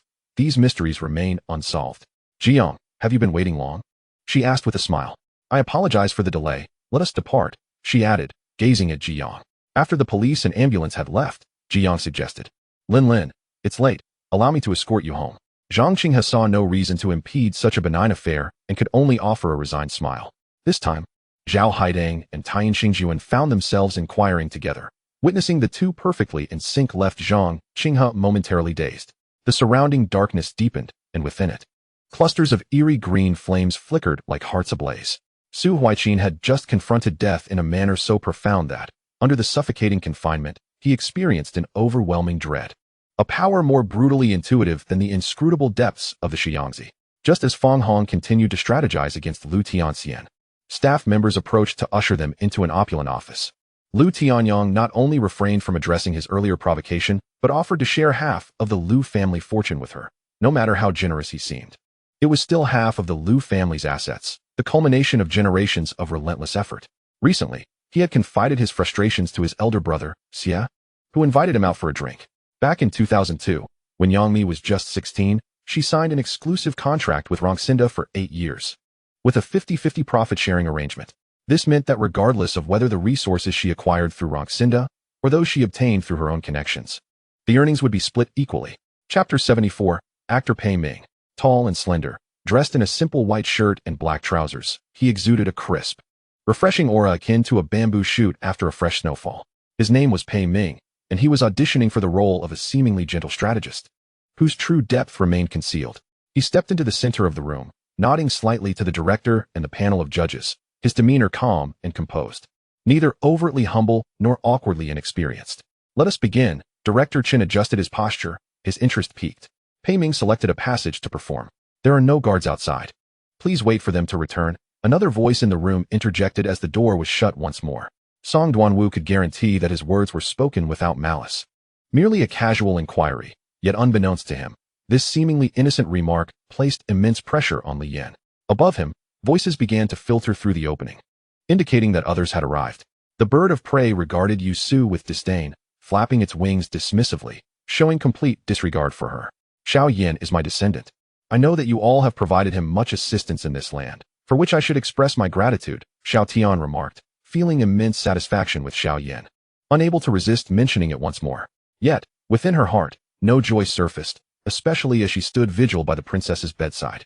Wang Xuanfei's pale visage broke into a fleeting smile, though her eyes glistened with profound longing and unshed tears as she cast one last lingering glance at Princess Kuinqing, her eyelids gradually drooping until they could no longer admit a sliver of light. Xie Jun, in a demonic frenzy, struck towards his Fengqi acupoint, causing Tang Yao to collapse immediately to the ground. What the hell? How can there be a man's laughter in this desolate palace? Could it be the ghost of our founder? Fu Bo grumbled bitterly. Ling Yu was momentarily startled. He was all too familiar with Luohong Mountain Villa, having spent nearly 3 months there as a disciple, and now he was practicing methods learned from that very place. At this moment, she was unaware that the handsome gentleman in the room was Yi Chun, mistaking him for another guest. After all, during the years that the third prince returned to the empire of Honghua, no one had ever reported any extraordinary skills attributed to him. In a remote area of the Ku Pu Lu Star sector, a star spirit temple was discovered, and the military believed it likely harbored exploitable resources. A few children? Luo Wei keenly seized upon this term, causing her eyelids to flicker. Were the maps of Xie Roof and Hua Wucua entirely accurate? Lin Qingyan pondered, recalling their initial request to separate for the journey, feeling a twinge of doubt. Yet, lacking evidence, she refrained from speaking out.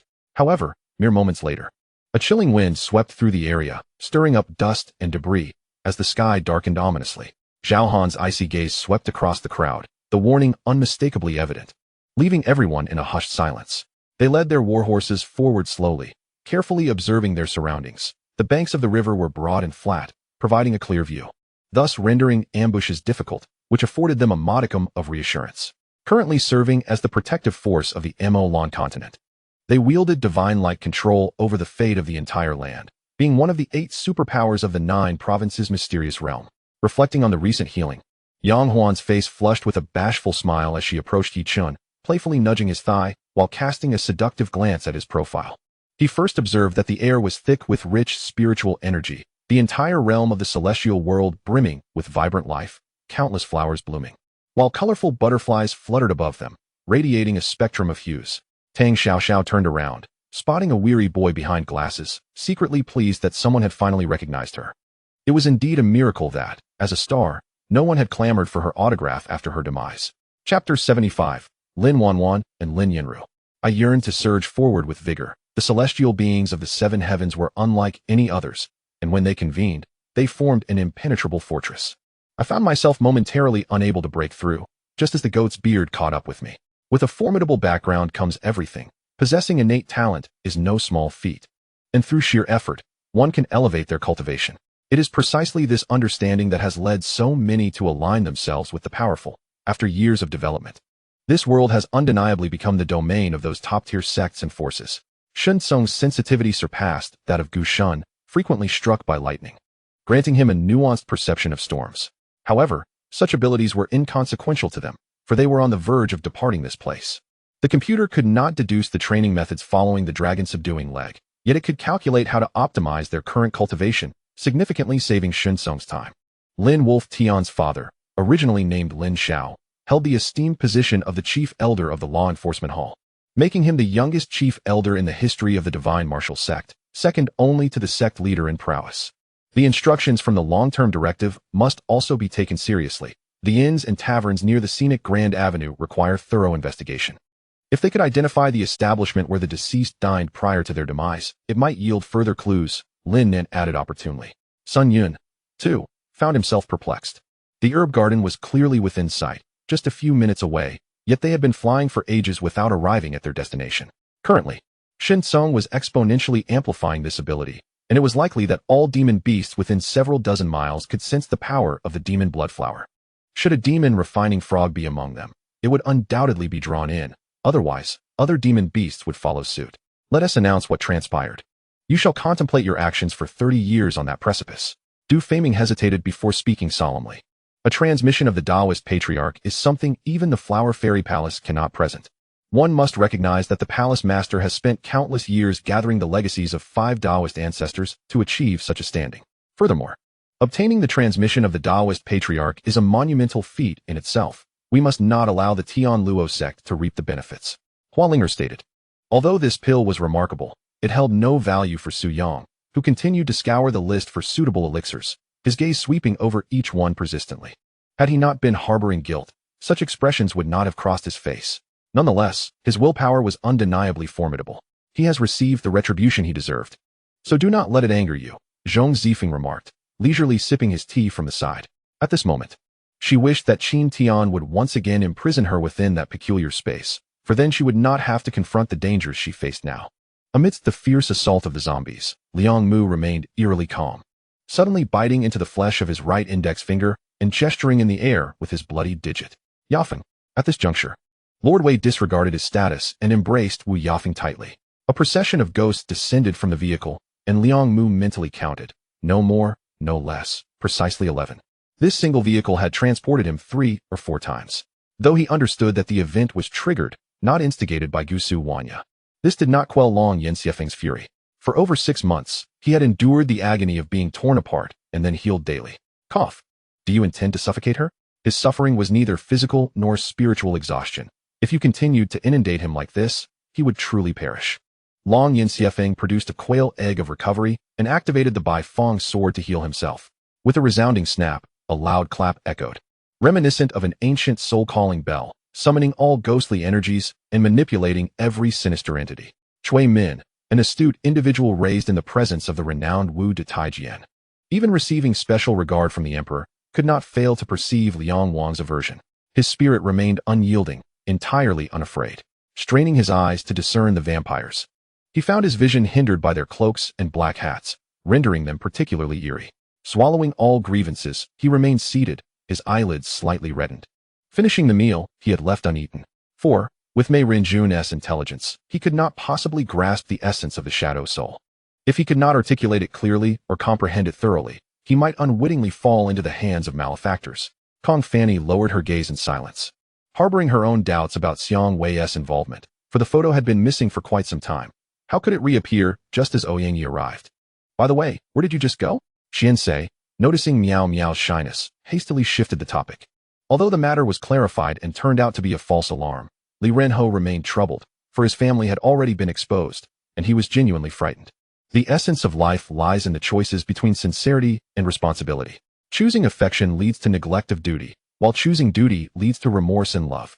The conch I intend to sound is not a magical artifact, but rather a phonetic method derived from the art of howling. This disturbance emanated from the purple dragon loach. Astonishing young fan. Could it truly communicate like a human? Was this still an immortal elixir? Without a response, Katusha's crystalline eyes momentarily flickered with uncertainty. As if imbued with nostalgia and reluctance, her palm pressed against Brett's chest, unleashing surging currents that triggered maximum explosive force, propelling Brett's body away like a kite severed from its string. Lin Feng's sarcastic jibes belied a growing trepidation within him. The adversary would not make such an error. Fully aware of some of his own capabilities, yet still dispatching such an individual. Once a spiritual aperture was opened, as Zhang Ruochen unleashed his palm force, he could harness the energies of heaven and earth, thus doubling his strength. Surrounding them, gasps of astonishment erupted. They were engulfed in terror upon realizing that their spiritual awareness had suddenly faltered. Chapter 76. What does it have to do with me? Pei Ming gazed at the slowly rising black car window, reflecting on the blood feud he bore and the tasks set forth by the vengeance system. Should he miss this opportunity, reconnecting with the Mo family would be as challenging as climbing to the heavens. He clenched his jaw tightly, his chin taut like a bowstring. A tumult of struggle swirling in his eyes. Ultimately, the flames of revenge extinguished his vigilance. He abruptly flung open the opposite door of the back seat, crouching inside. His body rigid and pressed against the door's edge, utterly focused. Wang Zhe dared not delay. He immediately dialed Shen Tu Haolong's number. Upon seeing it was Wang Zhe, Shen Tu Haolong ignored the call, ultimately tossing his phone aside, curious to see how Wang Zhe would explain the situation. Observing her silhouette, I too felt an inexplicable sadness. We all believed ourselves to be unique, only to find that we were not. Regardless, he had little connection to the 10,000 Immortals Alliance. The fates of the cultivators aboard the Jinyuan ship were of no consequence to him, and he had no reason to offend the nine-headed flood dragon. Second uncle. How is Jiaming? After an hour, Huangfu Jinxiong finally exited the room, slowly closing the door behind him. Huangfu Haoyue hurriedly inquired. The newlywed couple spent their honeymoon along the river, in a place reminiscent of Lu Zizhou's wild youth. Yet that area had long since transformed beyond recognition. She feared that she might harm her if she lost control. In her lucid moments, she was acutely aware of how arduous the past few years had been for Lu Zizhou. If she were to regress to her former state, everything would be irrevocably lost. He Xiurin had not forgotten the events concerning Nanyu this time. However, the repercussions of Tang Guanyin's intimidation towards Tang Huaijin remained uncertain. After a brief respite of 10 minutes, the two individuals pushed open the door to the inner sanctum of the radiology department, where Zhang Baoguo was still engrossed in examining the enlarged scans with unwavering focus. Surely, we aren't directly above a lake or something of that nature. Li Ku lamented despondently. The Earth Skull King, the formidable leader of the Earth Shield Legion, possessed unparalleled defensive capabilities and terrifying strength, capable of effortlessly shifting mountains and wielding dominion over Earth, gravity, force, and was renowned alongside the Dark Skull King as one of the two greatest melee combatants. The Legion was composed of a dual main battle force, fully manned with a staggering 20,000 troops, comprising 150,000 infantry and 5,000 cavalry. After decades apart, despite his excitement, Tao Qingshan felt a sense of disorientation upon their reunion. A discreet reconnaissance attempt yielded no information about the Tomb Knight. Was the disparity in their ranks too vast? Was it third or fourth rank? Halt! Biyue commanded with authority, and upon hearing the order, the Ape King immediately ceased his actions and retreated to Biyue's side, summoning the monkey Djinn with a sharp whistle. The previously one-sided advantage could not deter the audacious orc before them, should a direct confrontation ensue. With both sides on equal footing, how could Reals and his mere few hundred men possibly contend against the opposing force? A complete annihilation was not out of the question. Human, do not be so arrogant. Do you truly believe you have already triumphed? The fallen sorcerer prophet, bearing scars upon his chest, spoke in a furious tone using the human tongue, prompting a smile from Qin Feng. Is that truly your sentiment? Shouldn't friends assist one another? You shielded me from a blow, and I shall care for you in return. Is this not a fair exchange? Why do you feel remorse? Morong Qingqing remarked coolly.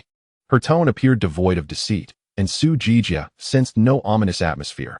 It seemed this extraterrestrial being had not deceived him. If deception was intended, merely concealing her energy waves would have sufficed for her to remain undetected.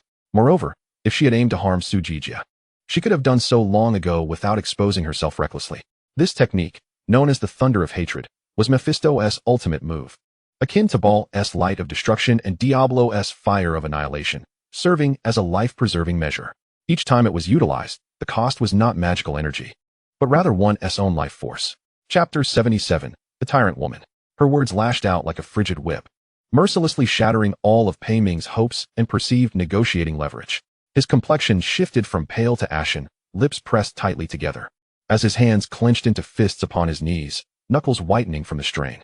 All the confidence and schemes he had accumulated since his rebirth were obliterated by Jianji's cold analysis and relentless mockery.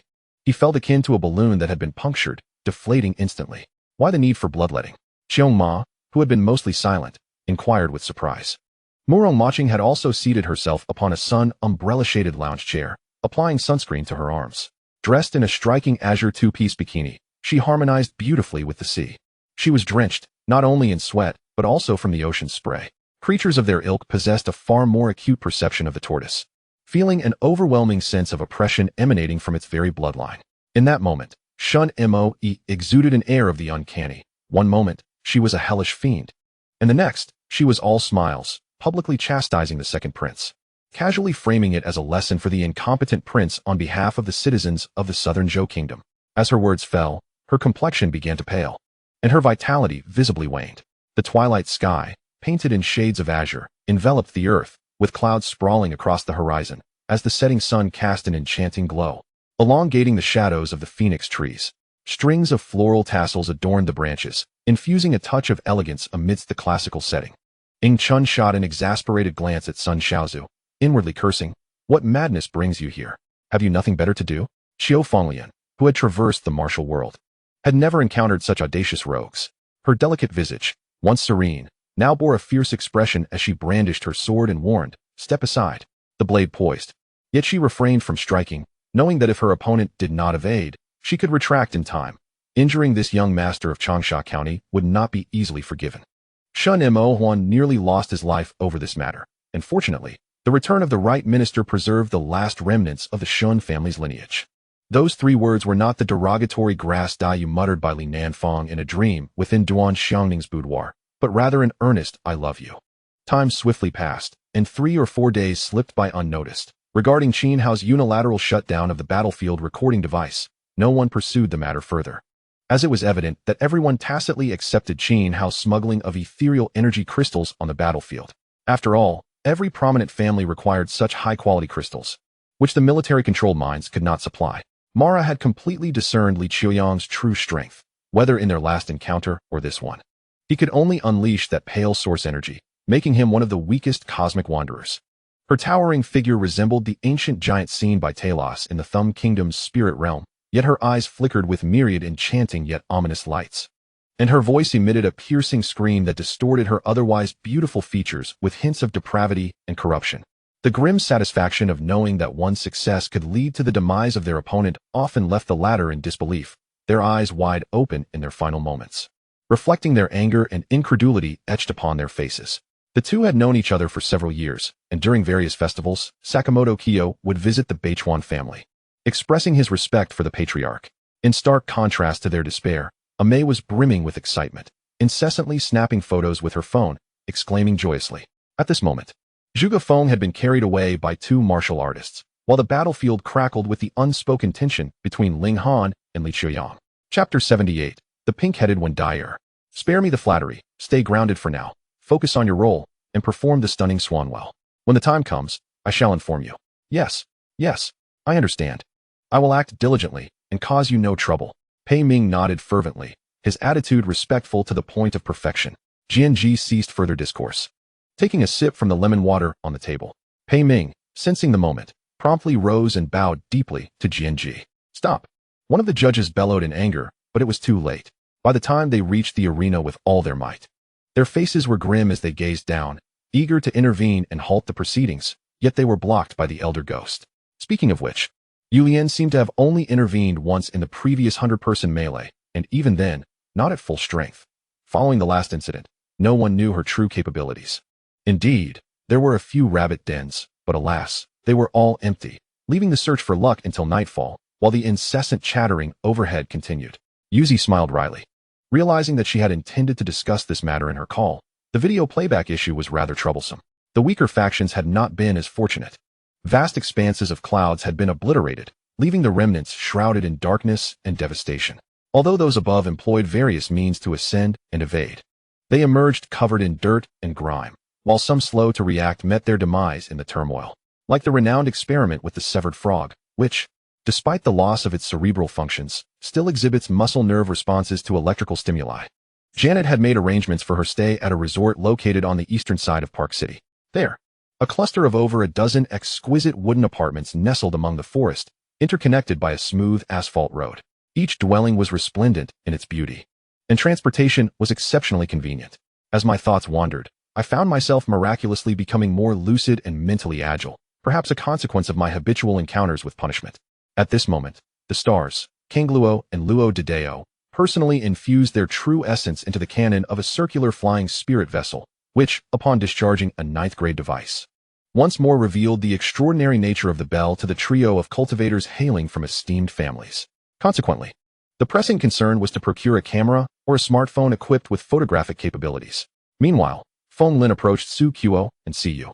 Sensing that Su Qiu still possessed some spiritual energy, and thus transported both him and Jin Sheng into his own realm. Feng Lin nodded. Understanding why the once unparalleled body had been fragmented so extensively, it was now conceivable to imagine the strength he once wielded. Lu Chongqing let out a wry smile and sighed helplessly, seated upon the ground, before casting his gaze upon the flying crane, murmuring incantations. In an instant, the crane returned to his hand, resembling a genuine crane in every aspect. Of course, the sword hero was not without hope of catching up, for he and the gluttonous monk were confined within the main hall of Jingshan Temple, a space of limited dimensions. After the gluttonous monk had sprinted a short distance, he would inevitably need to turn, providing the sword hero a prime opportunity to close the gap. Upon receiving news from the front line, Tai Moxing within the command center was momentarily taken aback. Given these circumstances, Meng Wei's intention to utilize 2 pages from the Ghost Valley Miscellaneous Diseases as compensation for his medical assistance over the past few days seemed quite reasonable. Rest assured, father, I have attained the Golden Core realm and can nearly traverse the world with ease, Chang'er remarked, preparing to leave the tent. Of course, I have plenty, Wang Hao chuckled, spreading out 7 or 8 mobile phones on the table. Punishment turned a cold gaze upon Mei, his eyes devoid of pupils and crackling with electric currents.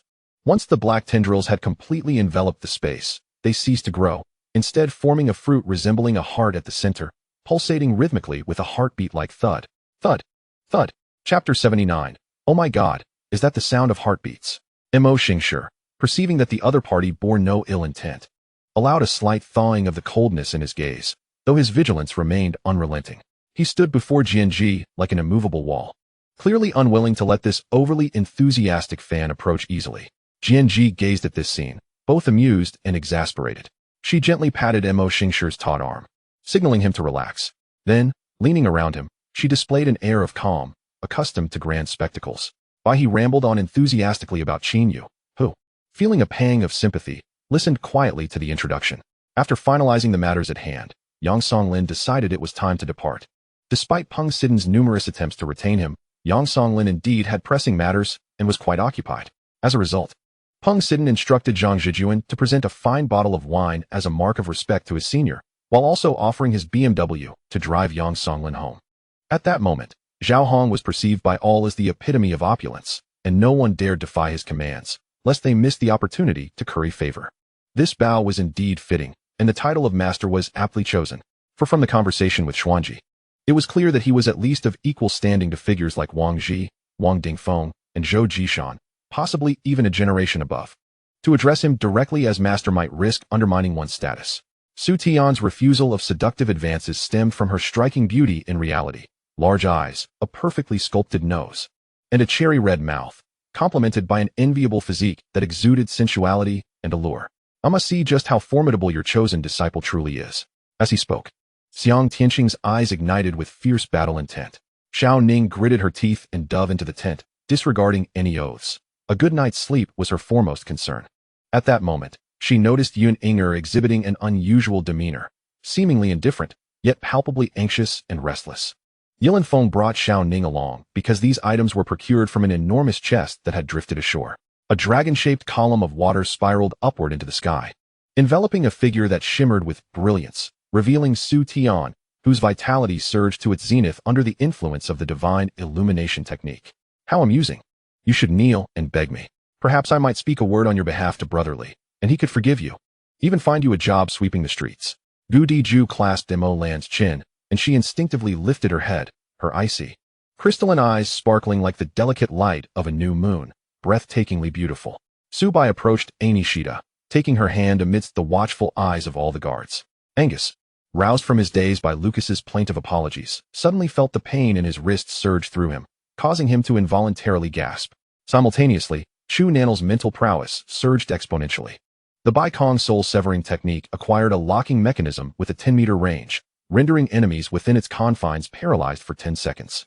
Should he encounter a mightier foe, this ability could serve as an escape route. Lu Banshan's face turned crimson as laughter erupted uncontrollably, igniting a chain reaction of mirth.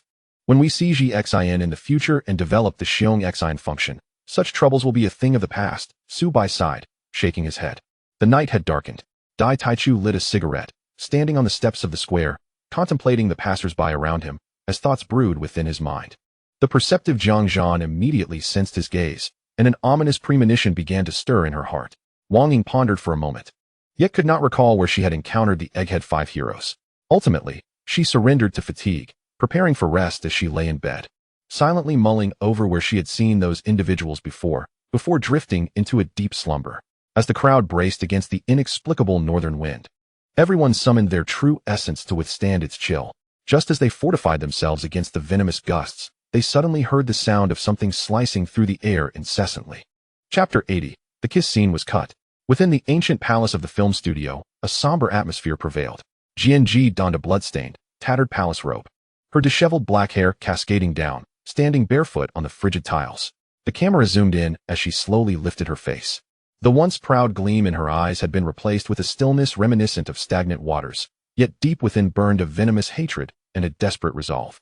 The despair of a deposed princess intertwined with the cold calculations of a strategist, creating an inextricable harmony within her. Cut. After all, despite the tales of the legendary black-faced deity, though a few claimed she was not as fearsome as rumored, having yet to witness her for oneself, disbelief lingered. Li Jixio ultimately finished his meal with weary resignation, dismissed with disdain by Ling Jingqian. Liang Xian tidied up the dishes and returned to her room, where she found Ling Jingqian freshly bathed. Merely a minute later, Sun Xing reappeared outside the Lawrence Manor, collapsing onto the ground, gasping for breath. Upon glancing at the display on his mobile device, his indignation surged, prompting him to raise his pistol and fire at the vase with a resounding bang. In an instant, the vase shattered into fragments, revealing the chip that Ling Jingqian had previously concealed within. At the scene, as everyone observed, their gazes flickered slightly, realizing that a slow-moving Bentley had been trailing behind the two individuals. Contemplating this, he exchanged a knowing glance with Yi Qingling. With their current level of tacit understanding, Yi Qingling instantly grasped Wang Yuan's intention. Could it be that the recent appearance of the Italian hunter had instilled an unprecedented sense of crisis among nations, prompting them to prioritize talent cultivation? Shortly thereafter, Su Xingxing appeared, swathed like a large dumpling, before the camera. Lu Meng and Yi Qingling exited the cosmetic store, each having spent around 1 gold coin on an array of high-end cosmetics, just in time to witness Wang Yuan's moment of payment. As soon as he approached, Tang Feng unleashed a tempestuous assault, his dual blades transforming into luminous spheres that danced incessantly around Xiao Chun. After calling Lu Pan to inquire about the situation, he learned that Lu's father had indeed emerged safely, and the company had resumed normal operations, with the collaboration with the Su family group continuing as per the agreement. He hesitated for a moment, and when he turned to look at me, his gaze was surprisingly complex. Once I finally acclimated to the wave of pain, he suddenly cupped my face and kissed away my tears. I heard her mother nearby muttering something about it being unreasonable before hastily departing. Although Han Jinhan spoke the truth, those present paid him no heed, dismissing his words as mere fabrication. Yet, Han Jinhan remained indifferent, for even if one aspired to become a gold mine, what could it matter? Ever since Lu Wu observed the sparse jewelry on Du Rua's vanity, he had taken to bringing back 1 or 2 exquisite pieces of jewelry for her each time he ventured out. Today, it was a hairpin. Tomorrow, a bracelet, gradually filling Du Rua's dressing table. Through the still-ajar door, a pair of eyes blinked in the impenetrable darkness, as the gunman, unable to contain his curiosity, inched closer to the door to ascertain whether anyone remained outside. Lin Zhejia had initially gone to bed in a fit of pique, not expecting to actually fall asleep. Upon waking, she discovered it was nearly 7 o'clock. Seeing the eagerness in both their gazes, Lu Wu picked up his chopsticks, took a bite, and nodded before setting them down.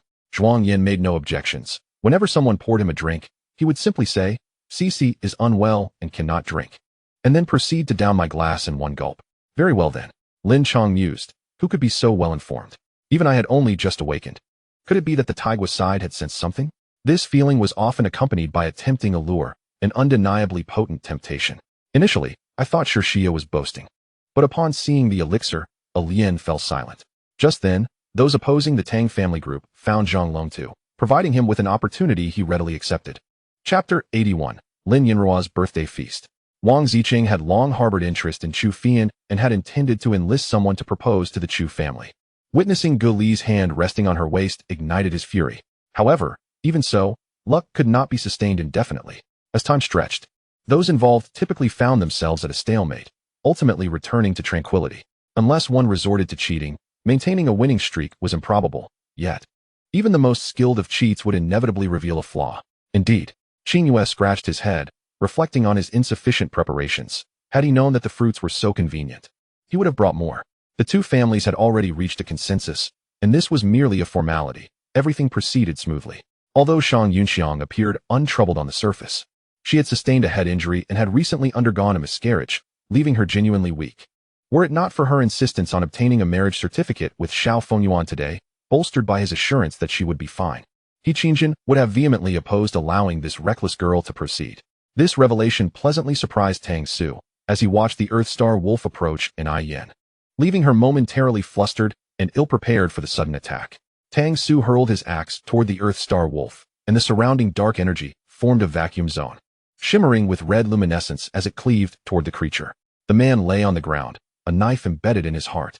His clothing stained crimson and riddled with numerous punctures, indicating that he had undoubtedly endured more than one stab. As long as nothing went awry, it could serve as mere practice. This would simplify financial matters, affording He Zilong, a first-time boss, the time to grow into the role. He casually tossed aside a remark, shedding his shirt and tossing it onto the bed, striding toward the bathroom with a bare, muscular torso. It should be safe. The abrupt assassination attempt had thrown Yu Hai into disarray, but now he began to regain his composure, acknowledging that the threat against him was merely covert, while he remained an openly acknowledged official of the court, rendering them reluctant to act against him overtly. Not only did Ma itself require extensive preparations, but representatives from various nations and factions also needed considerable time to arrive for the event. If you like it, that's all that matters. In a few days, when I get paid, I'll bring you something, all right? Are you satisfied with the food? I beamed at Lu Yizha, imagining that if his gaze could kill, he would have perished 100 times by now. Furthermore, should there be a breach of the pact, all prior plans established in the Land of Thunder would be entirely nullified, eliminating any favorable opportunities to exert control over the region. The sound of tires screeching against the pavement resonated in my ears until it gradually faded, allowing me to exhale a breath of cold air. In the eastern part of the city, at the barbarian consulate, the exotic room was adorned with a narrow, low table laden with various fruits and snacks. Xie Jun's thoughts drifted elsewhere, pondering that perhaps Xiao Hua believed the Gu family was not as ordinary as it seemed. In recent years, the government's increasingly ruthless measures against organized crime had decimated domestic criminal factions. Approximately 90% of such forces had virtually vanished, yet around 10% still persisted. However, Lu Lin was not entirely inactive. On one hand, she had blacklisted several media outlets, ensuring they would no longer have the opportunity to interview her.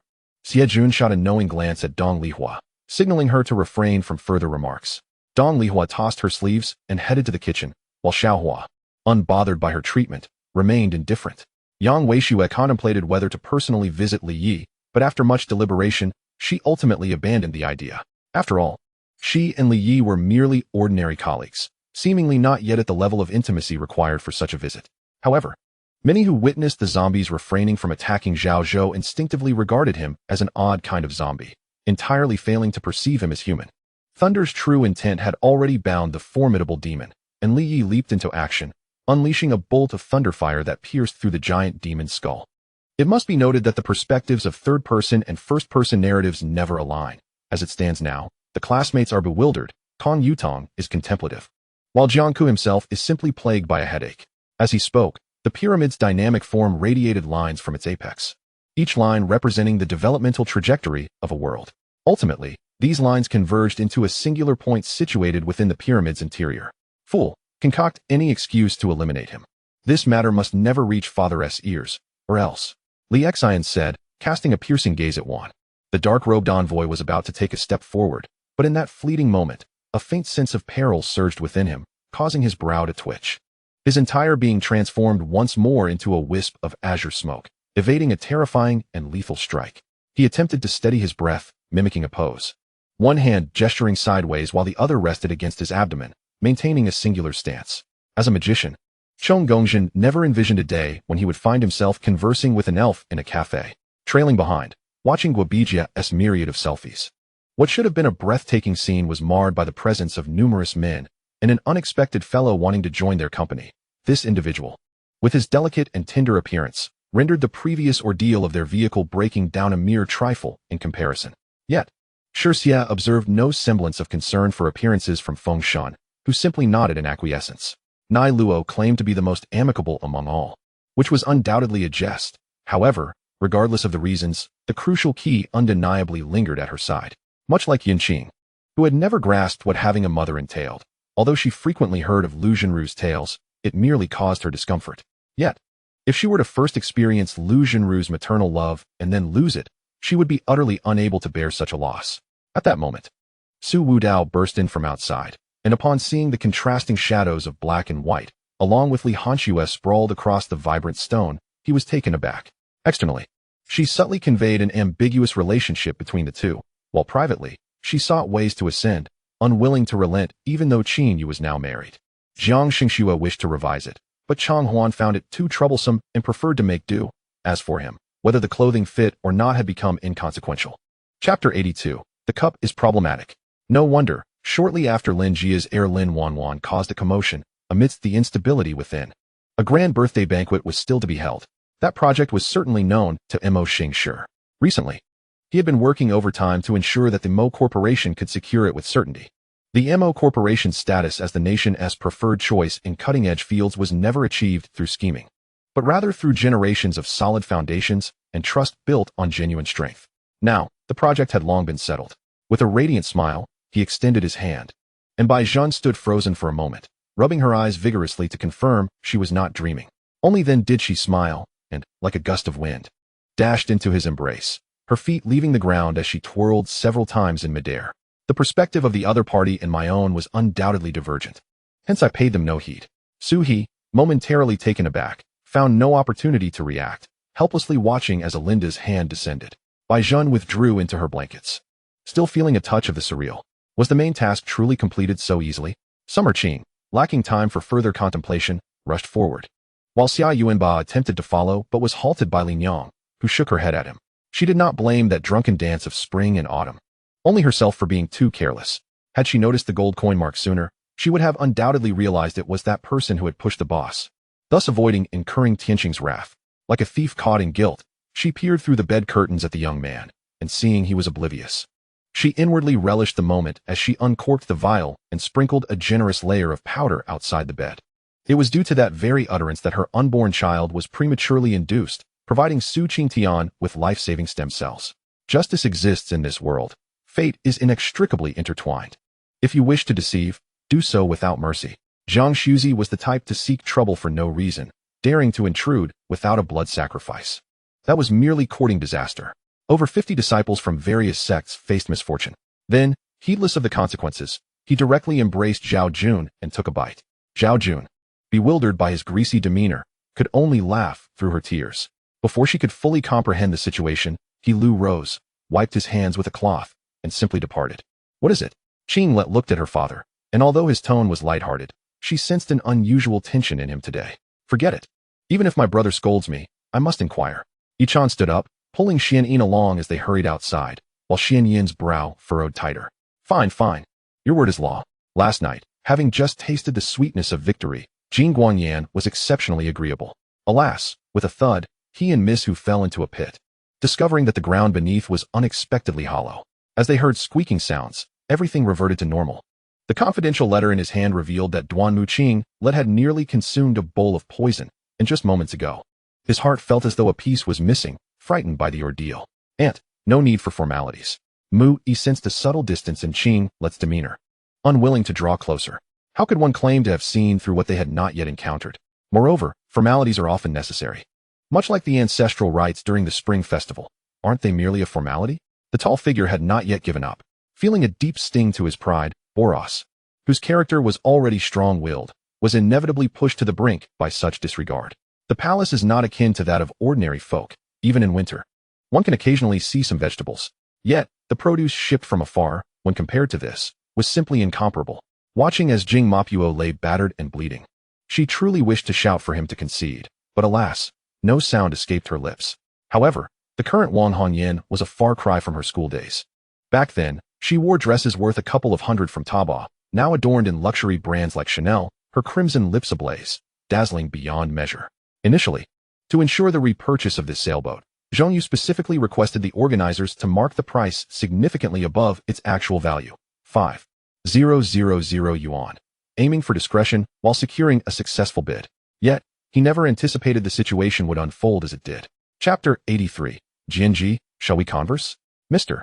Lin is quite considerate. Her voice held a hint of inebriated huskiness as she elegantly swirled the liquid in her glass, inhaling its aroma delicately before taking a gentle sip. Her red lips glistening with the wine, enhancing their allure. She raised her glass towards Lin Jiaqing and Lin Yanru, her eyes sparkling. Indeed, it was fine wine, rich and unique in flavor. Lin Jiaqing laughed heartily, repeatedly expressing his delight. Jianji set down her glass, her body swaying slightly as she leaned toward Mo beside her. However, the effects of many talented individuals were far from ideal. Most of them were of F and E grades, and some might prove ineffective in battle. Yu Rao clutched Yu Sheng's wrist tightly, her grip firm enough to leave faint red marks on his skin. A person of remarkable intellect and stunning beauty is bound to leave an impression, yet, it turned out she had endured such a tragedy in her youth. Her usually clear and vibrant eyes were now filled with tears, helplessly tugging at his sleeve, seeking confirmation of the news's authenticity. She understood that the legacy of the Xie family extended beyond this very room. The 5 courtyards she inhabited were adorned with the memorial tablets of departed members of the Xie clan. If the earlier disciples of the fatigued sect harbored merely a modicum of resentment towards me, the group led by Cui Mei regarded me with hostile glares, as if I were the very embodiment of a paternal enemy. Alas, I had intended to recuperate in Fengchuan City before my exile, but fate conspired against my wishes, rendering rest an impossibility. The emissaries clad in black surged forth like a relentless tide, while the loyal assassins and warriors of Emperor Yunzhong fought valiantly to protect him. The shadowy figure, towering and formidable, gripped her hand with astonishing force, resembling an impenetrable bastion. Her struggles were in vain. A gentle breeze swept by, and the 4 earth ninjas suspended in midair suddenly disintegrated, reduced to dust without a sound, vanishing into oblivion. At that moment, the onlookers felt a pang of discomfort in their eyes, hesitant to witness such a spectacle further, fearing pain from their gaze. Many, engrossed in deciphering these intricate techniques, found themselves on the verge of expelling blood from their mouths in frustration. Fist met fist, palm met palm, unleashing a cataclysmic clash. The red refinement body bore vulnerabilities, leading to immediate bloodshed, as Nzi seized the opportunity to rain down fists with overwhelming advantage. This scenario unfolded under the most favorable conditions. Should the tide of battle turn unfavorably, or unforeseen circumstances lead to defeat, the unification of Jiangxi would inevitably be further delayed. Just let her drift into slumber. After a good rest, she shall be well, Lin Yi remarked with a smile. During dinner, Helion kept a watchful eye on Tuoba Shui, meticulously observing the changes she exhibited since her arrival in the Xiongnu kingdom. Tuoba Shui appeared blissfully oblivious, cheerfully indulging in food and drink, which piqued He Liang's curiosity. He could not fathom his junior sister's thoughts, nor could he ascertain her feelings towards him.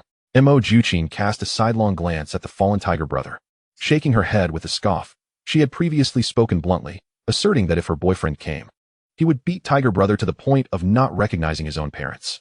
Yet, Tiger Brother and his companions remained incredulous. Who could they blame for that? At some point, Yao Yi had appeared before them, coldly declaring, "Wang Kai, I must teach you a lesson today." This led to a morning at the company filled with the sounds of anguished cries akin to that of slaughtered pigs. Once, it was a matter of saving face. But should she step forward again, it would reflect poorly on her character. At the very least, Cui Min was not that sort of person. Wang Chun considered her feelings, and naturally, she would reciprocate his concern. I smiled softly, although the memories of my past life flooded back into my mind when they intertwined with my current existence. I found myself preferring the years spent living in the mortal realm, relishing the name Zhang Yu and the essence of being human. Chapter 84. That fool Lin Wanwan could never succeed. The heavy, Intricately carved wooden door of the tea room closed behind me, severing the last vestiges of the banquet's clamor. The faint haze of intoxication on Jianji's face receded like a receding tide, replaced by her customary aloofness. Her gaze became clear and piercing, as if she had never tasted a drop of alcohol. The gentle smile on Lin Yanru's face abruptly froze, her brow twitching as an ominous premonition twisted like creeping vines around her heart, tightening its grip. Instinctively, she took a half-step back. It was then that Lan Mo Tian realized the nature of this secret technique. He finally recalled what Lan Yalai intended to achieve. Moments later, he shook his head slightly, silently hoping that Lan Yalai would succeed. After all, she was the only one from the Lan Xing clan who could converse with him. Nia Wanluo hurriedly declined, stating she needed to return soon, and Elder Chen did not insist further as they exited the dining hall. Upon his return, He Weiliang found only Nia Wanluo seated at the table. Hesitating briefly, he approached her nonetheless. Countless ghostly claws converged like a colossal wall, pressing towards Yi Feng. Shrouded in a menacing purple haze that instilled fear in the heart, merely the weight of its presence was enough to chill one to the bone. Pola noticed her face showed signs of weariness, seemingly imbued with an inexplicable sadness, her entire being an enigma, perplexingly intricate. Bao Qibao nodded slightly, a look of approval gracing his features. Seeing this, Qing Ren felt emboldened.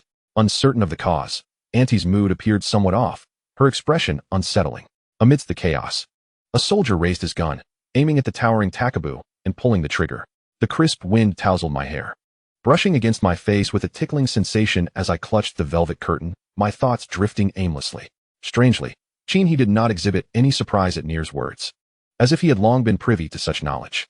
Others were engaged in charitable endeavors, potentially impacting the educational development of a city, which undoubtedly influenced the reputation of the construction bank in Beishan City. Running loans had morphed into loans that ran away. Gu Qingyun had not even met her face to face. The families had yet to discuss their marriage, yet that foolish girl was eager to obtain the certificate, inadvertently handing the initiative back to the Wen family, making a grand spectacle as if to ensure the world was aware. Hearing her tone, Yuan Xia's demeanor was noticeably colder than in previous encounters, tinged with a sense of petulance. However, barely moments after bolting out, Yi Lin collided with an invisible barrier of air. In the next instant, the surrounding atmospheric pressure seemed to constrict Yi Lin, blocking his path in all directions. Su Jin tossed him a handful of small silver coins and strode into the inn. As soon as she entered, the place was a cacophony of voices, a melting pot of diverse individuals. She sought a secluded corner to sit, when a man dressed in plain clothing, with keen, shrewd eyes, observed her intently before stealthily slipping out of the inn. Among the two types of individuals, how many could be found in Shinfeng City? Guling inquired of Yi Lin. Luo Rongshuan staunchly defended the borders of 3 cities, concentrating all military forces in Yicheng. With 200,000 troops stationed, he could not launch a full-scale assault. Should he do so, both armies would suffer grievous losses, proving to be a futile endeavor. Before he could voice his inquiry, Yuan Xia suddenly embraced him tightly, pressing her face against his chest. The voice seemed to emanate from beyond the door, or perhaps from the ceiling, a haunting melody that evoked terror, as if it were the breath, cries, and wails of the damned from the depths of hell. Plunging the listener into despair, Zhang Tianxi took a deep breath, smirking. System, are you certain you haven't chosen the wrong person? He maintained a skeptical demeanor.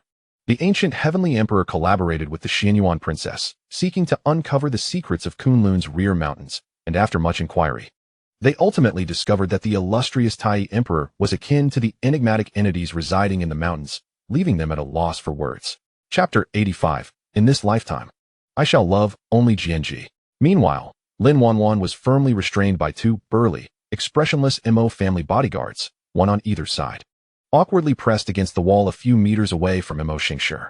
Her meticulously adorned dress had become disheveled, and her makeup was smudged, her expression a blend of unwillingness, anxiety, and a hint of despair. The moment the door swung open, Lin Wanwan abruptly looked up, her gaze locking onto Jianji, who stood unharmed at the threshold, her eyes clear and unfaltering. Instantly, Lin Wanwan's complexion turned as pale as a sheet. How foolish she was. Adam, towering and robust, stood before the wooden door, lifted the copper latch, and knocked 3 times before stepping back slightly. His words once again captured the attention of all the lords. Whether the Yuan brothers could acquire these soldiers was of no concern to them. However, regardless of whether these soldiers were under the command of Dong Zhuo or later fell into the hands of the Yuan family, they were not truly their own. It was highly probable that one day, they would find themselves facing them on the battlefield. Although the extent of Fang Su's prowess remained uncertain, His audacity was indeed a source of astonishment for the family head. A glance at the number on his mobile revealed it to be a call from Shin Jiesin, indicating her intent to invite him for a meal, prompting him to answer. Liu Bei had already confirmed his expedition, while others either clamored for the opportunity to march forth or silently gazed at Zhao Er, eager to join the ranks. The world is rife with unforeseen events, and calamities often arrive without warning. Feng Su could not resist casting a glance as a solitary figure approached, one he had encountered before. Those participating in the assessment gathered in front of me, sitting cross-legged on the ground, eyes closed in concentration. Upon hearing Elder Tong's words, a dozen young individuals dared not be negligent, hastily taking their places at the steps below, settling down in a meditative posture. Yi Xian mirrored those around him, gradually closing his eyes. The stark contrast between the pristine white of the milk tea and the glossy sheen of his fingers was striking. Observing the fingerprints on the rim of the bowl, Ma Du subtly adjusted his position, took a sip, and smiled, nodding in approval, proclaiming, delicious and fragrant. Ma Du was not merely offering flattery. Urina's milk tea was indeed exquisitely brewed. Amidst the astonished gazes of the assembly, a snow-white orb descended from the ceiling, arriving in their midst. In her previous life, she became an orphan due to her parents' unwavering devotion to love above all else.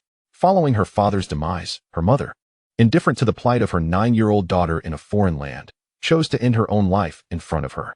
Seeking death, Duan Chen's gaze turned icy, and he wielded his wolf-headed blade, striking fiercely at the frenzied gray wolf before him, sending it hurtling backward. Wen Yu was momentarily taken aback. How did this involve Song Jiayin again?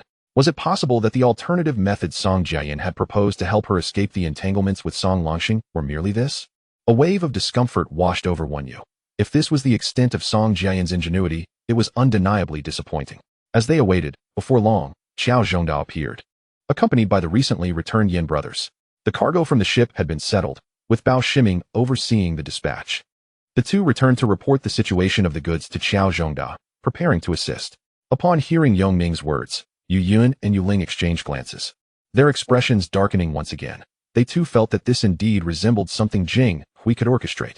Wang Ming's countenance also soured. Had these individuals spoken with courtesy, perhaps the rotund fellow might have relinquished the appealing tasks they desired. Yet their arrogance was palpable, clearly attempting to impose their will.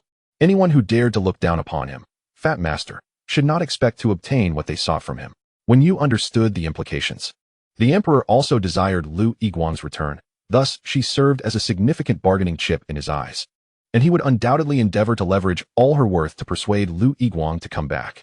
Chapter 86. Can we now discuss the matter concerning Jianji? The liquid slid down his throat, colorless and tasteless, akin to pure water. Guyu opened his eyes in bewilderment, the fear on his face somewhat dissipated, only to be replaced by a deeper sense of helplessness and despair, reminiscent of drowning.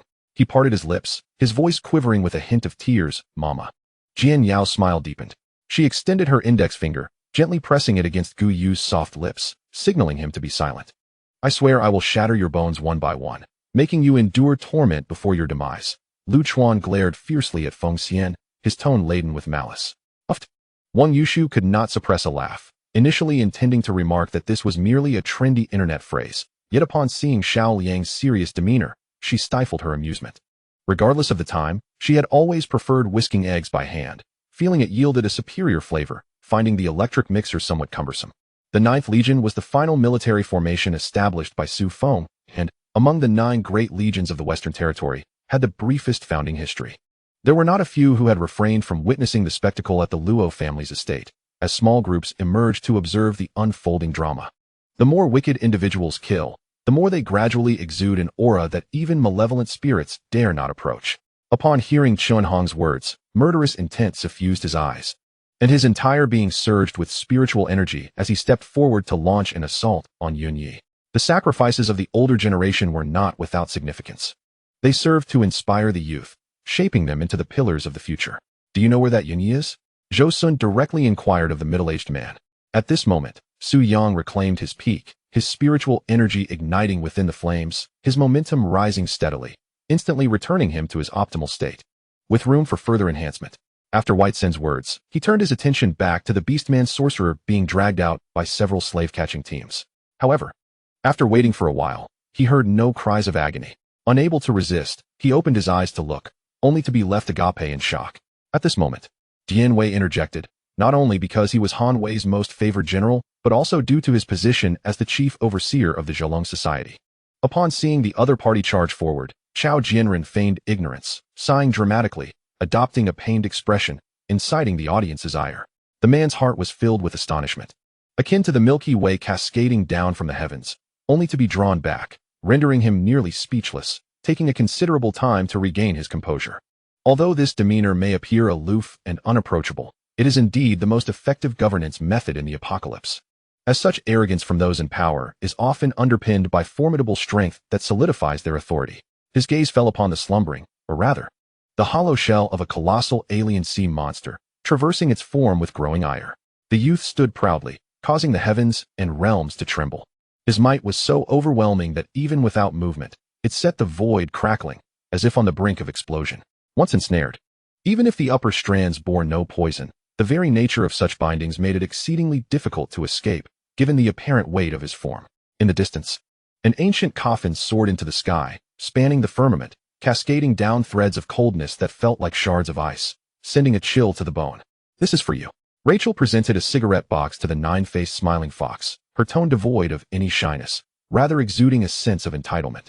However, they could not linger any longer. Their objective had been exposed, and a swarm of mercenaries would soon converge to pursue and block their path. Both he and Hua Fo understood that those mercenaries, compared to the indigenous soldiers, made the latter's tactics appear almost gentlemanly.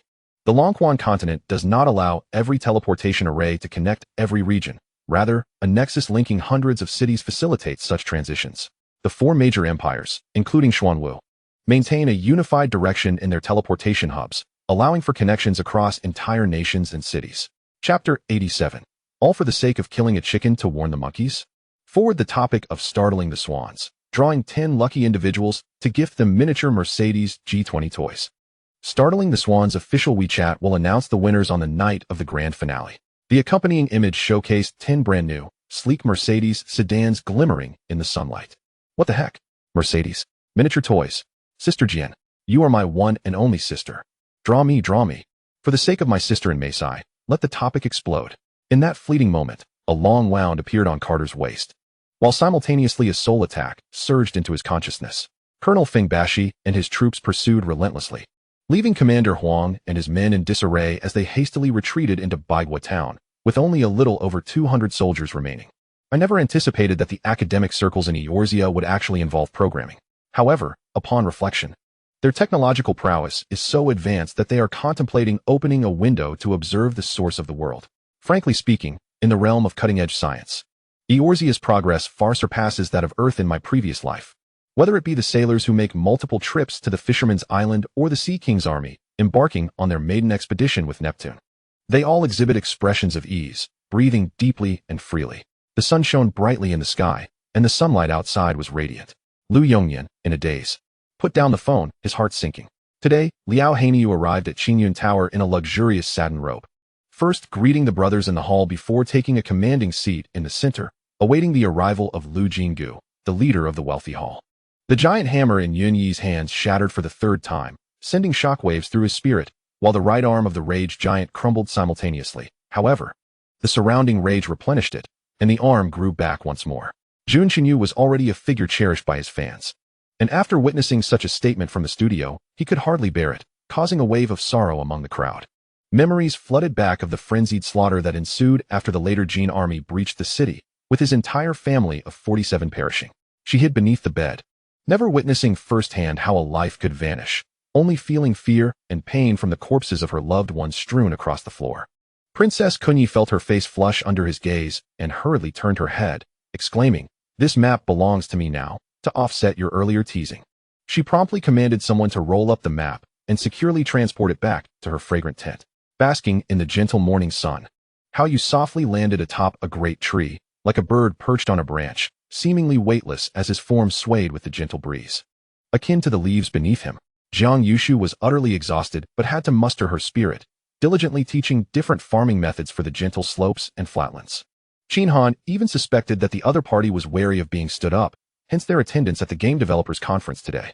In order not to disappoint her beloved's good intentions, she often meticulously studied the character Mizuno Naomi from the comics, observing her expressions, actions, and psychological states. Beast. I never expected that in just a few months, you have absorbed so much negative energy. You are far stronger than before, Chenyi muttered to himself. In the last row of the bus, he casually found a seat, and Yin Heng once again closed his eyes to rest. Xiao Wanxi spent her confinement on her own modest bed, eating and sleeping, drenched in sweat and needing assistance from palace maids to change into clean clothes. Her body too weak to walk unaided. Qin, if you don't want to eat out anymore, I can cook for you, said Hashimoto Nanami from the passenger seat. Once the screams in the room subsided, Tianming occupied another clone's body. The poor clone was like a vessel for his consciousness. Chapter 88. Temporary Friends, Eternal Interests. The mess that was Jin's affairs would take no less than half a year to sort out. It seems this fellow's skills and capabilities far exceed her expectations. A momentary softness warmed her previously icy demeanor as she shook her head. It's nothing. However, scarcely had her words left her lips when an undeniable force surged from her waist.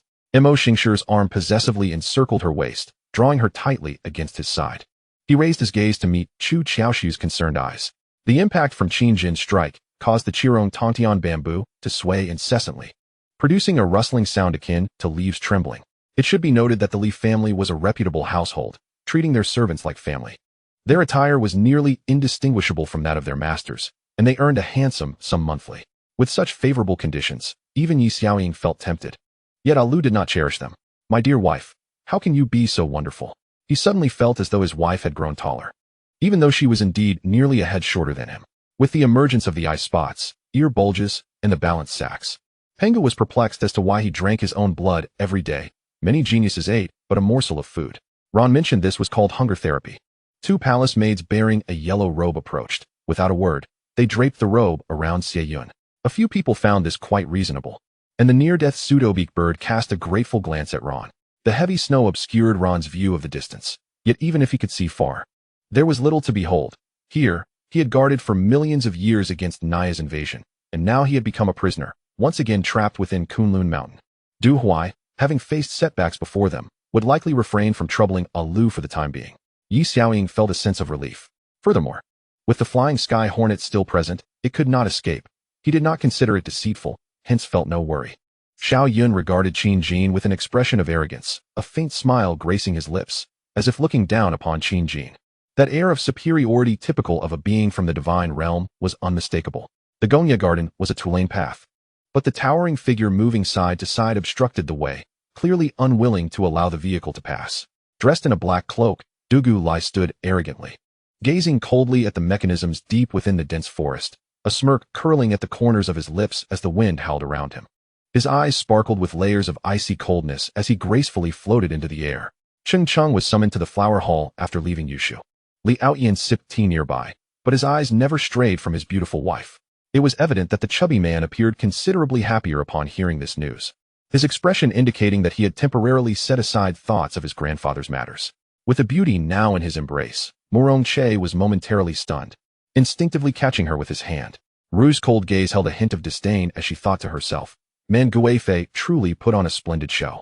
The shopkeeper lowered his head, his scara more prominent than his iris, as he wore a sinister smile, looking quite terrifying. Since Li Xian had acknowledged her as his master, he treated her with utmost respect, which made He Lan Yao, who regarded Li Xian as a brother, feel somewhat uncomfortable. Despite correcting him multiple times, Li Xian continuously emphasized that she was his master and he was her servant, with a clear distinction in status. Do you also know how to cook? Xian Wanwan gazed at Ji Zian in astonishment, as if she had seen horns sprouting from his head. Mao Lian chuckled. His name is not Yuan Yuan. It is Lu Jixiang. With that, she led everyone to pay their respects to the virtuous Taifei and the Prince of Zhenghua. With such a good best friend, so formidable and authoritative like a big sister, it is no wonder Xian Wanwan felt emboldened.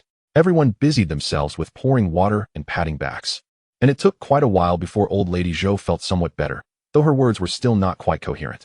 Seeing the person with their nose in the air, Gu Qiao felt reluctant, but unfortunately, among the crowd, only he possessed a noble status that allowed him to meet General Parker. Hence he had no choice but to follow along. Chapter 89. What if Lin Wanwan is incited by someone? She inserted a specially designed USB drive, her fingers dancing swiftly across the keyboard as streams of data cascaded rapidly down the screen. Moments later, an encrypted file detailing Lin's latest core jewelry design had been silently copied, transferred, and overwritten.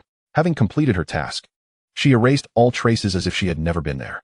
Days later, Lin Zhengshu's fury erupted like a volcano on the verge of eruption. The leak of core design materials had led to a preemptive strike by rivals. Ever since the outing to the Yuanyuan garden, Xian Yuanqi had spent 10 out of the last 15 days resting in the harem. Aside from the pregnant Shi Fei, he had only visited Su Qingwan's palace, with the sole exception of last night after the royal banquet, when he had gone to visit Jing Fei. If everyone was aware, the necessary measures must still be taken.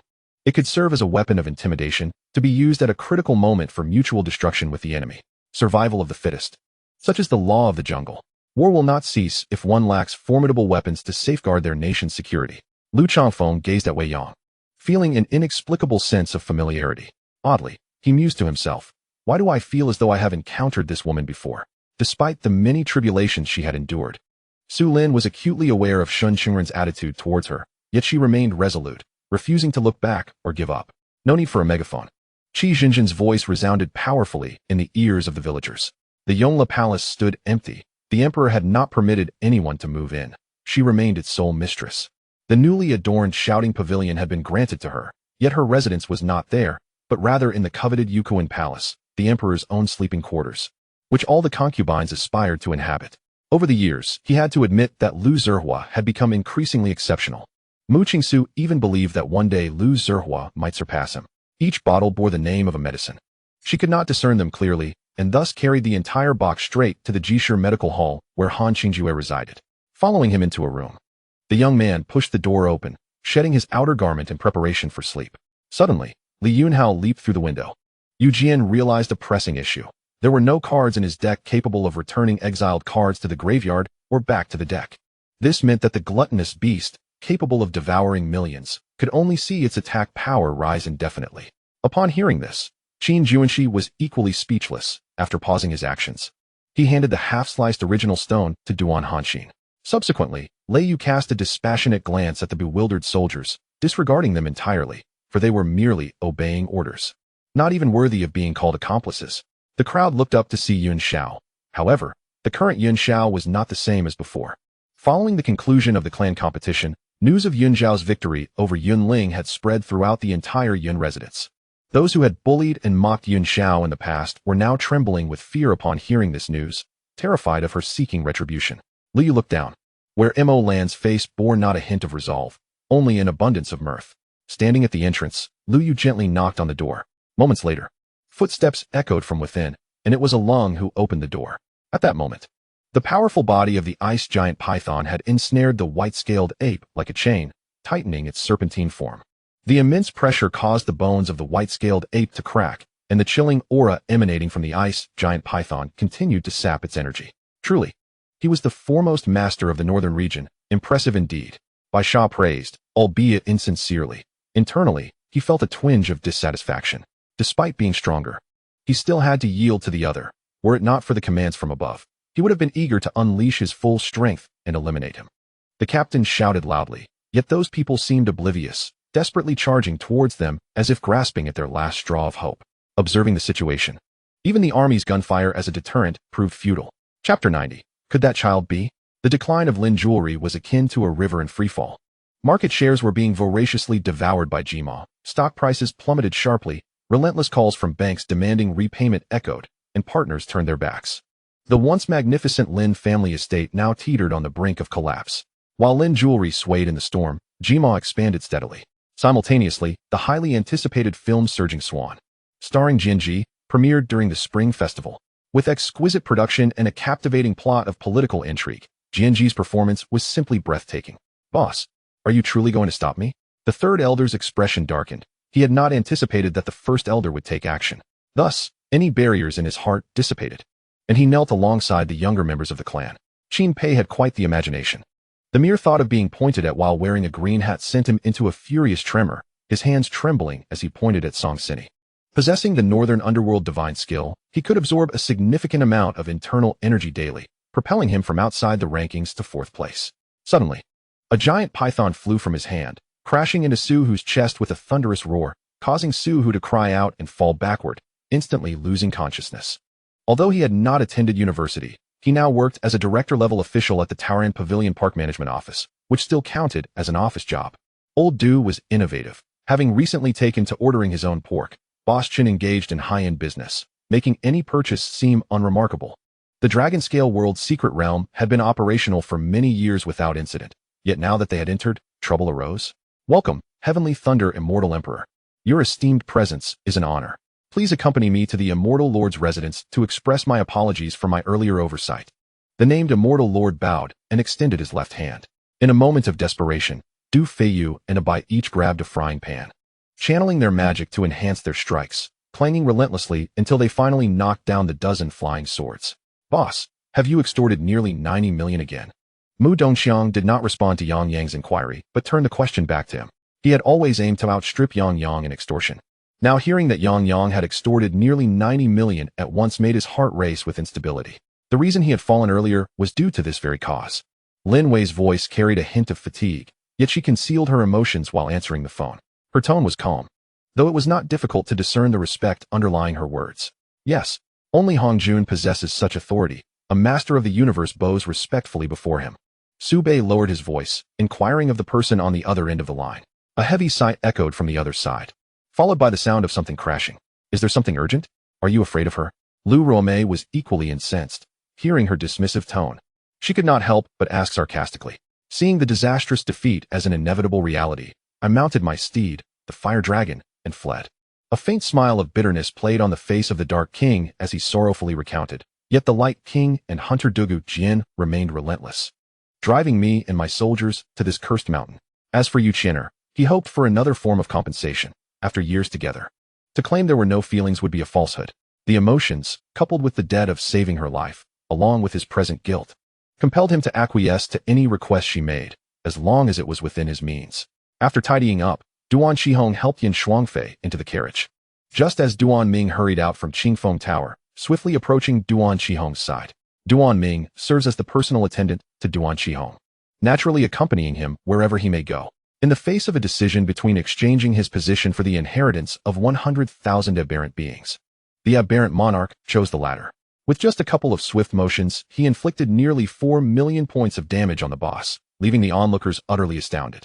Zhuang Han calmly remarked, "It's merely a matter of obtaining a contact number. It is not as grave as you perceive." Having said this, she smoothly maneuvered her chair back to her desk and powered on her computer. Chapter 91. How wonderful it is to be young. Do mind your language. I am merely a work associate of teacher Jianji, and our relationship is one of senior and junior. The closeness you allude to, the incessant rumors, are nothing but malicious speculation and slander. Such defamation carries legal consequences. Have you, and your platform behind you, considered the repercussions? The male reporter, clearly backed by someone of influence, displayed no fear in the face of Pei Ming's admonition and Jianji's icy glare, defiantly proclaiming, "I am merely a representative." As they approached the Shuing office, Yizhong's chakra became increasingly distinct, intensifying the eerie sensation that enveloped them. Hu Chong required a 40-minute respite in the oxygen chamber after each cleaning session, and before entering, they invariably discovered a row of energy cores positioned at the entrance. The soldiers of the Human Alliance would each take one upon entry. "Ah, Shizhen, you speak for yourself," Li Chaoyuan remarked to Cui Shiwan, shifting the focus of the conversation to the individual involved for clarification. What manner of resolution might emerge from this? Sun Hao resolved to heed Kai Chichang's suggestion and visit the National Youth Team's Assembly Hall. "I concur. Let us eliminate the tyrants. If they perish, Hu Yu shall surely ascend to leadership, while Hu Long will undoubtedly become the vice president." The elders echoed this sentiment, while the senior from the 70s remained silent. With a resounding crash, Su Feng, who lay in the void, shattered into a cascade of luminous particles that enveloped another Su Feng.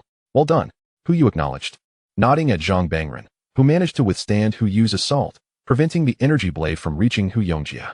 Hu Yu held Zhang Bangren's character in high regard, yet understood that when the time came to strike, he must do so. Meanwhile, Aunt Wang had been preparing mushrooms and wood ears, claiming she was waiting for city officials to present them as a gift. Li Chunfeng shared a similar sentiment, as the master and disciple exchanged apprehensive glances, both convinced that even if these figures were not celestial beings, they were undoubtedly formidable, far beyond their comprehension. Illusions? What illusions? The security guard momentarily lost his focus, rendered perplexed, only to be sent flying by Hong Tian's swift kick. The Jiangnan region has always been a land abundant in fish and rice.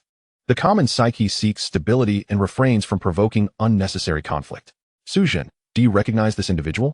Upon their arrival, Bing Haoyan and Bai Suzhen wore solemn expressions. The figure before them, though a wraith, emanated an aura so terrifying that a luminous orb at his brow seemed poised to escape. In times of tranquility, it was because people were under a single sky, the sky of the court. When the court was strong, disorder was rare, ensuring peace. Now, with the court in disarray and the lords rising, chaos has emerged as the root of turmoil. At this moment, the leaders of the other four peaks congregated outside Yuding Peak, thwarted by its great formation. Thousands of warriors launched a simultaneous assault, causing the formation to flicker. Yet it evidently remained resilient for some time. Zhu Yuanzhang had once been a beggar, and Hu Dahai shared a similar past. Thus, Hu Dahai held a profound admiration for Zhu Yuanzhang. Master Ancestor, could this individual be one of our Maoshan kin?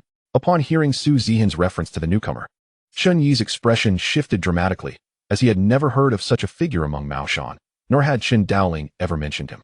Qin Zheng narrowed his eyes, extending a finger before him. Indeed, within this boundless void lay an imperceptible barrier, not a mere point, but an all-encompassing wall. I, Li Jianglong, am not Dragon Yi. Yet do you still consider yourself Dragon Yi? So be it, Li Jianglong declared with evident pride. Zhang Gui observed with astonishment as Sajuola remained remarkably composed in the face of such circumstances. With no other recourse, he had no choice but to follow Sajuola's lead and engage in the third competition with Yahweh. Chapter 92. I curse you to a miserable death. Investigate further. Lin Yinru abruptly turned, commanding her loyal aides standing beside her, dig 3 feet into the ground. Investigate his adoptive father, Pei Yuan. Scrutinize his biological mother. Examine every detail of his life. I refuse to believe there are no flaws to uncover. Enough. A deep, weary voice resonated. Lin Jiaqing appeared at the door to the study, his expression inscrutable. He stepped inside, casting a complex glance at the report in his daughter's hands. As Fan Yixiao's words settled, Huijue couldn't help but glance at her anew. He had not anticipated that Fan Yixiao would articulate such sentiments. Yet it was evident that whatever she had acquired held immense significance, particularly for her. She stood half a head taller than Xia Jinxiu, slightly shorter than Tang Yuza, her athletic frame exuding an inexplicable air of a strong woman. As the sound of the Buddha's voice resonated, a gentle Buddhist light emanated from Huiju, casting its glow upon the bronze coffin. Lao Su anxiously glanced back, bewildered by the sight of the approaching foxes. A horde of shrimp soldiers and crab generals busily repaired a garden in the Suzhou style, while before Lin Yi and Duo stood a colossal dragon palace towering over 100 meters. He turned his gaze around, noticing the military transport trucks from Julian, all uniformly parked in the open space before him. No need to linger. I know you are unfamiliar with the way. We shall wait until you finish your meal. Yang Chuanzhou clapped his hands twice, perhaps feeling that applauding Qin Jun was rather mundane. Qi Xuanjun, having had his celestial body severed, and the celestial spirit fleeing back to the celestial realm, would not possess the ability to descend into the lower realms for at least 10,000 years.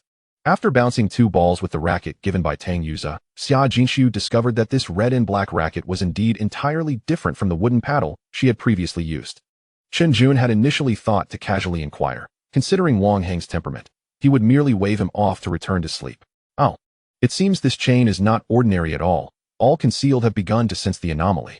With all preparations complete, they awaited the favorable wind.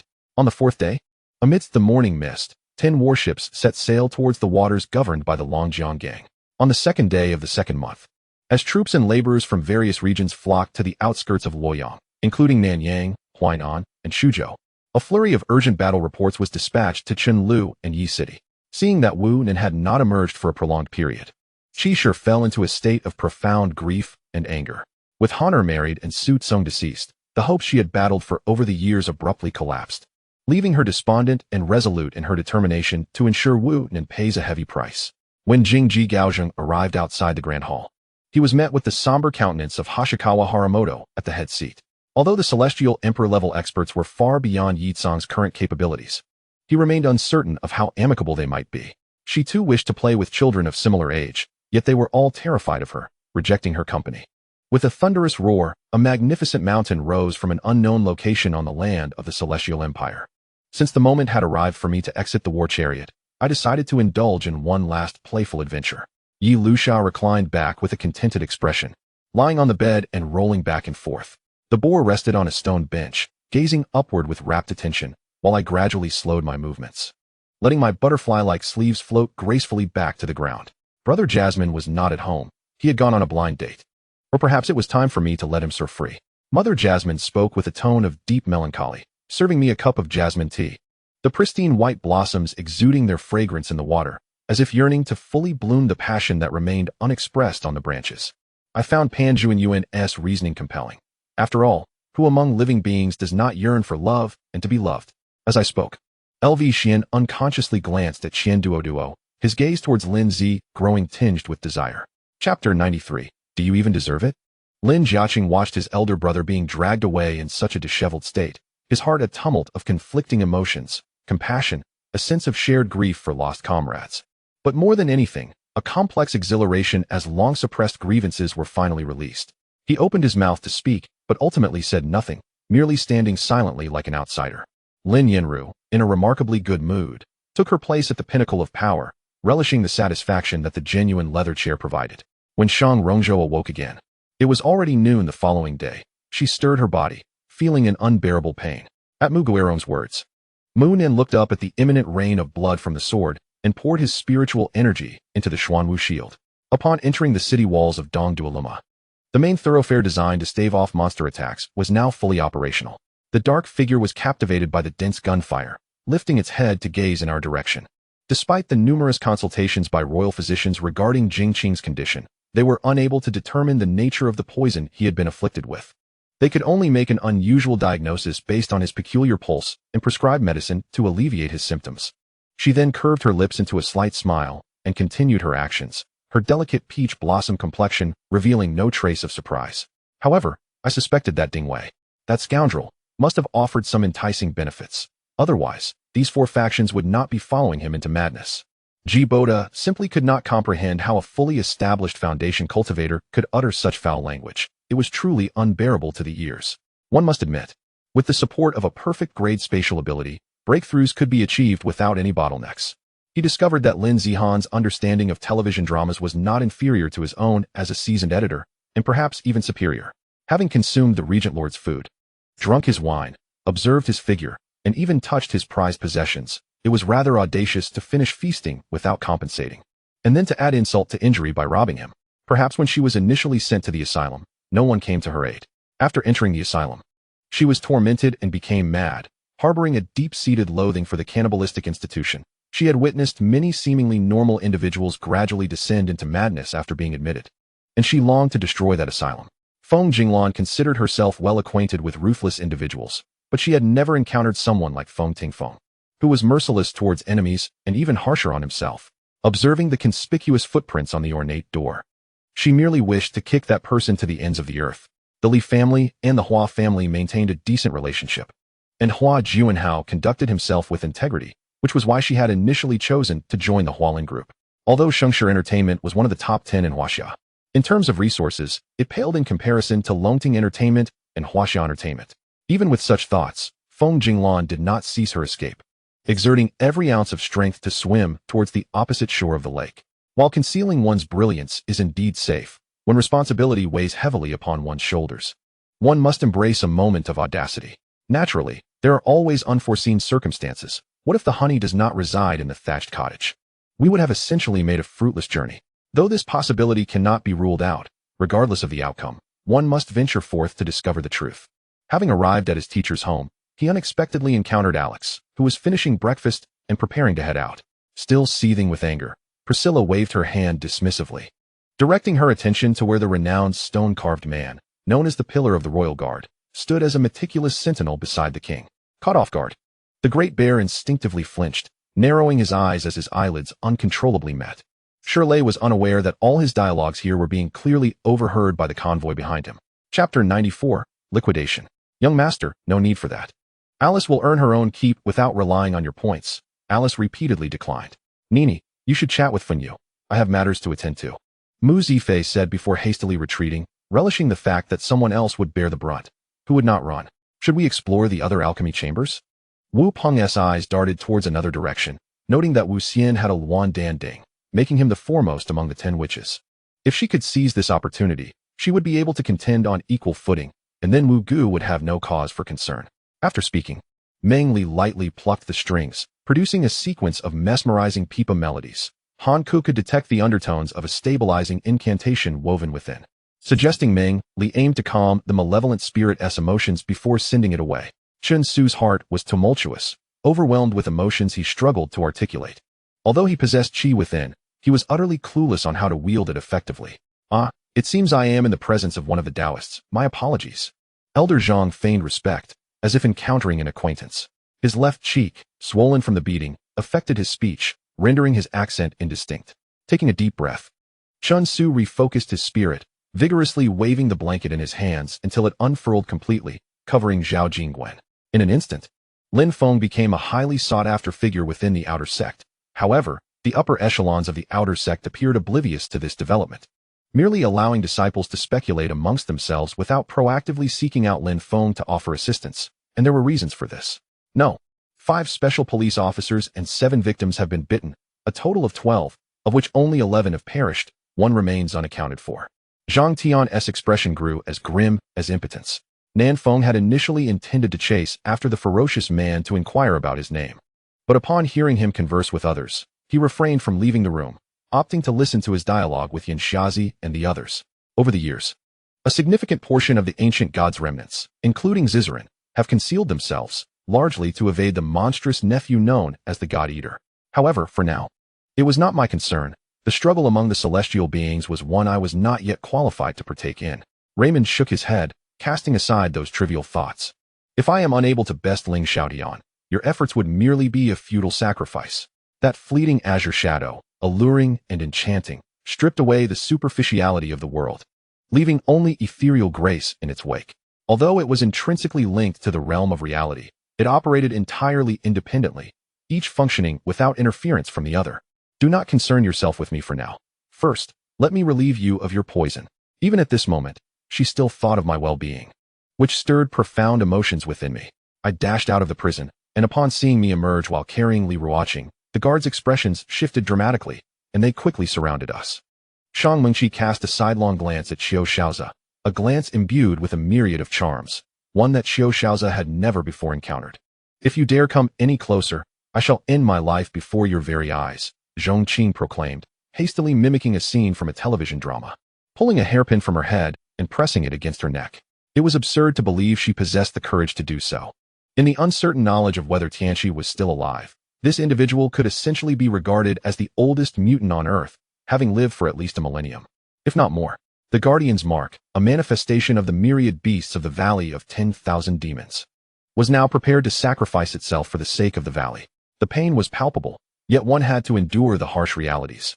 A true sense of suffering that felt worse than death itself. At this moment, aside from Han Xiuyao and his companions, and the high-ranking members of the Martial Alliance, a few lesser-known sects were also present in the main hall. Jiang Minghua and Song Yuan, while appearing to have no overt conflict, exchanged glances that crackled with tension. Done. Yi Hao pressed the confirmation button, wiping the sweat from his brow and exhaling a deep breath of relief. To Lu Kuan's astonishment, Han Yuntian, who had been over 400 years old at the last entry in the Jade Slip, had somehow managed to survive for tens of thousands of years, truly unfathomable. His sword tip erupted with dazzling divine fire, a strike so fierce it was the culmination of all of Gu Tianyou's meticulous preparations. At that moment, Qiu had turned from the steering wheel to gaze ahead, its large eyes shimmering with blue light. It arched its body over the wheel, its claws revealing sharp talons that gripped the center of the wheel tightly, as if poised to leap out of the vehicle at any moment. We shall not lure more than 5 beasts at a time. That way, we can eliminate them with ease. More than 8, however, becomes perilous, Mu shrugged nonchalantly.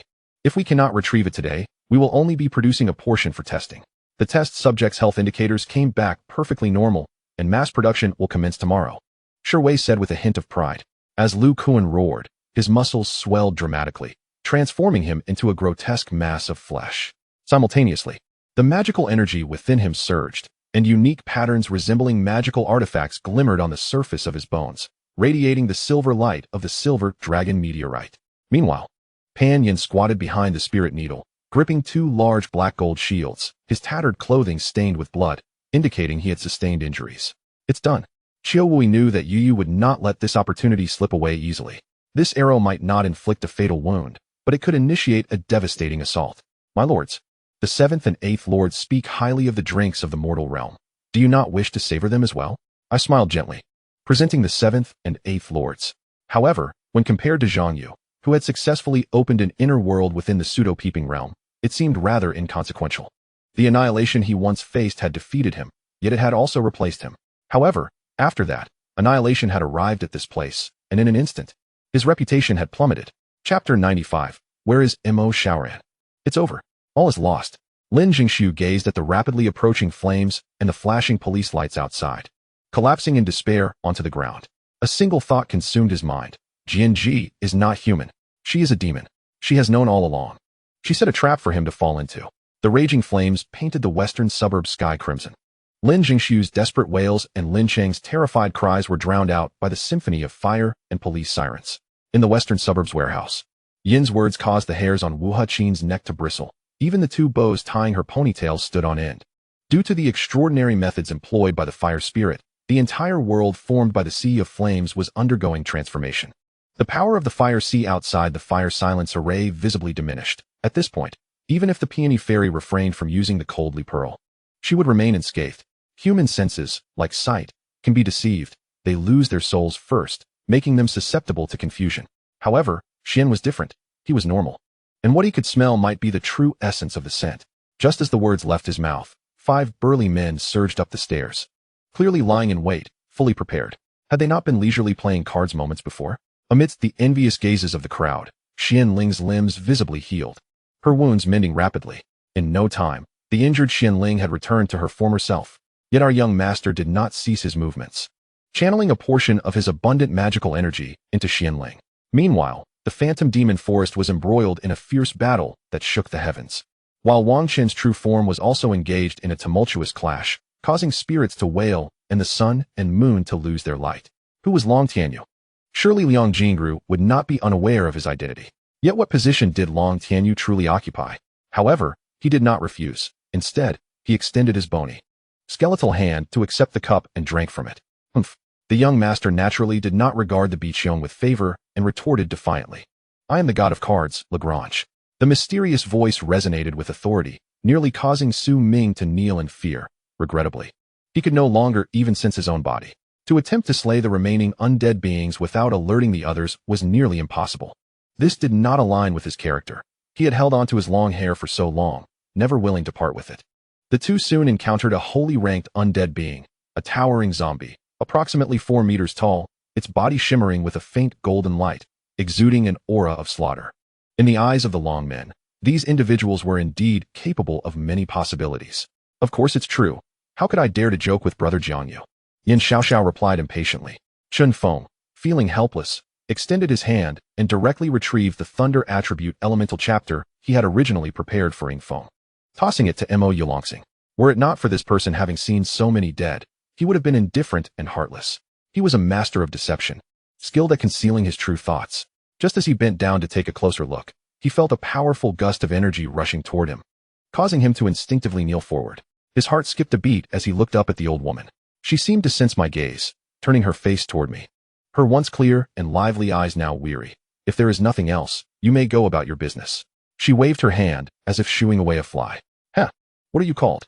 He Chung rose to his feet, stepping before the bride and gazing down at her with an indifferent expression. It was evident that the royal physician held no regard for the old lady's demeanor and had no desire to attend to her ailments. Zhou Su's brow furrowed deeper. The tunnel had no signal, leaving him unable to seek external assistance, and there was still a long way to go to escape. What should he do?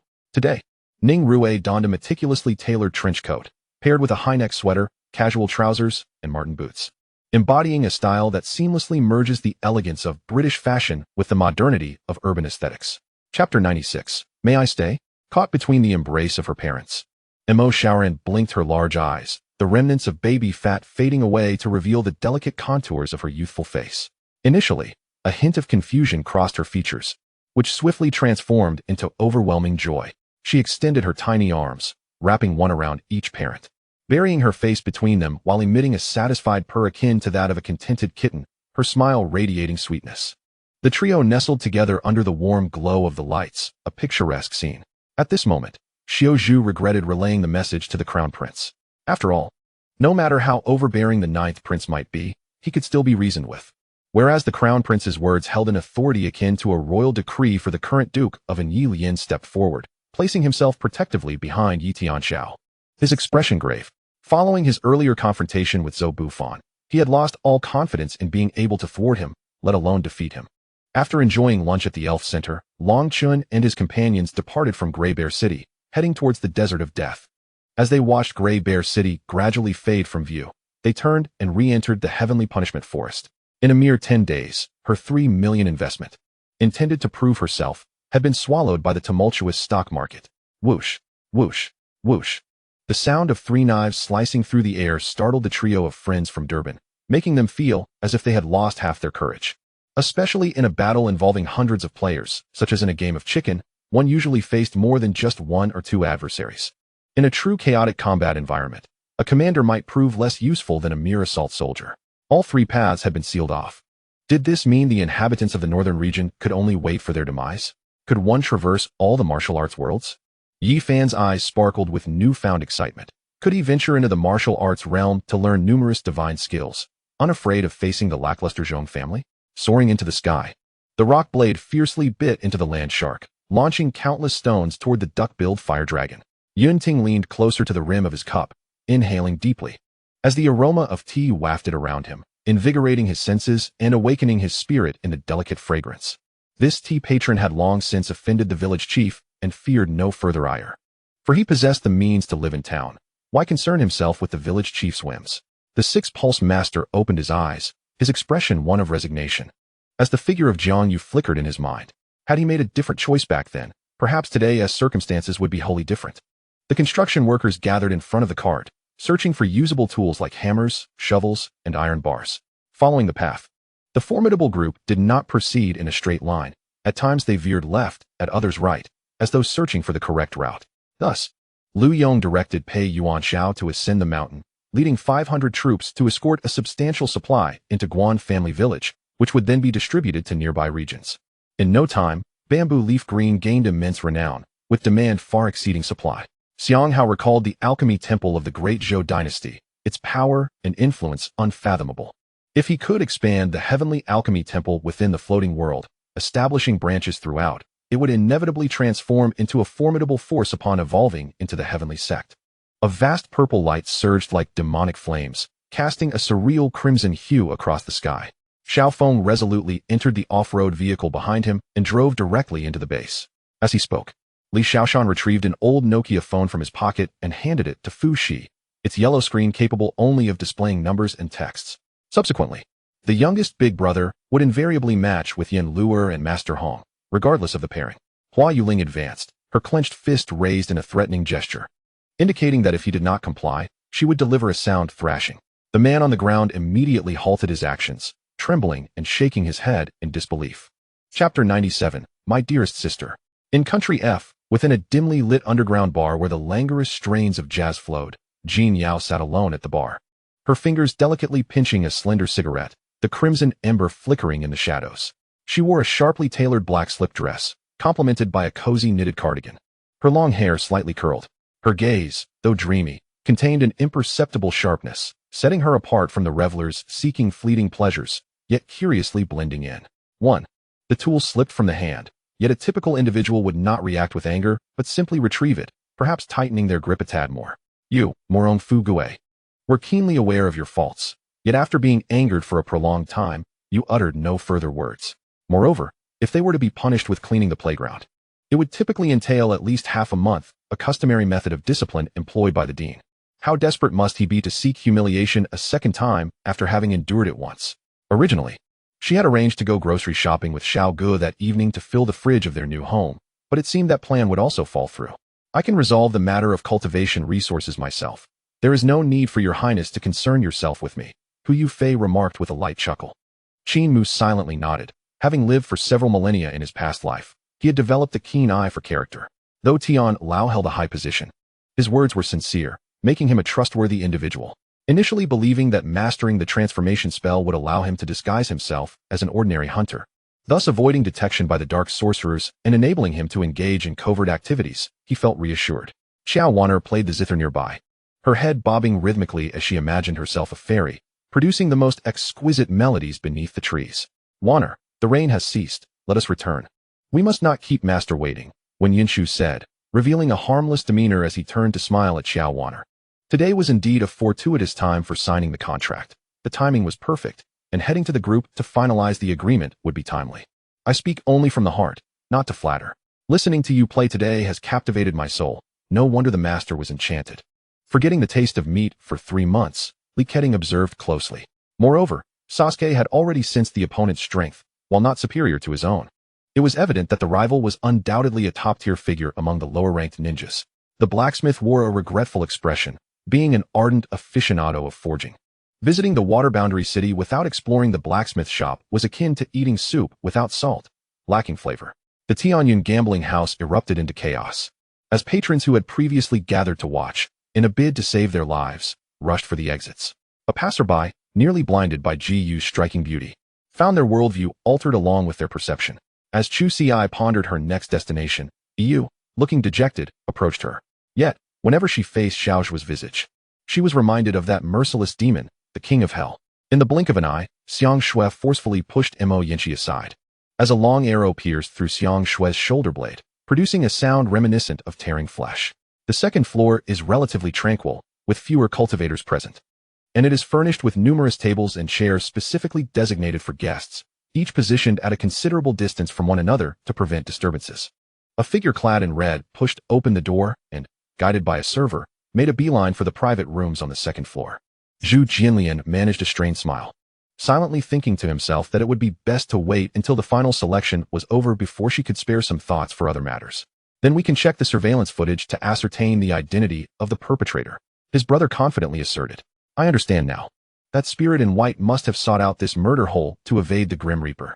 But what could possibly drive him to such desperate lengths to escape a Grim Reaper? I inquired, my curiosity piqued once more. Yes, it was me, Brother Liu. At that time, I was in dire need of money. Is my illness related to that incident? Wang Peng's eyes were filled with an overwhelming sense of regret. As for the side story, I am Jian Ning. Others often say that my sister, Jian Ji, and I are two sides of the same coin. She is the frozen shadow, while I am the searing mask. They believe we share a bloody past, and thus a heart hardened by hatred. They are mistaken. My heart ceased to beat solely for vengeance long ago. It has been ensnared by a different, more fervent and desperate emotion, one that bears the name Jian Ji. Before the age of 8, it felt as though an invisible dome loomed over Wang Qingyu, descending upon him with a thunderous force, encasing him entirely. In the current routine, the maidens of the Silver Secret Islands garrison have taken to extravagant wardrobe displays, with an array of ship-themed outfits rising into double digits. All thanks to the benevolent policies instituted by Admiral Duo. Unlimited vodka? There have been times when we've shared a drink together. You, Vulcan, were easily bested by me and left sprawled on the table, weren't you? Is this your way of settling personal scores? Upon witnessing this, Wang Yang and Zhao Lingxi dashed to the end of the ancient hall, glancing towards the ancient path leading to the last 2 palaces. Commoner Wang Quangu. I pay my respects, esteemed sir. I am currently unable to bow, so I beg your pardon. Wang Quangu said respectfully. Upon reading the news, a bold thought surged in the man's mind. With such abilities, why toil away on a construction site when he could venture into organ trafficking? Indeed, things improved significantly. Watching the applications fly in like snowflakes, Lu Feng patiently marked all submissions from those below level 40 with ends before reviewing them further. After all, the Thunder God regarded Lu Feng as his favored individual, and naturally, he exhibited an obedient demeanor. He could distinctly sense a formidable force striving to expand the entrance to the underworld, with immense hands exerting pressure on both ends of the mountains, seemingly attempting to tear the portal wide open.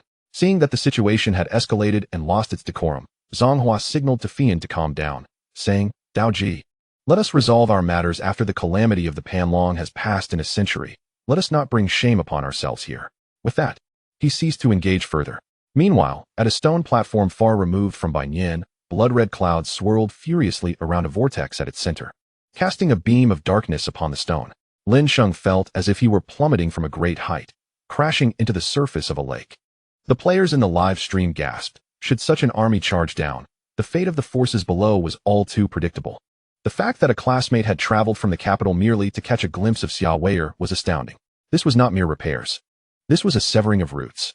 Faced with the formidable Qing Shan Emperor, the grief of losing a child seemed a vengeance forever unavenged.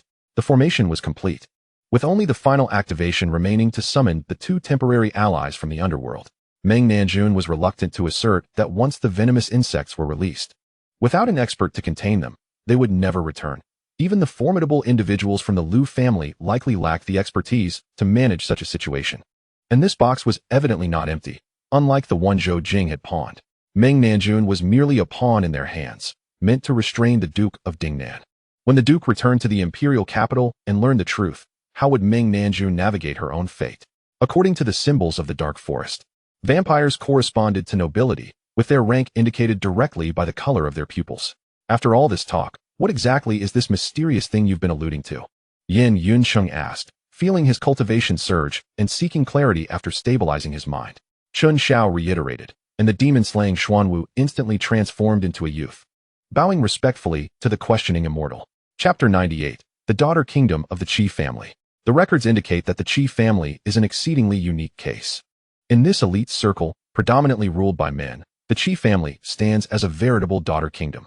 The core power of the family has been held by women for generations, with the men's status within the Qi family resembling that of high-ranking sons-in-law or marriage tools.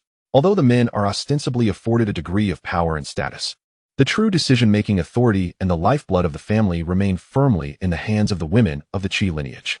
Di Jun felt a heavy dread wash over him, as if an oppressive weight bore down upon his heart. He wished to channel his vital energy and stimulate his spirit, but found no effect whatsoever. Ji Honggu hurried back, hearing his labored cough, and upon reaching his bedside, held his hand, only to fall victim to his debilitating soft-bone powder. Rong Yin could only manage a hollow laugh. She understood Cold Dust's intentions all too well, yet she could not reciprocate his feelings, leaving her filled with regret. She was at a loss for words, fearful that Cold Dust might overthink the matter. Nan Xia was utterly infatuated with Fan Zhou, believing that no matter how hardened his heart might be, she would warm it. News regarding Su Sheng and information related to cancer surged across all global media outlets, online news, and various headlines. He turned his gaze to the window, recalling Matsuda sprawled helplessly on the ground. Had it not been for his intervention, he might have already met his demise. Ningxi was momentarily stunned. The notion of an ambiguous relationship between her and Fan Zhou seemed an utterly baseless joke. Wang Chao struck swiftly, his movements fluid as he glided like a fleeting shadow. Deftly evading capture, his intent unified, pressing forward with lethal precision, momentarily forgetting the humiliation he had once endured, viewing his present opponent as a formidable tiger to be vanquished. She was a newcomer with little renown, and she had indeed altered the soul script, crossing her boundaries. As the car window slowly descended, his expression shifted from confusion to terror. Before he could even cry for help or flee, the figure seated in the passenger seat, vodka in hand, wore a malicious grin as he brandished a silenced pistol, firing repeatedly at Aoyama's chest. Third Master instinctively searched his pockets for a cigarette, while Jiang Ming had already produced his Furong Wang and offered it to Third Master. The new dormitory area was collectively named Huyuan. Situated at the southeastern corner of Huanong, this place had once been a vast vegetable field, now transformed into modern dormitory buildings. However, the name seemed rather haphazard. Huyuan? A veritable mishmash of vegetables? No one knelt to cheer "Long live the Emperor." The ministers stood in silence, fully aware of the gravity of their situation. Hirue, having taken Fengzhou hostage, could at best only prolong the inevitable, for the Tianxian army was no pushover, and the imperial city was woefully undermanned, making it all too easy to be overthrown. Their meager monthly salaries as faculty members barely exceeded 200, a sum that, astonishingly, surpassed that of many corporate employees. Given that Lei Jun had recruited Su Xiu, it was evident that Su Xiu possessed some remarkable quality, despite the shock of her junior high education. He was confident that Lei Jun would provide an explanation. Even if Chun Chuancheng were to utter disrespectful words at this juncture, none would dare to counter him, for his current status was a well-known fact among all present. When Yin Yun arrived at the gymnasium, it was already lunchtime. A bustling hub for the distribution of boxed meals, crowded with people. After scanning the area for a while, without spotting Hui Min, Yin Yun reluctantly pulled out her phone to make a call. If it weren't for the three of them, who else could possibly be following the Grand Elder? Another elder, who accompanied him, would surely inquire later. The Prince of Honor, clad in an exquisite dark robe adorned with golden embroidery, rode a dappled chestnut steed, swiftly making his way through the hall towards the back garden. The siblings conferred over the phone and eventually decided to have village chief Ma bring some rice and a small sum of money to assist their grandparents, opting against sending construction materials. In truth, that was all in the past. Her heart was now wholly devoted to you. Upon realizing she had spoken too much, Xiao Xian chastised herself, yet who could blame her for questioning Mansheng's affections? Chapter 99. The Pitiful Qi Sihong. On the day when Si Nan Nan penned her letter, she watched intently as Si Nan Nan completed it, assuring her several times before delivering the missive to the Wei residence. Feng Zhiyu bore a dazed expression, her eyes clouded, unable to discern the figure before her. While her heart felt as if pierced by a knife, the arrival of Sean and his companions sparked a flurry of gleeful remarks. For these renowned talents from outside had news far superior to that of the local bandits. As she attempted to stride into the room, Lin Feng obstructed her path. Her gaze sharpened, and she grasped his wrist firmly. There was no escaping it. The seal laid by Namikaze Minato was unbreakable, and each time Naruto sought chakra, the Ninetales was left with two choices. It was akin to watching a film and then being asked a seemingly simple question about it, only to realize that answering required an understanding of the emotional logic and dynamics of every actor throughout the entire movie, leaving one utterly unprepared. He casually remarked, "This stubborn breed, when it should show fortitude, it lacks it, yet is obstinate when it ought not to be." The last time he delivered Moutai liquor. He was well aware of He Onbong's character, yet a proper attitude had to be displayed. The astute students could dissect the issue with clarity, while those less astute would gather intelligence, and with enough information, the truth would inevitably surface. Sean's gaze was icy, devoid of hesitation, as he snapped his fingers once more, unleashing a beam of light that struck directly at Su Xiu's dantian, igniting terror in his eyes. "Father, shall we dine?" Lu Shao's culinary skills are truly exceptional, Lin Lei exclaimed with exaggerated enthusiasm, giving a thumbs up for emphasis. After a flurry of activity, with Lin Yu driving the last stake into the ground, the simple sheep pen was completed. The pen was followed by a chicken coop, which had been transformed from its previous haphazard state into two modest bamboo structures under Luo Jing's careful supervision. By day, the sheep would be fed in the pen, and by night, they would return to the bamboo huts. As a guest for the lottery, Bruno Conti, while jesting with Infantino, spoke highly of Gauhan's accomplishments at Bayern Munich, considering his achievements nothing short of astonishing. Since Lin Lei and the others first laid eyes on the piano, they were enchanted, and when Lu Hu proposed the idea of Lin Lei learning to play, the others joined in to sweeten the deal, ultimately persuading Lin Lei to agree, albeit reluctantly. Before old Zhao Shui he chastised the fiancé, leaving Zhao Haipeng's face a mottled display of embarrassment, though being frequently guessed at was an unpleasant feeling. The situation was now beyond remedy. I could only smile and extend my finger toward Master Sun, inquiring about his intentions. Infinite, eternal, obliteration, death, planet devourers. Protect Odin and the cosmic transcenders, commanded the primal transcender loudly. It made sense. Upon my entrance, I had sensed a distinctly Chinese presence. Gauhan chuckled softly. Meanwhile, I found myself reflecting on the notion that the ghostly porcelain of Quan Tian Du could indeed be lethal, though such claims may be exaggerated. At the very least, this Master Tong was about to make his acquaintance with the King of Hell. Why would the magic affect me, and how could the scroll, which had been absorbing Su Yang moments ago, suddenly shift its focus to me? Saran clutched her face in agony, bewildered by the turn of events. Ding Er Miao smiled, remaining still, as she suddenly glided Tu Zhang away with Ji Xiao Xiao, evading the oncoming flames. Hugo was not a pessimist. Rather, his outlook was consistently positive and optimistic. Yet, the more he learned, the more he grasped the hardships of life and the harshness of reality. Yi Gu Fan sat at the entrance, reclining in a rocking chair, exuding an air of authority as he awaited customers. However, as noon came and went, no one appeared. Many passers-by paused, casting curious glances, for they were unaware of what business the Schwamin Health Pavilion actually conducted. Ordinary chosen ones, having traversed countless worlds, often forged their legends in many realms, yet did not necessarily ascend to the silver rank. Among them, those who were slightly more accomplished faced pressure from those who had already attained the silver rank. Feel free to disturb me again, as long as you remember to bring adequate compensation. Next time, I'll give you a 20% discount, Lu Hao sneered. All right then. Finally, I encountered someone with an exceptionally thick skin. My previous words had clearly severed ties with the Su family, yet Grandpa Su continued to speak of brothers, mothers, grandmothers, and even a self-labeled grandfather, truly shameless. When Yin Qi Ning brought up these matters, Yin Jin lifted his head, a glimmer of surprise in his eyes. As Lu Sanyang's words echoed, the cries of the adults abruptly ceased. They finally remembered their purpose for being there, to send their children away. Only by leaving this place could the children survive and grow, and to prevent their offspring from being an immediate source of annoyance, these adults swiftly covered their mouths. Understood. Have him wait for me in the reception hall, the lady said coolly, and the man promptly withdrew. Now, time had flown, and they were no longer the same individuals they had been 7 years ago. However, Hugo had not anticipated that while preparing A Beautiful Mind, Robert would volunteer to direct the film, and this time, the power to make decisions had shifted to Hugo. Those black rocks, if merely a few dozen tons were extracted and refined, could yield hundreds of pounds of high-purity thundercloud iron, more than sufficient for crafting 3rd or 4th tier star weapons. Deep trenches exceeding 50,000 meters in depth were impossible on Earth, yet on Zicheng Star, such depths were not uncommon. Thank you for your hospitality. I shall visit you with Lingy another day, said the father. Shanya graciously emptied the remaining tea in his cup and prepared to take his leave. After concocting a gluttonous excuse, he swiftly soared above the shrub adorned with crimson fruits, clawing it from its roots.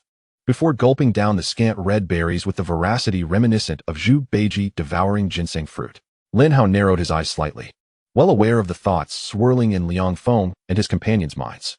Chapter 100. Could he be pursuing me? The former Titan has completely changed hands. The Lin Group has officially declared bankruptcy, with its premium assets and business channels wholly acquired by the Jima Group. The former chairman, Lin Yinru, has vanished without a trace. Accompanied by an image of the Jima Group's logo alongside the vacant facade of the Lin Group's building, stripped of its sign, the tumultuous uproar had finally settled.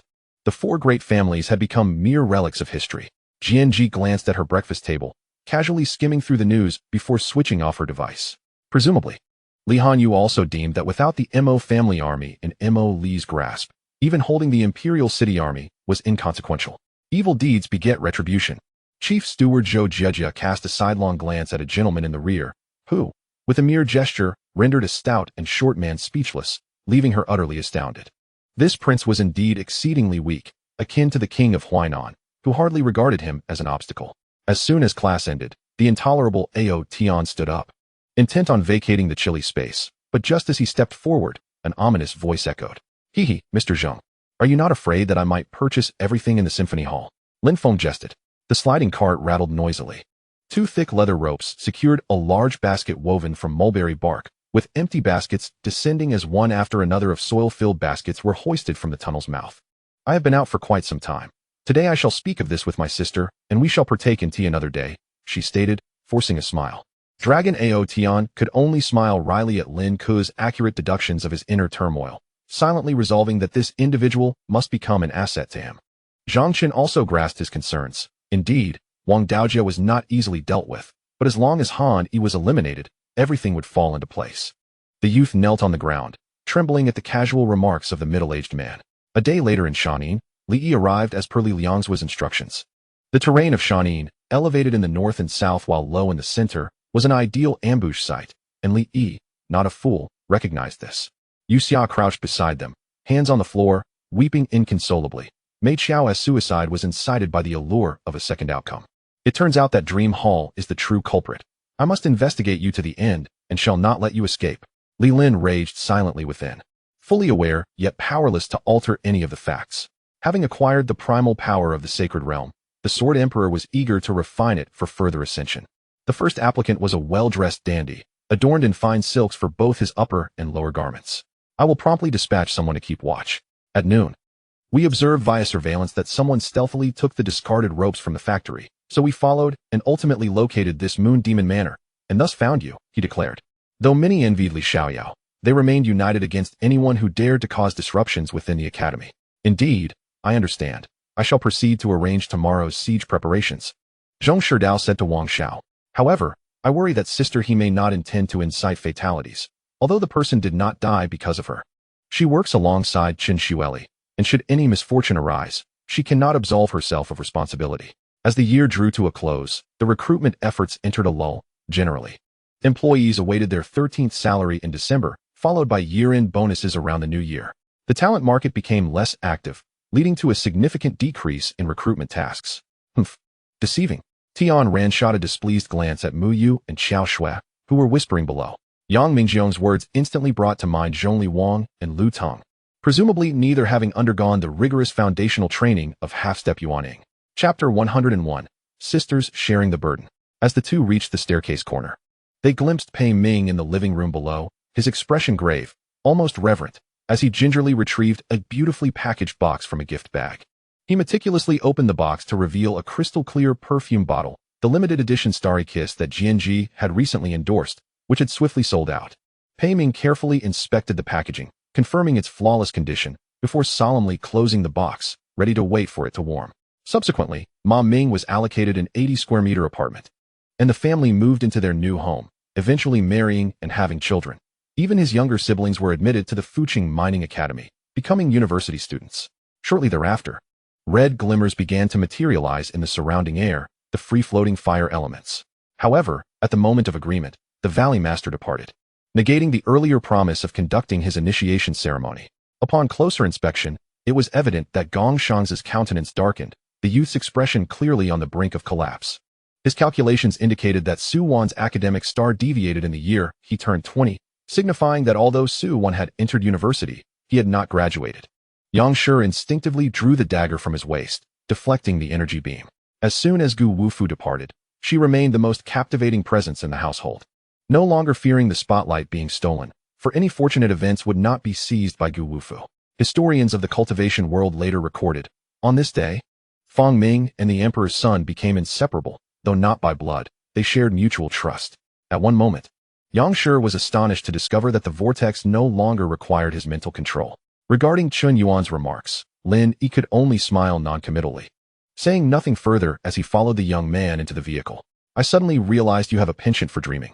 How could a 200 million activation code possibly find a buyer? You truly believe someone would purchase it for 20 billion? Hey Yujia commented. Although Mu Lianyun had reached the 6th level of the Broken God realm, a gap still lingered between them. Using ancient and unique methods, who in this world could break through? The car god shook his head repeatedly, lamenting, and informed Chun Fan that the cultivation realm had experienced some disjunctions, akin to Earth. Albeit not as exaggerated. This was but one of the cultivation world's secrets. Tang Feng had gracefully descended from the arena, arriving beside Song Yiren without even glancing at the two. Yet, no one was more suited than you. The class leader's voice weakened considerably, but he could not help but defend himself, as if everything was meant to be thus. I too wish this were merely a dream, but the truth is, the central domain is now acutely focused on this matter. Perhaps an unparalleled powerhouse from the central domain has already descended upon the Dragon Heart Empire. Lai Yinhao shook his head. Indeed, reality seemed to affirm Tolkien's predictions, as the sound waves unleashed by Li Tianqian were effortlessly dissipated by the giant hammer, crushing everything in its path, bearing down upon Li Tianqian with relentless force. Although it is not a martial art, it ignites a fervor within male cultivators that surpasses the very essence of such practices, causing their hearts to race, breaths to quicken, and saliva to flow. Li Tianqian's words rang out with a resonant clarity, his blood boiling, and an indomitable battle spirit radiating from him, akin to a blade being drawn from its sheath. Shortly thereafter, a white-clad gentleman, embodying the myriad charms of this world, appeared, accompanied by a stoic figure dressed in black. As the young master of the one-star power, Mou Hall, he had never anticipated the arduous struggle to keep pace with another, yet he found himself perpetually lagging behind. This sensation was indeed one of profound helplessness. The frail Mu Nanshu truly terrified Gu Qi. She feared that in their conversation, he might close his eyes forever and never awaken again. However, Mo Jun and Chun Hao did not disappoint him, as they both progressed into the third round, with one securing a draw and the other a win. As for Qianya, it was almost certain that she would be excluded from the final spots, yet she seemed unconcerned, having already prepared herself mentally. Chapter 102. The source of funding remains unknown. Yet she quickly regained her composure, a joyful smile illuminating her face as she chirped. I am in class A1 of the first year. And what about you, Brother Sihung? A 2. Chi Si Hung replied softly, pausing momentarily before adding. The second-year classes will be rearranged based on grades. His academic performance starkly contrasted with that of Mo Shaoran. This was not due to a lack of intelligence. On the contrary, he was quite astute, but primarily because he was frequently compelled to miss classes and examinations, owing to the commands of Qi Si Qing. The steward of the Qinglong Palace had mentioned that only by riding the Yuling Cold Horse could one traverse the Demon King's Ridge with ease, though the details remained vague. Furthermore, while thought power could transmit signals infinitely, the prerequisite here was accurate positioning. They could not randomly locate a specific individual amidst a vast crowd. Professor Yang paused, stating, the tremendous noise completely overshadowed the chaos of the battlefield, as the violent surge of true essence culminated in a massive explosion. Hee, that Li Dong must be heartbroken. Ouyang Fei chuckled at the thought of Li Dong's expression, sharing a similar sentiment of disdain towards him. Observing Tian Laosan's somewhat solemn demeanor, Zhuang Yi felt a sense of confusion and hesitantly took a step forward. I let out a long howl, flooring the accelerator as I sped away. After driving for about 10 miles, I halted the car, lit a cigarette, and attempted to calm myself.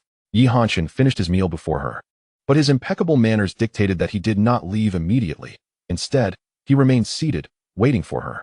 Just then, as her body collided with the seat, Piao Piao appeared momentarily stunned, wearing a look of disbelief as she realized that Uncle Chun had kicked her away. I understood the significance of the Steel Helmet operation.